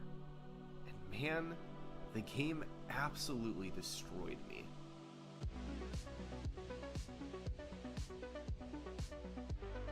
This was months of playing nearly every day, and I just could not get it. More often than not, Dawn 2 was to blame. He'd take a good pace and destroy it in an instant. Eventually, this turned into years of failure. I poured hundreds of hours into single segment after my 1455, and I still couldn't set a new record. It was mostly due to luck, but I'd had my share of chokes too. I kept thinking if I'd just play a bit more, I could finally get it. But it never happened. 2 years after my first sub 15, the world record remained the same. Perhaps out of sheer stubbornness, I kept trying. On April 6th, I had a really nice run going into Dawn 2.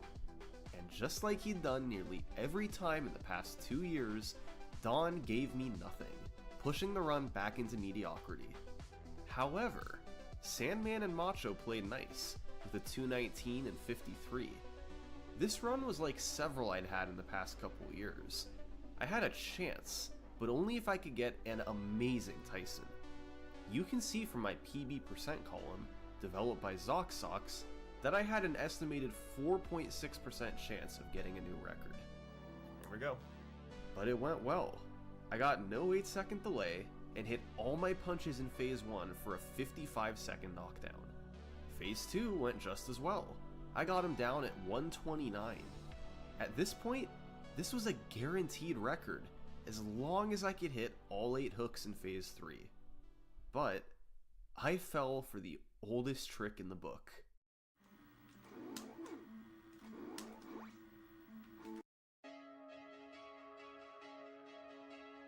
I dodged too early. Tyson's hook was frames away from hitting me. I frantically hit dodge again, praying that Mac would move out of the way in time. And I just cleared it, somehow even managing to land the frame perfect too. After surviving that, I knew I had this record.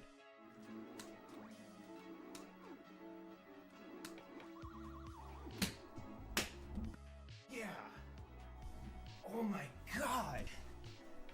Oh my god. 2 years of heavy grinding, all for a quarter of a second improvement. This was the happiest I'd felt after a record in years. I knew the work that had gone into this, and I knew how well I'd played on Tyson.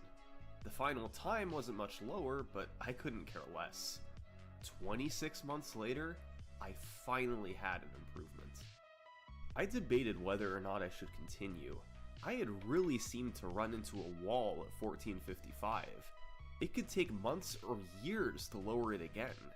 I didn't want to repeat the same nearly fruitless grind. On the other hand, there were developments from other runners. 8-Bit Gamer had rapidly improved, and a few days after my new record, he moved into second place with a 1514. 8-Bit had developed some nice Tyson consistency, and I knew that given the right run, he did have potential to break my record. But I still had a 19-second lead, and beyond him, there really wasn't much movement. So I felt pretty safe, at least for the time being. Throughout the rest of 2022 and into 2023, I didn't play a single segment. And all the while, the record remained the same. I maintained a big lead over second place. Nobody else had even broken my 1512 from back in 2016. That time was nearly 7 years old now. All these guys easily had the potential to do it, but they hadn't devoted the time to grind for the RNG needed, and also hadn't capitalized on Tyson when they had the chance. So, with a 19-second lead over second place and a solid world record, I was feeling pretty good about myself.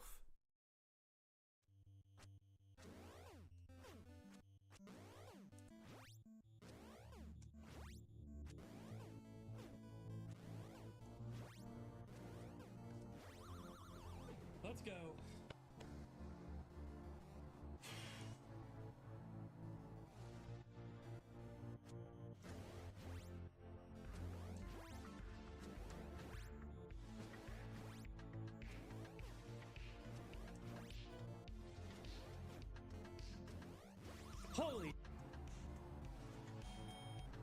Holy cow, dude. Oh my god. Oh my god. Holy cow. Oh my god, dude. Are you kidding me? This was the closest anyone had been since I got the world record. K3, pretty much out of nowhere, had become a force to be reckoned with. Getting a perfect fight at the end of a run is no joke, and he had just done it to catapult himself into second place. Now, he was just 8 seconds from the record. Had he not gotten a bad pattern on Super Macho Man, K3 would have beaten me, and he had no intention of stopping now. I had never seriously felt a threat to my record in the past 7 years. That had just changed, and as much as I liked K3, I also wanted to try and hang on to the top spot. I had tried to lower the record earlier in the year, but I ended up coming short once again after hundreds of attempts.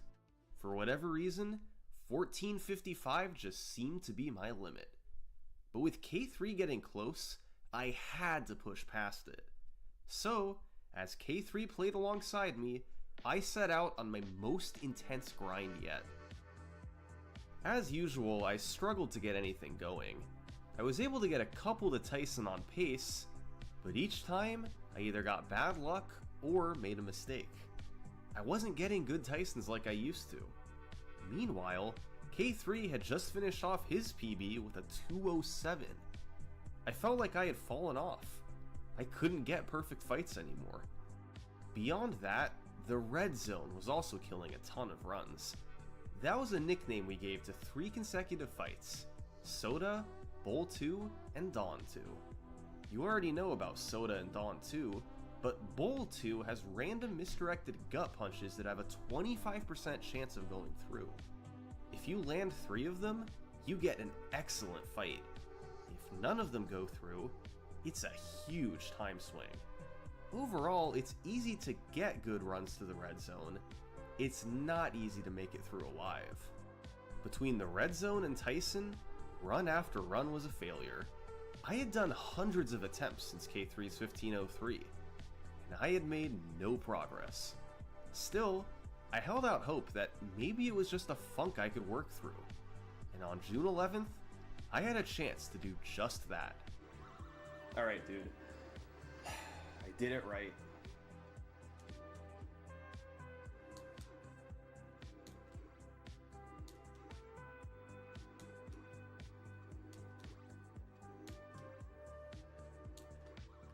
Yes, dude! Oh my god. I did it. I did it, dude. I did it. It wasn't much, but I'd finally shown I could still get a good Tyson. And although the record was no harder for K3 to beat, at least it wasn't a 1455 anymore. I had hopefully passed that mental hurdle. These splits were pretty balanced except for one point in the middle. I got an incredible 48 on Soda, followed by an awful 134 on Bowl 2. I decided that for future runs, just to make it easier, I'd pretend my Soda split was a 54 and my Bowl 2 split was a 128. I knew my job was far from over. K3 was still going, and I knew what he could do on Tyson. But I had improved the record once. Surely, with enough time, I could improve it again, right? Well, I kept getting these heartbreaking runs. I'd make it to Tyson on pace, and whether it was my fault or his, the run would always die there. I just couldn't do it. I was getting chances, but I wasn't capitalizing. Meanwhile, another runner was starting to close in. This is J-Durg. Over the course of May 2023, he was rapidly lowering his PB through the 1520s. And the big payoff came in June, when he blew his old runs out of the water. Yeah! Top 3, baby! So now, there were 2 runners with a 15.0x. Both were within 11 seconds of the record, and both were actively trying to get it. I committed to the grind even harder. It was a mad dash to beat the 1454. I was desperate for a breakthrough. And finally, on June 28th, I had this run.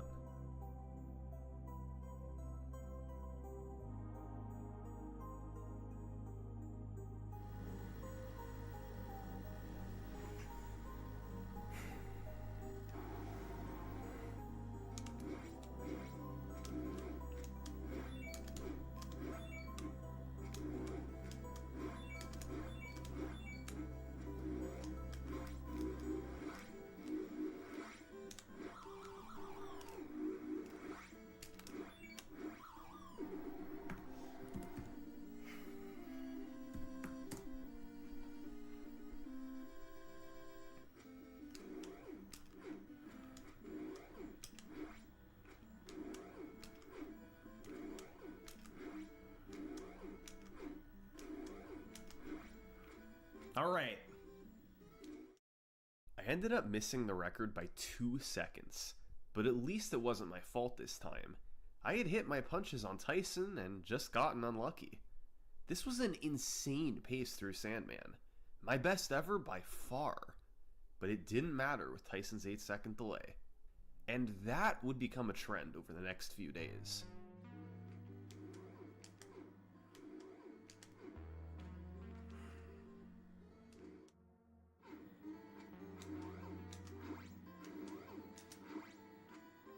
Yup. As always. But finally, on July 8th, Tyson gave it up. I scored a 54 first knockdown and 128 second knockdown. And once again, I had to hit all 8.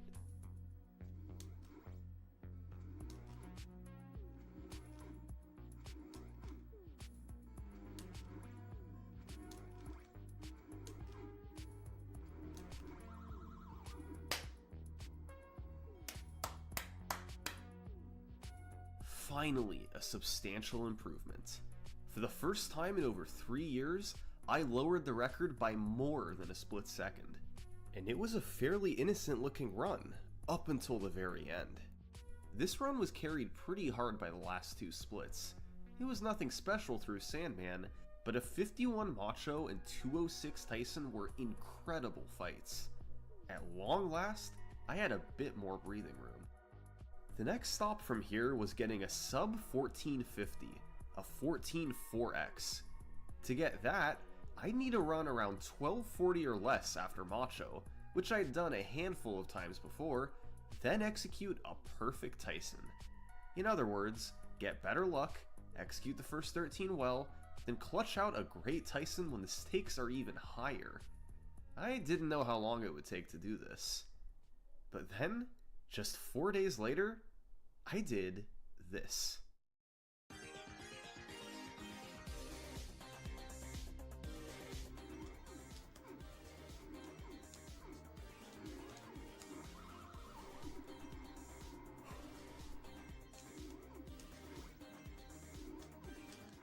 It's over. Wait, that was it. Ooh, that hurts.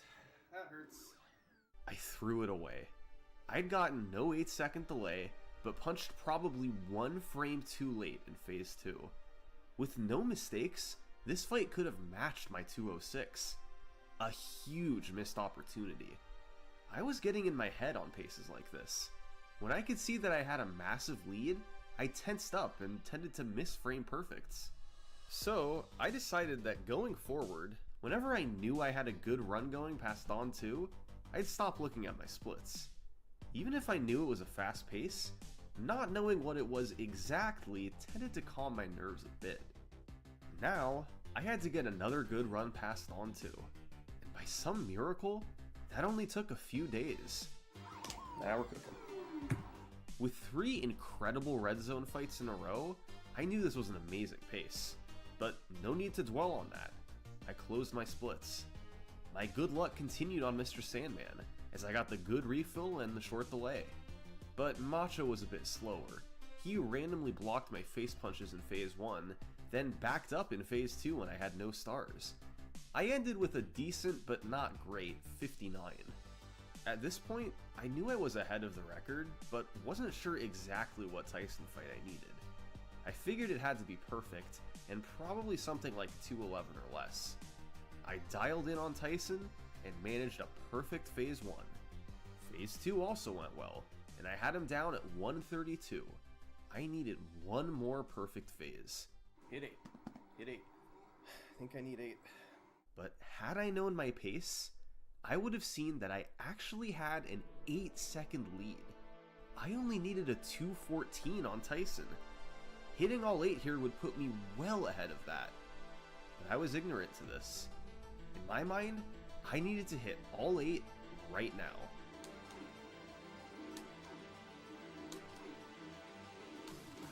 What did I get? Let's go! Oh my god, dude.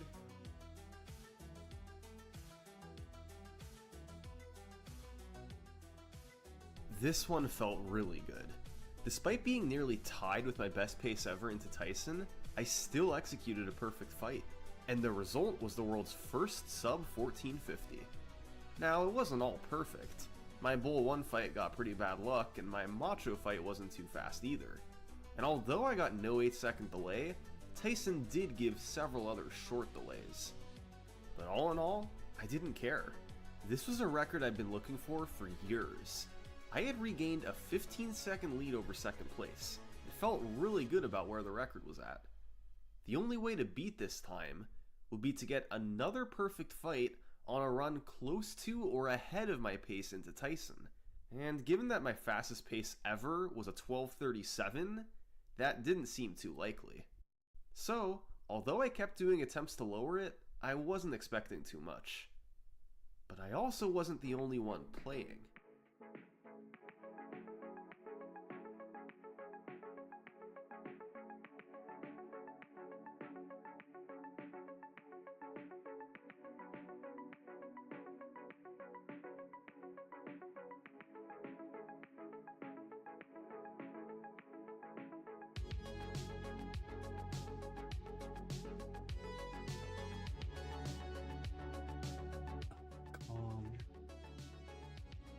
One punch at a time.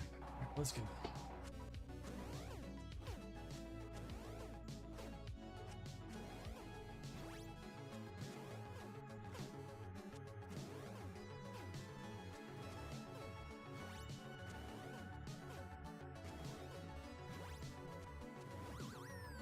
No, that's too much, dude.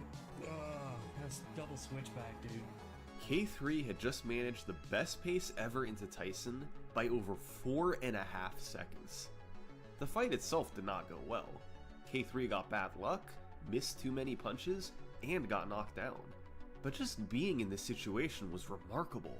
Across all my thousands of runs, I'd never gotten anything close to this going into Tyson. I'd had numerous upper 1230s, but never below 1237. This 1233 didn't get off to a crazy start, but it took off in the world circuit. He had 3 excellent fights in the red zone, then followed it up with essentially perfect Sandman and Macho luck. And all the while, K3 never made a mistake. He saw what pace was developing, but was still able to lock it down until Tyson. The truth is, while I had had more overall chances at the world record, K3 had the very fastest ones. Back in September 2022, K3 had a 12:48 into Tyson, with a 19-second mistake on Honda 2. This could have been a 12:29. Again, my best ever was a 12:37. So, even though I held the top spot, I did not feel safe. K3 was an excellent player, and he could demolish his 15:03 at a moment's notice. I kept going, and the next few weeks were pretty slow. The attempts were really adding up, and I wasn't sure how much further I wanted to go. I was just looking for one more run on a fast pace where I could knock out a perfect Tyson. And finally, on August 21st, I'd get that chance. This was an extremely balanced run. Throughout the entire world circuit, every fight gave me very good, but not perfect luck. I didn't gain or lose too much time anywhere. At the end of Macho, I had a 12:39, and I needed to gain 2 seconds over my 2:10 Tyson.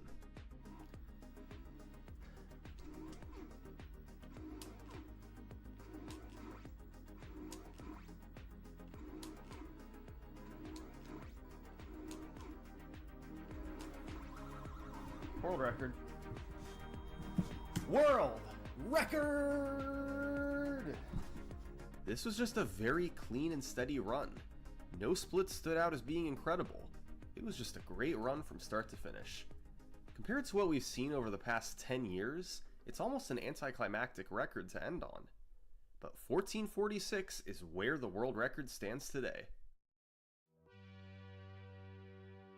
I never could have imagined the journey I'd go on when I first got the record in 2016. The remarkable 1512, the discovery of Hippo Manippo, Dawn 2 crushing my dreams, the sub 15, and the rise of some amazing competitors. All these factors combined to take the record to where it is today. That, and thousands of attempts. From the days of Matt Turk, through Sinister One's dominance, through Zallard's world record battles, and through my own reign with the record, Punch-Out has an incredible world record story. And I can't wait to see where it goes and who takes it there in the future. This has been the history of the Mike Tyson's Punch-Out world record. Thanks for watching.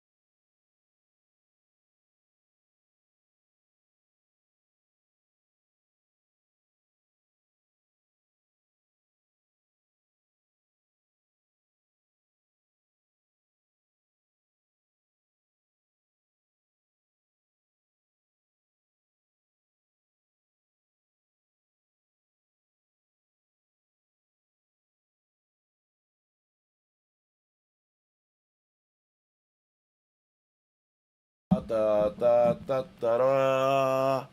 We are now unmuted. Oh my god. Holy fucking shit.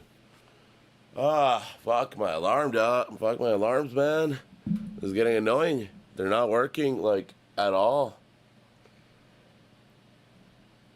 Oh, God, I almost dropped that cam. There we go. They're not working at all. Holy crap.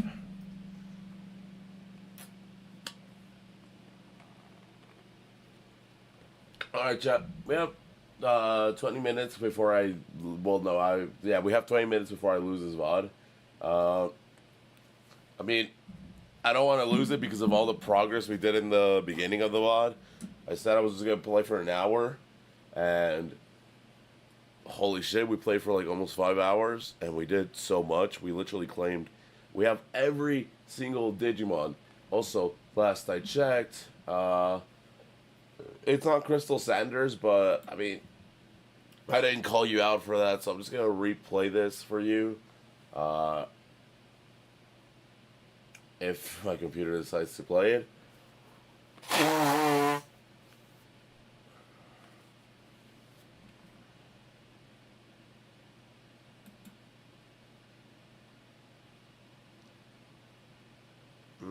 There it is. Okay. No, oh my fucking god. So I have to fix that. So I'm gonna end stream. Turtle gets out of work in like an hour. So yeah, we're gonna end stream and we might start off with Forky Night. Cool, I played it twice. Yeah, I need to fix that now. Alright, well, I'll see you guys in a couple of minutes. I'm gonna go do the stuff that I usually do when I wake up, go to the restroom, get some food, get water.